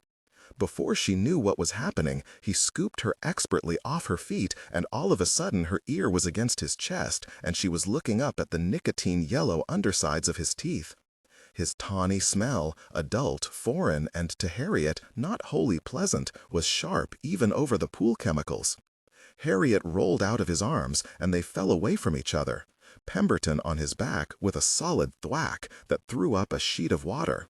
As Harriet splashed to the side and clambered up, rather ostentatiously, in her yellow and black striped bathing suit that, Libby said, made her look like a bumblebee. "What? Don't you like to be picked up?" His tone was lordly, affectionate, as if she was a kitten who'd scratched him. Harriet scowled and kicked a spray of water into his face. Pem ducked. "What's the matter?" he said, teasingly. He knew very well, irritatingly well, how handsome he was, with his superior smile and his marigold-colored hair streaming out behind him in the blue water, like the laughing merman in Edie's illustrated Tennyson. Who would be a merman bold, sitting alone, singing alone, under the sea, with a crown of gold? Pemberton let go her ankle and splashed her, lightly, then shook his head so that the drops flew. "Where's my money?" "What money?" said Harriet, startled. "I taught you how to hyperventilate, didn't I? Just like they tell scuba divers to do in those expensive courses." "Yes, but that's all you told me. I practice holding my breath every day." Pem drew back, looking pained. "I thought we had a deal, Harriet." "No, we don't," said Harriet, who couldn't bear to be teased. Pem laughed. "Forget it. I ought to be paying you for lessons." "Listen." He dipped his head in the water, then bobbed up again. "Is your sister still bummed out about that cat?" "I guess." "Why?" said Harriet, rather suspiciously. Pem's interest in Allison made no sense to her. "She ought to get a dog. Dogs can learn tricks, but you can't teach a cat to do anything. They don't give a shit. Neither does she." Pemberton laughed. "Well then, I think a puppy is just what she needs," he said. "There's a notice in the clubhouse about some chow chow puppies for sale." "She'd rather have a cat. Has she ever had a dog?" "No." "Well then, she doesn't know what she's missing." Cats look like they know what's going on, but all they do is sit around and stare. "Not Weenie. He was a genius." "Sure he was." "No, really. He understood every word we said. And he tried to talk to us. Allison worked with him all the time. He did the best he could, but his mouth was just too different, and the sounds didn't come out right." "I bet they didn't," said Pemberton, rolling over to float on his back. His eyes were the same bright blue as the pool water. "He did learn a few words." "Yeah? Like what?" "Like nose." "Nose? That's a weird word to teach him," said Pemberton idly, looking up at the sky, his yellow hair spread out like a fan on the surface of the water. She wanted to start with names of things she could point to, like Miss Sullivan with Helen Keller. She'd touch Weenie's nose and say, "Nose, that's your nose. You've got a nose." Then she'd touch her own nose, then his again, back and forth. She must not have had much to do. Well, she didn't really. They'd sit there all afternoon. And after a while, all Allison had to do was touch her nose, and Weenie would reach up like this with his paw and touch his own nose, and "I'm not kidding," she said, over Pemberton's loud derision. "No, really. He would make a weird little meow, like he was trying to say, 'nose.'" Pemberton rolled over on his stomach and resurfaced with a splash. "Come on, it's true. Ask Allison." Pem looked bored. "Just because he made a noise." "Yes, but it wasn't any old noise." She cleared her throat and tried to imitate the sound. "You don't expect me to believe that." "She has it on tape. Allison recorded a bunch of tapes of him. Most of it just sounds like plain old meows, but if you listen hard, you can really hear him saying a couple of words in there." "Harriet, you crack me up." "It's the truth. Ask Ida Rue." And he could tell time, too. Every afternoon at 2:45 on the dot, he scratched on the back door for Ida to let him out so he could meet Allison's bus. Pemberton bobbed under the water to slick his hair back, then pinched his nostrils shut and blew, noisily, to clear his ears. "How come Ida Rue doesn't like me?" he said cheerfully. "I don't know. She never has liked me. She was always mean to me when I came over to play with Robin, even when I was in kindergarten. She would pick a switch off one of those bushes you have out back there and chase my little ass all over the yard. She doesn't like Helly either." Pemberton sneezed and wiped his nose with the back of his hand. "What's going on with you and Helly anyway? Is he not your boyfriend anymore?" Harriet was horrified. "He never was my boyfriend." "That's not what he says." Harriet kept her mouth shut. Helly got provoked and shouted out things he didn't mean when Pemberton pulled this trick, but she wasn't going to fall for it. Helly's mother, Martha Price Hull, who had gone to high school with Harriet's mother, was notorious for spoiling her sons rotten. She adored them frantically and allowed them to do exactly as they pleased, never mind what their father had to say. And though it was too soon to tell with Helly, this indulgence was thought to be the reason why Pemberton had turned out so disappointingly. Her fond child-rearing methods were legend. Grandmothers and mothers-in-law always pulled out Martha Price and her boys as a cautionary example to doting young mothers, of the heavy grievance someday to fall if, for instance, one allowed one's child for 3 whole years to refuse all food but chocolate pie, as Pemberton had been famously permitted to do. From the ages of 4 to 7, Pemberton had eaten no food but chocolate pie. Moreover, it was stressed, grimly, a special kind of chocolate pie, which called for condensed milk and all sorts of costly ingredients, and which doting Martha Price had been forced to rise at 6 a.m. daily in order to bake.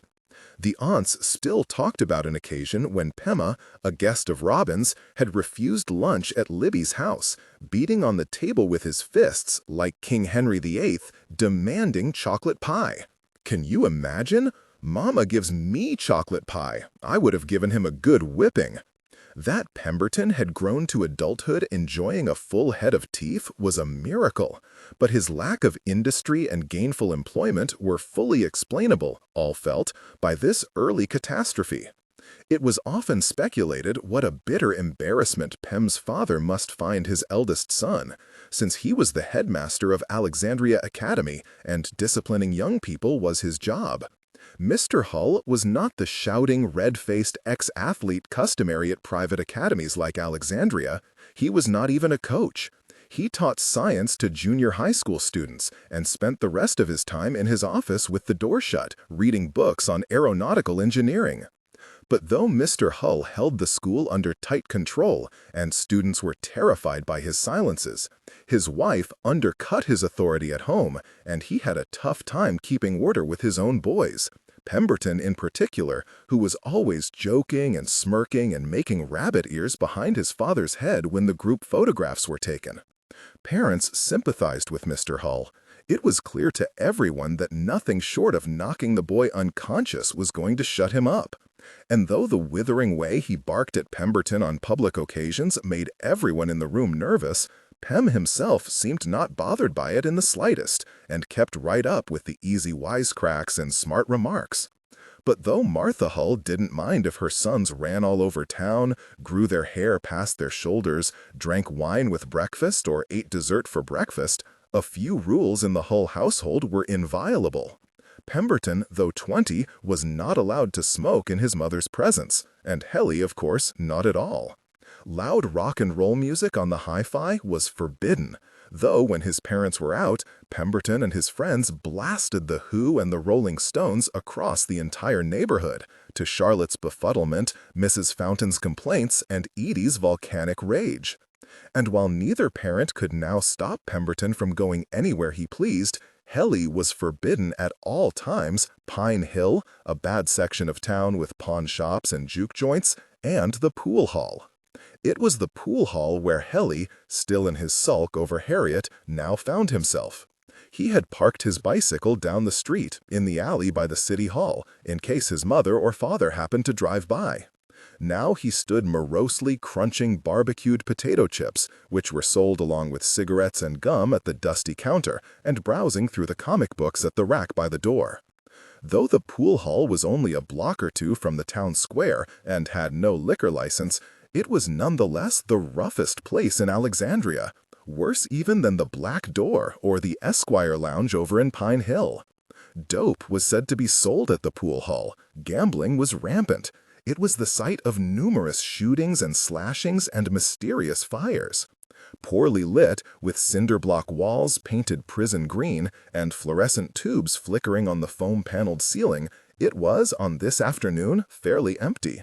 Of the 6 tables, only 2 were in use, and a couple of country boys with slicked hair and snap-front denim shirts played a subdued game of pinball in the back. Though the pool hall's mildewy, depraved atmosphere appealed to Helly's sense of desperation, he did not know how to play pool, and he was scared to loiter near the tables and watch. But he felt invigorated just to stand by the door, unnoticed, munching his barbecued potato chips and breathing the same perilous ozone of corruption. What drew Helly to the pool hall were the comic books. Their selection was the best in town. The drugstore carried Richie Rich and Betty and Veronica.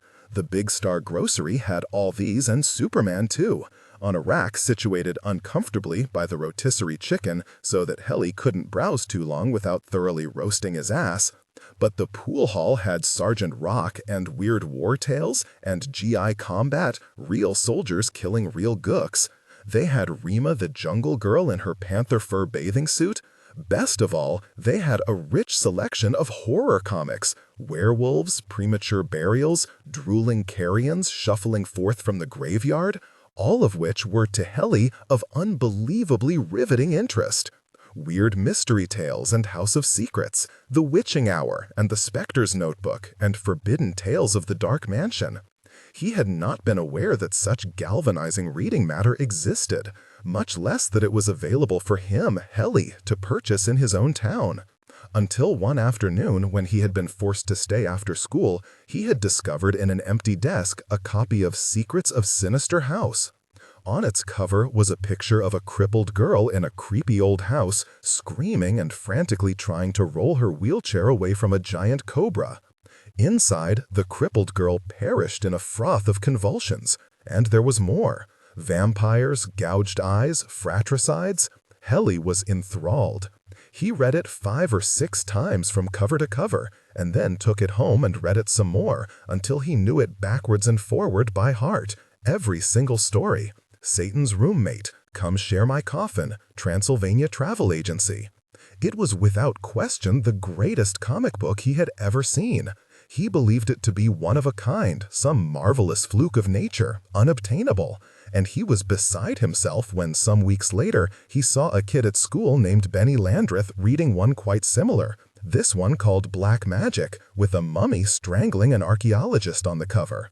He pleaded with Benny, who was a grade older and mean, to sell the comic to him. And then, when that didn't work, he offered to pay Benny $2 and then $3 if Benny would only let him look at the comic for a minute, just 1 minute. Go down to the pool hall and buy your own, Benny had said, rolling up the comic book and slapping Helly across the side of the head. That was 2 years ago. Now, horror comic books were all that got Helly through certain difficult stretches of life. Chickenpox, boring car trips, Camp Lake to Selby. Because of his limited funds and the strict interdiction against the pool hall, his expeditions to purchase them were infrequent, once a month perhaps, and much anticipated. The fat man at the cash register didn't seem to mind that Helly stood around the rack for so long. In fact, he hardly noticed Helly at all, which was just as well, as Helly sometimes stood studying the comics for hours in order to make the wisest possible selection. He had come up here to get his mind off Harriet, but he only had 35 cents after the potato chips, and the comic books were 20 cents each. Technical excellence. Half-heartedly, he leafed through a story in Dark Mansions called Demon at the Door. Argah! I have unleashed a loathsome evil to haunt this land until sunrise. But his eye kept straying to the Charles Atlas bodybuilding advertisement on the page opposite. Take a good, honest look at yourself. Do you have the dynamic tension that women admire? Or are you a skinny, scrawny, 97-pound, half-alive weakling? Hendley was not sure how much he weighed, but 97 pounds sounded like a lot. Glumly, he studied the before cartoon, a scarecrow basically, and wondered if he should send for the information or if it was a ripoff like the X-ray specs he'd ordered from an ad in Weird Mystery. The X-ray specs were advertised as enabling one to see through flesh and walls and women's clothing. They had cost $1.98 plus 35 cents for postage, and they had taken forever to arrive, and when they finally came, they were nothing more than a pair of plastic frames with 2 sets of cardboard inserts, one with a cartoon drawing of a hand through which you could see the bones, the other with a cartoon of a sexy secretary in a see-through dress with a black bikini underneath. A shadow fell over Hendley. He glanced up to see 2 figures with their backs half to him, who had drifted from the pool tables to the comic book rack to converse privately. Hendley recognized one of them, Catfish de Bienville, who was a slumlord, something of a local celebrity. He wore his rust-red hair in a giant afro and drove a custom Gran Torino with tinted windows.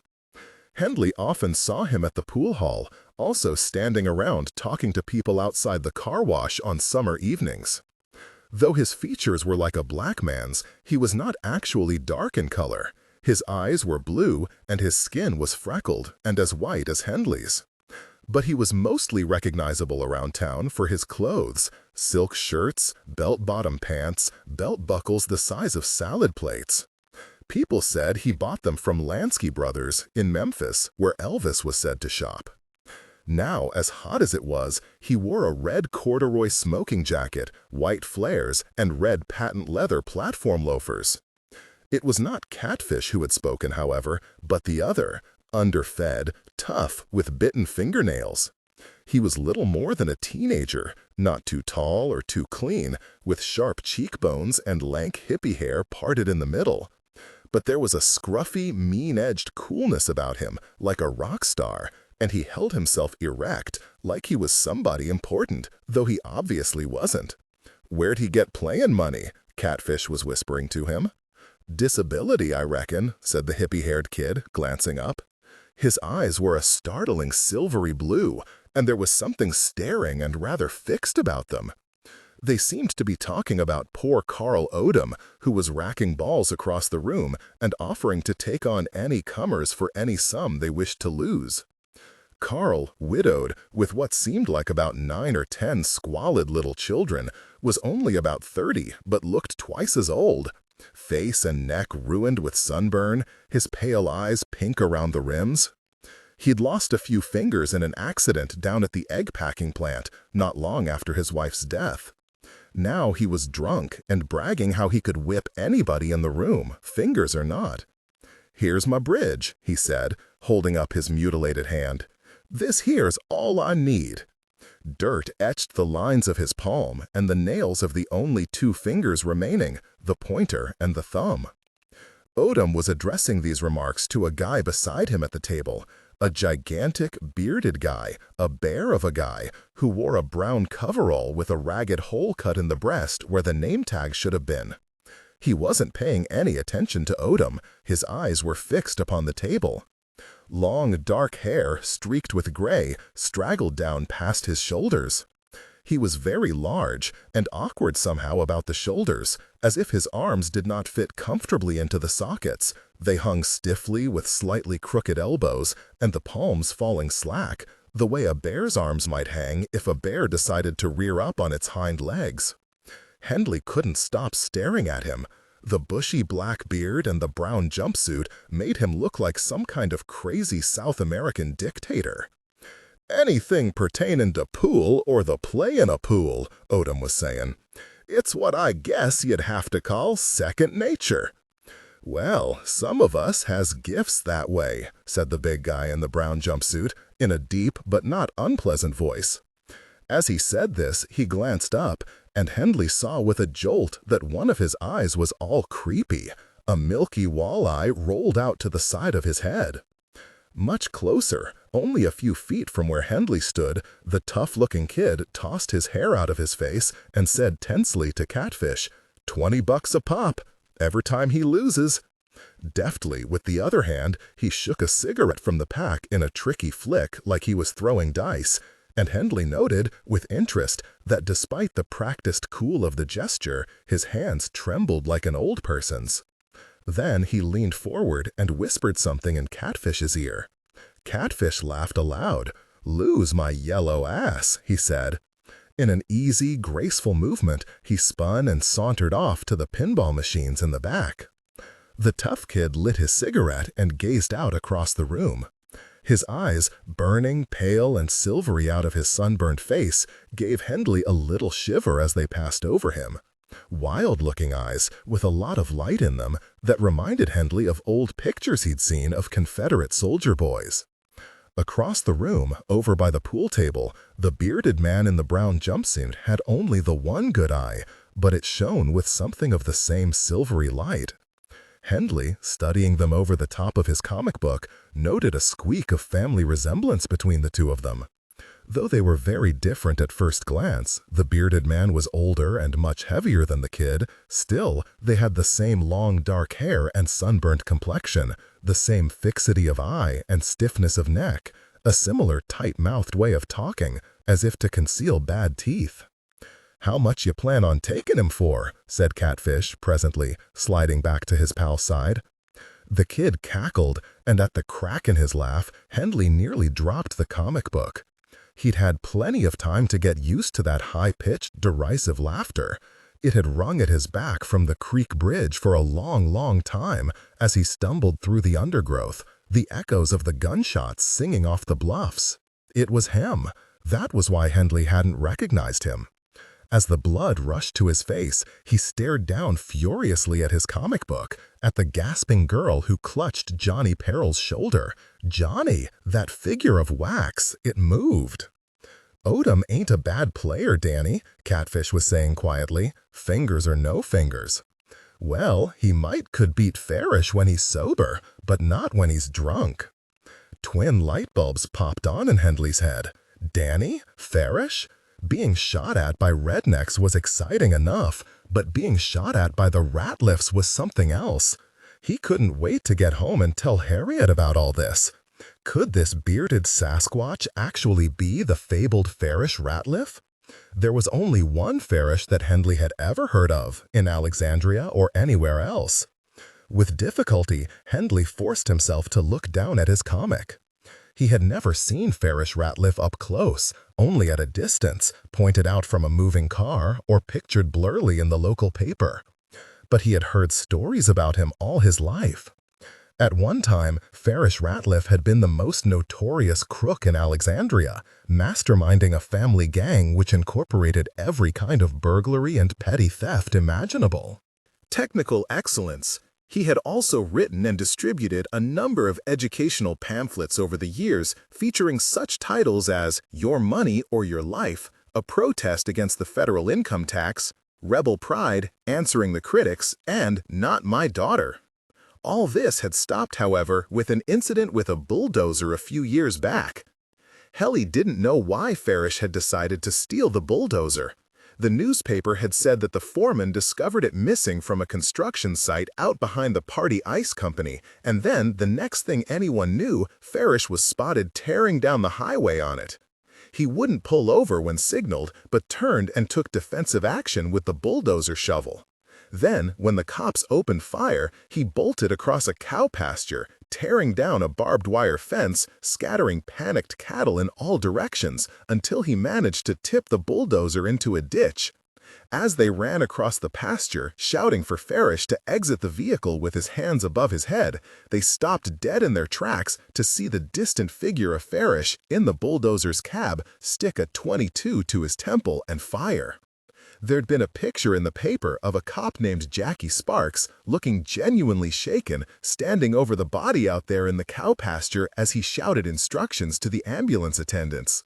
Though it was a mystery why Farish had stolen the bulldozer in the first place, the real mystery was why Farish had shot himself.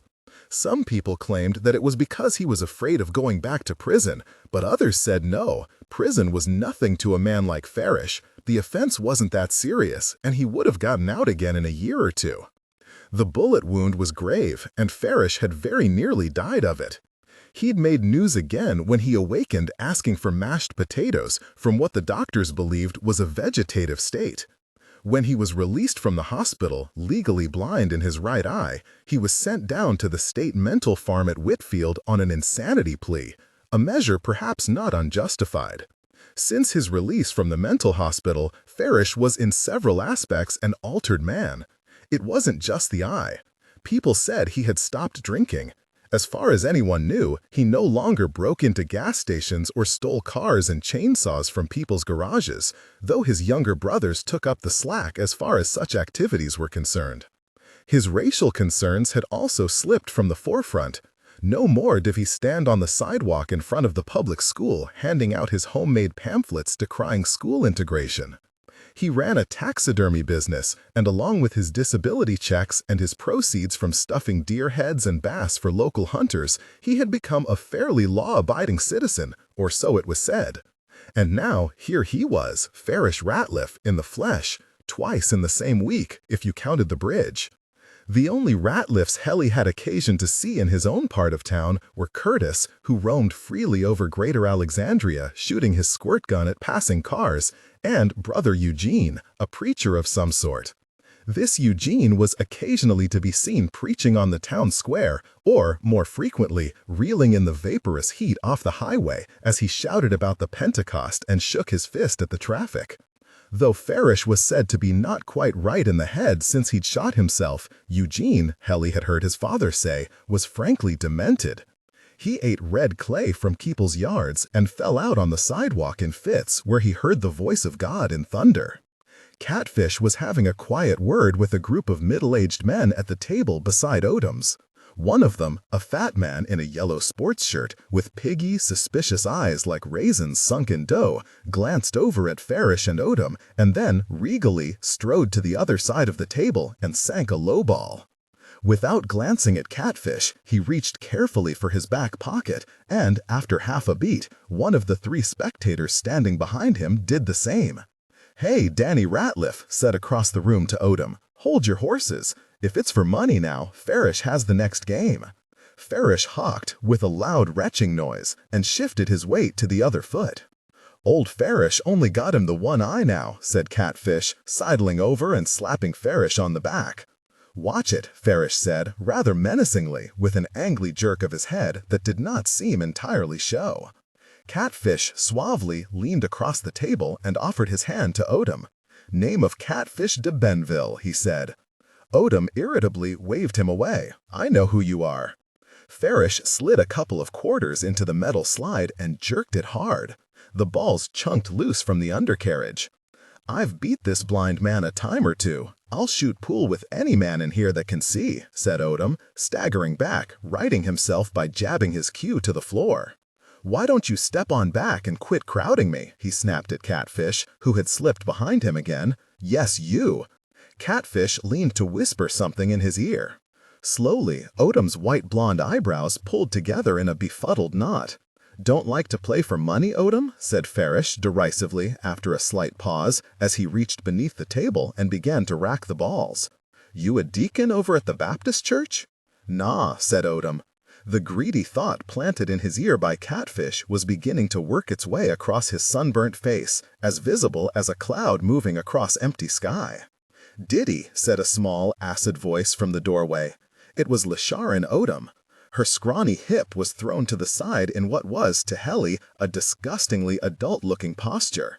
Across it was straddled a baby just as dirty as she was, their mouths encircled with orange rings from popsicles or Fanta. "Well, look-a here," said Catfish stagily. "Diddy, you said come get you when the big hand was on the 3. $100, said Farish in the silence that followed. "Take it or leave it." Odom twisted the chalk on his cue and hitched up a pair of imaginary shirt sleeves. Then he said abruptly, without looking at his daughter, "Diddy's not ready to go yet, sugar. Here's y'all a dime apiece. Run look at the funny books." "Diddy, you said remind you, I said run along." "Your break," he said to Farish. "I racked." "I know it," said Odom, flicking his hand. "Go on, I'm giving it to you."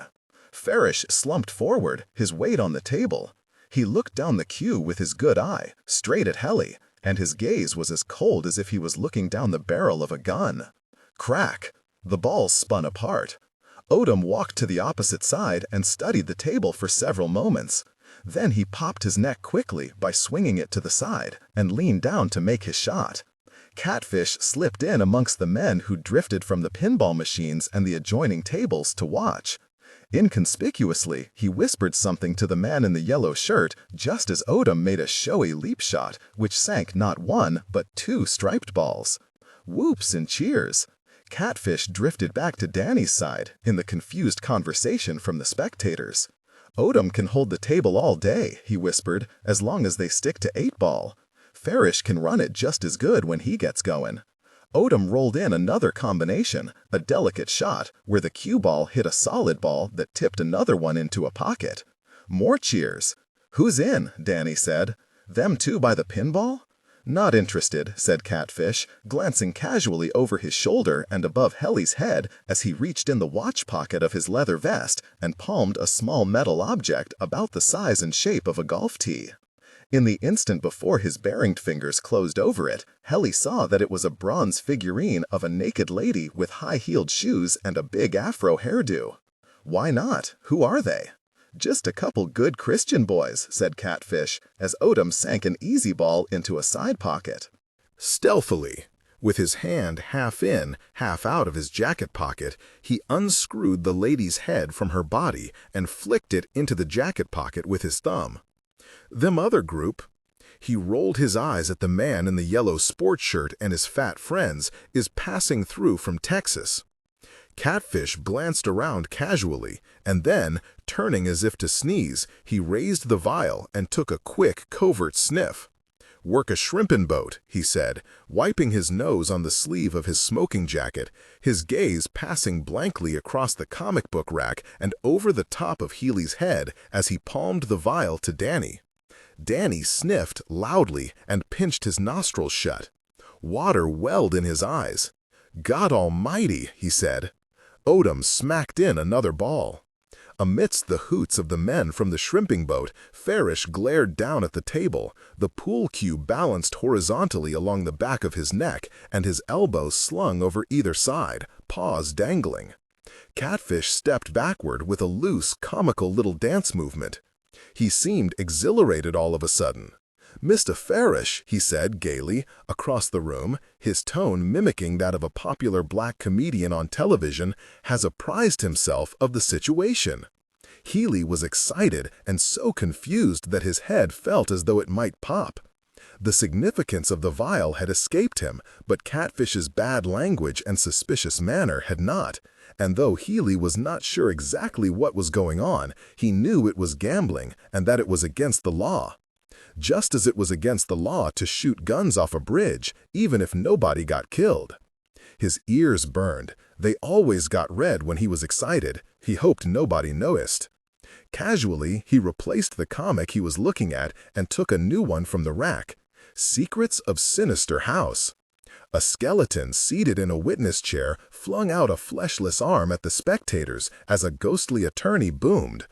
"And now my witness, who was the victim, will point out the man who killed him."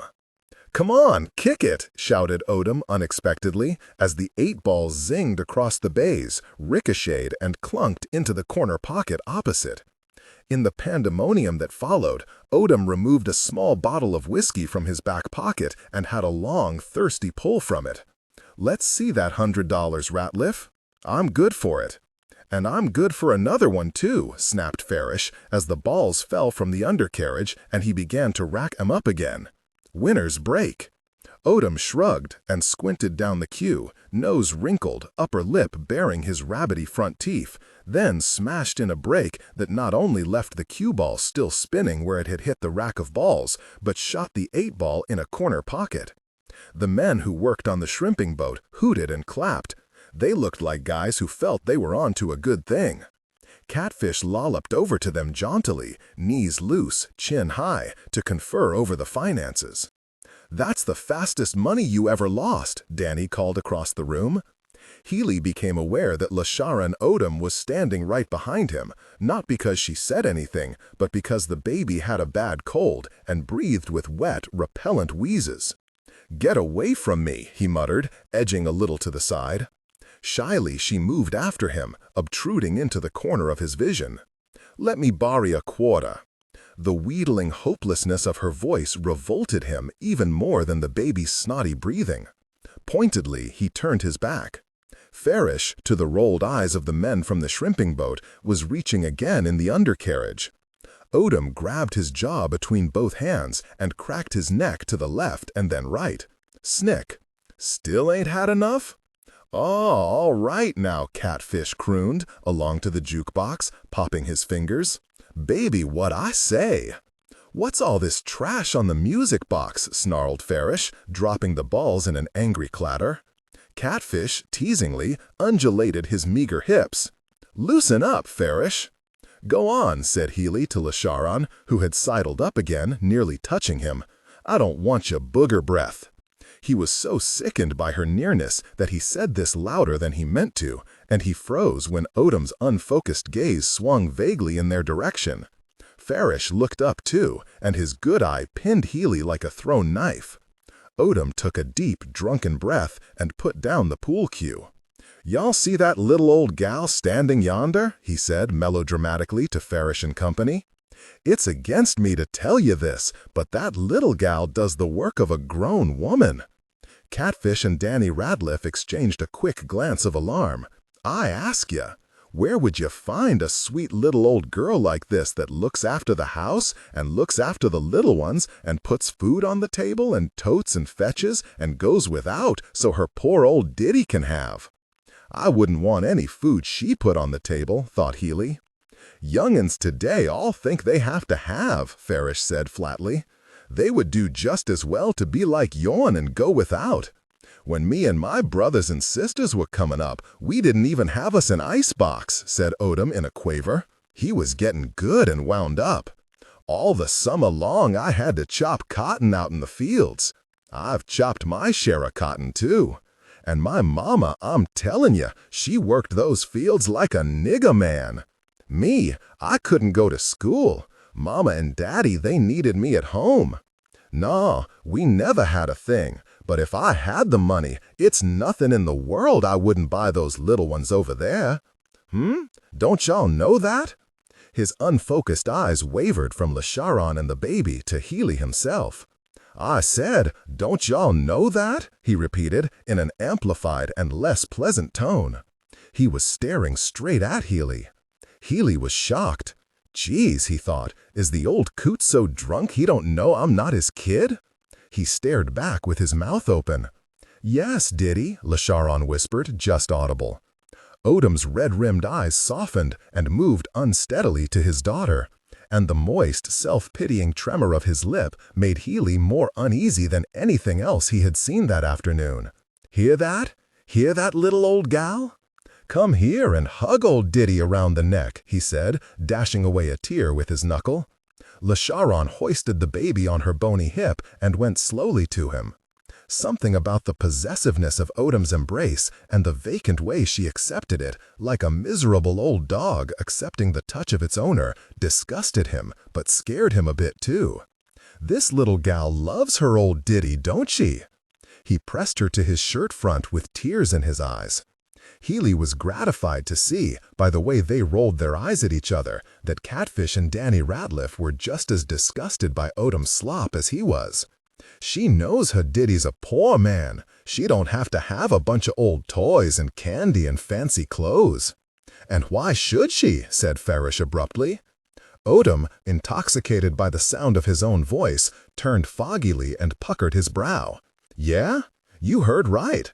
Why should she have all that mess? Why should any of 'em have it?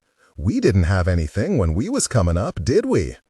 A slow wave of astonishment illumined Odom's face. "Nah, brother," he cried gaily. "Was we ashamed of being poor?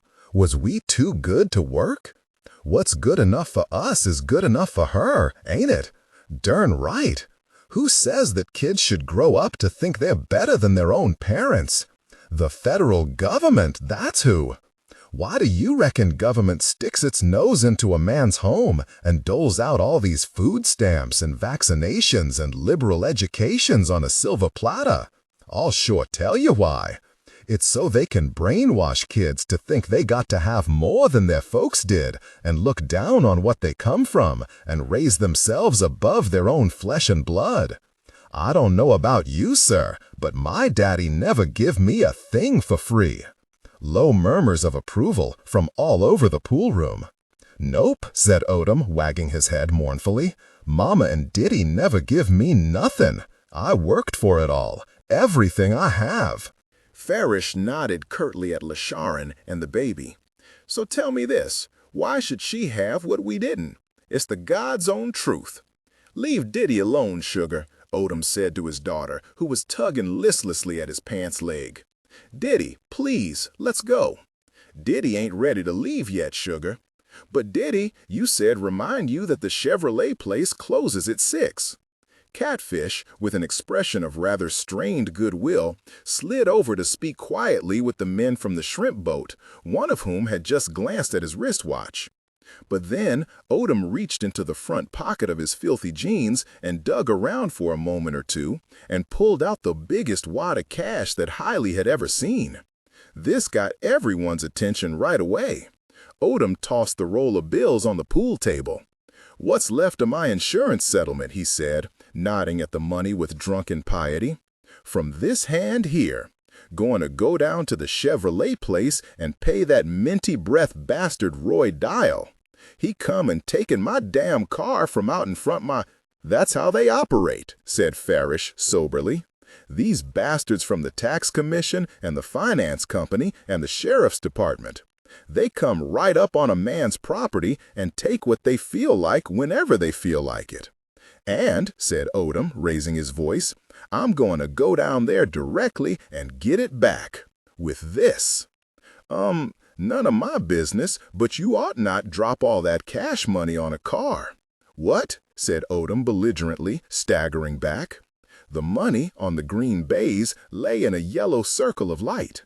Farish raised a grubby paw.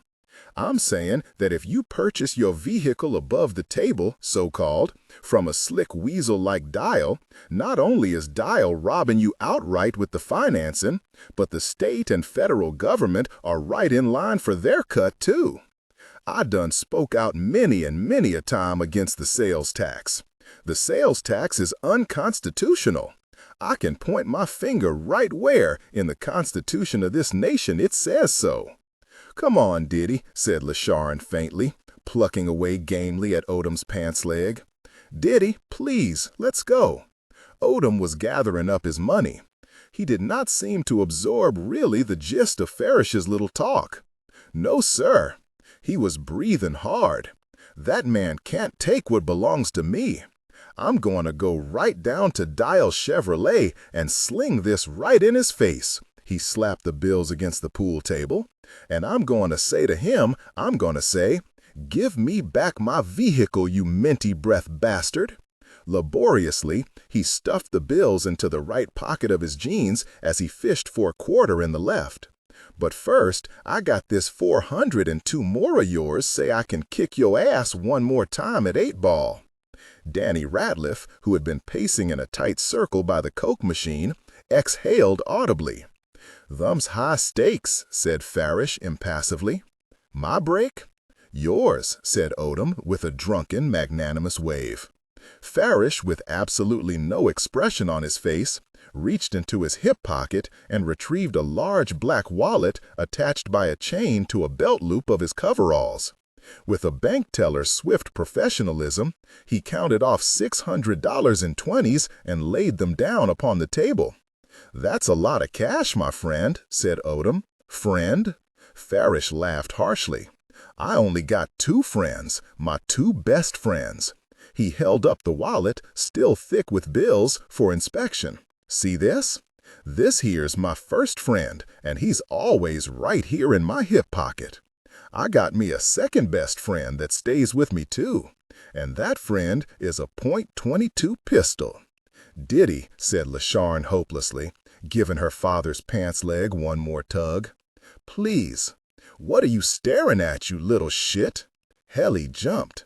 Danny Ratliff, only a foot away, was towering over him, eyes horribly alight.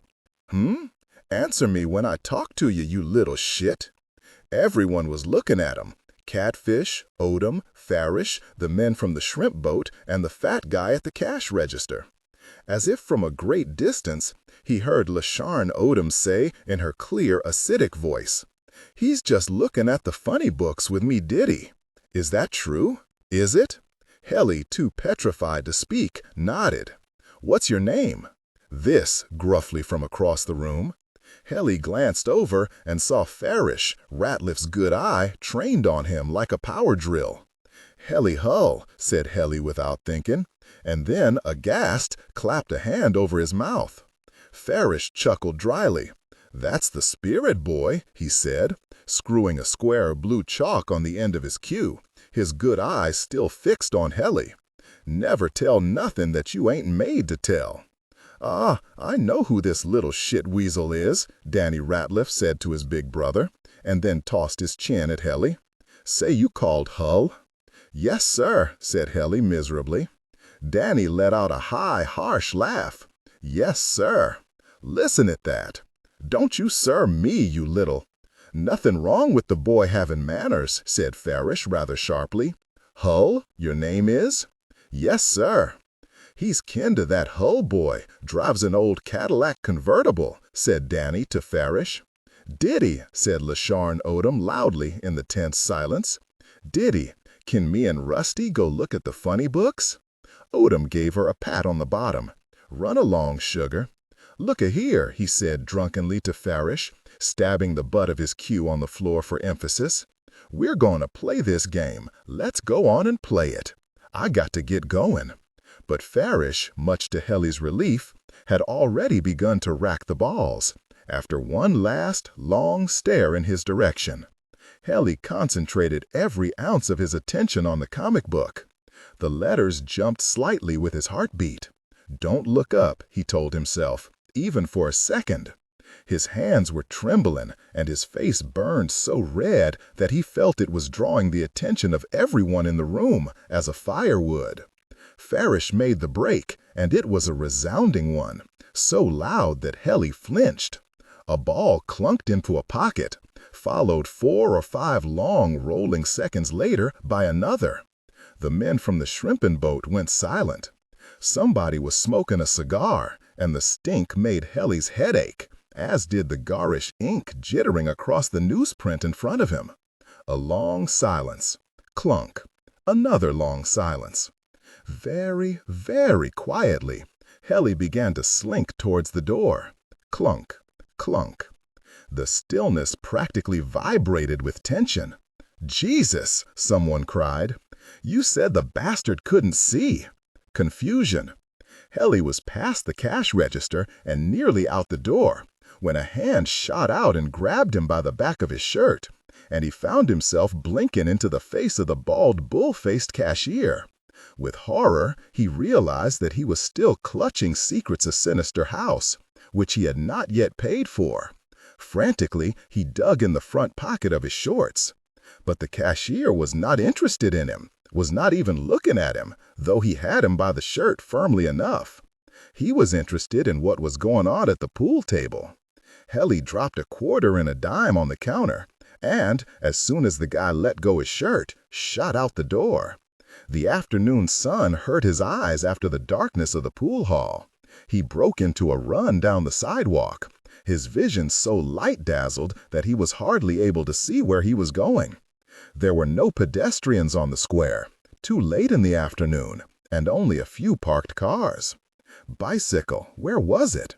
He ran past the post office, past the Masonic Temple, and was halfway down Main Street before he remembered that he'd left it all the way back in the alley, behind the City Hall. He turned and ran back, panting. The alley was slippery with moss and very dim.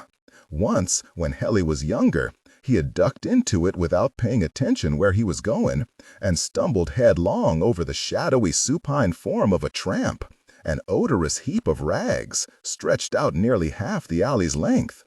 When Helly fell, smack over him, He sprang up, cursing, and grabbed Helly by the ankle. Helly had screamed as if boiling gasoline was being poured over him. In his agony to escape, he'd lost a shoe. But now Helly was so frightened that he didn't care who he stepped on. Helly darted in the alley, skidding on the moss-slick concrete, and retrieved his bicycle. There wasn't enough room to ride it out and hardly enough room to turn it around. He grabbed it by the handlebars, sawed and twisted it until he'd maneuvered the front wheel forward, and then he ran it out where, to his horror, Lasharon Odom and the baby were standing on the sidewalk waiting for him. Helly froze. Languidly, she hiked the baby higher on her hip and looked at him. What she wanted from him, he had absolutely no idea. But yet he was afraid to say anything, and so he just stood there and looked back at her, heart galloping. After what seemed like forever, she reshifted the baby and said, "Let me have that funny book."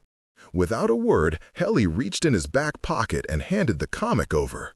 Placidly, without a flicker of gratitude, she shifted the baby's weight to one arm and reached to take it, but before she could, the baby stretched out its arms and caught the comic book between his filthy little palms. With solemn eyes, he drew it close to his face and then, tentatively, closed his sticky, orange-stained mouth on it. Helly was revolted. It was one thing if she wanted to read the comic book, it was quite another if she wanted it for the baby to chew. Lasharon made no move to take the comic book away. Instead, she made goo-goo eyes at the baby and jogged it affectionately up and down, quite as if it was clean and attractive, and not the roomy little wheezer it was. "Why did he cryin'?" she said to it brightly in baby talk, peering directly into its tiny face. "Why did he cryin' back there? "Put some clothes on," said Ida Rue to Harriet. "You drippin' water all over the floor." "No, I'm not. I dried off on the way home." "You put some clothes on anyway." In her bedroom, Harriet peeled off her bathing suit and put on some khaki shorts and the only clean t-shirt she had, white with a yellow smiley face on the front. She detested the smiley face shirt, a birthday present from her father. Undignified as it was, somehow or other her father must have believed it suited her, and this thought was more galling to Harriet than the shirt itself. Though Harriet didn't know it, the smiley face shirt and the peace sign barrettes and the other brightly colored and inappropriate presents her father sent for her birthday had not been chosen by her father at all, but by her father's mistress in Nashville. And if not for the mistress, whose name was Kay, Harriet and Allison would have received no birthday presents at all. Kay was a minor soft drink heiress, slightly overweight, with a sugary voice and a soft, slack smile and a few mental problems.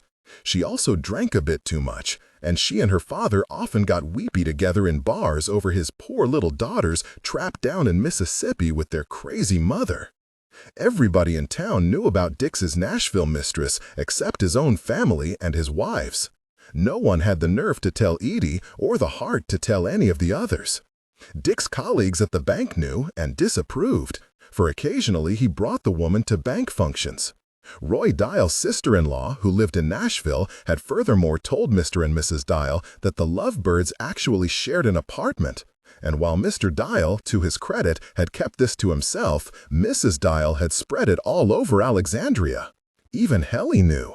He'd overheard his mother talking about it when he was 9 or 10 years old. When he confronted her, she'd made him swear never to mention it to Harriet, and he never had. It never occurred to Helly to disobey his mother. But, though he kept the secret, the only real secret that he did keep from her, it did not seem to him that Harriet would be particularly upset if ever she happened to learn the truth. And about this he was right. No one would have cared except Edie from outraged pride. For if Edie grumbled about her granddaughters growing up without a father, neither had she or anyone else suggested that Dick's return would in any way remedy this lack. Harriet was in a very grim mood, so grim that she relished, perversely, the irony of the smiley face shirt. Its self-satisfied air called Harriet's dad to mind, though there was little reason for Harriet's dad to be so cheerful or to expect cheer from Harriet. No wonder Edie despised him. You could hear it just in the way Edie said his name. Dixon, never Dix. Nose dripping, eyes burning from the pool chemicals, she sat in the window seat and looked out across the front yard at the rich greens of the trees in full summer leaf. Her limbs felt heavy and strange from all the swimming, and a dark lacquer of sadness had settled about the room, as it usually did whenever Harriet sat still long enough.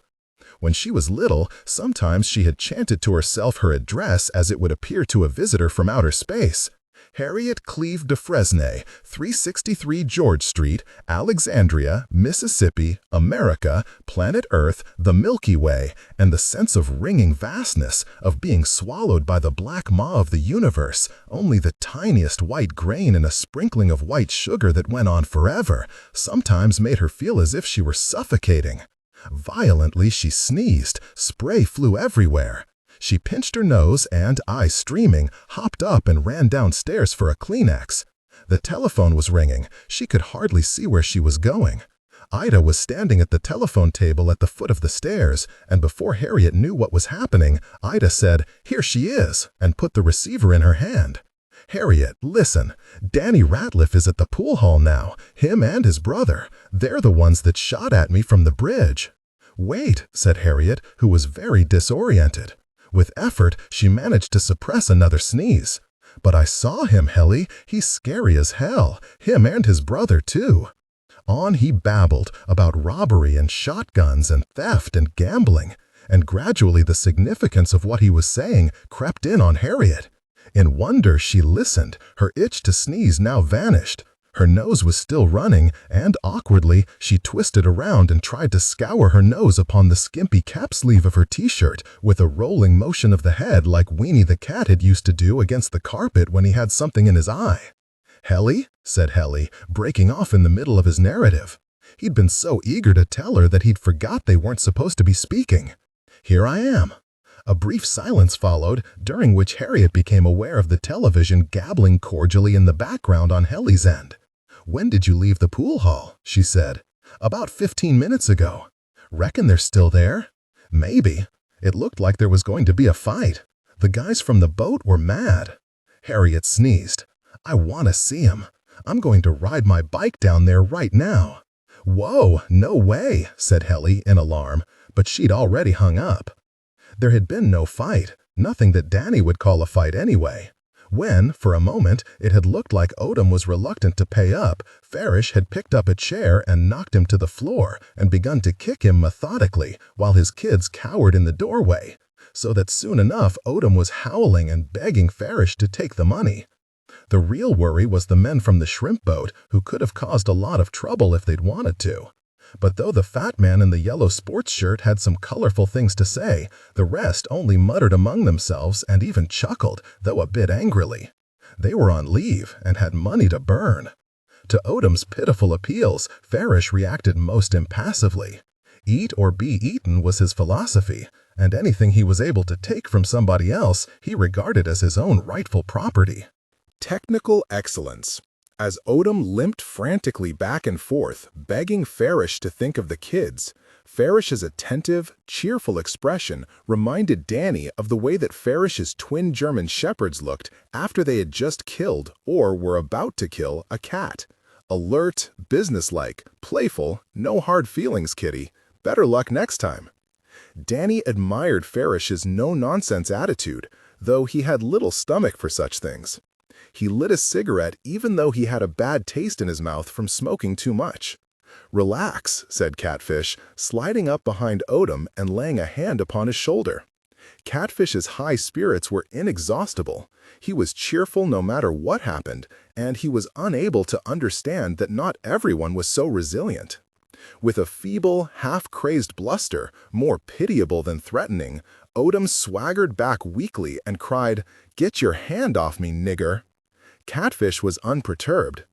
"Anybody can play like you, brother. Not going to have trouble winning that money back. Later on, if you feel like it, come find me over at the Esquire Lounge, and maybe we can work out a little something." Odom stumbled back against the cinder-block wall. "My car," he said. His eye was swollen and his mouth was bloody. Unbidden, an ugly memory from early childhood flashed into Danny's mind.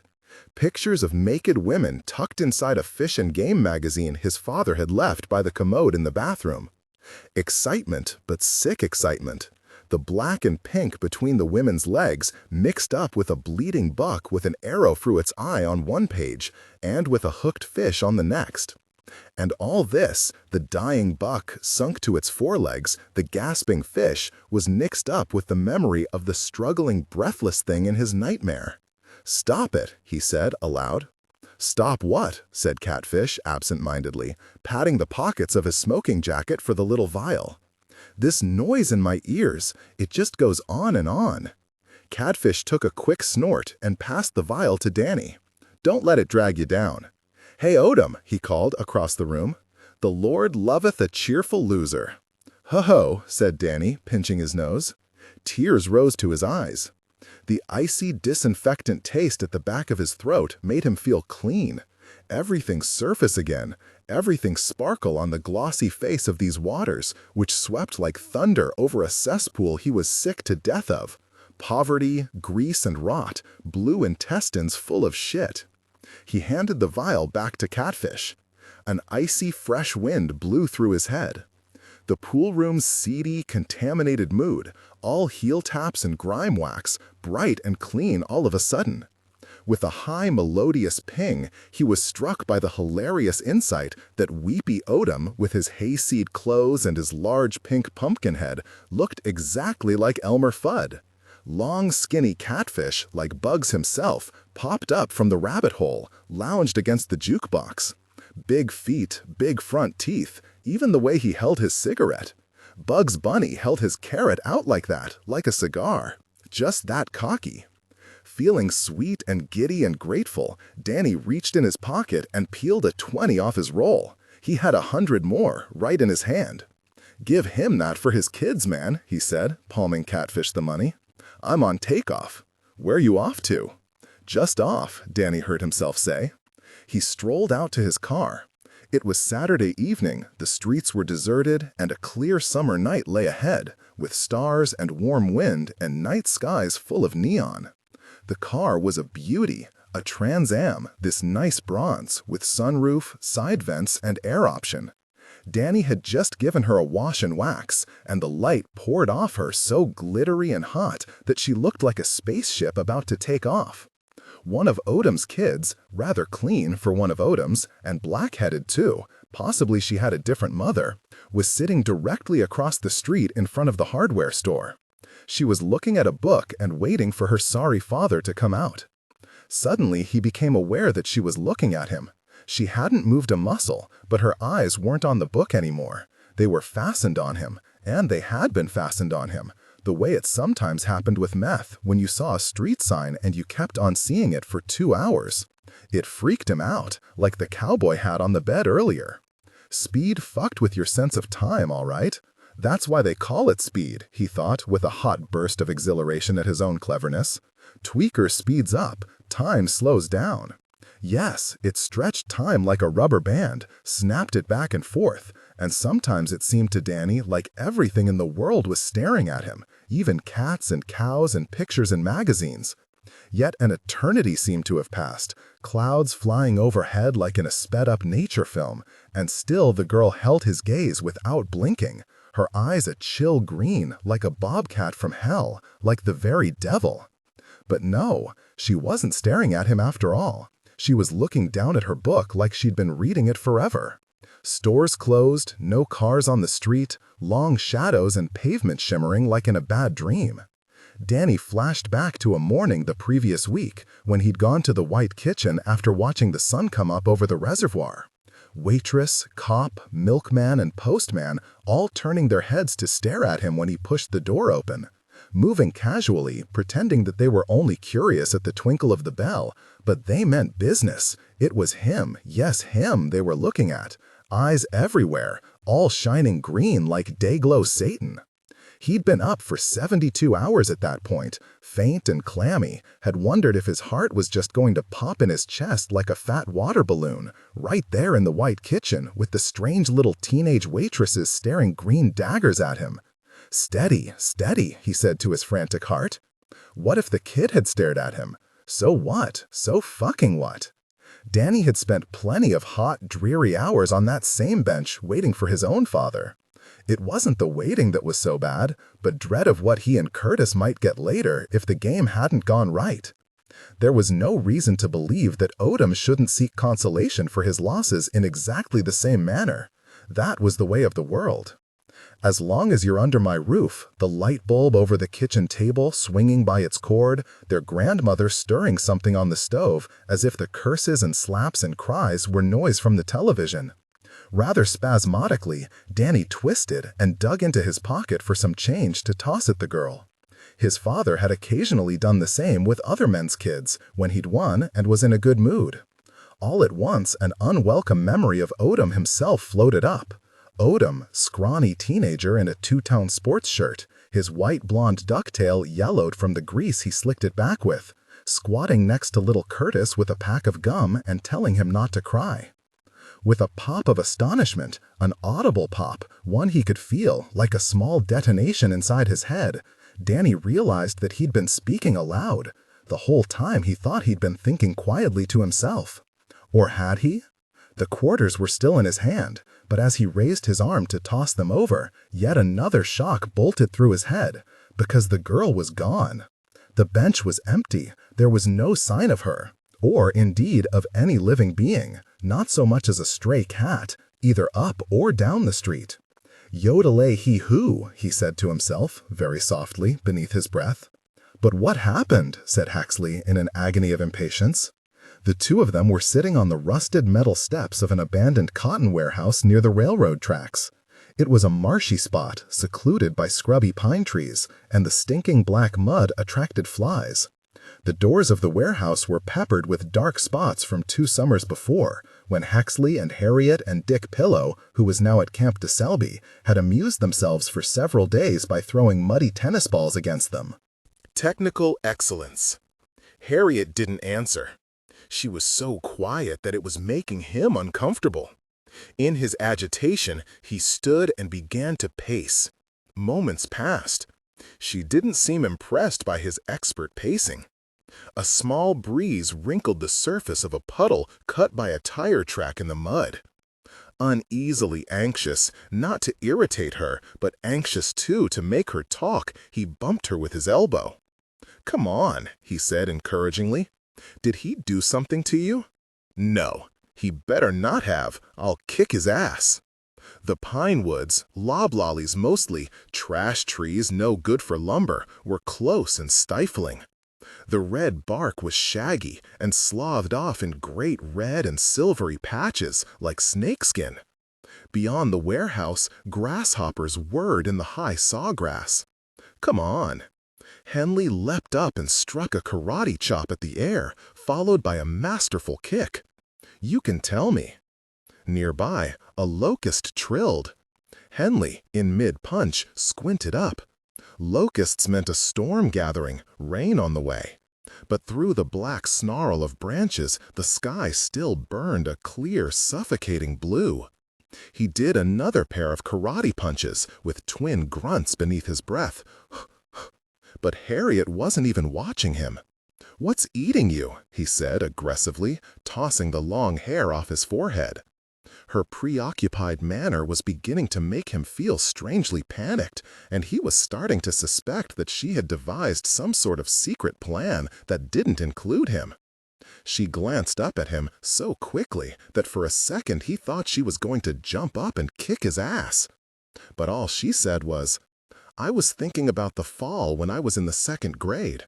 I dug a grave in the backyard." A grave? Henley was skeptical. He'd tried to dig plenty of holes in his own yard, underground bunkers, passages to China, but had never got past 2 feet or so. "How'd you climb in and out?" "It wasn't deep. Just," he held her hands a foot apart, "so deep, and long enough for me to lie down in." "Why'd you want to do something like that?" "Hey, Harriet!" he exclaimed, for on the ground he'd just noticed a gigantic beetle with pincers and horns, 2 inches long.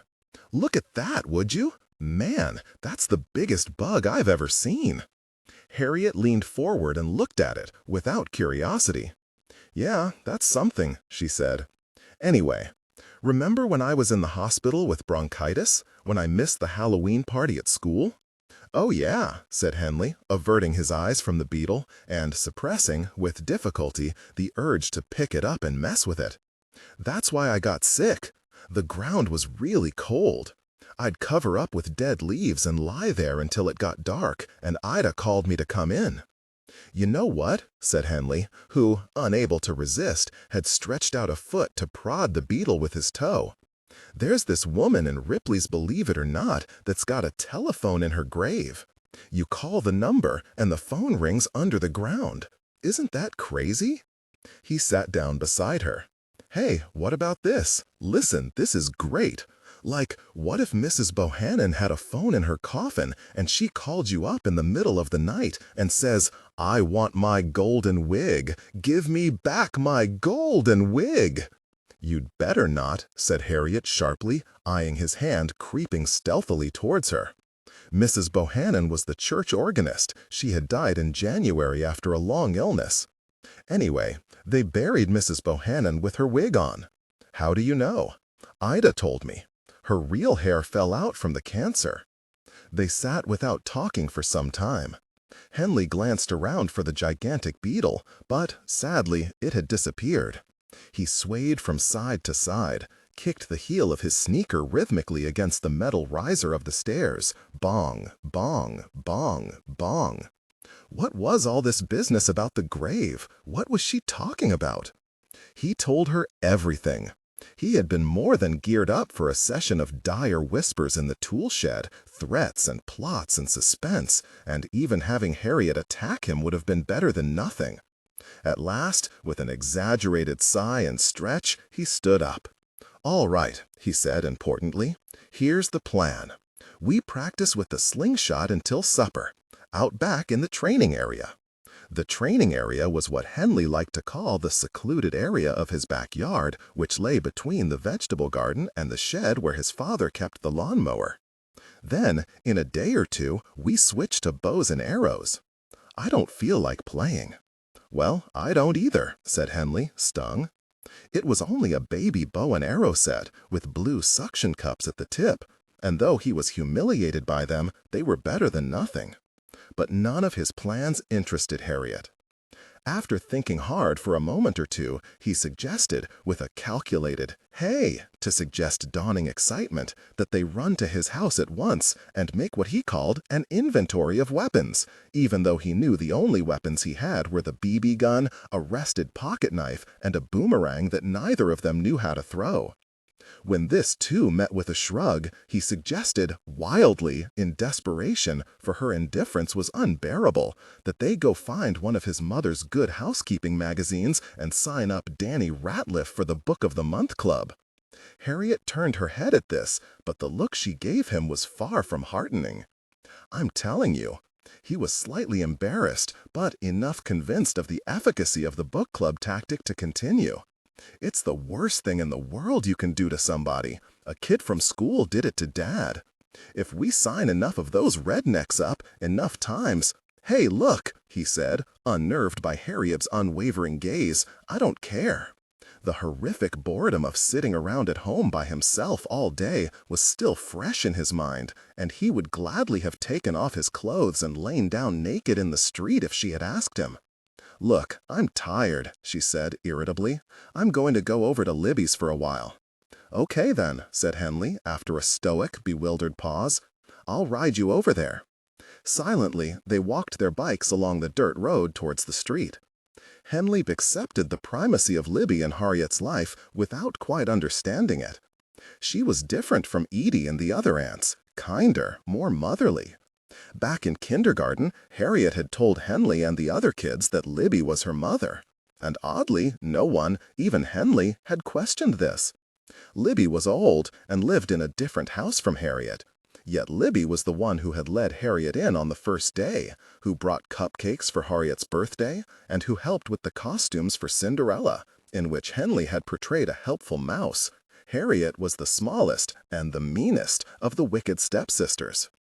Though Edie also made appearances at school when Harriet got in trouble for fighting or talking back, It never occurred to anybody that she was Harriet's parent. She was far too stern, like one of the mean algebra teachers up at the high school. Unfortunately, Libby wasn't around. Miss Cleeve at the cemetery, said a sleepy-eyed O'Dan who had taken quite a while to answer the back door. She pullin' weeds from off the graves. You want to go over there? Henley asked Harriet when they were back on the sidewalk. I don't mind.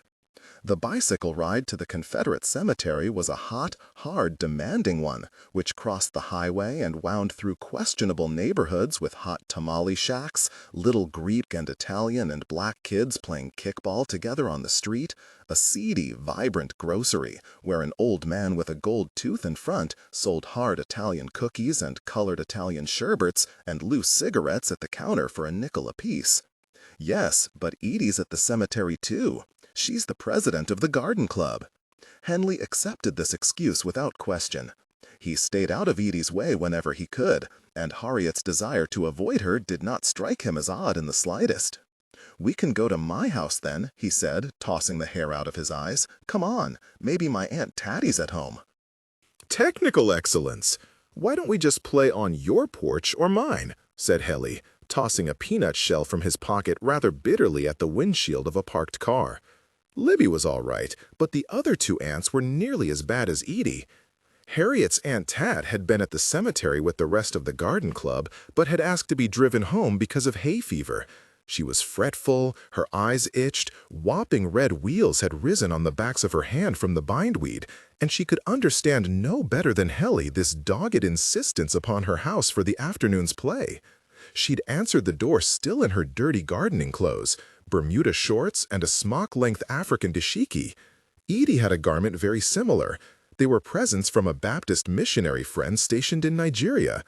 The kente cloth was colorful and cool, and both old ladies wore the exotic gifts frequently, for light gardening and errands, quite oblivious to the black power symbolism which their caftans broadcast to curious onlookers. Young black men leaned out the windows of passing cars and saluted Edie and Tatty with raised fists. "Gray Panthers!" they shouted, and Eldridge and Bobby, right on. Tatty Coram did not enjoy working outdoors. Edie had bullied her into the garden club project, and she wanted to get her khakis and caftan off and into the washing machine. She wanted a Benadryl, she wanted a bath, she wanted to finish her library book before it was due the next day. She was not pleased when she opened the door to see the children, but she greeted them graciously and with only a touch of irony.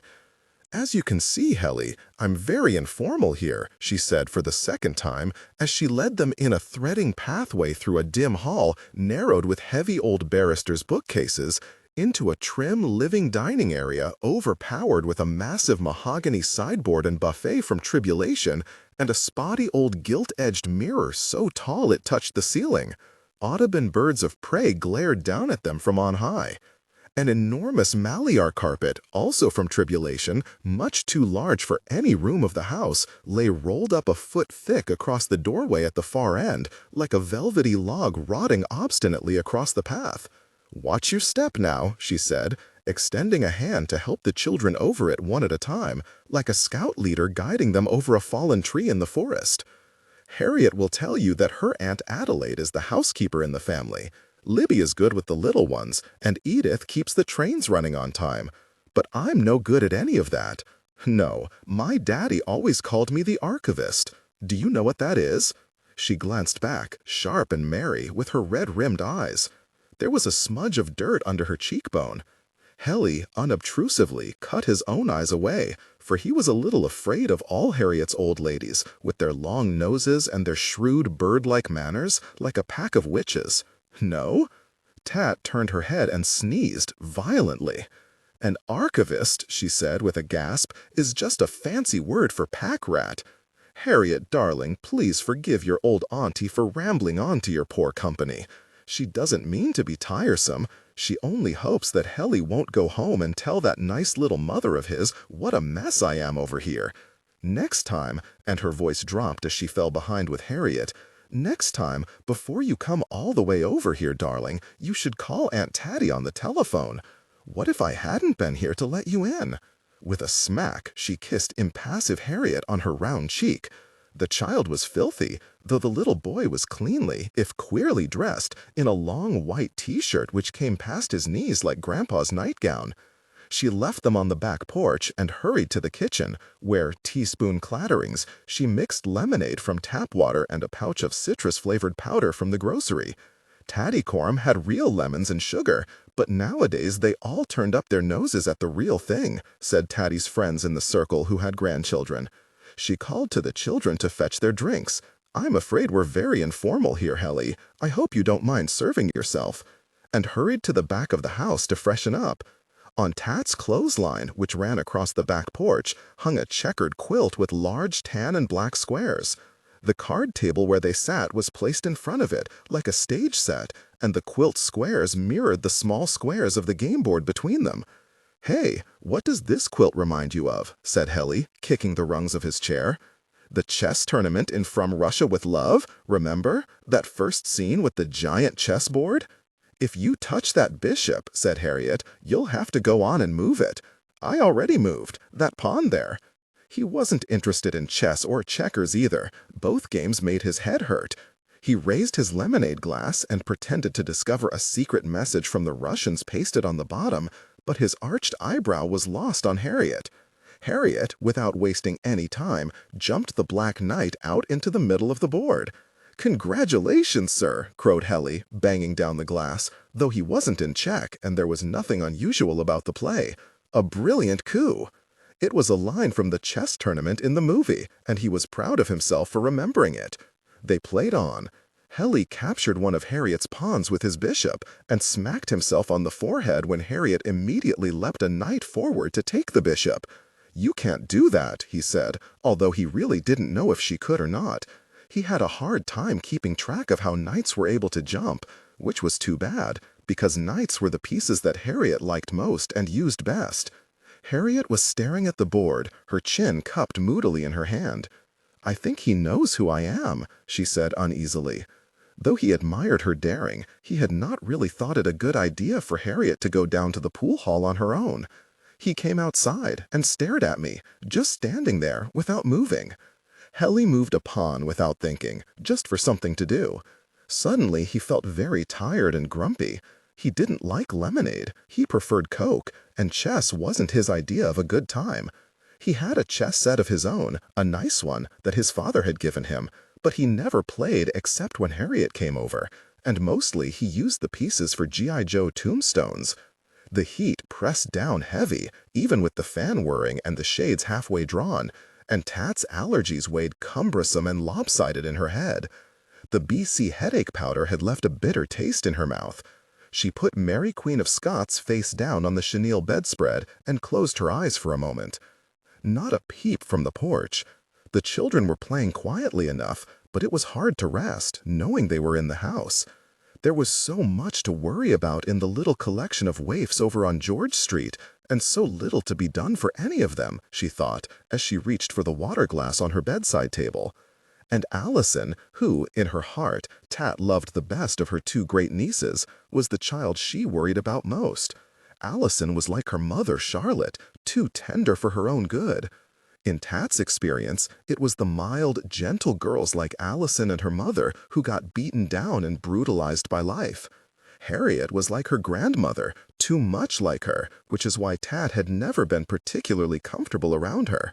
She was a bright-eyed tiger cub, cute enough now that she was small, but less so with every inch she grew.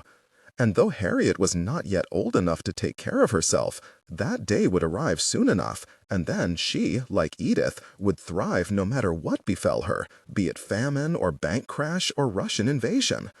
The bedroom door squealed. Tat started, palm to her ribcage. "Tatty? Old Scratch Tatty?"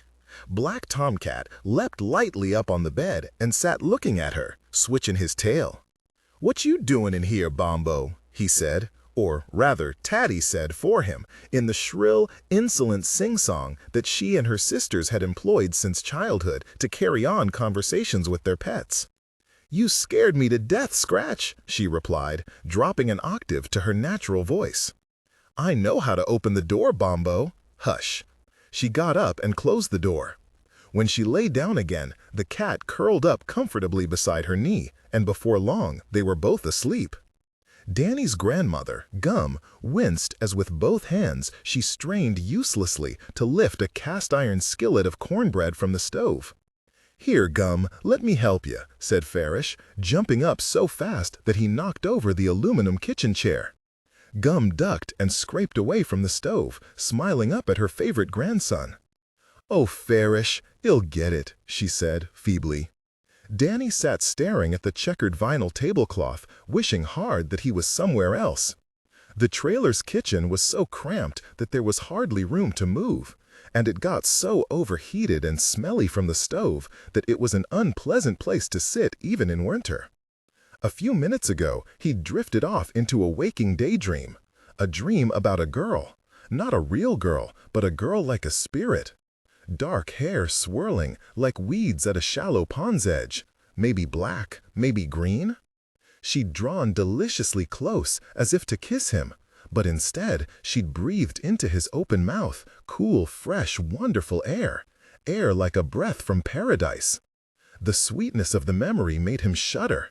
He wanted to be alone, to savor the daydream, for it was fading fast, and he wanted desperately to slip back into it. But instead, he was here. "Farish," his grandmother was saying, "I sure do hate for you to get up." Anxiously, pressing her hands together, she followed the salt and syrup with her eyes as Farish reached over and banged them down on the table. "Please don't worry with that. Sit down, Gum," Farish said sternly. This was a regular little routine between the two of them. It happened every meal. With regretful glances and a great show of reluctance, Gum limped murmuring to her chair as Farish, rattling with product, ding-dong to the eyeballs, thundered back and forth between stove and table and the refrigerator on the front porch, setting the table with great thumps and clanks. When he thrust an overloaded plate at her, she waved it weakly aside. "You boys go on and eat first," she said. "Eugene, won't you take this?" Farish glowered at Eugene, who was sitting quietly, hands folded in his lap, and plunked the plate down in front of Gum. "Here, Eugene." With trembling hands, she offered the plate to Eugene, who shied back, reluctant to take it. "Gum, you ain't as big as a minute," roared Farish. "You're going to end up back in the hospital." Silently, Danny pushed the hair out of his face and helped himself to a square of cornbread. He was too hot and too wired to eat, and the ungodly stench from the crank lab, combined with that of stale grease and onions, was enough to make him feel he would never be hungry again. "Yes," said Gum, smiling wistfully at the tablecloth. "I sure do love cooking for you all." Danny was fairly sure that his grandmother did not love cooking for her boys quite so much as she said she did. She was a tiny, emaciated, leather-brown creature, stooped from continual cringing, so decrepit that she looked closer to 100 than her real age, somewhere around 60. Born to a Cajun French father and a mother who was a full-blood Chickasaw, in a sharecropper's shack with a dirt floor and no plumbing, privations on which she daily refreshed her grandsons. Gum had been married at 13 to a fur trapper 25 years her senior. It was hard to imagine what she'd looked like in those days. In her hard-scrabble youth, there had been no money for foolishness like cameras and pictures. But Danny's father, who had adored Gum passionately, more as a suitor than a son, remembered her as a girl with red cheeks and shiny black hair. She'd been only 14 when he was born. She was, he'd said, the prettiest little coon-ass gal you ever saw. By coon-ass, he meant Cajun, but when Danny was small, he'd had a vague idea that Gum was part raccoon, an animal which, with her sunken dark eyes, her sharp face and snaggled teeth, and small dark wrinkled hands, she indeed resembled. For Gum was tiny. She seemed to shrink every year. Now she was shriveled to little more than a hollow-cheeked cinder, her mouth as thin and ruinous as a razor. As she punctually reminded her grandsons, she'd worked hard all her life, and it was hard work, which she wasn't ashamed of, not Gum, that had worn her down before her time. Curtis happily smacked away at his supper, while Farish continued to clickety-click about Gum, with abrupt offers of food and service, all of which, with an air of affliction, she sadly waved aside. Farish was fiercely attached to his grandmother. Her crippled and generally pitiable air never failed to move him, and she, in turn, flattered Farish in the same soft, meek, obsequious manner that she had flattered their dead father. And as her flattery had encouraged all that was worst in Danny's father, nursing his self-pity, feeding his rages, pampering his pride, and above all his violent streak, something in the way she fawned on Farish also encouraged his brutal side. "Farish, I can't eat that much," she was murmuring, despite the fact that the moment had passed and her grandsons all had plates of their own now. "Give this plate to Brother Eugene." Danny rolled his eyes and pushed back slightly from the table. His patience was badly frayed from the crank, and everything in her grandmother's manner, her weak gesture of refusal, her tone of suffering, was calculated, sure as the multiplication table, to make Farish whip around and blow up at Eugene. And sure enough, it did. Him? Farish glowered down at the end of the table at Eugene, who sat gobbling his food with hunched shoulders. Eugene's appetite was a sore point, a source of relentless strife, since he ate more than anyone in the household and contributed little to the expenses. Curtis, mouth full, reached out a greasy paw to take the piece of chicken that his grandmother proffered with trembling hand across the table. Quick as a flash, Farish slapped it down, an ugly whack that made Curtis's mouth drop open. A few globules of half-chewed food fell out on the tablecloth. "Aw, let him have it if he wants it," Gum said tenderly. "Here, Curtis, you want you some more to eat." "Curtis," said Danny, bristling with impatience. He didn't think he could stand to watch this unpleasant little supper-time drama unroll for the 1000th time. "Here, take mine." But Curtis, who didn't understand the exact nature of this game and never would, was smiling and reaching out for the chicken leg trembling in front of his face. "If he takes that," growled Farish, looking up at the ceiling, "I swear I'll knock him from here to—" "Here, Curtis," Danny repeated, "take mine." "Or mine," said the visiting preacher, quite suddenly, from his place by Eugene at the end of the table. "There's plenty, if the child wants it." They had all forgotten that he was there. Everyone turned to stare at him, an opportunity Danny seized, inconspicuously, to lean over and scrape his entire disgusting dinner onto Curtis's plate. Curtis burbled ecstatically at his windfall. "Love!" he exclaimed, and clasped his hands. "It all sure tastes mighty good," said Loyal, politely. His blue eyes were feverish and too intense. "I thank you all." Farish paused with the cornbread. "You don't favor Dolphus in the face one bit." "Well, you know, my mother thinks I do." "Dolphus and me are fair, like her side of the family." Farish chuckled and began to shovel peas into his mouth with a wedge of cornbread. Though he was visibly, clatteringly high, he always managed to pack his dinner down around Gum so as not to hurt his feelings. "Tell you one thing about Cain, Brother Dolphus sure did know how to raise it," he said through a mouthful of food. "Back there in Parchment, he told you to hop, you jumped. And you didn't jump, well then, he'd jump you." "Curtis, goddamn!" he exclaimed, scraping his chair back, rolling his eyes. "You like to make me sick. Gum, can't you make him get his hands out of the food plate?" "He don't know any better," said Gum, standing creakily to push the serving platter out of Curtis' range and then easing herself back down into her chair, very slowly, as if into an ice-cold bath. To Loyal, she made a nod of obeisance.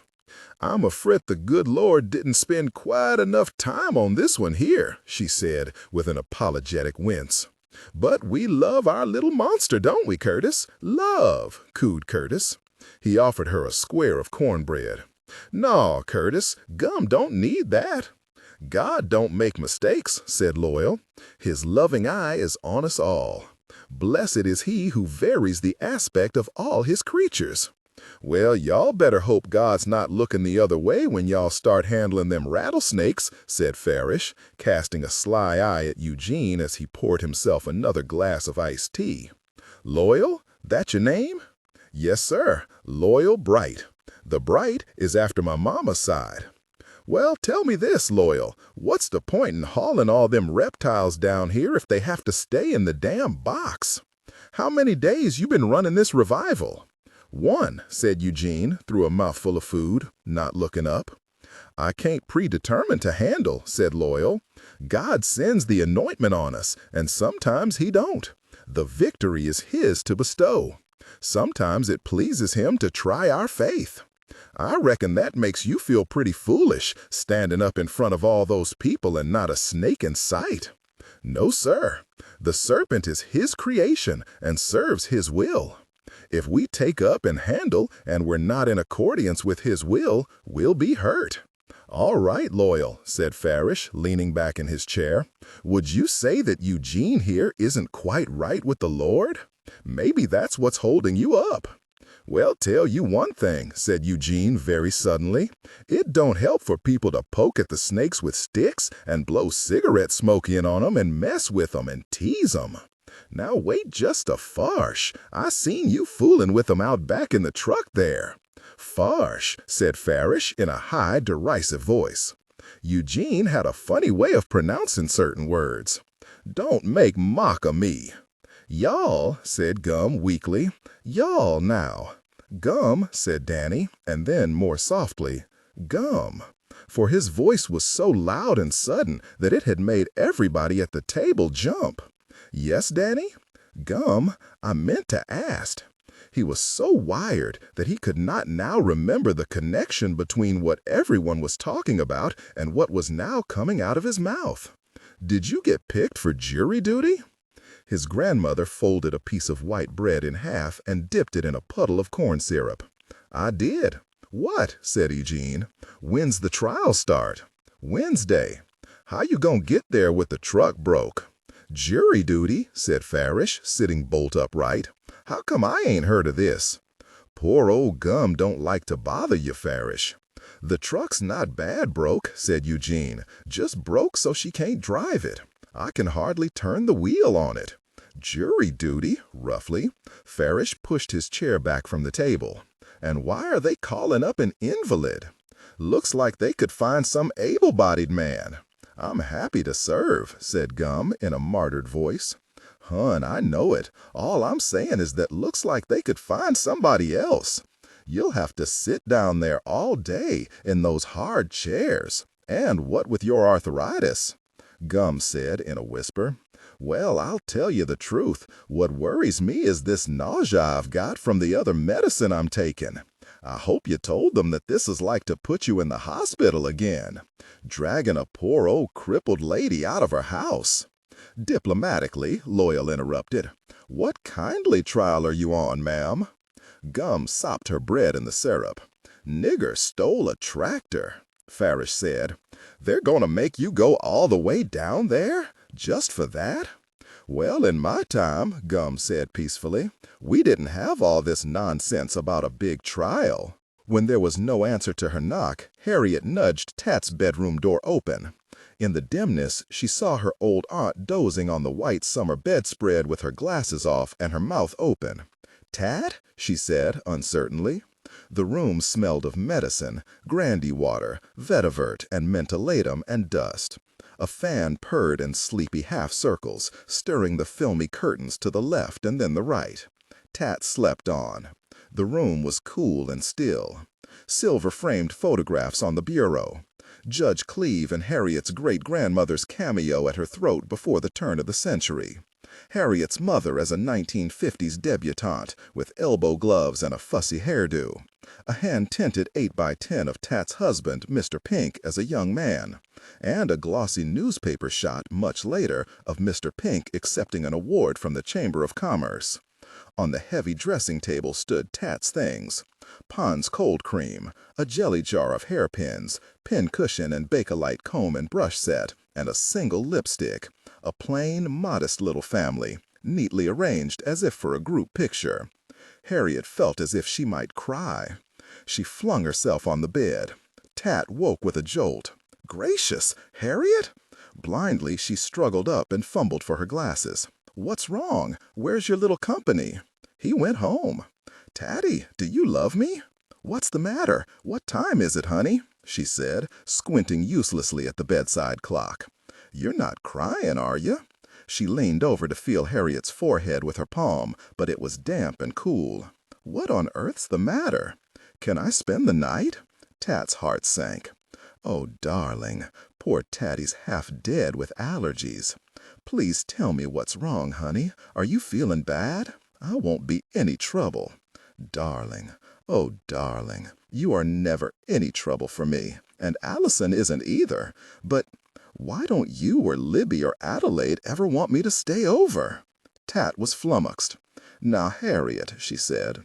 She reached over and switched on her reading lamp. You know that's not true. You never ask me. Well, look, Harriet, I'll get the calendar. Let's pick a date next week, and by then I'll be feeling better, and... She trailed away. The child was crying. Look here, she said in a sprightly voice. Though Tat tried to act interested when her friends rhapsodized about their grandchildren, she wasn't sorry that she didn't have any of her own.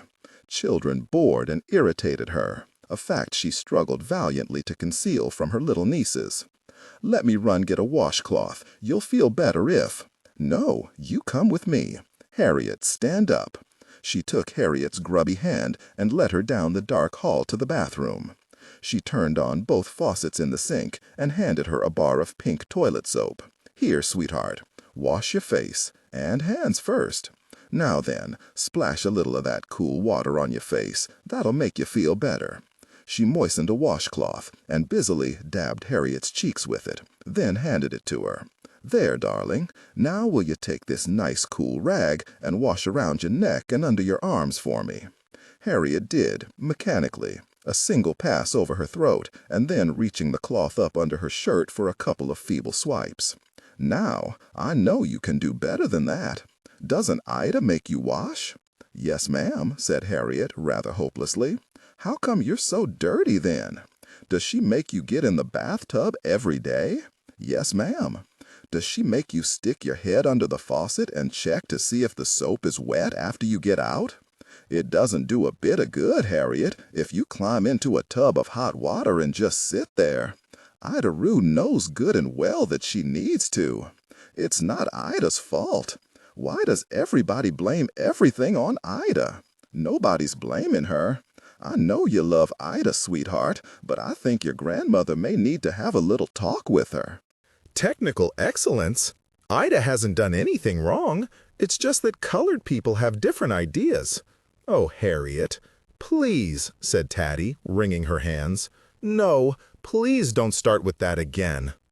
Eugene, rather anxiously, followed Loyal outside after dinner. Loyal looked at peace with the world, ready for a leisurely after-dinner stroll, but Eugene, who had changed into his uncomfortable black preaching suit after dinner, was clammy all over with anxiety. He glanced at himself in the side mirror of Loyal's truck and ran a quick comb through his greasy gray ducktail. The previous night's revival, off on a farm somewhere on the opposite side of the county, had not been a success. The curiosity seekers who'd shown up at the brushwood arbor had snickered and thrown bottle tops and bits of gravel and ignored the collection plate and got up and jostled away before the service was over, and who could blame them? Young Reese, with his eyes like blue gas flames and his hair blown backwards as if he'd just seen an angel, might have more faith in his little finger than the lot of these sniggerers combined. But not one snake had come out of the box, not one. And though Eugene was embarrassed by this, neither was he eager to bring them out with his own hands. Loyal had assured him of a warmer reception tonight at Boiling Spring. But what did Eugene care about Boiling Spring? Sure, there was a regular congregation of the faithful over there, and it belonged to somebody else. Day after tomorrow, they were going to try drumming up a crowd on the square. Yet how in the world could they, when their biggest crowd draw, the snakes, was prohibited by law? Loyal seemed not at all bothered by any of this. "I'm here to do God's work," he'd said, "and God's work is to battle death." The previous night he'd been untroubled by the jeers of the crowd, but though Eugene feared the snakes and knew himself incapable of taking them up in his own hands, neither was he looking forward to another such night of public humiliation. They were standing out on the lighted concrete slab they all called the carport, with a gas grill at one end and a basketball goal at the other. Eugene glanced nervously at Loyal's truck, at the tarp which draped the caged snakes piled in back, at the bumper sticker which read in slanted, fanatical letters, "This world is not my home." Curtis was safely inside, watching television. If he saw them leaving, he would cry to come along. And Eugene was about to suggest that they just get in the truck and go when the screen door creaked open and out shuffled Gum in their direction. "Hello there, ma'am," called Loyal cordially. Eugene turned partially away. These days, he was having to fight a constant hatred of his grandmother, and he had to keep reminding himself that Gum was only an old lady, sick too, sick for years. He remembered the day long ago when he and Farish were little, his father stumbling home drunk in the middle of the afternoon and yanking them out of the trailer into the yard, as if for a whipping. His face was bright red, and he spoke through clenched teeth. But he wasn't angry, he was crying. "Oh, Lord, I've been sick this morning ever since I heard. Lord God have mercy. Poor Gum won't be with us more than a month or two. The doctors say she's eat to the bone with cancer." That was 2 decades ago.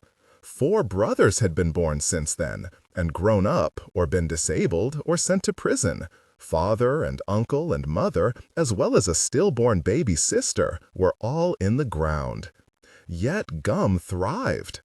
Her death sentences from various doctors and health department officials had arrived quite regularly all throughout Eugene's childhood and adolescence, and Gum continued to receive them every 6 months or so. She delivered the bad news herself now, apologetically, now that her father was dead. Her spleen was enlarged and about to rupture. Her liver, or her pancreas, or her thyroid had given out. She was eaten up with this kind of cancer or that kind of cancer. So many different kinds that her bones were blackened to charcoal from it, like chicken bones charred in the wood stove. And indeed, Gum did look eaten up.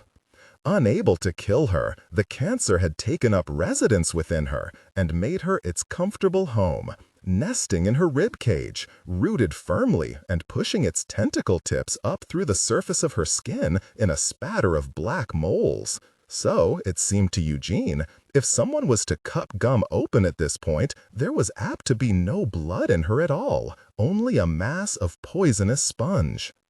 "Ma'am, if you don't mind my astin'," Eugene's visitor said, politely, "how come your boys come to call you Gum?" "Ain't none of us know why, the name just stuck," chortled Farish, bursting from his taxidermy shed, accompanied by a beam of electric light on the sawgrass. He charged up behind her and put his arms around her and tickled her like they were sweethearts. "Want me to chunk you in the back of that truck with them snakes, Gum?" "Quit," said Gum listlessly.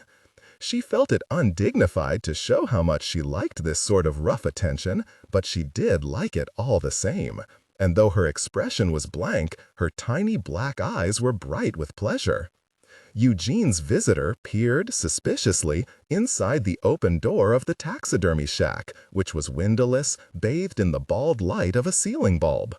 Beakers, copper pipe, an incredibly complex and jerry-rigged network of vacuum pumps and tubing, and burners, and old bathroom faucets. Gruesome reminders of the taxidermy work, like an embryo cougar preserved in formaldehyde, and a clear plastic fishing tackle box full of different kinds of glass eyes, gave the setup of Frankenstein's laboratory. Come on in," said Farish, wheeling around. He let go of Gum and grabbed up Loyal by the back of his shirt and half rushed, half threw him through the laboratory door. Eugene followed anxiously. His visitor, perhaps accustomed to similar rough behavior from Brother Dolphus, did not seem nervous, but Eugene had seen enough of Farish to know that Farish's good humor was plenty to be nervous about.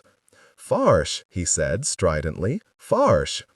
Inside, the dark shelves were lined with glass jars of chemicals and rows of whiskey bottles with the labels scraped off, filled with some dark liquid that Farish used in his laboratory work. Danny, wearing a pair of rubber dishwashing gloves, was seated upon an upended plastic bucket, picking at something or other with a small utensil. A glass filtering flask bubbled behind him. A stuffed chicken hawk, wings outspread, glowered from the shadowy rafters as if to sweep down and strike. On the shelves were also largemouth bass mounted on crude wooden displays, turkey feet, fox heads, house cats, from grown toms down to tiny kittens, woodpeckers, snakebirds, and an egret, half-stitched and stinking. Tell you what, Loyal, I had somebody bring me in a bull moccasin this big around. Wish I still had him to show to you, because I do believe he was bigger than any you've got out in the truck there. Chewing his thumbnail, Eugene edged inside and looked over Loyal's shoulder, perceiving as if for the first time through Loyal's eyes the stuffed kittens, the droop-necked egret with eye sockets wrinkled like cowrie shells. For his taxidermy, he said, aloud, when he felt Loyal's gaze lingering upon the rows of whiskey bottles. The Lord means for us to love his kingdom, and guard it, and shepherd it beneath us, said Loyal, gazing up at the grim walls which, between stink and carcass and shadow, were like a cross-section of hell itself. You'll forgive me if I don't know whether that means it's right for us to mount 'em and stuff 'em. In the corner, Eugene spotted a pile of Hustler magazines. The picture on the top one was sickening. He laid an arm on Loyal's arm. "Come on, let's go," he said, for he didn't know what Loyal might say or do if he saw the picture, and unpredictable behavior of any sort was unwise around Farish. "Well," said Farish, "I don't know but what you're right, Loyal." To Eugene's horror, Farish leaned over his aluminum work table and, tossing his hair over his shoulders, niffed up a white streak of something Eugene presumed to be dope through a rolled-up dollar bill. "Excuse me here, but am I wrong in supposing, Loyal, that you'd eat a nice fat T-bone steak as fast as my brother here?" "What is that?" inquired Loyal. "Headache powder." "Farish here is disabled," Danny chimed in helpfully. "My goodness, Loyal," said Loyal mildly to Gum, who, at her snail's creep, had only now just managed to shuffle from truck bed to doorway. "Affliction is certainly a fierce teacher amongst your children." Farish tossed his hair back and straightened from the table with a loud sniff. No matter that he was the only person in the household who collected disability checks, he did not care for his own misfortune to be mentioned in the same breath with Eugene's facial disfigurement, and certainly not with Curtis's more extensive problems. "Ain't that the truth, Loyal?" said Gum, wagging her head mournfully. "The good Lord has give me a terrible time with the cancer and the arthritis and the sugar diabetes, and this year." She indicated a decayed-looking black and purple scab on her neck the size of a quarter. "That's where poor old Gum had to have her veins scraped," she said solicitously, craning her neck to one side so Loyal could have a better view. "That's where they come right in with that catheter, right in through there, you see." "What time tonight y'all fixin' to revive these folks?" said Danny brightly, finger to nostril, after straightening up from his own dose of headache powder. "We ought to leave," said Eugene to Loyal. "Come on." And then Gum was saying to Loyal, "Then they insertion this what you call balloon into my neck veins here, and they, Gum, he's got to go." Gum cackled and caught the sleeve of Loyal's long-sleeved white dress shirt with a black speckled claw. She was delighted to have discovered such a considerate listener, and was reluctant to let him get away quite so easily. Harriet walked home from Tattie's. The wide sidewalks were shaded by pecan and magnolia trees, littered with crushed petals from the crepe myrtles. Faintly, across the warm air, floated the sad evening chimes from the First Baptist Church. The houses on Main Street were grander than the Georgians and Carpenter Gothic cottages of George Street. Greek Revival, Italianate, Second Empire Victorian, relics of a cotton economy gone bust. A few, but not many, were still owned by descendants of the families who had built them. A couple had even been bought by rich people from out of town. But there were also a growing number of eyesores, with tricycles in the yard and clotheslines strung between the Doric columns. The light was failing. A firefly blinked down at the end of the street, and practically by her nose, two more flashed in quick sequence. Pop, pop. She wasn't quite ready to go home yet, And though Main Street got desolate and a bit frightening this far down, she told herself that she would walk a little further, down to the Alexandria Hotel. Everyone still called it the Alexandria Hotel, though no hotel had existed there in Harriet's lifetime, or indeed even Edie's. During the yellow fever epidemic of '79, when the stricken town was deluged by ill and panicked strangers fleeing north from Natchez and New Orleans, the dying had been packed like sardines on the porch and the balcony of the overflowing hotels, screaming, raving, crying out for water, while the dead lay heaped on the sidewalk out front. About every 5 years, someone tried to open up the Alexandria Hotel again and use it for a dry goods shop or a meeting hall or something or other, but such efforts never lasted long. Simply walking past the place made people uncomfortable. A few years ago, some people from out of town had tried to open a tea room in the lobby, but now it was closed. Harriet stopped on the sidewalk. Down at the end of the empty street loomed the hotel, a white, staring-eyed wreck, indistinct in the twilight. Then, all of a sudden, she thought she saw something move in an upstairs window, something fluttery like a piece of cloth, and she turned and fled, heart-pounding, down the long, darkening street, as if a flotilla of ghosts were skimming after her. She ran all the way home without stopping and clattered in at the front door, breathless, exhausted, spots jumping in front of her eyes. Allison was downstairs, sitting in front of the television. "Mother is worried," she said. "Go tell her you're home."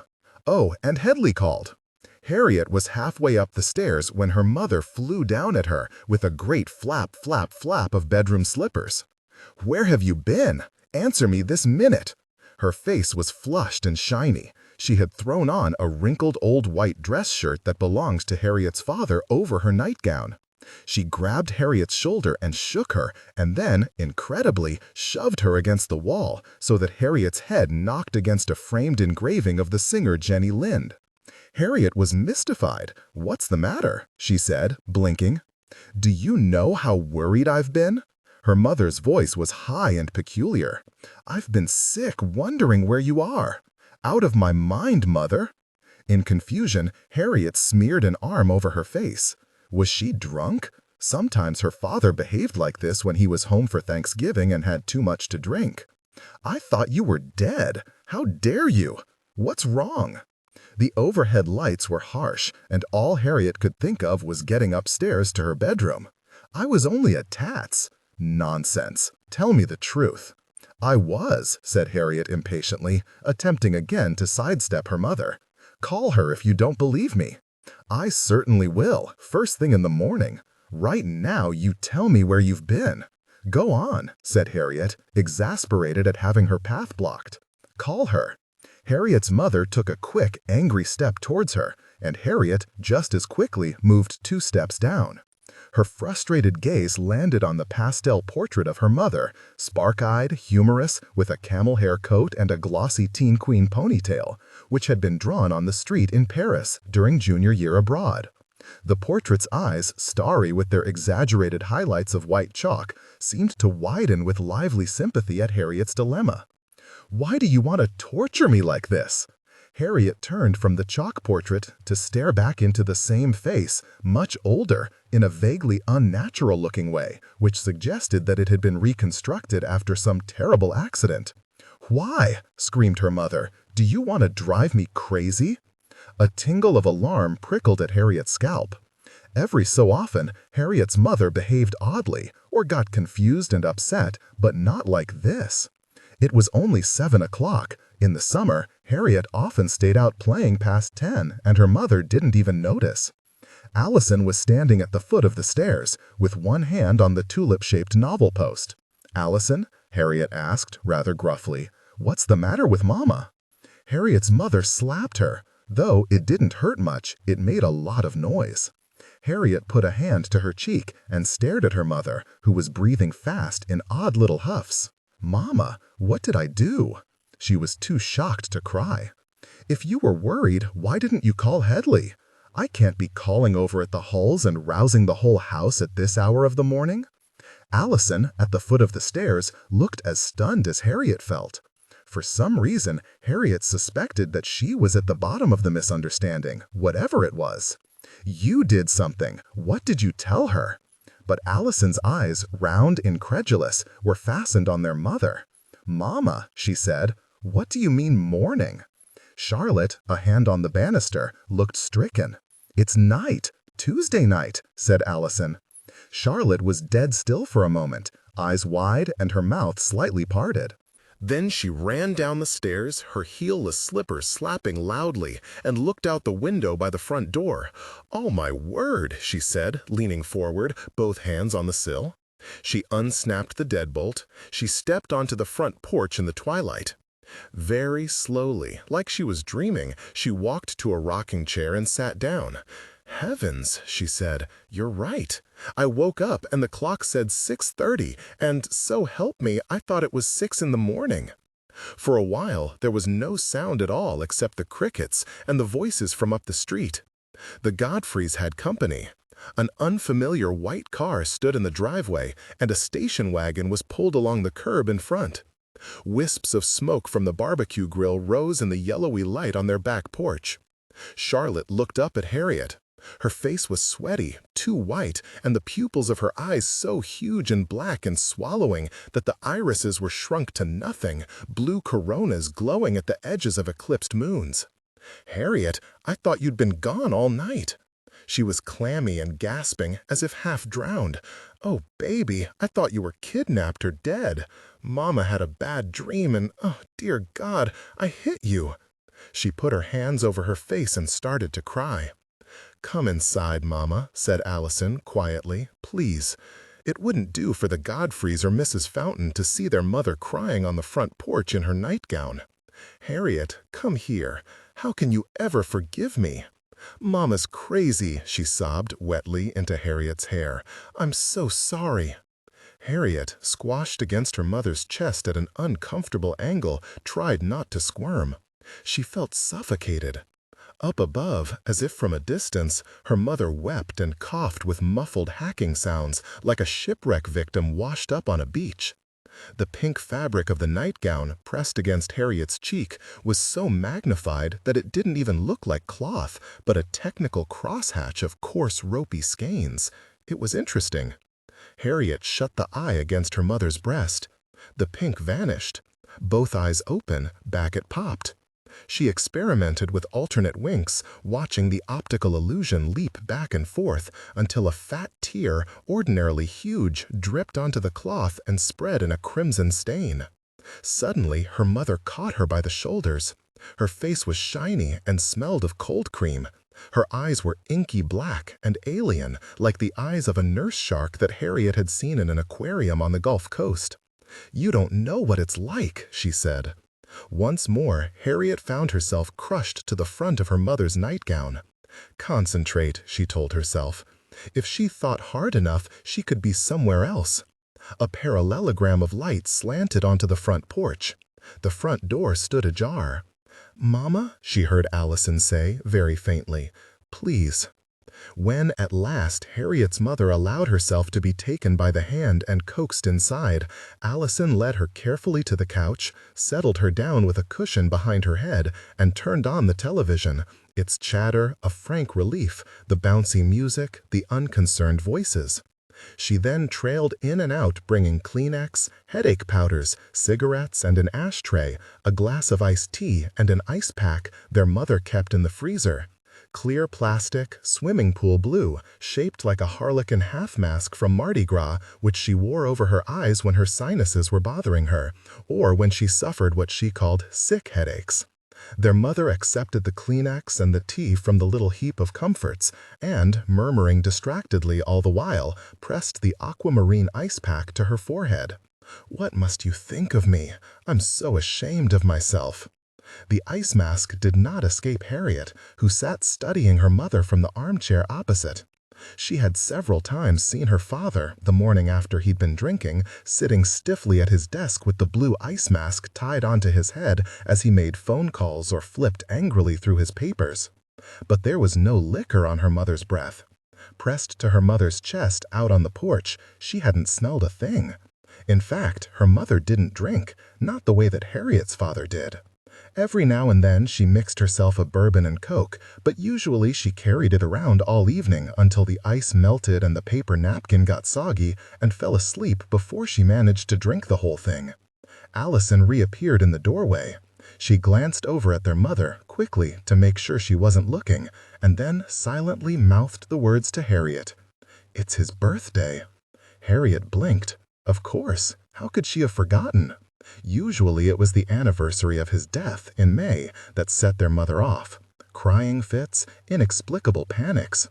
A few years ago, it had been so bad that she had been unable to leave the house to attend Allison's 8th grade graduation.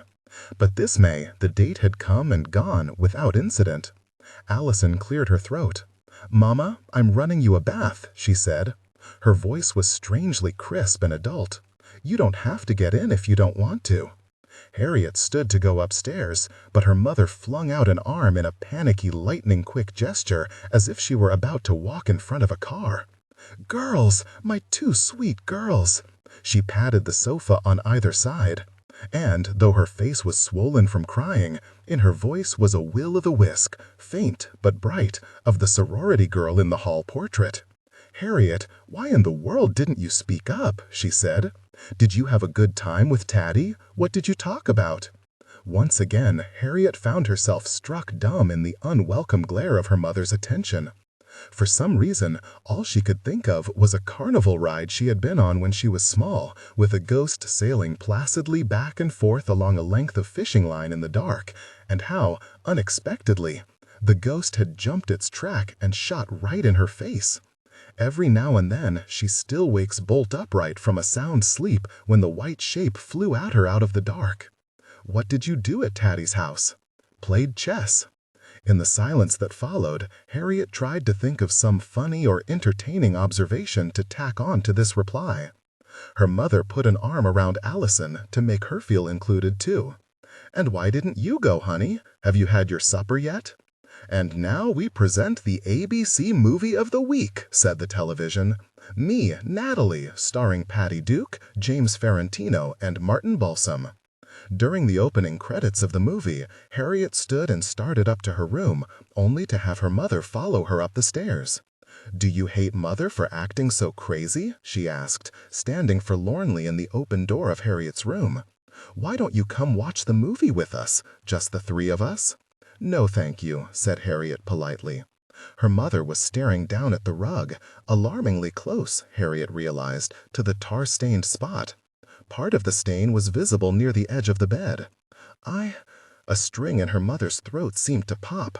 Helplessly, her glance darted over Allison's stuffed animals, the pile of books on the window seat by Harriet's bed. "You must hate me," she said in a rusty voice. Harriet looked at the floor. She couldn't stand it when her mother was melodramatic like this. "No, Mama," she said. "I just don't want to watch that movie."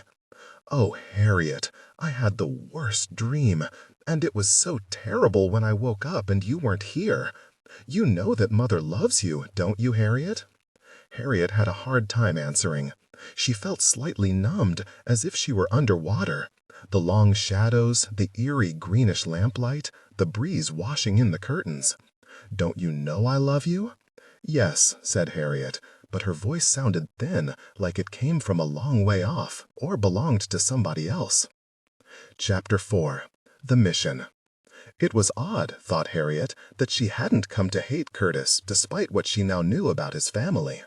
Far down the street, in the same spot she'd last run into him, he was stomping flat-footed and very purposefully along the curb. To and fro he swayed, his water pistol clenched in both fists and his roly-poly body swinging side to side. From the ramshackle house he was guarding, low-rent apartments of some sorta, screen door banged. 2 men stepped out onto the outside staircase, hefting between them a large box with a tarpaulin slung over it. The man facing Harriet was very young and very awkward and very shiny on the forehead. His hair stood on end and his eyes were round and shocked-looking as if he'd just stepped out of an explosion. The other, backing down first, fairly stumbled in his haste. And despite the weight of the box and the narrowness of the stairs and the precarious drape of the tarpaulin, which seemed liable to slide off and entangle them at any moment, they did not pause for even an instant, but thumped down in an agonizing rush. Curtis, with a mooing cry, wobbled and pointed the water pistol at them as they turned the box sideways and edged with it to a pickup truck parked in the driveway. Another tarpaulin was draped across the truck's bed. The older and heavier of the two men, white shirt, black trousers, and open black vest, nudged it aside with his elbow, then lifted his end of the box over the side. "Careful!" cried the young, wild-haired fellow as the crate toppled with a solid crash. The other, his back still to Harriet's, swiped his brow with a handkerchief. His gray hair was slicked back in an oily ducktail. Together, they replaced the tarpaulin and went back up the stairs again. Harriet observed this mysterious toil without being very curious about it. Hal could entertain himself for hours by gawking at laborers on the street, and if he was really interested, he went up and pestered them with questions. But cargo, workmen, equipment, all this bored Harriet. What interested her was Curtis. If what Harriet had heard all her life was true, Curtis's brothers weren't good to him. Sometimes Curtis showed up at school with eerie red bruises on his arms and legs, bruises of a color peculiar to Curtis alone, the color of cranberry sauce. People said that he was just more delicate than he looked and bruised easily, just like he caught cold more easily than other kids. But teachers sometimes sat him down all the same and asked questions about the bruises. What exact questions or Curtis's exact answers, Harriet didn't know. But among the children there was a vague but widespread belief that Curtis was mistreated at home. He had no parents, only the brothers and a tottery old grandmother who complained that she was too feeble to look out for him. Often he arrived at school with no jacket in winter and no lunch money and no lunch, or else some unwholesome lunch like a jar of jelly which had to be taken away from him. The grandmother's chronic excuses about all this provoked incredulous glances among the teachers. Alexandria Academy, after all, was a private school. If Curtis's family could afford the tuition, $1,000 a year, why couldn't they afford lunch for him and a coat? Harriet felt sorry for Curtis, but from afar. Good-natured as he was, his broad, awkward movements made people nervous. Little kids were scared of him. Girls wouldn't sit by him on the school bus because he tried to touch their faces and clothes and hair. And though he had not yet spotted her, she dreaded to think what would happen if he did. Almost automatically, staring at the ground and feeling ashamed of herself even as she did it, she crossed to the other side of the street. The screen door banged again and the two men came clattering back down the steps with another crate, just as a long, slick, pearl gray Lincoln Continental swung around the corner. Mr. Dial, in profile, swept grandly past. To Harriet's amazement, he turned into the driveway. Having heaved the last box into the back of the truck and pulled the tarp over it, the two men were climbing back up the stairs at a more creaky and comfortable pace. The car door opened. Snick. "Eugene?" called Mr. Dial, climbing out of the car and brushing right past Curtis, apparently without seeing him. "Eugene." Half a second. The man with the gray ducktail had stiffened. When he turned, Harriet saw, with a nightmarish jolt, the splashy red mark on his face, like a handprint in red paint. "I sure am glad to run into you out here. You're a tough man to get a hold of, Eugene," said Mr. Dial, heading up the stairs after them uninvited. To the young, wiry man, whose eyes were rolling as if he was about to bolt, he extended a hand. "Roy Dial, Dial Chevrolet. This is... Loyal Reese," said the older man, visibly uncomfortable, fingering the edge of the red mark on his cheek. "Reese?" Mr. Dial surveyed the stranger pleasantly. "Not from around here, are you?" The young man stammered something in response, and though Harriet couldn't make out the words, his accent was clear enough. A high, hill-country voice, nasal and bright. "Ah, glad to have you with us, Loyal. Just a visit, yes?" "Because," Mr. Dial said, holding up a palm to forestall any protestations, "there are the terms of the lease. Single occupancy. No harm, is there, in making sure that we understand each other, Jean?" Mr. Dial folded his arms, much the way he did in Harriet's Sunday school class. By the way, how have you been enjoying the new screen door I put in for you? Eugene managed to smile and said, "It's nice, Mr. Dial. It works better than the other one." Between the scar and the smile, he looked like a good-natured ghoul from a horror movie. "And the water heater?" said Mr. Dial, screwing his hands together. "Now that's a lot faster now, I know. Heating your bath water and all. Got all the hot water you can use now, don't you? Ha ha ha.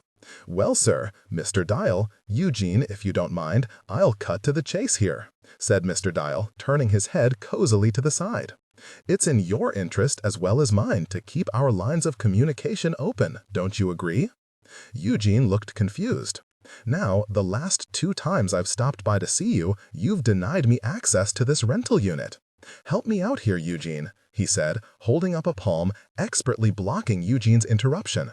"What's going on here? How can we improve on this situation?" "Mr. Dial, I kindly don't know what you mean. I'm sure I don't need to remind you, Eugene, that as your landlord, I have the right to enter the premises as I see fit. Let's help each other out here, shall we?" He was moving up the stairs. Young loyal Reese, looking more shocked than ever, was quietly backing up the steps to the apartment. "I kindly don't understand the problem, Mr. Dial. If I'd done something wrong—" "Eugene, I'll be frank about my concerns. I've received complaints about an odor. When I dropped by the other day, I noticed it myself. If you'd like to step inside a minute, Mr. Dial." "I certainly would like to do that, Eugene, if you don't mind. Because you see, it's like this. I've got certain responsibilities to all my tenants at a property." "Hat!" Harriet jumped. Curtis was waving from side to side and waving to her with his eyes closed. "Blind," he called to her. Mr. Dial turned halfway. "Well, hello there, Curtis. Careful there," he said brightly, stepping aside with an expression of slight distaste. At this, Curtis swung around with a long goose step and began to stomp across the street towards Harriet with his arms straight out in front of him, hands dangling, like Frankenstein. "Munster," he gurgled. "Ooh, Munster." Harriet was mortified. But Mr. Dial hadn't seen her. He turned away and, still talking, "No, wait a second, Eugene. I really do want you to understand my position here." He headed up the steps in a very determined fashion as the 2 men retreated nervously before him. Curtis stopped in front of Harriet. Before she could say anything, his eyes popped open. "Tie my shoes," he demanded. "They're tied, Curtis." This was a habitual exchange. Because Curtis didn't know how to tie his shoes, he was always going up to kids on the playground and asking for help. Now, it was how he started a conversation, whether his shoes needed tying or not. With no warning, Curtis shot out an arm and grabbed Harriet by the wrist. "Gotcha!" he burbled happily. The next thing she knew, he was towing her firmly across the street. "Stop," she said crossly, and tried to yank free. "Let me go." But Curtis plowed on. He was very strong. Harriet stumbled along behind him. "Stop," she cried, and kicked him in the shin as hard as she could. Curtis stopped. He slackened his moist, meaty grip around her wrist. His expression was blank and rather frightening, but then he reached over and patted her on the head, a big, flat, splay-fingered pat that didn't quite connect, like a baby trying to pat a kitten. "You strong, Hat," he said. Harriet stepped away and rubbed her wrist. "Don't do that anymore," she mumbled, "jerking people around." "Me a good monster, Hat," growled Curtis in his grumbly monster voice. "Friendly." He patted his stomach. "Eat only cookies." He had dragged her all the way across the street, up into the driveway behind the pickup truck. Paws dangling peacefully under his chin, in his cookie monster posture, he lumbered over to the rear and lifted the tarpaulin. "Look, Hat." "I don't want to," said Harriet, grumpily. But even as she turned away, a dry, furious whir rolled up from the truck bed. Snakes! Harriet blinked with amazement.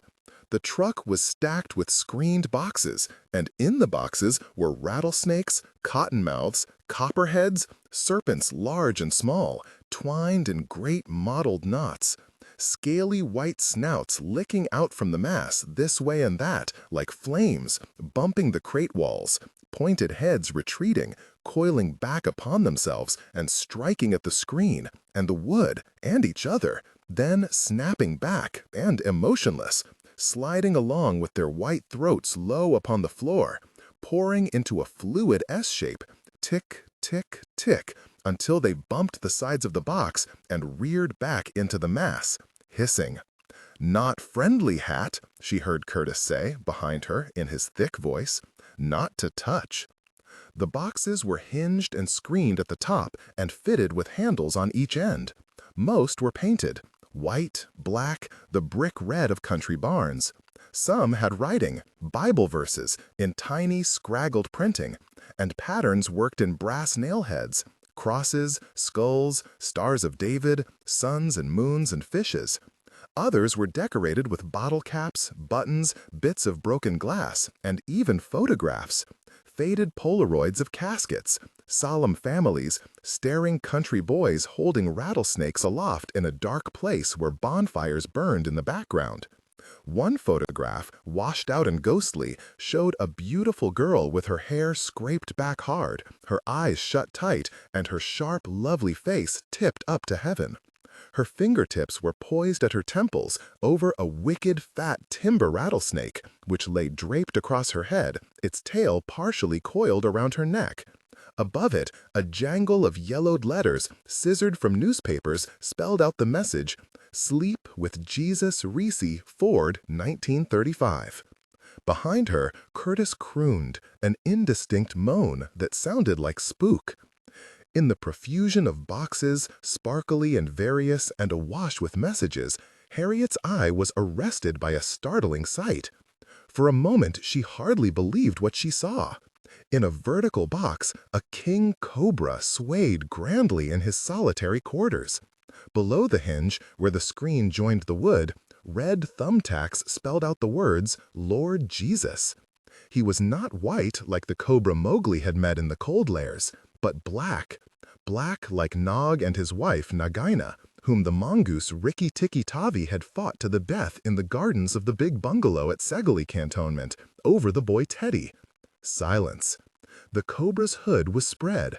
Upright, calm, he gazed at Harriet, his body oscillating soundlessly to and fro, as softly as her own breath. Look and be afraid. His tiny red eyes were the steady eyes of a god. Here were jungles, cruelty, revolts, and ceremonies, wisdom. On the back of his spread hood, she knew, was the spectacle mark, which the great god Brahm had put on all the cobra's people when the first cobra rose up and opened his hood to shelter Brahm as he slept. From the house, a muffled noise, a door shutting. Harriet glanced up and for the first time noticed that the second-floor windows glinted blank and metallic, silvered out with tinfoil. As she stared up at this, for it was an eerie sight, as unsettling as the snakes in its way, Curtis bunched his fingertips together and snaked his arm out in front of Harriet's face. Slowly, he opened his hand, in a motion which was like a mouth opening. "Munster," he whispered, and closed his hand, twice. Snap, snap, bite. The door had shut upstairs. Harriet stepped back from the truck and listened hard. A voice, muffled but rich with disapproval, had just interrupted another speaker. Mr. Dial was still up there, behind those silvered-out windows, and for once in her life, Harriet was glad to hear his voice. All at once, Curtis grabbed her arm again and began to pull her toward the stairs. For a moment, Harriet was too startled to protest, and then, when she saw where he was going, she struggled and kicked and tried to dig her heels in. "No, Curtis," she cried, "I don't want to. Stop, please." She was on the verge of biting his arm when her eye lit on his large white tennis shoe. "Curtis, hey, Curtis, your shoe's untied," she said. Curtis stopped. He clapped a hand to his mouth. "Uh-oh!" He stooped to the ground, all in a fluster, and Harriet ran as hard as she could. "They're with the carnival," said Hemley, in his annoying way, like he knew everything there was to know about it. He and Harriet were in his room with the door shut, sitting on the lower bunk of his bed. Nearly everything in Hemley's bedroom was black or gold in honor of the New Orleans Saints, his favorite football team. "I don't think so," Harriet said, scratching with her thumbnail at the raised cord of the black bedspread. A muffled bass from the stereo thumped from Pemberton's room down the hall. "If you go to the Rattlesnake Ranch, there's pictures and stuff painted on the buildings." "Yes," said Harriet, reluctantly. Though she couldn't put it into words, the crates she'd seen in the back of the truck, with their skulls and stars and crescent moons, their wobbly, misspelled bands of scripture, felt very different from the Rattlesnake Ranch's florid old billboard, a winking lime-green snake wrapped around a cheesy woman in a two-piece swimsuit. "Well, who'd they belong to?" said Hemley. He was sorting through a stack of bubblegum cards. "The Mormons had to be. They're the ones that rent rooms over there." The Mormons who lived at the bottom of Mr. Dial's apartment were a dull pair. They seemed very isolated, just the two of them. They didn't even have real jobs. Hemley said, "My grandpa said the Mormons believe they get their own little planet to live on when they die. Also, that they think it's okay to have more than one wife. Those ones that live over at Mr. Dial's don't have any wife at all." One afternoon, they had knocked on Edie's door while Harriet was visiting. Edie had let them in, accepted their literature, even offered them lemonade after they refused a Coca-Cola. She had told them they seemed like nice young men, but that what they believed was a lot of nonsense. "Hey, let's call Mr. Dial," said Hemley unexpectedly. "Yeah, right. I mean, call him and pretend to be somebody else. Ask him what's going on over there." "Pretend to be who?" "I don't know.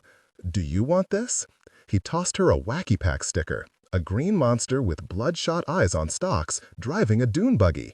"I've got two." "No thanks." Between the black and gold curtains and the stickers plastered thick on the window panes, Wacky Packs, STP, Harley-Davidson, Hemley had blocked nearly all the sunlight from his room. It was depressing, like being in a basement. "He's their landlord," said Hemley. "Come on, call him." "And say what?" "Call Edie then, if she knows so much about Mormons." Technical excellence. All of a sudden, Harriet realized why he was so interested in making phone calls. It was the new telephone on the bedside table, which had a push-button earpiece housed inside a Saints football helmet. "If they think they get to live on their own personal planets and all that," said Helly, nodding at the phone, "who knows what else they think? Maybe the snakes are something to do with their church." Because Helly kept looking at the telephone, and because she had no idea what else to do, Harriet pulled the telephone over to her and punched in Edie's number. "Hello?" said Edie sharply after 2 rings. "Edie," said Harriet into the football helmet, "do the Mormons believe anything about snakes?" "Harriet? Like, for example, do they keep snakes as pets, or, I don't know, have a lot of snakes and things living up in the house with them?" "Where on earth did you get such an idea, Harriet?" After an uncomfortable pause, Harriet said, "From TV."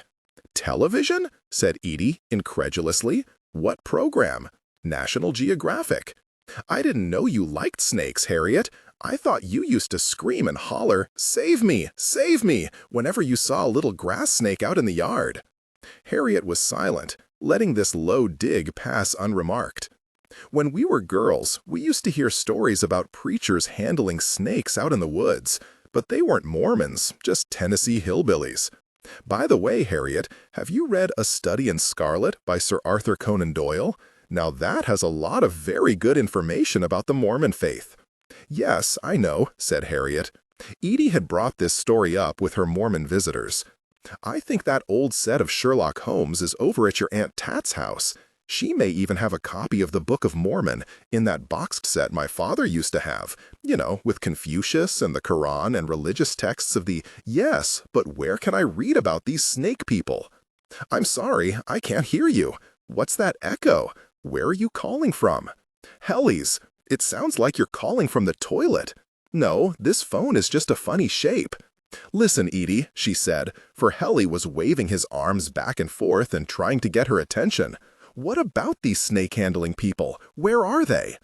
"In the backwoods and mountains and the desolate places of the earth. That's all I know," said Edie grandly. The instant Harriet hung up, Helly said in a rush, "You know, there used to be a trophy showroom in the upstairs of that house. I just remembered. I think the Mormons are only downstairs. Who rents it now? Helly, excited, stabbed his finger at the telephone, but Harriet shook her head. She was not about to call Edie back. What about the truck? Did you get the license number?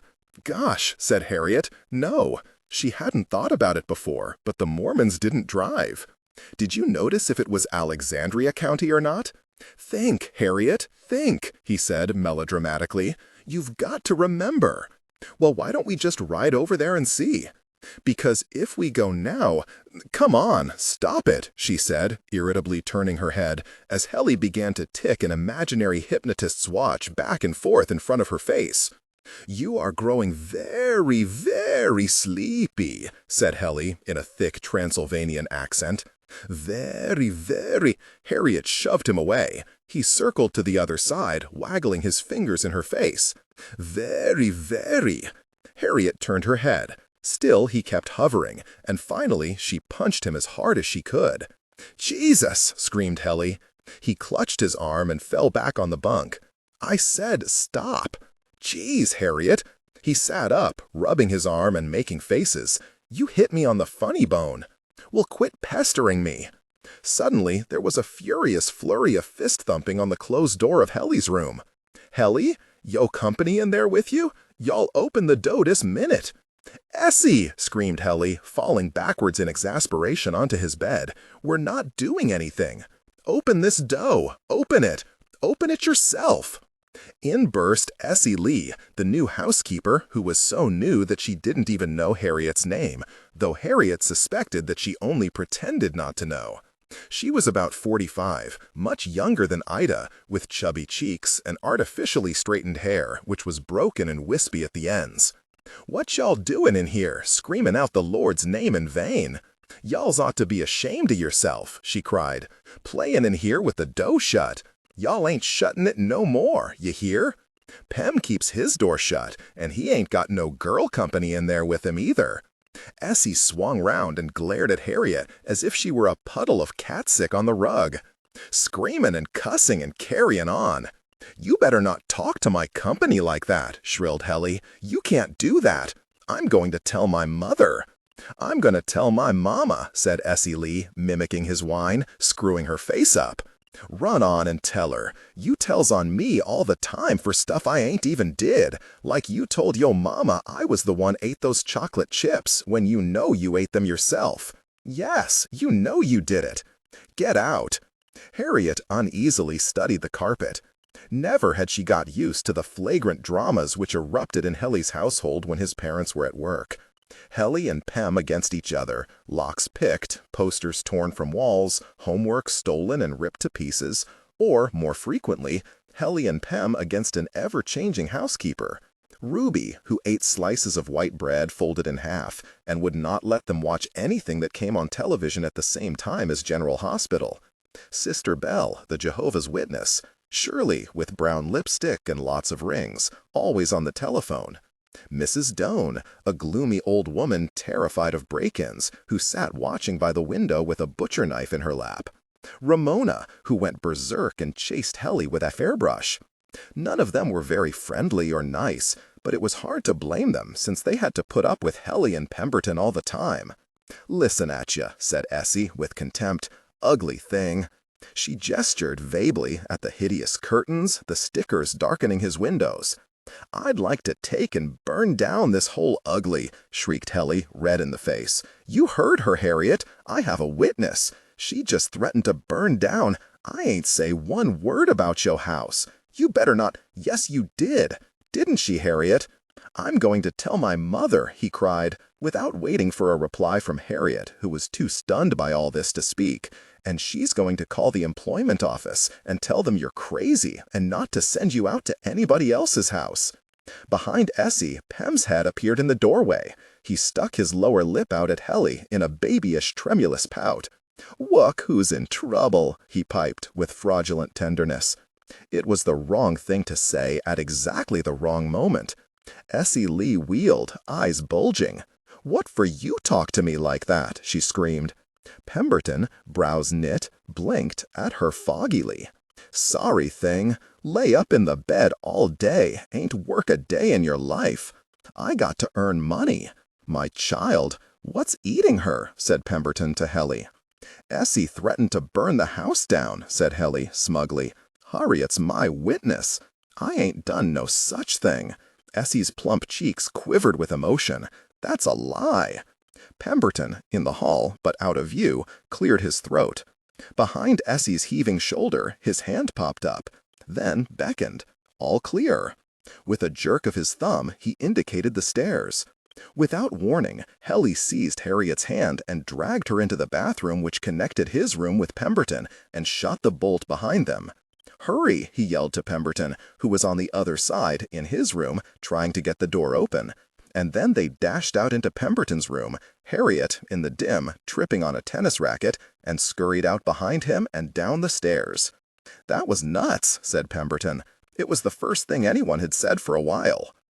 Technical excellence. The three of them were sitting at the lone picnic table behind Jumbo's drive-in on a concrete slab next to a forlorn pair of kiddie rides, a circus elephant, and a faded yellow duck on springs.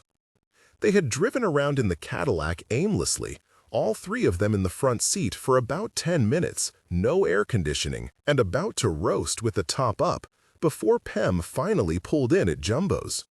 "Maybe we ought to stop by the tennis courts and tell Mother," said Helly. He and Pem were being unusually cordial to each other, though in a subdued way, united by the quarrel with Essie. Pemberton took a last slurp of his milkshake, tossed it into the trash. "Man, you called that one." The afternoon glare, reflected off the plate glass window, burned white at the edges of his pool-frizzed hair. "That woman is a freak. I was scared she was going to hurt you guys or something." "Hey," said Helly, sitting up straighter. "That's Siren." They all listened to it for a moment, off in the distance. "That's probably the fire truck," said Helly, glumly, "driving to our house." "Tell me again, what happened?" Pem said. "She just went berserk? Totally nuts." "Hey, give me a cigarette," he added, casually, as Pem tossed a packet of Marlboros squashed from the pocket of his cutoff jeans onto the table and dug in the other pocket for a light. Pem lit his cigarette, then moved both matches and cigarettes out of Helly's reach. The smoke smelled unusually harsh and poisonous, there on the hot concrete, amidst the backwash of fumes from the highway. "I have to say, I saw it coming," he said, shaking his head.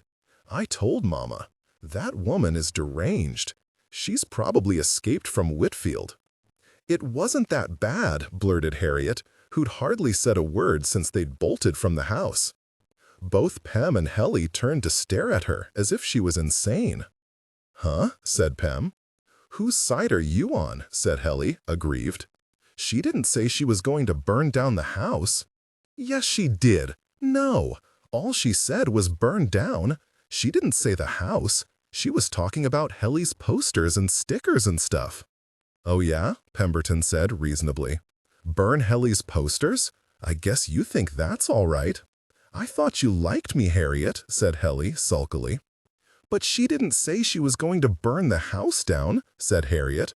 "All she said was, she said," as Pemberton rolled his eyes knowingly at Helly, "it just wasn't that big a deal." Helly, ostentatiously, scooted away from her on the bench seat. "But it wasn't," said Harriet, who was growing by the moment more unsure of herself. "She was just mad." Pem rolled his eyes and blew out a cloud of smoke. "No kidding, Harriet." But y'all are acting like she chased us with a butcher knife." Helly snorted. "Well, next time she might. I'm not staying by myself with her anymore," he repeated, self-pityingly, as he stared down at the concrete. "I'm sick of getting death threats all the time." But drive through Alexandria was short and contained no more novelty or diversion than the Pledge of Allegiance. Down the east side of Alexandria and hooking in again at the south, the Huma River coiled around 2/3 of the town. Huma meant red in the Choctaw language, but the river was yellow, fat, sluggish, with the sheen of ochre oil paint squeezed from the tube. One crossed it from the south on a 2-lane iron bridge dating from FDR's administration into what visitors called the Historic District. A wide, flat, inhospitable avenue, painfully still in the strong sun, gave in to the town square, with its disconsolate statue of the Confederate soldier slouching against his propped rifle. Once he had been shaded by oak trees, but these had all been sawn down a year or two before to make way for a confused but enthusiastic aggregate of commemorative structures, clock tower, gazebos, lampposts, bandstand, bristling over the tiny and now shadeless plot like toys jumbled together in an unseemly crowd. On Main Street, up to First Baptist Church, the houses were mostly big and old. To the east, past Margin and High Street, were the train tracks, the abandoned cotton gin, and the warehouses where Helly and Harriet played. Beyond, towards Levee Street and the river, was desolation. Junkyards, salvage lots, tin-roofed shacks with sagging porches and chickens scratching in the mud. At its grimmest point, by the Alexandria Hotel, Main Street turned into Highway 5. The interstate had passed Alexandria by, and now the highway suffered the same dereliction as the shops on the square. Defunct grocery stores and car lots, baking in a poisonous gray heat haze. The checkerboard feed store and the old Southland gas station, boarded up now. Its faded sign, a saucy black kitten with white bib and stockings, batting with a cotton ball. A north turn onto County Line Road took them by Oak Lawn Estates and under an abandoned overpass into cow pastures and cotton fields and tiny, dusty little sharecropper farms laboriously cut from dry red clay barrens. Harriet and Helly's school, Alexandria Academy, was out here. A 15-minute drive from town, a low building of cinder block and corrugated metal which sprawled in the middle of a dusty field like an airplane hangar. 10 miles north, past the academy, the pines took over from the pastures entirely and pressed against either side of the road in a dark, high, claustrophobic wall, which bore down relentlessly almost to the Tennessee border. Instead of heading out into the country, however, they stopped at the red light by Jumbo's, where the rearing circus elephant held aloft in his sun-bleached trunk a neon ball advertising cones, shakes, burgers, and past the town cemetery, rising high upon its hill like a stage backdrop, black iron fences, graceful-throated stone angels guarding the marble gateposts to north, south, east, and west. They circled around through town again. When Harriet was younger, the east end of Natchez Street had been all white. Now blacks and whites lived here, harmoniously for the most part. The black families were young and prosperous, with children. Most of the whites, like Allison's piano teacher and Libby's friend Mrs. Newman McLamore, were old widowed ladies without family. "Hey, Pem, slow down in front of the Mormon house here," said Helly. Pem blinked at him. "What's the matter?" he said, but he slowed down anyway. Curtis was gone, and so was Mr. Dial's car. A pickup was parked in the driveway, but Harriet could see that it wasn't the same truck. The gate was down, and the bed was empty except for a metal tool chest. "They're in that?" said Helly, breaking off short in the midst of his complaints about Essie Lee. "Man, what is that up there?" said Pemberton, stopping the car in the middle of the street. "Is that tin foil on the windows? Harriet, tell him what you saw." She said she saw. I don't want to know what goes on up there. Are they making dirty movies or what? "Man," said Pemberton, throwing the car into park, peering upward with his hand shading his eyes, "what kind of a creep rolls tin foil over all their windows? Oh my gosh." Helly flounced around in the seat and stared straight ahead. "What's your problem? Pem, come on, let's go." "What's the matter?" "Look," said Harriet, after several moments of fascinated silence. A triangle of black had appeared in the center window, where the tinfoil was being peeled back from within by some anonymous but artful claw. As the car sped off, Eugene rolled the tinfoil back over the window with trembling fingers. He was coming down with a migraine headache. Tears streamed from his eye. As he stepped from the window, in the darkness and confusion, he bumped into a crate of soda bottles, and the racket slashed in a brilliant zigzag of pain down the left side of his face. Migraine headaches ran in the Ratliff family. It was said of Eugene's grandfather, Papa Ratliff, long deceased, that when suffering from what he called a sick headache, he had beaten out a cow's eye with a 2x4. And Eugene's father, similarly afflicted, had slapped Danny so hard on some long-ago Christmas Eve that he flew head-first against the freezer and cracked a permanent tooth. This headache had descended with less warning than most. The snakes were enough to make anybody sick, not to mention the anxiety of Roy Dial rolling up unannounced. But neither Cops nor Dial was likely to come snooping in a flashy old gunboat like the car that had stopped out front. He went into the other room, where it was cooler, and sat down at the card table with his head in his hands. He could still taste the ham sandwich he had for lunch. He had enjoyed it very little, and the bitter, aspirin overtaste in his mouth rendered the memory even more unpleasant. The headaches made him sensitive to noise. When he'd heard the engine idling in front, he'd gone immediately to the window, fully expecting to see the Clay County Sheriff, at the very least a cop car. But the incongruity of the convertible fretted at him. Now, against his better judgment, he dragged the telephone over to him and dialed Farish's number. For, as much as he hated to call Farish, he was out of his depth in a matter like this. It was a light-colored car. Between the glare and his aching head, he hadn't been able to make out the exact model. Maybe a Lincoln, maybe a Cadillac, maybe even a big Chrysler. And all he'd been able to see of its occupants was their race, white, though one of them had pointed up to the window clearly enough. What business had an old-fashioned parade car like that stopping right in front of the mission? Farish had met a lot of gaudy characters in prison, characters worse to tangle with in many instances than the cops. As Eugene, eyes shut, held the receiver so it wouldn't touch his face and tried to explain what had just happened, Farish ate noisily and steadily something that sounded like a bowl of cornflakes, crunch, slop, crunch, slop. For a long time after he had finished speaking, there was no noise on the other end except Farish's chews and gulps. Presently, Eugene, clutching his left eye in the darkness, said, "Farsh? Well, you're right about one thing. No cop or repo man isn't going to drive a car stands out like that," said Farish. "Maybe Syndicate from down on the Gulf Coast. Brother Dolphus used to do a little business down that way." The bowl clicked against the receiver as Farish, from the sound of it, tipped his bowl up and drank down the leftover milk. Patiently, Eugene waited for him to resume the sentence, but Farish only smacked his lips and sighed. Distant clatter of spoon on china. "What would a Gulf Coast syndicate want with me?" he finally asked. "Hell if I know. Something you ain't being straight about?" "Straight is the gate, brother," Eugene replied stiffly. "I'm just running this mission and loving my Christian walk." "Well, assuming that's correct, could be little Reese they come after. Who knows what kind of hot water he's got himself into? Be straight with me, Farsh. You done got me into something. And I know, he said, over Farish's objections, that it's got to do with those narcotics. That's why that boy is here from Kentucky. Don't ask me how I know it, I just do. I wished you'd just go on and tell me why you invited him down here." Farish laughed. "I didn't invite him. Dolphus told me he was driving over to that homecoming." I know, but he'd never been down this-a-way before.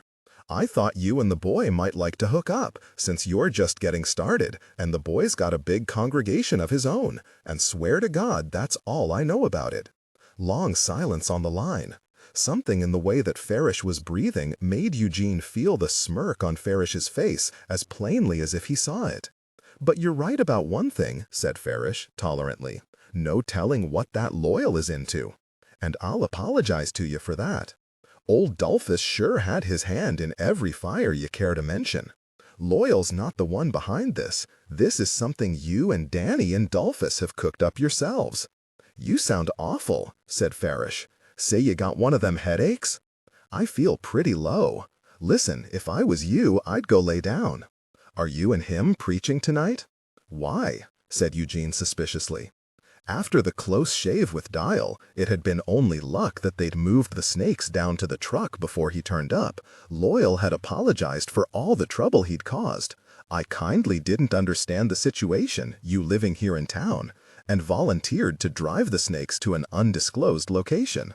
"Well, come to hear ya," Farish said expansively. "Me and Danny." Eugene passed a hand over his eyes. "I don't want you to. When is Loyal driving back home?" "Tomorrow. Look, I know you're up to something, Farsh. I don't want you to get this boy into trouble. What you so worried about him for?" "I don't know," said Eugene, and he didn't. "Well then, we'll see you tonight," Farish said, and he hung up before Eugene could say a word. "What goes on up there, sweetie? I have no idea," Pemberton was saying. "But I can tell you who rents the place. Danny, and Curtis Ratliff's big brother. He's a preacher." At this, Helly turned to stare at Harriet with amazement. "He's a real nut," said Pem. "Something wrong with his face. He stands out on the highway yelling and shaking his Bible at cars." "Is that the guy who walked up and knocked on the window when Daddy was stopped at the intersection?" said Helly. "The one with the weird face?" "Maybe he's not crazy. Maybe it's just an act," Pem said. "Most of these hillbilly preachers that yell and pass out and jump up on their chairs and run up and down the aisles, they're just showing off. It's all a big fake, that holy roller stuff." Harriet, you know what?" Helly said, barely excited, twisting around in his seat. "I know who this guy is. He preaches on the square every Saturday. He's got a little black box with a microphone leading to it, and—" He turned back to his brother.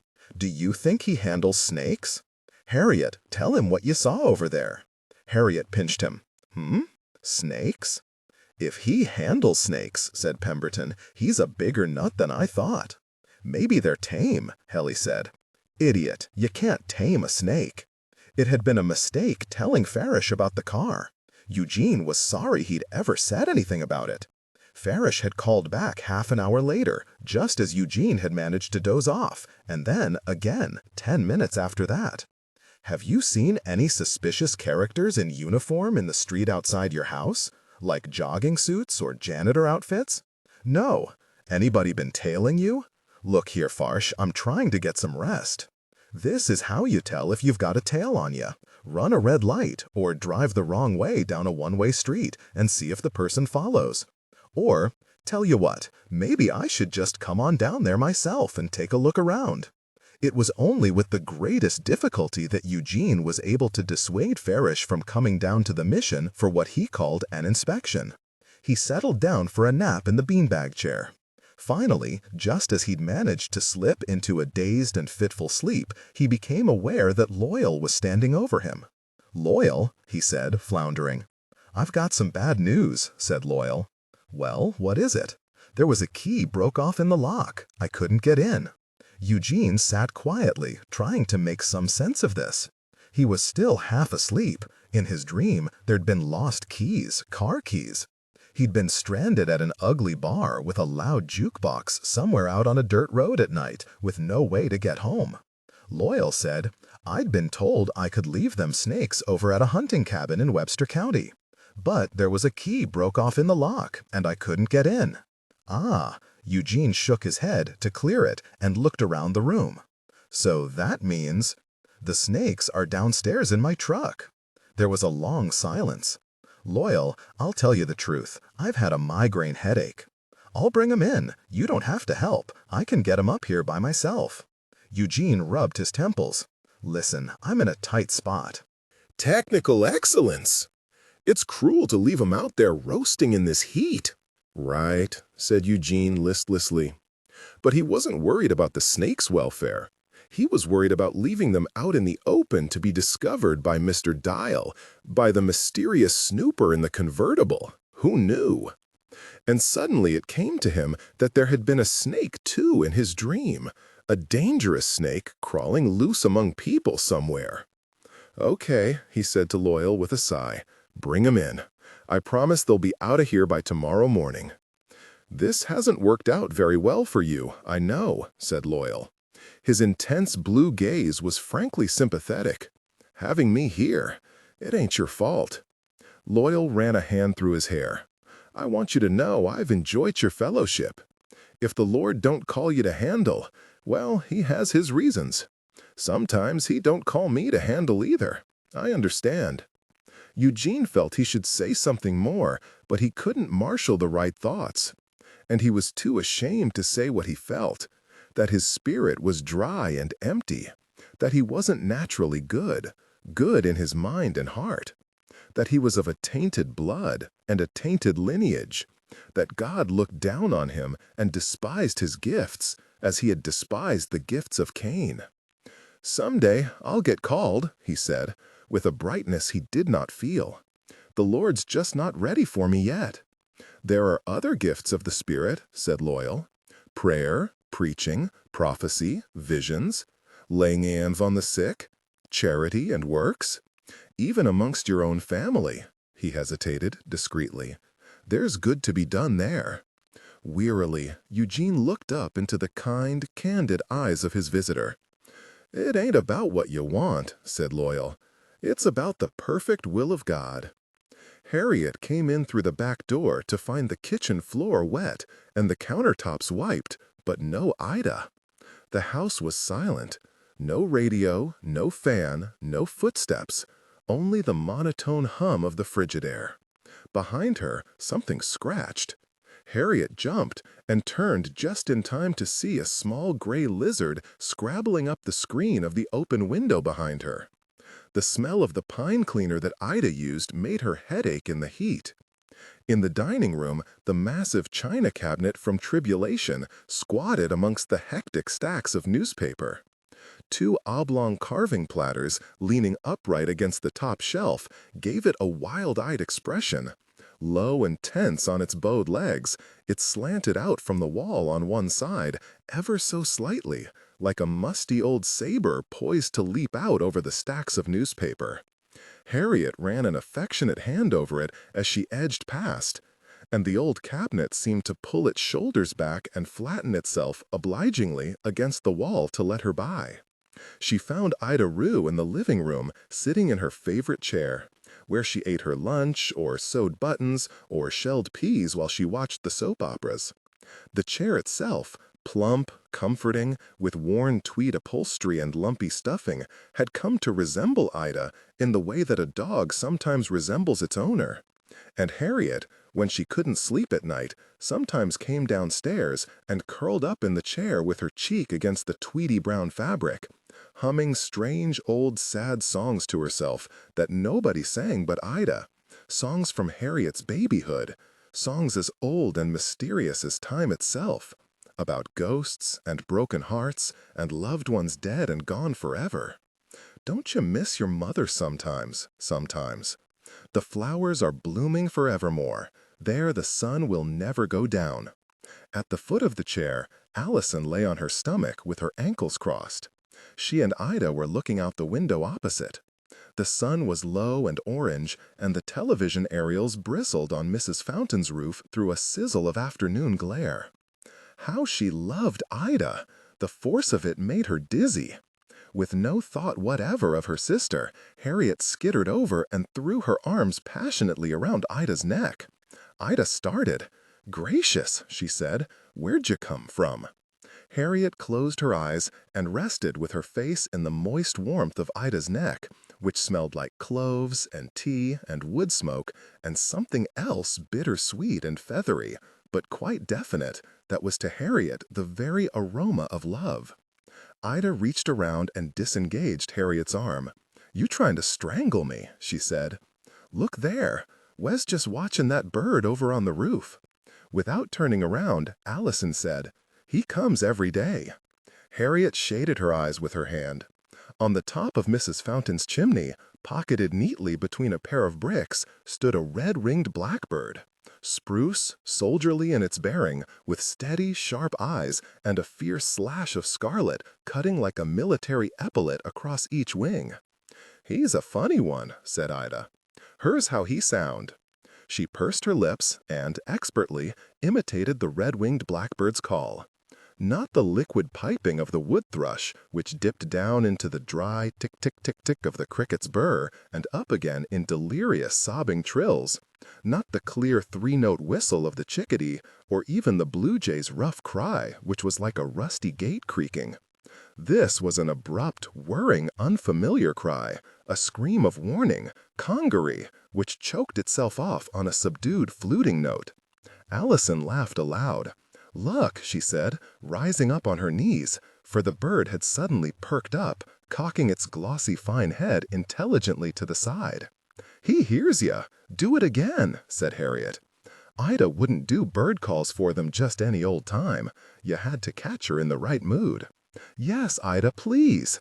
But Ida only laughed and shook her head. "Y'all remember, don't you," she said, "the old story how he got his red wing?" "No," said Harriet and Allison at once, though they did.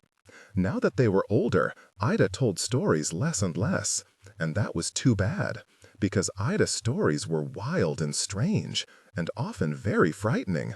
Stories about drowned children, and ghosts in the woods, and the buzzards hunting party.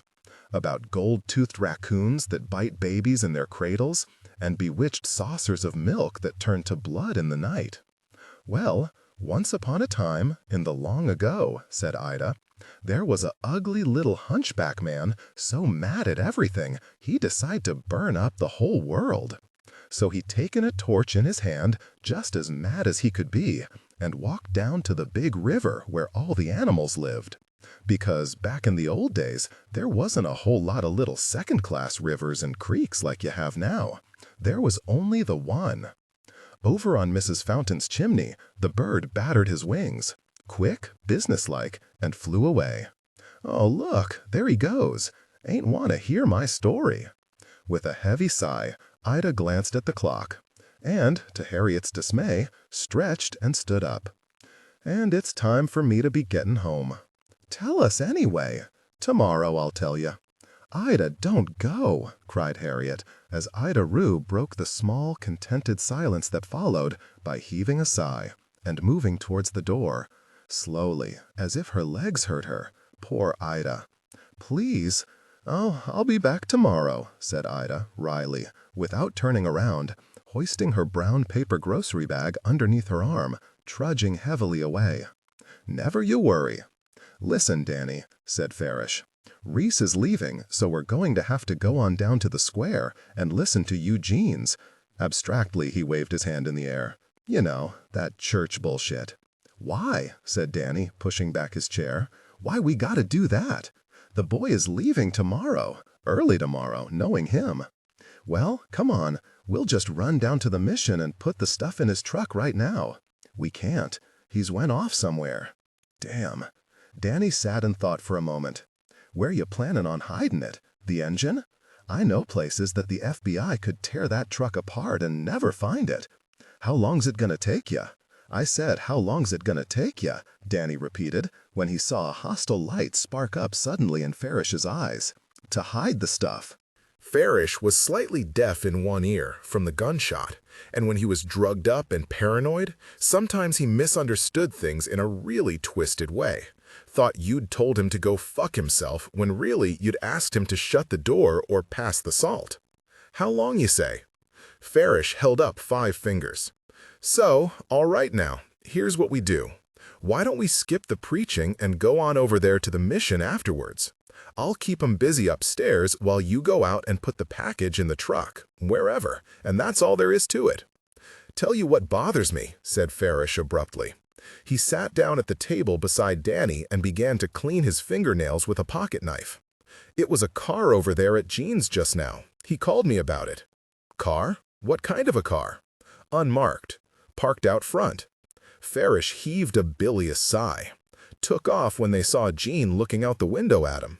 It's probably nothing." "What?" Farish reared back and blinked. "Don't be whispering at me now. I can't stand it when you whisper. I said it's nothing." Danny looked at his brother intently, then shook his head. "What would anybody want with Eugene?" "It's not Eugene they want," said Farish darkly. "It's me. I'm telling you, there's government agencies got a file on me this thick." "Farish, you didn't want to get Farish started on the federal government, not when he was cranked up like this. He'd rant all night and into the next day. 'Look here,' he said, 'if you just go on and pay that tax—'" Farish shot a quick, angry glance at him. "There was a letter come just the other day. If you don't pay your taxes, Farish, they're going to come after you." "This isn't about any tax," said Farish. "The government's been surveilling my ass for 20 years. "Farish, You didn't want to get Farish started on the federal government, not when he was cranked up like this. He'd rant all night and into the next day. "Look here," he said, "if you'd just go on and pay that tax." Farish shot a quick, angry glance at him. "There was a letter come just the other day. If you don't pay your taxes, Farish, they're going to come after you." "This isn't about any tax," said Farish. "The government's been surveilling my ass for 20 years. Harriet's mother pushed open the door to the kitchen, where Harriet, head in hand, sat slumped at the table. Hoping to be asked what was wrong, she slumped down even further. But her mother did not notice her and went directly to the freezer, where she dug out the striped gallon bucket of peppermint ice cream. Harriet watched her as she reached up on tiptoe to get a wine glass from the top shelf, and then, laboriously, scooped a few spoonfuls of ice cream into it. The nightgown she had on was very old, with filmy ice blue skirts and ribbons at the throat. When Harriet was small, she had been captivated by it because it looked like the blue fairy's gown in her book of Pinocchio. Now, it just looked old, wilted, gone gray at the seams. Harriet's mother, turning to put the ice cream back in the freezer, saw Harriet slouching at the table. "What's the matter?" she said, as the freezer door barked shut. "To start with," said Harriet, loudly, "I'm starving." Harriet's mother wrinkled her brow, vaguely, pleasantly, and then, no, don't let her say it, thought Harriet, asked the very question that Harriet had known she would ask. "Why don't you have some of this ice cream?" I hate that kind of ice cream. How many times had she said it? Mother, I hate peppermint ice cream. She felt desperate all of a sudden. Didn't anybody ever listen to her? I can't stand it. I've never liked it. Nobody's ever liked it but you. She was gratified to see her mother's hurt expression.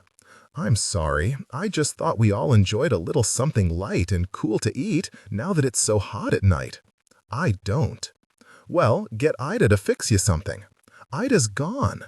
Didn't she leave you anything?" "No, nothing Harriet wanted anyway, only tuna fish." "Well, what would you like then?"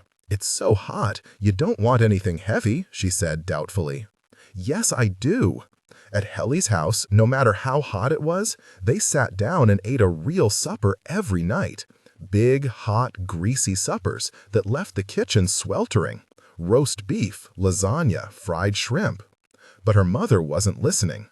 "Maybe some toast," she said brightly, as she replaced the ice cream carton in the freezer. "Toast? Why? What's wrong with that? People don't have toast for dinner. Why can't we eat like regular people?" At school, in health class, when Harriet's teacher had asked the children to record their diets for 2 weeks, Harriet had been shocked to see how bad her own diet looked when it was written down on paper, particularly on the nights that Ida didn't cook. Popsicles, black olives, toast, and butter. So she'd torn up the real list and dutifully copied from a cookbook her mother had received as a wedding present. 1,000 Ways to Please Your Family. A prim series of balanced menus. Chicken piccata, summer squash gratin, garden salad, apple compote. "It's Ida's responsibility," said her mother with sudden sharpness, "to fix you something. That's what I pay her for. If she's not fulfilling her duties, then we'll have to find somebody else." "Shut up," screamed Harriet, overcome by the unfairness of this. "Your father is after me all the time about Ida. He says she doesn't do enough around the house. I know you like Ida, but it's not her fault. If she's not doing what she should be, then Ida and I will have to have a little talk," said her mother. "Tomorrow." She drifted out with her glass of peppermint ice cream. Harriet, dazed and baffled by the turn their conversation had taken, put her forehead on the table. Presently, she heard someone come into the kitchen. Dully, she glanced up to see Allison standing in the doorway. "You shouldn't have said that," she said. "Leave me alone." Just then, the telephone rang. Allison picked it up and said, "Hello?" Then her face went blank. She dropped the receiver so it swung by the cord. "For you," she said, walking out. The instant she said hello, Helly said in a rush, "Harriet, listen to this. Can I eat dinner at your house?" "No," said Helly after a confused pause. Dinner at his house was over, but he'd been too excited to eat. "Listen, Essie did go berserk. She busted some glasses in the kitchen and left. And my dad drove by her house, and Essie's boyfriend came out on the porch, and they got into a huge fight. And Dad told him to tell Essie not to come back. She was fired. Yay! But that's not why I called, he said, rapidly, for Harriet had begun to stutter with horror at this. Listen, Harriet, there isn't much time. That preacher with the scar is down at the square right now. There's 2 of them. I saw it with Dad on the way home from Essie's, but I don't know how long they're going to be there. They've got a loudspeaker. I can hear them from my house. Harriet put the telephone down on the counter and went to the back door. Sure enough, from the vine-tangled seclusion of the porch, she heard the tinny echo of a loudspeaker. Someone shouting, indistinctly, the hiss and crackle of a bad microphone. When she went back to the telephone, Helly's breath on the other end was ragged and secretive. "Can you come out?" she said. "I'll meet you at the corner." It was after 7, still light outside. Harriet splashed some water on her face from the kitchen sink and went to the tool shed for her bicycle. As she flew down the driveway, the gravel popped under her tires until bump. Her front wheel hit the street and off she skimmed. Helly, astride his bicycle, was waiting at his corner. When he saw her in the distance, he took off. Pedaling furiously, she soon caught up with him. The street lamps were not yet lit. The air smelled like hedge clippings, and bug spray, and honeysuckle. Rosebeds blazed magenta and carmine and Tropicana orange in the fading light. They sped past drowsy houses, hissing sprinklers, a yipping terrier who shot out after them, chased behind them for a block or 2 with his little short legs flying, and then fell away. Sharply, they turned the corner of Waffle Street. The wide gables of Mr. Lilly's shingle Victorian flew towards them at a 45-degree angle, like a houseboat beached at a sideways tilt upon a green embankment.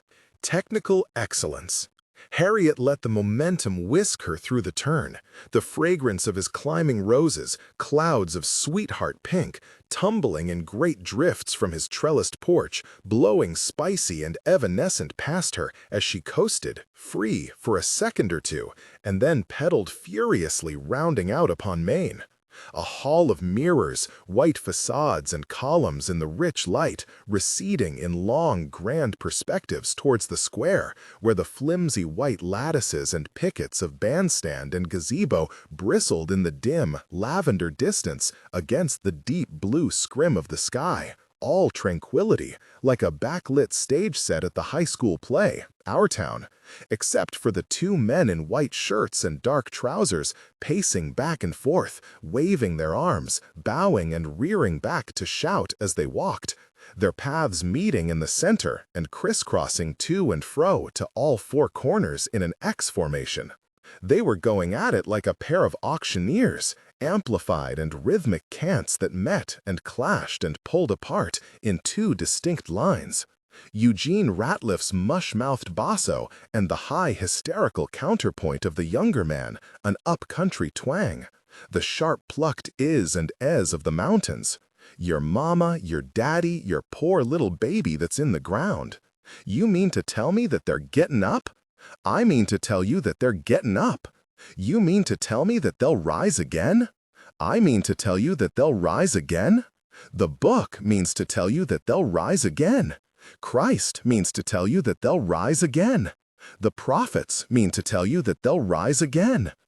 As Eugene Ratliff stomped his foot and clapped so that a greasy hank of the gray ducktail shook loose and fell over his face, the wild-haired fellow flung his hands up and broke out in a dance. He shook all over, his white hands twitched as if the electrical current blazing from his eyes and standing his hair on end had crackled throughout his entire body, jerking and jittering him all over the bandstand in forthright convulsions.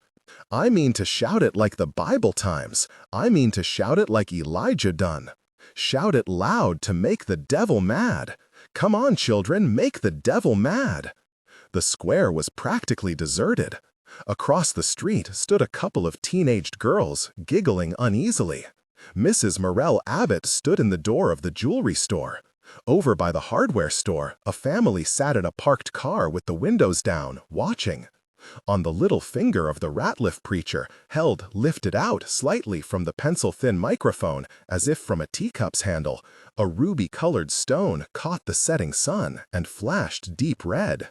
Here, in these last days we're living in, we're here to preach the truth from this Bible. We're preaching this book like the olden days. We're preaching it like the prophets done. Harriet stomped his foot and clapped so that a greasy hank of the gray ducktail shook loose and fell over his face. The wild-haired fellow flung his hands up and broke out in a dance. He shook all over, his white hands twitched, as if the electrical current blazing from his eyes and standing his hair on end had crackled throughout his entire body, jerking and jittering him all over the bandstand in forthright convulsions. I mean to shout it like the Bible times. I mean to shout it like Elijah done. Shout it loud to make the devil mad. Come on, children, make the devil mad. The square was practically deserted. Across the street stood a couple of teenaged girls, giggling uneasily. Mrs. Morell Abbott stood in the door of the jewelry store. Over by the hardware store, a family sat in a parked car with the windows down, watching.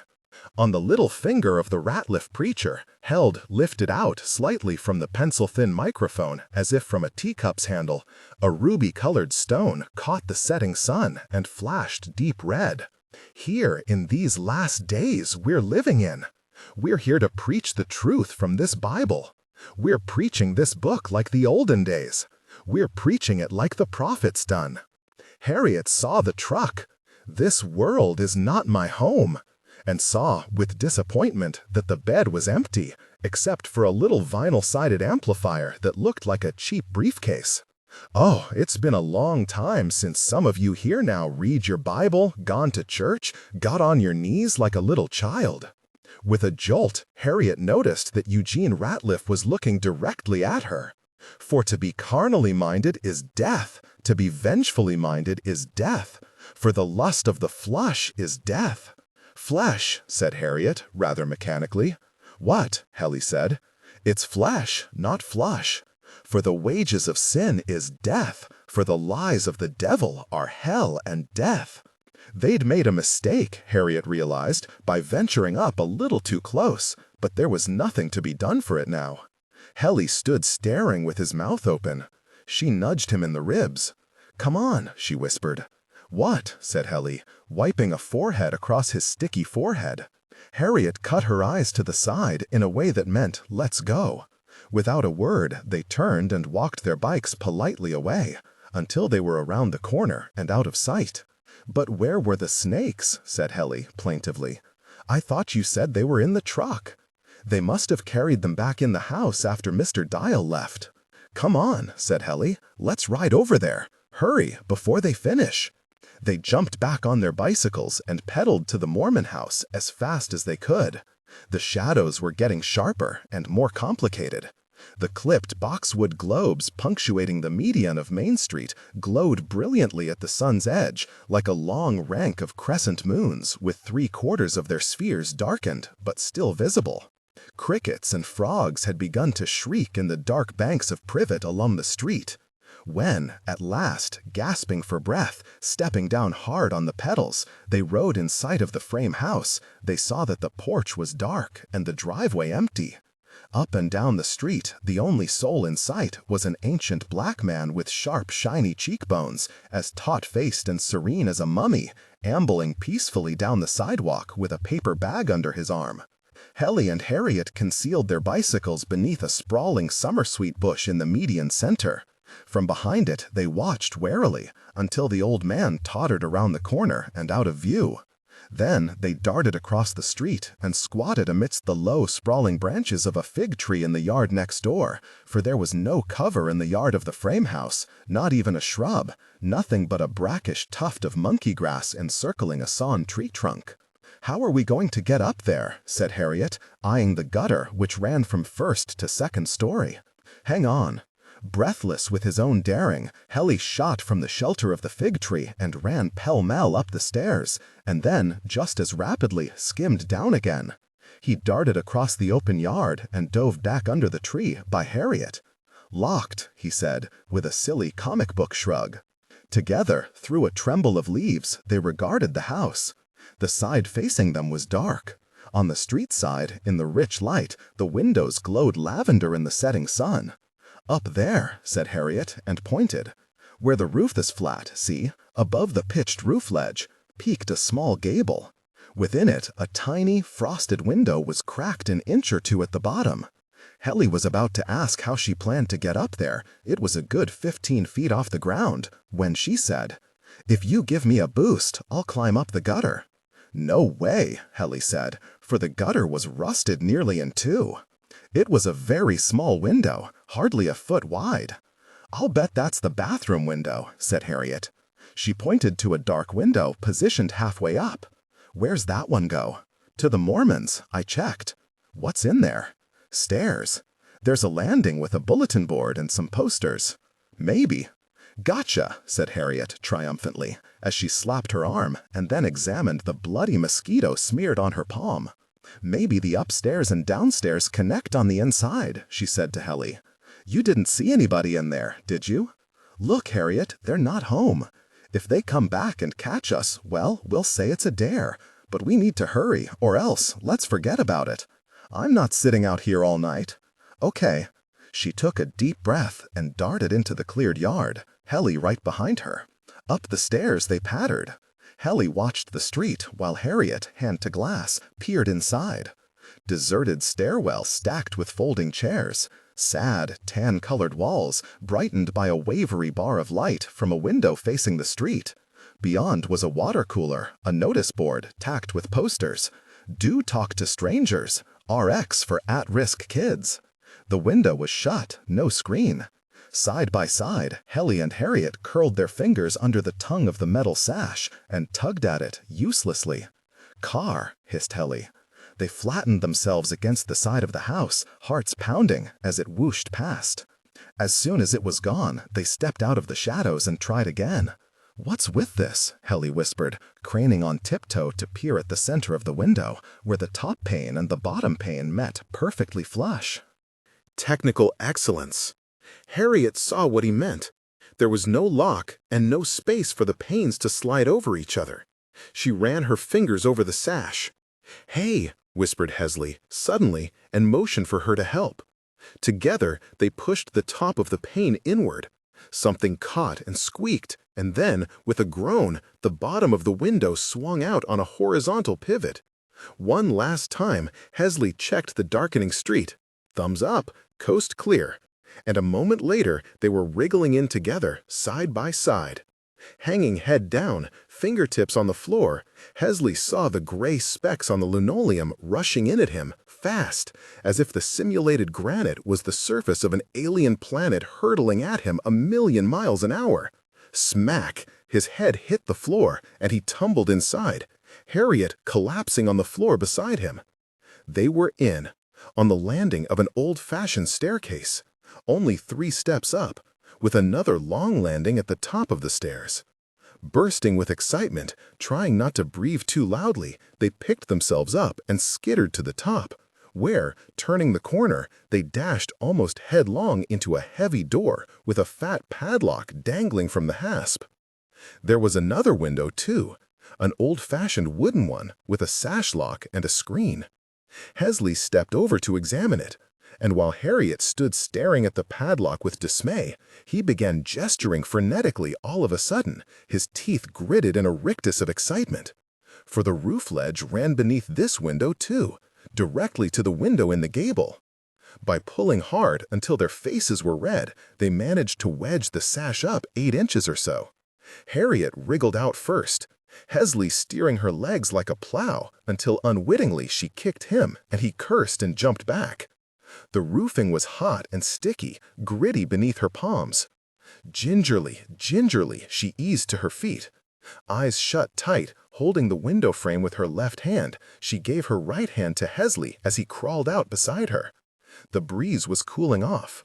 Twin jet trails traced a diagonal in the sky, tiny white water ski tracks in an enormous lake. Harriet, breathing fast, afraid to look down, smelled the wispy fragrance of some night-scented flower far below. Stocks, maybe, or sweet tobacco. She put her head back and looked up at the sky. The clouds were gigantic, glazed on their underbellies with radiant pink, like clouds in a painting of a Bible story. Very, very carefully, backs to the wall, electrified with excitement, they inched around the steep corner and found themselves looking down into the yard with their fig tree. With their fingertips hooked beneath the aluminum siding, which held the day's heat and was a little too hot to touch comfortably, they sidled towards the gable inch by inch. Harriet made it first and shuffled over to give Hesley room. It was very small indeed, not much larger than a shoebox, and cracked open only about 2 inches at the bottom. Carefully, hand by hand, they transferred their grip from siding to sash and pulled up, together, timidly at first, in case the thing flew up without warning and knocked them backward. It slid up 4 or 5 inches, easily, but then stuck firm, though they tugged until their arms trembled. Harriet's palms were wet, and her heart slammed like a tennis ball in her chest. Then, down on the street, she heard a car coming. They froze. The car whooshed past without stopping. "Dude," she heard Hesley whisper, "don't look down." He was several inches away, not touching her, but a palpable corona of damp heat radiated from him head to toe, like a force field. She turned. Gamely, in the spooky lavender twilight, he gave her the thumbs up, and then stuck his head and forearms through the window like a swimmer doing the breaststroke, and started through. It was a tight squeeze. At the waist, he stuck fast. Harriet, clutching the aluminum siding with her left hand, straining up on the sash with her right, hied back as far as she could from his frantically kicking feet. The incline was shallow, and she slipped and nearly fell, catching herself only at the last moment. But before she could swallow or even catch her breath, Hesley's front half fell inside the apartment with a loud thump, so that only his sneakers stuck out. After a moment's stunned pause, he pulled himself in the rest of the way. "Yes!"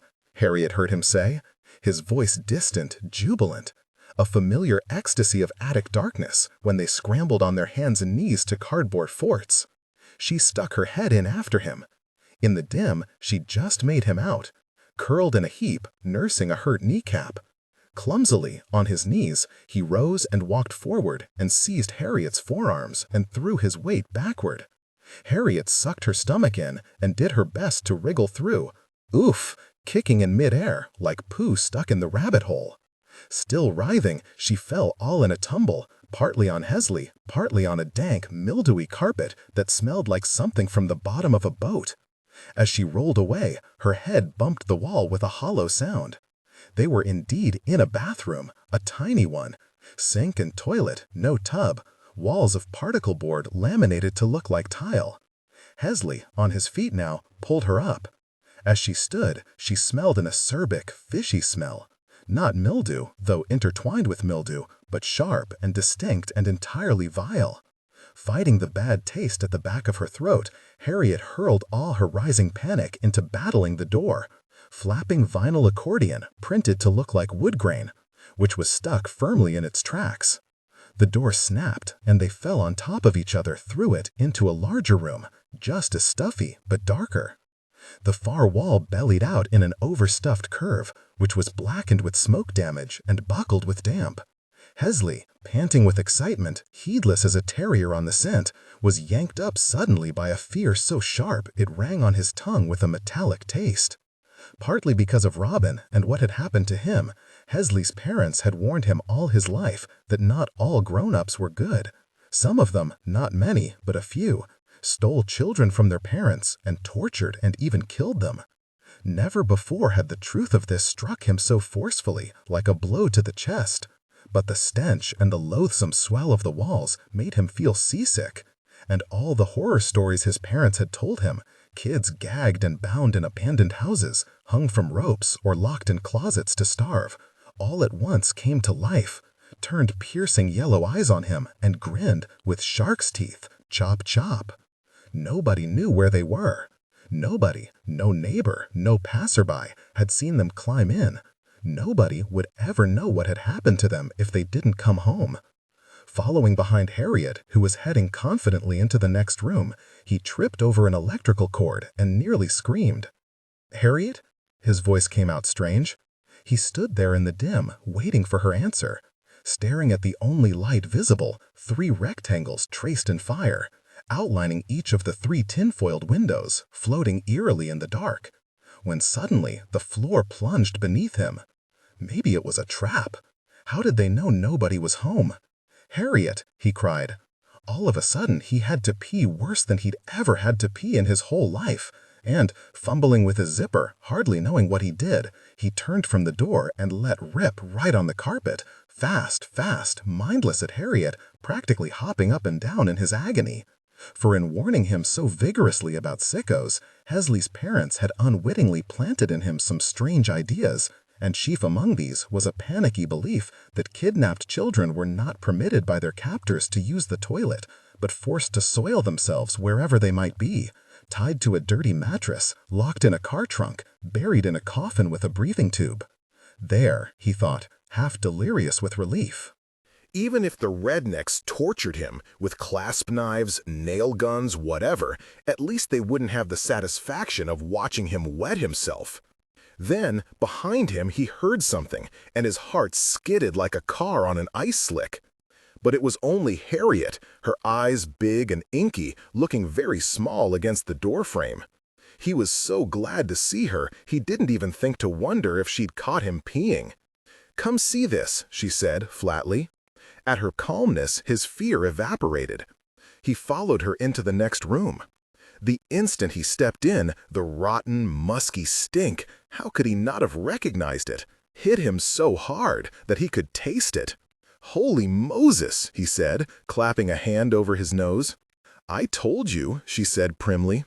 The boxes, lots of them, nearly enough to cover the floor, glinted in the faint light. Pearly buttons, mirror shards, nail heads and rhinestones and crushed glass, all shimmering discreetly in the dimness, like a cavern of pirate treasure. Rough sea chests strewn with great, careless sprays of diamonds and silver and rubies. He looked down. In the crate by his sneaker, a timber rattlesnake, inches away, was coiled and switching his tail. Ch-ch-ch-ch. Without thinking, he leapt back. When, through the screen at the corner of his vision, he caught sight of another snake pouring itself quietly toward him in a mottled S shape. When its snout butted the side of the box, it snapped back with such a hiss and such a powerful lash, impossible movement, like a film run backwards, rope rising from a puddle of spilled milk and flying upwards and back into the pitcher, that Helly jumped again, knocking into another crate, which spat with a perfect ebullition of hisses. Harriet, he noticed, was shoving an upended box away from the mass and towards the latched door. She stopped and brushed the hair from her face. "I want this one," she said. "Help me." Helly was overcome. Though he hadn't realized it, up until this very instant, he hadn't believed she was telling him the truth. And an icy bubble of excitement surged up through him, tingling, deadly, delicious, like cold green sea rushing through a hole in the bottom of a boat. Harriet, lips compressed, slid the crate through several feet of clear floor space, then tipped it sideways. "Well, take him," she said, and paused to rub her palms together. "We'll take him down the stairs outside. We can't walk down the street carrying that box. Just help me, okay?" With a gasp, she wrenched the crate free of the tight spot. Helly started over. The crates were not nice to wade through. Behind the screens, no more than window screen, he noted, easy to put a foot through, he had a vague consciousness of shadowy motion, circles that broke and melted and doubled back on themselves, black diamonds flowing one after the other in vile, silent circuits. His head felt full of air. "This isn't real," he told himself. "Not real. No, it's just a dream." And indeed, for many years to come, well into adulthood, his dreams would drop him back sharply into this malodorous dark, among the hissing treasure chests of nightmare. The strangeness of the cobra, regal, upright, solitary, swaying irritably with the jolting of his crate, did not occur to Helly. He was aware of nothing except the odd, unpleasant slide of its weight from side to side, and of the need to keep his hand well back from the screen. Grimly, they pushed it up to the back door, which Harriet unlocked and opened wide. Then, together, they picked up the box and carried it lengthwise between them down the outside staircase. The cobra knocked off balance, thrashing and lashing with a dry, enraged violence, and set it on the ground. It was dark now. The street lamps were on and porch lights shone from across the street. Lightheaded, too afraid even to look at the box, such was the hateful delirium of thumps from within, they kicked it up beneath the house. The night breeze was chilly. Harriet's arms prickled with sharp little goosebumps. Upstairs, around the corner, out of sight, the screen door blew open against the railing and then banged shut. "Hang on," Helly said. He rose from his half-squatting posture and darted up the stairs again. With trembling, slack-fingered hands, he fumbled with the knob, groping for the lock. His hands were sticky with perspiration. A strange, dreamlike lightness had overtaken him, and the dark, shoreless world billowed all around him, as if he were perched high in the rigging of some nightmare pirate ship, tossing and swaying, the night wind sweeping across the high seas. "Hurry," he said to himself, "hurry up, and let's get out of here." But his hands weren't working right. They slipped and slid uselessly on the doorknob, like they weren't even his. From below, a strangled cry from Harriet, so astonished with fright and despair that it choked off partway through. "Harriet?" he called, into the uncertain silence that followed. His voice sounded flat and oddly casual. Then, the next instant, he heard car tires on gravel. Headlights swept grandly into the backyard. Whenever Helly thought about this night and the years to come, the picture that came to him most vividly was for some reason always this: the stiff, yellowed grass flooded in the sudden glare of car lights. Scattered weed spires, Johnson grass, beggar's lice, trembling and illumined harshly. Before he had time to think or even breathe, high beams cut to low, pop, pop again, and the grass went dark. Then a car door opened and what sounded like half a dozen heavy pairs of boots were tramping up the staircase. Helly panicked. Later, he would wonder that he hadn't thrown himself off the landing in his fright, and possibly his neck. But in the terror of those heavy footfalls, he could think of nothing except the preacher, that scarred face coming toward him in the dark, and the only place to run was back into the apartment. He darted inside, and in the dim, his heart sank. Card table, folding chairs, ice chest, where to hide? He ran into the back room, stubbing his toe against a dynamite crate, which responded with an angry whack and a ch-ch-ch of rattles, and instantly realized his terrible mistake, but it was too late. The front door creaked. "Did I even shut it?" he thought, with a sickening crawl of fear. Silence, the longest of Helly's life. After what seemed like forever, there was the slight click of a key turning in a lock, then twice again, rapidly. "What's the matter?" said a cracked male voice, distinctly. The light snapped on in the next room. In the flag of light from the doorway, Helly saw that he was trapped. No cover, no escape. Apart from the snakes, the room was virtually empty. Newspapers, tool chest, a hand-painted signboard propped against one wall. "With the good Lord's help, upholding the Protestant religion and all civil laws," and in the far corner, a vinyl beanbag chair. In an agony of haste, they could see him just by glancing through the open door. He slipped through the dynamite crates towards the beanbag. Another click. "Yup, there it goes," said the cracked voice, indistinctly. As Helly dropped to his knees and squirmed under the beanbag, as best he could, pulling the bulk of it on top of him. More talking, which he could not now hear. The beanbag was heavy. He was facing away from the door, his legs curled tight beneath him. The carpet smashed against his right cheek smelled like sweaty socks. Then, to his horror, the overhead light came on. What were they saying? He tried to make himself as small as he could. As he couldn't move, he had no choice, unless he closed his eyes, except to stare at 5 or 6 snakes moving inside a gaudy side-screened box 2 feet from his nose. Helly stared at them, half hypnotic, his muscles locked with terror. One little snake trickled away from the others and crawled halfway up the screen. The hollow of his throat was white, and his belly scales ran in long horizontal plates, the chalky tan of calamine lotion. Technical excellence. Too late. as sometimes happened when he caught himself gawking at the spaghetti sauce guts of some animal squashed on the highway. He shut his eyes. Black circles on orange, the light's afterburn, thrown into negative drift, drifted up from the bottom of his vision, one after another, like bubbles in a fish tank, growing fainter and fainter as they rose and vanished. Vibrations in the floor, footsteps. The steps paused, and then another set, heavier and quicker, tramped in and stopped abruptly. What if my shoe is poking out? Thought Headley, with a near uncontrollable sizzle of horror. Everything stopped. The steps reversed themselves a pace or two, more muffled talking. It seemed to him as if one set of feet went to the window, paced fitfully, then retreated. How many different voices there were, he could not tell, but one voice rose distinct from the rest, garbled, sing-song, like the game that he and Harriet sometimes played at the swimming pool, where they took turns saying sentences underwater and tried to figure out what the other person was saying. At the same time, he was aware of a quiet scritch, scritch, scritch coming from the snake box, a noise so faint that he thought he must be imagining it. He opened his eyes. In the narrow strip between beanbag and smelly carpet, he found himself staring sideways at 8 pale inches of snake belly, resting weirdly against the screen of the box opposite.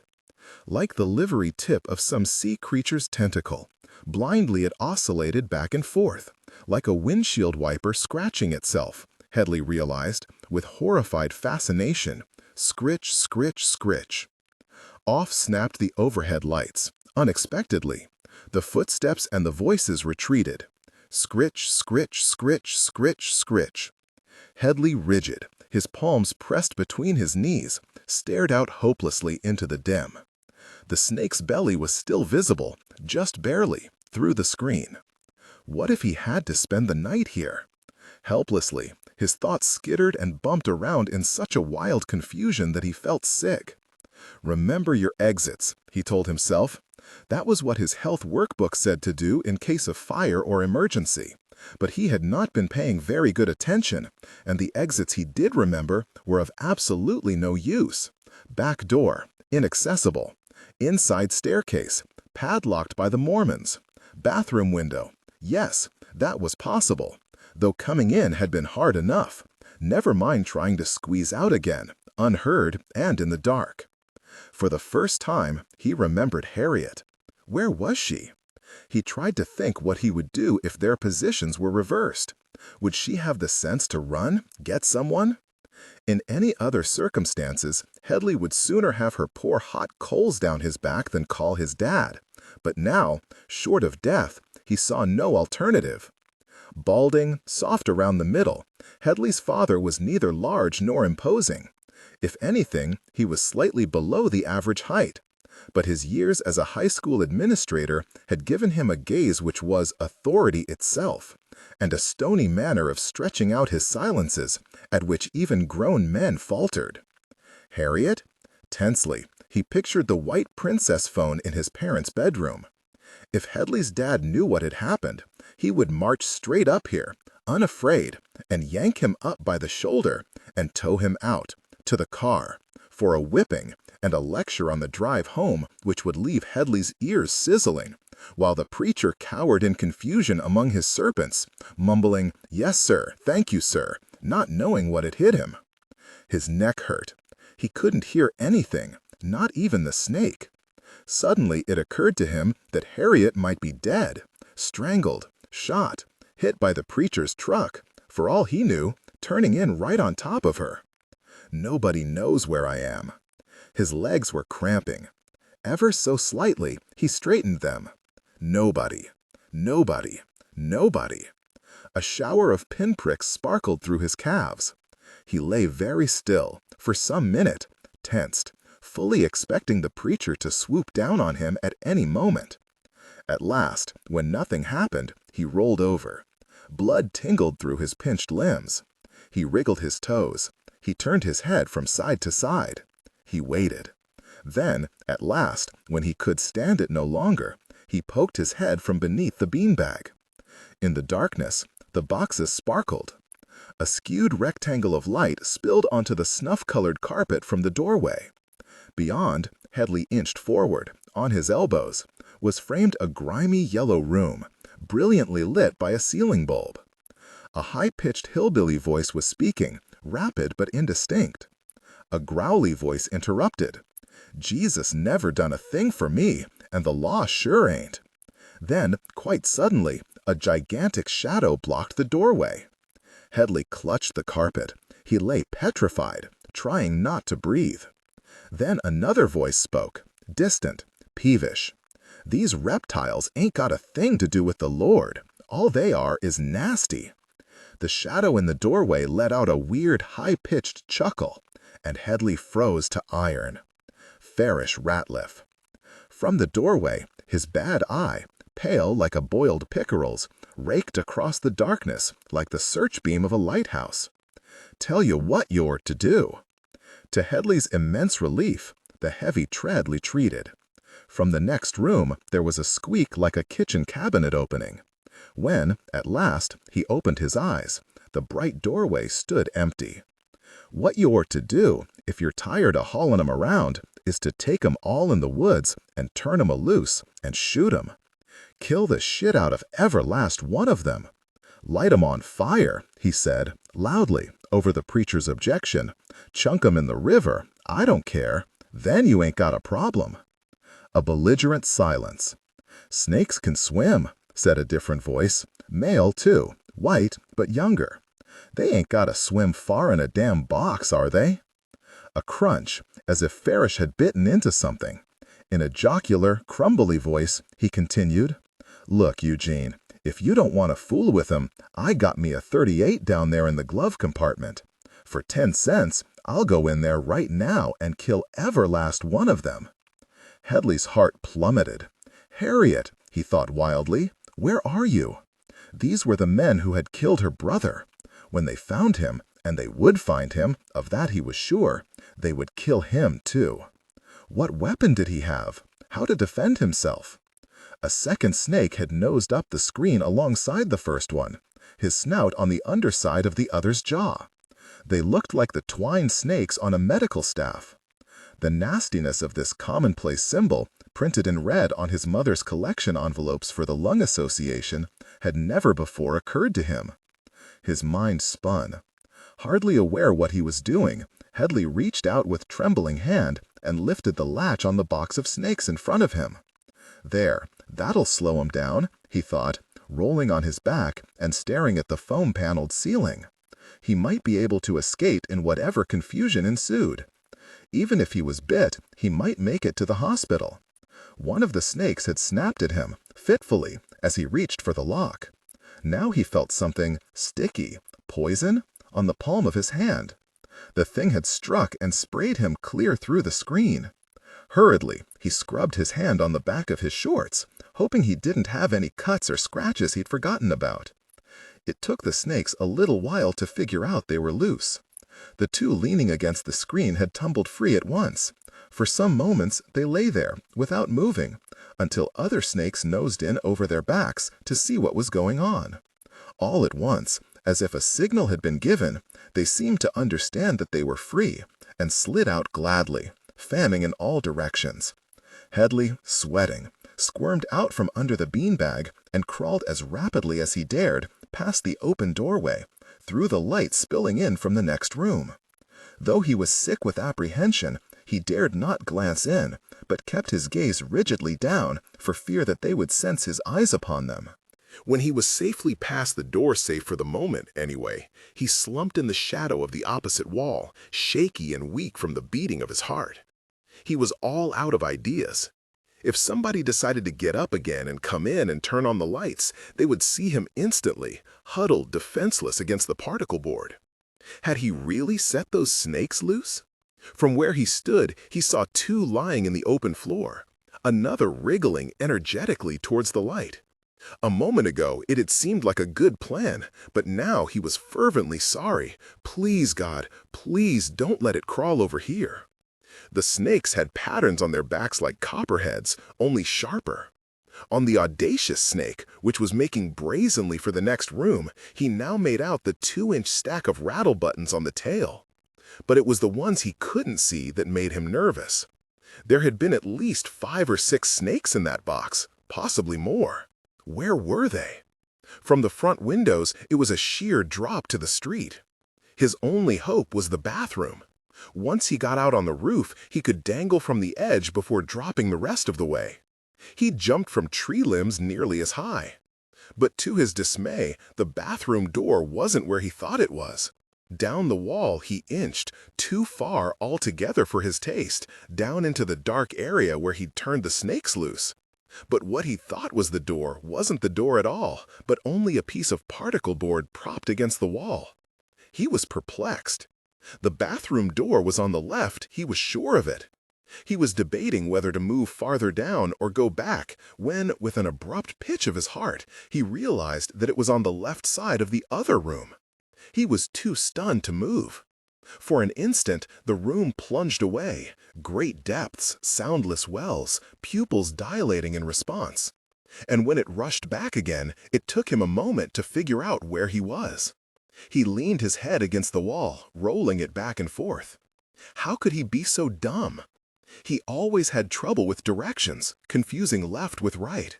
Letters and numbers switched chairs when he was looking away from the page and grinned back at him from different places. Sometimes he even sat down at the wrong chair at school without realizing it. "Careless, careless," screamed the red writing on his book reports, on his math tests and scratched-up worksheets. When the light swung into the driveway, Harriet was caught wholly off guard. She dropped to the ground and rolled under the house, bump, right into the cobra's box, which lashed angrily in reply. The gravel crackled, and almost before she could catch her breath, tires roared by a few feet from her face, in a blast of wind and bluish light that rippled through the ragged grass. Harriet, face down in powdery dust, smelled a strong, nauseating odor of something dead. All the houses in Alexandria had crawl spaces for fear of floods, and this one was no more than a foot high and not much less claustrophobic than a grave. The cobra, who had not enjoyed being jostled downstairs and tipped on his sideways, whacked against the box with horrid dry slashes she could feel through the wood. But worse than the snake or the dead rat smell was the dust, which tickled her nose unbearably. She turned her head. A reddish pan from the taillights slanted under the house, glowing suddenly over squiggled earthworm castings, anthills, a dirty shard of glass. Then everything went black. The car door slammed. "That's what started that car on fire," said a growly voice, not the preacher's. "All right," I said to him. "They had me laying all proned out on the ground. I'm on to be honest with you, sir, and you can take me to jail right now, but this one here's got a warrant on him long as your arm." "Huh, well, he took off running. That was all there was to that, I reckon." Laughter. Not nice. You got that right. The feet were tramping toward her. Harriet, desperately battling a sneeze, held her breath, clamped a hand over her mouth, and pinched her nose shut. Over her head and up the stairs, the footsteps clomped. A tentative stinger pricked her ankle. Finding no resistance, it settled and sank in deeper as Harriet trembled head to foot with the urge to slap it. Another sting, this one on her calf. Fire ants. Great. "Well, when he come on back home," said the growly voice, fainter now, receding, "they all got to seeing who could get the true story out of him." Then the voice stopped. Upstairs, everything was quiet, but she hadn't heard the door open, and she sensed they hadn't gone inside, but were lingering on the landing, watchfully. Stiffly she lay there, straining to listen with every ounce of her attention. Minutes passed. The fire ants, energetically and in growing numbers, stung her arms and legs. Her back was still pressed against the box, and every now and again, through the wood, the cobra whacked sullenly against her spine.